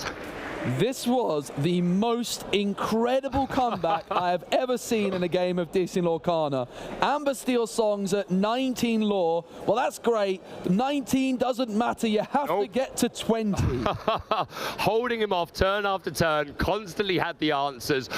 How much more Queen and Maurice's workshop are we going to see after this event? I think a lot. I think you could be right, Baker. Absolutely incredible. Every lore really does matter in the game of Disney Lorcana, because that one more lore, something like a goat, of course you can't play it in Amber Steel, but we did see in Fort Worth the Amber Steel songs player playing Baloo, which is some guaranteed lore. We see things like Sleepy's flute. Pierre's deck has done tremendously well to get to this point, but you can see why those cards are so useful in a matchup against Ruby Sapphire. And it's kind of worth mentioning, he was at 19 lore. There was a turn where he had 4 characters on board and chose to quest with 3, but the Ballroom Sensation Cinderella took out the Scuttle. If that had been a quest, that could have changed everything, because that Scuttle, it wasn't, I don't think it was changing the game too much. That's a really good point. So maybe a mistake there on the quest. Obviously, you know, you play to the best of your ability at the time. You don't know how the cards are going to fall, but yeah, worth bearing in mind, just to add to your point you just made, every lore counts. Yeah, I think it's a really interesting point. There was that decision from Pierre to challenge the Scuttle with the Cinderella. I think the Rapunzel then came through and added an extra card to Pierre's hand shortly there afterwards, but definitely was an opportunity to take that extra lore, and it really could have mattered, couldn't it, Baker? Yeah, for sure. No guarantee, obviously, but certainly something to think about. Maybe, well, every lore counts, but we're going to be moving into game 2. Pierre will get to go first again. Yeah, Pierre, being the loser of the previous game, is going to be able to go first in this one, which means, of course, if Pierre is victorious, it's going to mean that their opponent, Ely, will have an opportunity to go first in the 3rd and final game. So it's looking like an uphill battle for Amber Steel songs, but if anyone can do it, it's going to be Pierre. They were so close in the last one. Can they just get that one extra lore necessary in game number 2 to take it to a game 3 in the finals? Remember, these players are playing not only for the pride and the credit of being the Disney Lorcana Challenge Bologna champion, but also a full set of enchanted cards and foil cards from Ursula's return. What a prize that is. What a prize on top of everything they've already won. The Stout-Hearted Cinderella, the Rapunzel playmat, the Mickey BLT, the invitation to the European Championships, and now we are playing for the crown. Ely already throwing 3 cards down. He's interested in throwing a well, that's probably what he's keeping, I dare say. Yeah, the Fishbone Quill being held onto. Also looking at holding onto that Sisu, 3-cost uninkable, maybe to just try and negate some of the early questing power that Pierre is looking to pull off. Sure. Yeah, especially if you combine it with Ice Block, you'll be able to pick off things like the Piglet Poo Pirate Captain, but already can take out the Ursula Vanessa, the Cinderella Ballroom Sensation. This Daring Visitor Sisu is putting in so much work in this particular matchup. Yeah, Ely could also hold on to the Ice Block here, which could be a nice turn 1 play to then set up that turn 3 Sisu. Sure. Sisu can banish characters with 1 strength or less. So if you play the Ice Block, exert the Ice Block, suddenly a 2-strength character like a Piglet Poo Pirate Captain could be removed by that Sisu. And that is the card which Ely is really considering if they hold on to or not. And it looks like they decided to get rid of it. So really interesting, only 2 cards kept by Ely. Little smile there from Ely to the crowd, and there does appear to be a big crowd out on the floor watching this on the screen. We can hear them. They're hyped. They're motivated. I hope this goes to game 3 just because I don't want it to end, but I'm sure if Ely has his way, he will take a 2-0. Yeah, so Pierre will be going first. Of course, before they're able to play a character, they're going to have to ink something. It's going to be a Strength of a Raging Fire, and there is a Cinderella as a turn 1 play for Pierre. Can, of course, sing songs that cost 3 or less. Flavisham into the inkwell for Ely, and in comes the Ruby Shield of Virtue. It is called the Shield of Virtue, isn't it? Yeah, you're absolutely right. Chapter 1 card, 1 cost, inkable, and you can exert it and pay 3 to ready a chosen character. Really nice combination with that Queen. You could have multiple triggers of that effect to find items. And we saw in the last game, this Queen hitting an item every single turn. So, Lorcana fans, sleeve up your Queens, sleeve up your Maurice's workshops. They're pretty good. Well, Ross managed to pull one in the Dizzy Lorcana Bottom stream, so he's going to be a very happy man. He is. The Queen pop off in a big way here. Now, Ely has a Gaston as an option for turn 2, which could be a nice way to just try and slow down any questing power from Pierre. We saw the way this one's going to play out. Ruby Sapphire, the longer the game goes on, the more dominant it's going to become. So Pierre's going to be really looking to get as much lore as possible in the early game here. Yeah, I do think that's absolutely the game plan, exactly as you just said, Ely. We just saw once Ely starts to build up that big item count, get those Maurice's workshops onto the board, once he's got those ice blocks, he just has so many ways of controlling the board, especially in combination with Brawls and things like that. We see the Poo Pirate Captain Piglet coming down, and the Cinderella Ballroom Sensation going to quest for 1. Every lore counts. We learned that in the last game. We certainly did. We see the Lucky Dime in Lily's hand, not something you really want to see early, but better to have it than not. If it's discarded with a whole new world, it's not the end of the world. Obviously, that Tamatoa could bring it back. We're considering inking. No. Obviously, this is untimed. This is the finals. Players are free to take as much time as they want to think over these moves. The Flavisham's going to be inked, the Vitalis Sphere's played, and back over to Pierre. That slow start where Ely starts to build up those items on board. Yeah, and Ely, of course, in the mulligan had the option of keeping that ice block. If there's an ice block down, then the Sisu could come through, remove the Piglet. It is going to be Smee, so some nice questing power. Piglet now questing for 3, with the fact that there are 3 characters on the board, and Cinderella quest for 1 for the 2nd time in this game, which puts Pierre up to 5 lore. They're a quarter of the way there. Ely with a bit of a slower start, I feel like, compared to the previous game, but there's the Sisu. It's going to banish the Cinderella. And Ely now kind of threatening that Shift 6 legendary Sisu in a few turns' time. Yeah, for sure. But this Poo Pirate Captain will most likely be able to quest for 3 again, as long as Pierre can get another character on board. He is holding a Lawrence that I've seen. He's got a Storm Rage on and a Along Came Zeus in the hand. Yeah, we're going to play that Lawrence. Questing with Smee and Piglet for 5, and very similar to the last game, Pierre taking a very early lead, but we just learned the hard way, this game is not over. No, certainly not. Gaston is in the hand for Ely, as well as the Queen as the inkable options. Ice Block, Sisu, and Lucky Dime are uninkable, so it looks like it's going to be the Gaston into the Inkwell, and it's going to be a decision between the Queen or the Sisu. It's going to be the Queen, and it's going to be given Rush by the Fortisphere here. And +2. +2 strength as well from the Vitalisphere, I beg your pardon. Yep. So it's now going to have Rush and 2 extra strength. and the Sisu. In fact, it was just the Sisu with that extra 2 strength taking out the Smee, wanting to preserve the queen on the board, which makes a lot of sense. So the rush wasn't useful, just the +2 extra strength. Yeah, for sure, especially since Illy doesn't have a fishbone quill. That might be a nice hit off of the queen, but you got to think he wants to find that Maurice's workshop so we can start to build a hand. We're seeing that Storm Ray. Is that Storm Ray John? Storm Ray John. Yeah, Storm Ray John in the hand. In there as well. Isn't enough to take out the queen, who has a 3-3 stat line. Yeah, so remember this Lawrence, 0 strength, but when it has no damage, it's going to get 4 strength. So right now, it is a 4 strength card. Storm Ray John is sung by Lawrence, 2 damage into the queen. Can Pierre finish the job and remove the queen from the board? But also, they want to try and develop another character down so this piglet starts questing for 3 instead of the 1 it's currently questing for. Yeah, Pierre at 10, Law.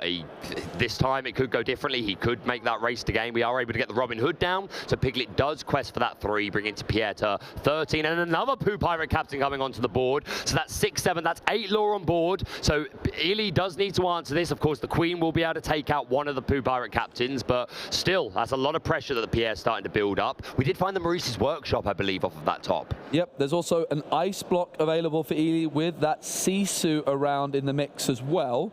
So could be using the ice block to lower the power of the Piglet, for example, and keep the Queen on the board. Instead, could use it to lower the power of this other Piglet, and then the Sisu comes through, removing it from the board. So Illy's managed to remove 2 of the questing threats from Pierre, but still able to quest for 3, getting to 16 this turn.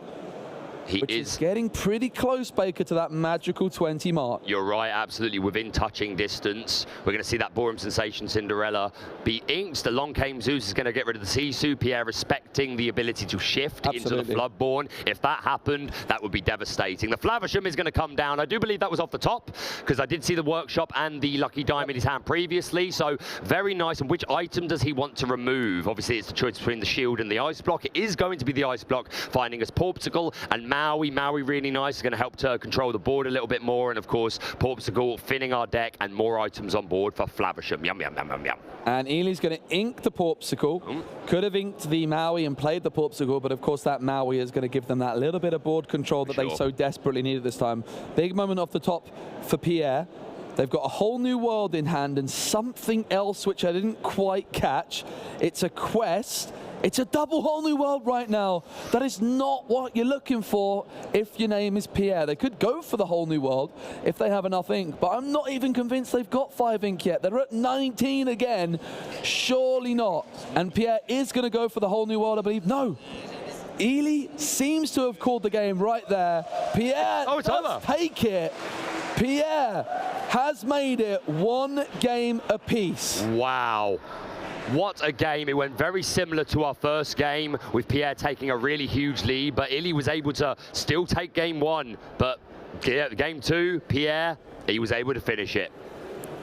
Pierre has taken it, and we're going into game number 3, and it's all gonna come down to this.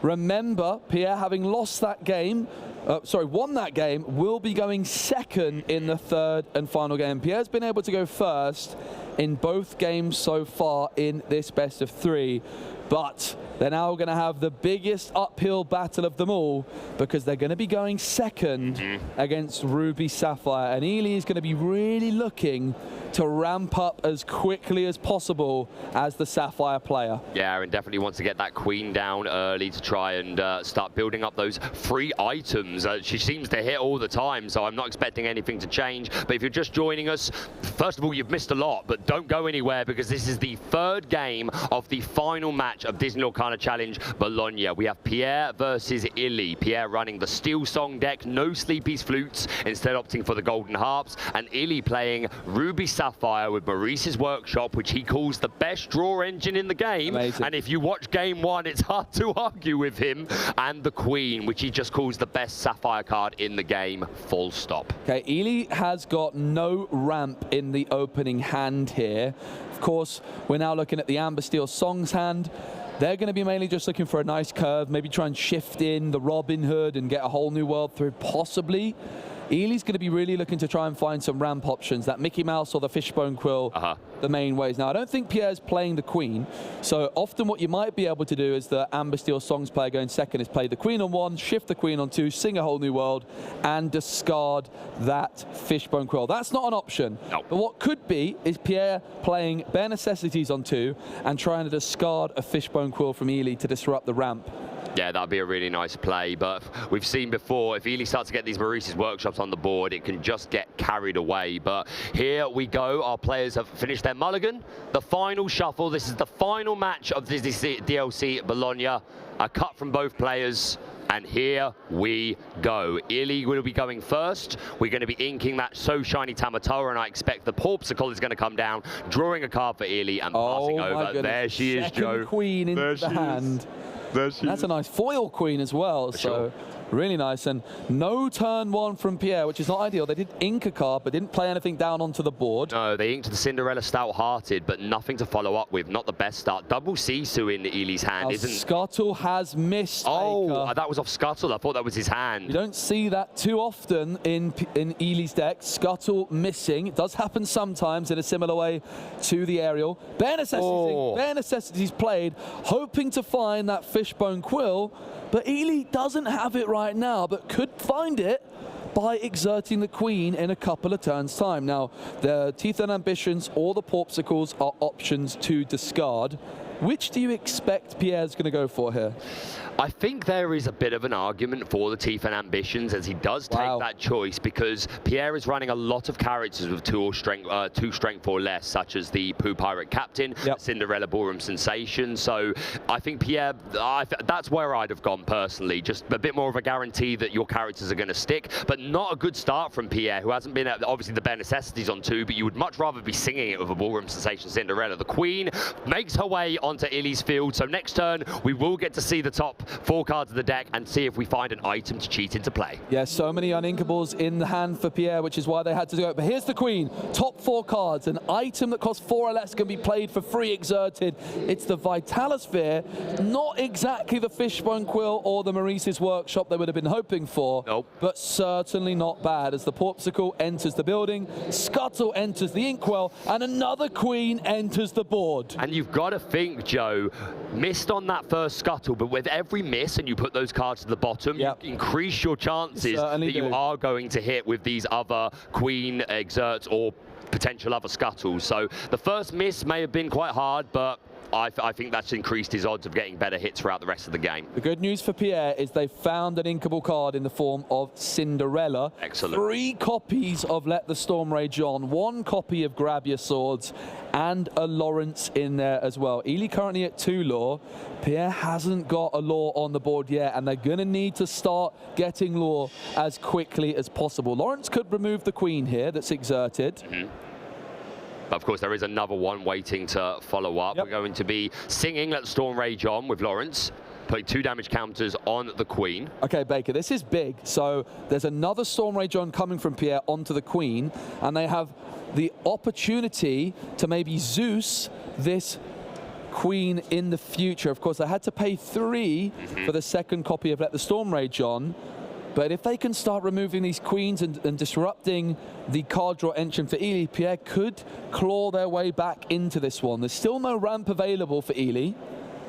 But a much slower start from Pierre. Yeah, I think that was a heartbreaking start, to be honest. No turn 1, turn 2, played the Bare Necessities, which is not awful, but if that Cinderella had been down a bit sooner, we'd have been able to sing Storm Rage On, draw more cards. So Pierre definitely coming back from behind this time, but he's made it all the way to second to the finals.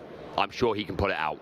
Now, really interesting here from Ely. We saw the Queen get exerted, but if I'm not mistaken, it actually quested or challenged into Lawrence. So the Scuttle damaged Lawrence down, which then reduced its strength by 4, and then the Queen challenged the Lawrence to remove it. Now, the reason for that is, as much as Ely loves the Queen drawing them cards, their job here is just keep Pierre as far away from 20 lore as possible. They know the longer this game goes on with their lucky dime, they're going to win. As long as they stop Pierre getting to 20, Ely will get the board into a position where they can win the game. So that's why they just decide to make what might look like a bit of a weird decision to remove the Lawrence, as grab your swords removes the queen. Yep, just wants to draw the game out to those later stages where Ruby Sapphire really starts to take over after we've developed those Maurice's workshops and we can get lucky dimes down. So, yep, Ely, as the longer the game goes on, Ely does seem favoured. He's holding a be prepared for if Pierre is able to mount a bit of a board. We're going to play another Lawrence. Yeah, in comes Lawrence, and Cinderella is going to get one law on the board for Pierre. 19 more needed, though, for that victory. There's a Scuttle. Yeah, Scuttle, a nice option. Just going to be a 2-cost character for Ely to play down, but it also could simply go into the Inkwell if Ely wants to develop the lucky dime this turn. Now, I think the Scuttle is going to be the option for Ely. Yep. If they're confident they hit an item, but if you miss an item, it could be a disaster. And maybe that's why Ely's decided to just play it safe and develop the lucky dime. Yeah, no, I respect it. I think that there's an argument that you could have gone with the Scuttle, try and find that Maurice's workshop so that you can start to build your resources, but playing it safe, I completely respect. The dime is now on the board. We really need a workshop though, so that Ely's top decked items just turn into card draw. The thing is, if Ely goes for the Scuttle and misses, they are spending their whole turn on playing a 1/3 character, which quests for 1. That would have been a nightmare. Yeah, and wouldn't have inked in the turn, which is not what you want. So, no, I totally respect it. We are seeing that golden harp coming down for a cost of 1. So, I assume we have a song. We do. Strength for a Raging Fire. Doing 3 damage to his own golden harp. Absolutely stellar. Because, of course, if you don't play a song by the end of the turn, golden harp is banished. So, that allows it to stay on the field and it will be able to quest for 2 next turn. You wanted the Maurice's workshop. Well, there it is now. Ely just looking for any sort of item, and they're going to be able to utilizing the card draw potential of Maurice's workshop. It's a 3-cost uninkable item, and whenever you play another item, you can pay 1 ink to draw another card, and you can use that multiple times per turn. Ely also sat on a be prepared, kind of just waiting for Pierre to develop the board a little bit further and walk into a huge be prepared, which I'm sure you're getting ready for, Baker. Oh, obviously, you know me too well. So big quests come through, Cinderella, Lawrence, and the Golden Harp. So Pierre's getting up there at 9, but the Golden Harp is going to banish itself at the end of the turn, as Pierre did not play any songs. And it's another Maurice's workshop. Oh, oh. No, he didn't play. He didn't do it. He didn't do it. Didn't? No, oh my goodness. He didn't do it. I nearly got carried away there. Joe even set me up. He was like, "This is your moment, Baker," but it didn't even happen. Don't worry, we're getting there. I think Ely might have shown Pierre that it was in the hand as well. Decided to go for the Maurice's workshop instead. Yep. No, develop a bit more card draw. I respect it. These Maurice's workshop are what And now the whole new world is going to discard the be prepared.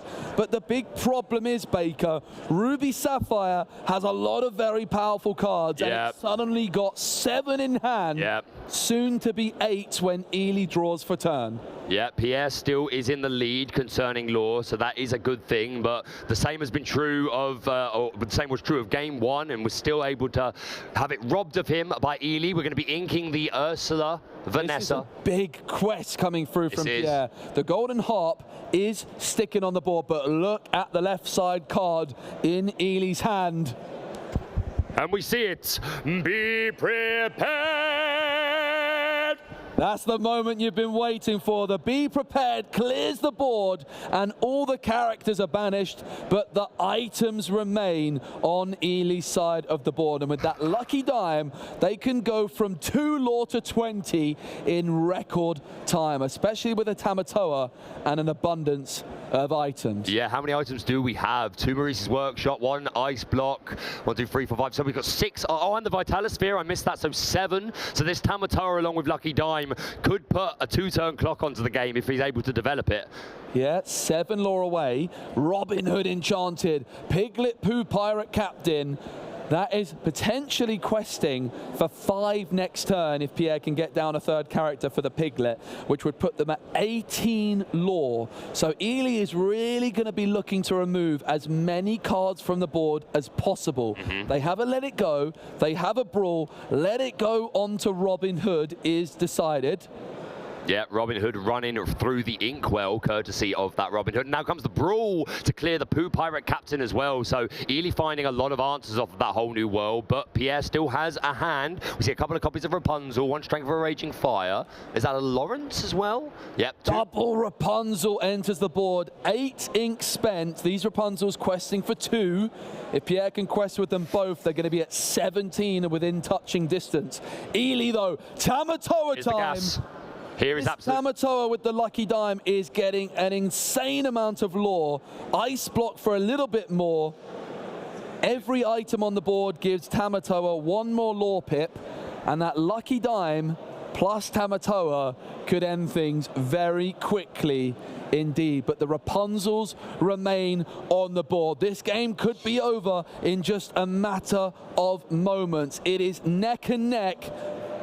This is check. There are 8 types of 1 to 3, 4, 5. Yep, 8 on the board. Tamatoa will be questing for 9, and then the lucky dime would pop him up the other 9 to 18, and that would be exactly 20. This is check. Pierre needs to answer either this dime or this Tamatoa.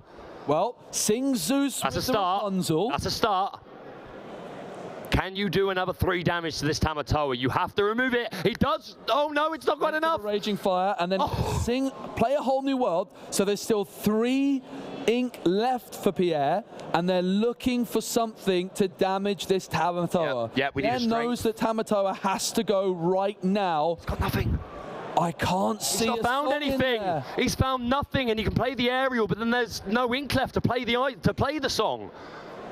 Tamatoa plus the dime is going to get Ely from 2 to 20 in a single moment. Yep. Pierre just making sure there's nothing they can do. They've got 3 ink left. Yep. They could play the aerial to try and find a song, but there's going to be no ink left to do it. That's what they go for, aerial. I don't think there's any one-cost songs. The Storm Matron is there, but there's no ink. There's no singers available. Pass is over. And that's game. Lore. And that is game. Ely is your Disney Lorcana Challenge Bologna champion. What a final, Baker.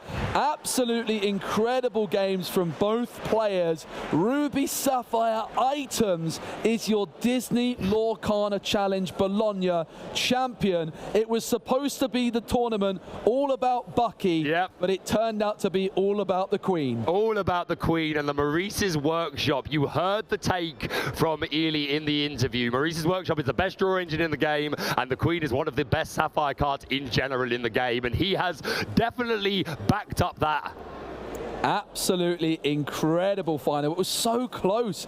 Pierre got to 19 lore in game number 1. And even in the second game, very, very close. So close. To remove that Tamatoa. That double Rapunzel on board, we thought it was going to get them to around 18 lore. But just the power of Tamatoa with all those items. Tamatoa is good with not that many items. When you're playing a whole deck focused on items, the Tamatoa is mind-blowingly powerful. I love it. I'm a little bit in shock that we are going to be saying your champion deck list had the Queen. I think Maurice's Workshop is maybe a little more common, but the Queen, I can't remember the last time I've seen that in a deck.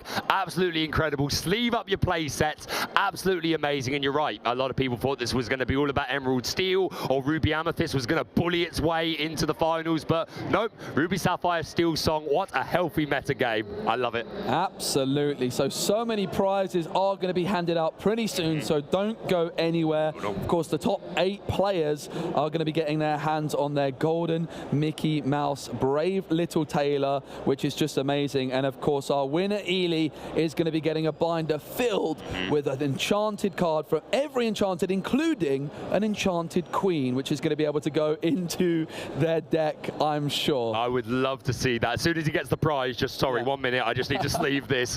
Absolutely incredible. And yeah, we're going to be having a whole prize ceremony. You're going to get to see all these players that have made it this far get their prizes. And yeah, I actually already saw Tim, part of the Ravensburger development team, one of the game devs. He's going to be presenting the prizes, so I'm excited. I'm so proud of these players, and I just want to say a huge thank you to you guys at home, whether you've been with us for just the last hour, whether you've been with us today, or the entire weekend. Thank you so much for giving us some of your time. Thank you for watching the games, and I hope that you, if you're not already a Lorcana player, you have been tempted to come and join us. Yeah, and absolutely. Don't forget then to get in contact on our social media, Facebook, Instagram and X, Disney Lorcana. There we go, almost. And what a tournament it's been. I also want to take the opportunity to say thank you to all the staff working 100%. really hard behind the scenes to make this thing happen. The judges have been putting in so much time learning all these very complicated rules and making sure everyone's safe and happy. It's just been an absolutely wonderful tournament, and there's so much more to look forward to with Disney Lorcana. We're just less than 1 week away from the release of Shimmering Skies, and there's more Disney Lorcana challenges ready to come. This is not the end of Ursula's return meta, because we've got up next Toronto, the final tournament, which is going to be played with the set 4 meta. But a big difference is it is by Bucky.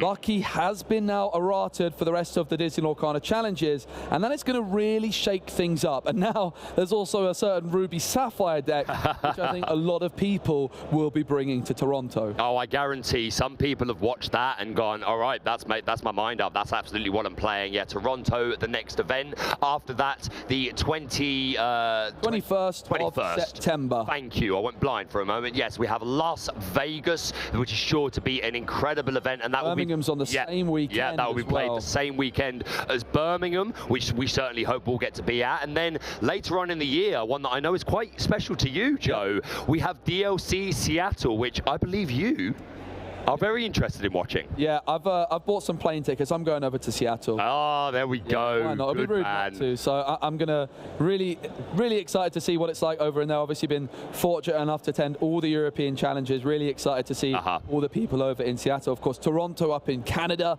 is going to be a really interesting one to keep our eyes on as things develop. With the end of Bucky, it's going to really open up the door for some other Emerald decks, I think, to make a real splash. And Las Vegas and Birmingham, of course, going to be the first events which are played in the Shimmering Skies metagame, and then Seattle is the final one. But let's not forget, we've also got the European Championships and the North American Championships after these events conclude. So definitely be on the lookout for announcements about those. Yeah, and I think, as you say, the disappearance of Bucky, I think that definitely changes the way Emerald Steel can play, and it was a very good deck before Bucky was the way to play it, just with Prince Johns, Friar Tucks, Curse Merfolks, things like that. But not just that, it's the snowball effect it's going to have on all these other decks, because if Bucky can't be played anymore, do we still play Diablo? Do we still play that shift line of Diablo? Is it as prominent a threat? If it's not, do we still play as many brawls? Do decks change? Like, sometimes, can they take out some of these specific answers and make room for other things? And that's going to have a snowball effect on the entire meta, and I, for one, am so excited to see what it's going to bring. Yeah, I think there's so many decks in the game, Baker, which are kind of been kept out a little bit of it by Bucky. We did see a couple of Emerald Amethyst decks making it into the top cut, but even those decks are kind of having to include some cards which are a little bit slow in order to try and deal with the Diablos and the Buckies. But if there's less of them, I think you can definitely see the return of some more aggressive, quick questing Emerald decks, which, as you know, I do like a quick question Emerald deck. He loves a quick deck, he does. But yeah, I also want to make the point of saying we are less than a year old. We're so young, Joe. We're just a baby, and this game has captured people's imaginations. It's captured their hearts. It's given them memories for some of childhood times watching these Disney films, and experienced TCG players have been able to bring two loves together. I love this game. I know you love this game. I'm excited for more people to fall in love with this game, and I want to give shout out to, again, Ravensburger for bringing it to us, and the game devs. Like, I think we have such a healthy meta for year one of this game. So it's an absolute credit to the team, and just to echo what Joe said, a huge shout out to the production team. There is so much going on here, so thank you to everyone that's been involved. What we're going to do quickly is we're going to go over to a quick interview, and then we're going to have a bit of a reward ceremony soon as well. So we're going to go over to a quick interview now, I do believe. And not just yet. We're going to an interview soon. I'll tell you what, oh, maybe we are.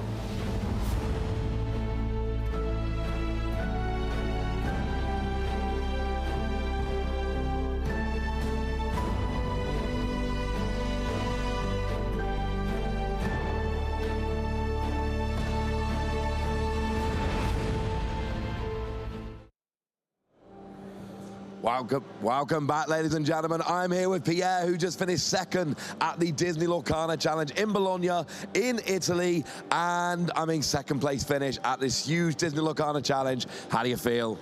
Really happy. Well, it's been an amazing weekend, and I'm really happy that Ellie won. So,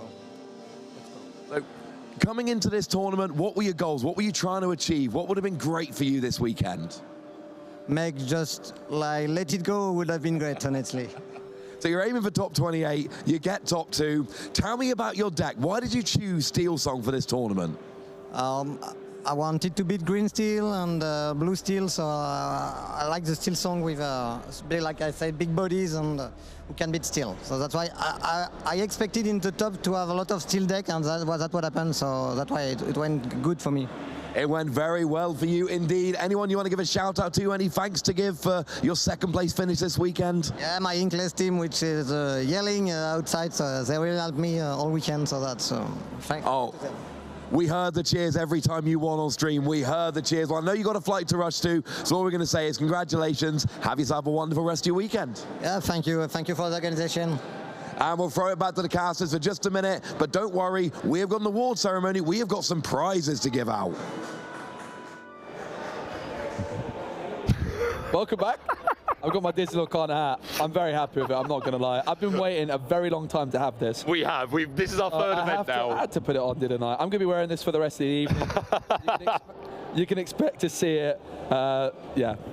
If you see me in Bologna tonight, you're going to see me wearing this hat, Baker. I will tell you, though, this is the first time he's not wearing Crocs. He's actually wearing dress shoes, so well done to you, Joe, for that. But, yeah, what an incredible event. Apparently it's not even my hat. Apparently it's Ross's hat. Oh, right. Absolutely fuming. He's got the Penny. He's certainly got the But, yeah, we were finally able to get some hats. They also gifted us some T-shirts. Full thank yous to how we've been treated. And, like, yeah, it's such an honour to be here. It's great to work with you, Joe. Yeah, it's been a great pleasure to work with Ross and just be part of the team. And every time I've had the chance to go out there, it's been so amazing to meet so many Lorcana players, see the excitement from people in the game. But yeah, we are building up to that awards ceremony where players will be handed their golden serialized Mickey Mouse Brave Little Tailor. Super exciting, a very a piece of history in Lorcana. Absolutely. When we're doing the DLC in 30 years, that Mickey Mouse will always be the original. So shout out to everyone that has managed to attain one. I'm jealous.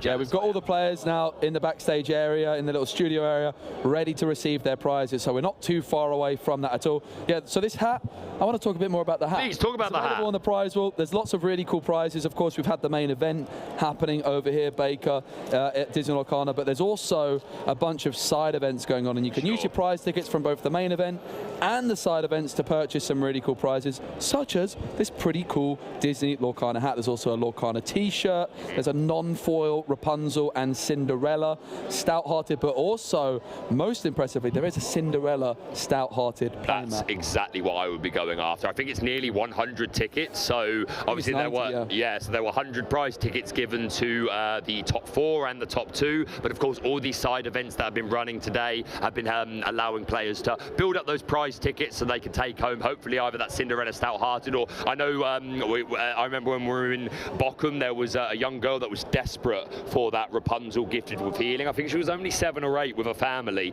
and she was desperately trying to find enough prize tickets. And that story got around the room, and it got to a point where so many people came up to her, "Are you the girl that's desperately trying to get here? I have my prize tickets." So cool. And that is my favourite story from the Lorcana community so far. Joe, I'm opening a pack. Do it. I'm opening a pack. Here we go, nice and quick. We've got Tor, we've got Aurora, Prince Eric, Farzu. Yes, I'm getting there. I'm finally learning some of the characters I didn't know. Swing Into Action, Luisa Madrigal, Marshmallow, Avalanche, A Pirate's Life for Me, Jasmine, you can have that. Raja, and my foil is Field of Ice. Nothing too impressive, but I do like a shiny. And there's just so much to look forward to, Baker, of Disney Lorcana. Yep. Shimmering Skies comes out on Friday. Very close. 204 new cards. In fact, if you want to be particularly particular about it, 205 cards, because we're also getting a Sec 6 card released, which is going to be Oswald, which is part of the D23 promo, also coming out next week. So much to look forward to. So many new decks going to be on the horizons, and of course still 3 more Disney Lorcana challenges this season to look forward to, and then we've even got the European and the North American Championships as well. And then you've got to think that after this year is through, the Lorcana team have got big plans for next year. I'm sure we're going to hear all about it in due time, just a little bit of patience, but we're kind of spoilt really. Like, it's the first year we've had so many events go on, such incredible prizes. Lorcana is the TCG game. It's a really, really amazing game. And also we've got set championships not too far around the corner. We had some last month in July. The whole of July was set championships. So don't forget, if you're looking to get into the game, go to your local game store, get involved. It's a great time to do so with the new set coming out. Everyone's going to be learning the ropes on the new set. We did see some really great stories. We saw Reese, who finished second in Lille. They started at the beginning of set 3, and then they finished second at a Lorcana challenge at the end of set 3. Yep, absolutely. So it just goes to show that you don't need to have been around from the beginning. If you come into the game, you commit yourself to it, learn the cards, then you too could be a Disney Lorcana champion. Yeah, and the set championships coming up in Shimmering Skies, a little bit different as well. 8 players from those events will be getting their hands on the promo card, which is that new Mirabelle Madrigal from Amber. Previously, it was only the top 4 players, but now it is the top 8. So really, really good opportunities for people to get some amazing promo cards for Disney Lorcana, and the artwork is just glorious. It really is, and that Mirabelle, the first character we've ever had with 5 lore. Is that going to be a contender that we're going to see in Top Cut deck lists? Only time will tell. I don't think so. He doesn't think so. But I'm sure you want one, just because maybe one day. Oh, it's an amazing card, and there's some really interesting synergy in there. I want to play it with the peddler. Yeah, I think the peddler queen is absolutely the way to go with that. But yeah, set championships, just to go off the point you just made, I'd like to credit Ravensburger for that decision. I think a lot of the community, that was the feedback that I was seeing more than anything else, that they would like this promo to be top 8. Definitely. Ravensburger have listened to the feedback and they've said, bet, there you go, top 8 can have it. So huge credit. They're clearly listening to us, guys. They've got their finger on the pulse of the community, and they're doing everything they possibly can to make this the best game it can be and give its players the best experiences. So one more time, huge credit to Ravensburger. Yeah, and we are going to be very soon starting this reward ceremony. We've got Ross and Tim ready and waiting. We've got Tim, who is a great game designer. Big shout out to him. It's been a pleasure. It has. Thank you so much, Baker, for joining me. It's been a really, really fun weekend. We are going to be heading over now to the reward ceremony with Ross and with Tim. Welcome back, ladies and gentlemen. We've had a lot of games this weekend. We've had a lot of winners, but we have 8 players who have won above all others, and we need to be giving them some prizes. We've got Tim here from Ravensburger. He's going to be handing over some of these gold serialized Mickeys, the most sought-after card in the Lorcana trading card game, and then I'm going to see if I can get some highlights from the players. So please welcome in your first top 8 finisher, Ricardo.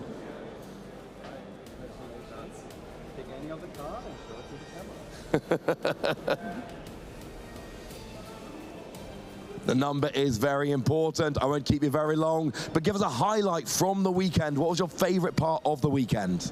The location was perfect. Was perfect for playing, because we have a lot of paces, a lot of quiet people. It's all perfect. It was indeed perfect. With your head on through, we will see our second top 8 finisher. We have got Thomas.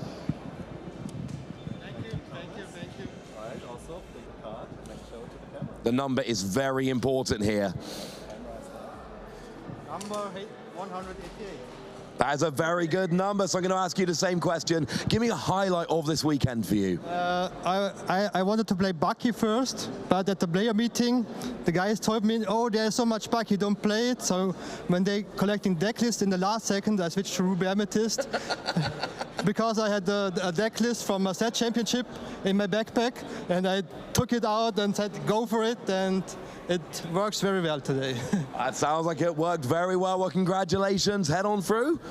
Oh, thank you. Just into the next little area there, and we will welcome in our next top 8 finisher, Din Kang. Congratulations. Show the camera, show us what number you got there. 99. Oh, that's a very nice number. So, other than the Mickey, of course, give us a highlight for the weekend. My highlight is, of course, getting the Mickey, and I'm the first person right now who got to both continentals, like invite to both continentals, and I hope Ravensburger will let me play both, so I can compete like twice. But yeah, that was my highlight. If you weren't going to say it, I knew that I was definitely going to say it. Congratulations. That is a phenomenal achievement. Go join our other finalists. Okay, and our final top 8 finisher here, we have got Jarno. Congratulations.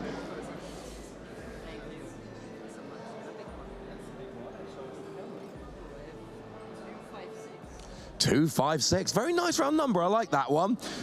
So, give us your highlight for the weekend. Well, I think the highlight is just being here with friends, playing with them and meeting new people. I think that's the most fun part there is. And playing a game I like, so yeah, that's kind of it. No, I agree entirely. Playing Lorcana is absolutely wonderful. Congratulations. Thank you very much. Okay, and introducing our semi-finalist, Ruben.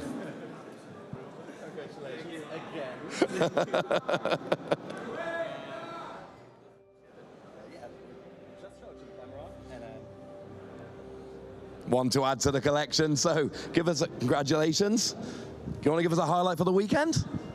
Even in Spanish is fine. España. That's fine. Pues, ¿qué tal el torneo, no? Bien, todo bien el torneo, en plan, es que no sé qué decir, en plan, nada. Muy contento de estar aquí y nada, pues nos vemos en el siguiente torneo de Inglaterra. Gracias, thank you very much. And our other semi-finalists here, we have Victor. Congratulations.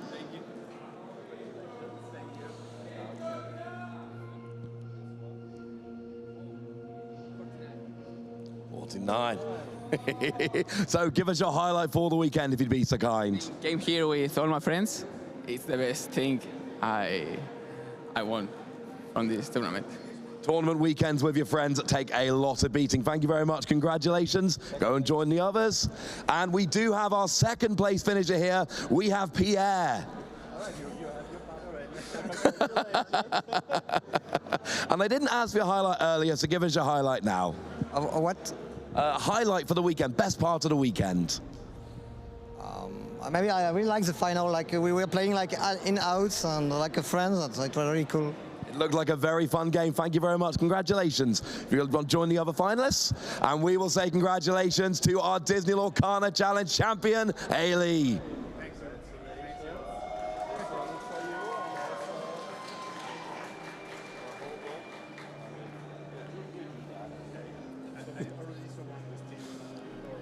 Not just a serial Mickey, but a binder with the entire Ursula's Return set in foil with all of the Enchanted as well. I think that is a very good page to show us. So I'm going to start off. You might get a couple of questions. You won the whole thing. So give us your highlight for the weekend. Yeah, I think all my games from yesterday and today were highlights. They were really fun games. Opponents read my card every time, so it was really fun. How much do you attribute your success here? How important was the surprise factor of your deck? Maybe 20% of the success.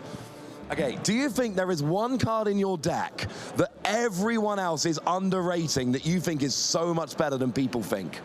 I think that's Sisu 3 cost. Yeah, I think I'd agree with that. And any shout-outs, you come all the way, you've won this. Any shout-outs you want to give to your friends and family? Yeah, thank you for my team and my partner, which is here. So thank you, everyone. Congratulations to our Disney Lorcana Challenge champion. Let's go and join the other finalists, and we'll see out the tournament.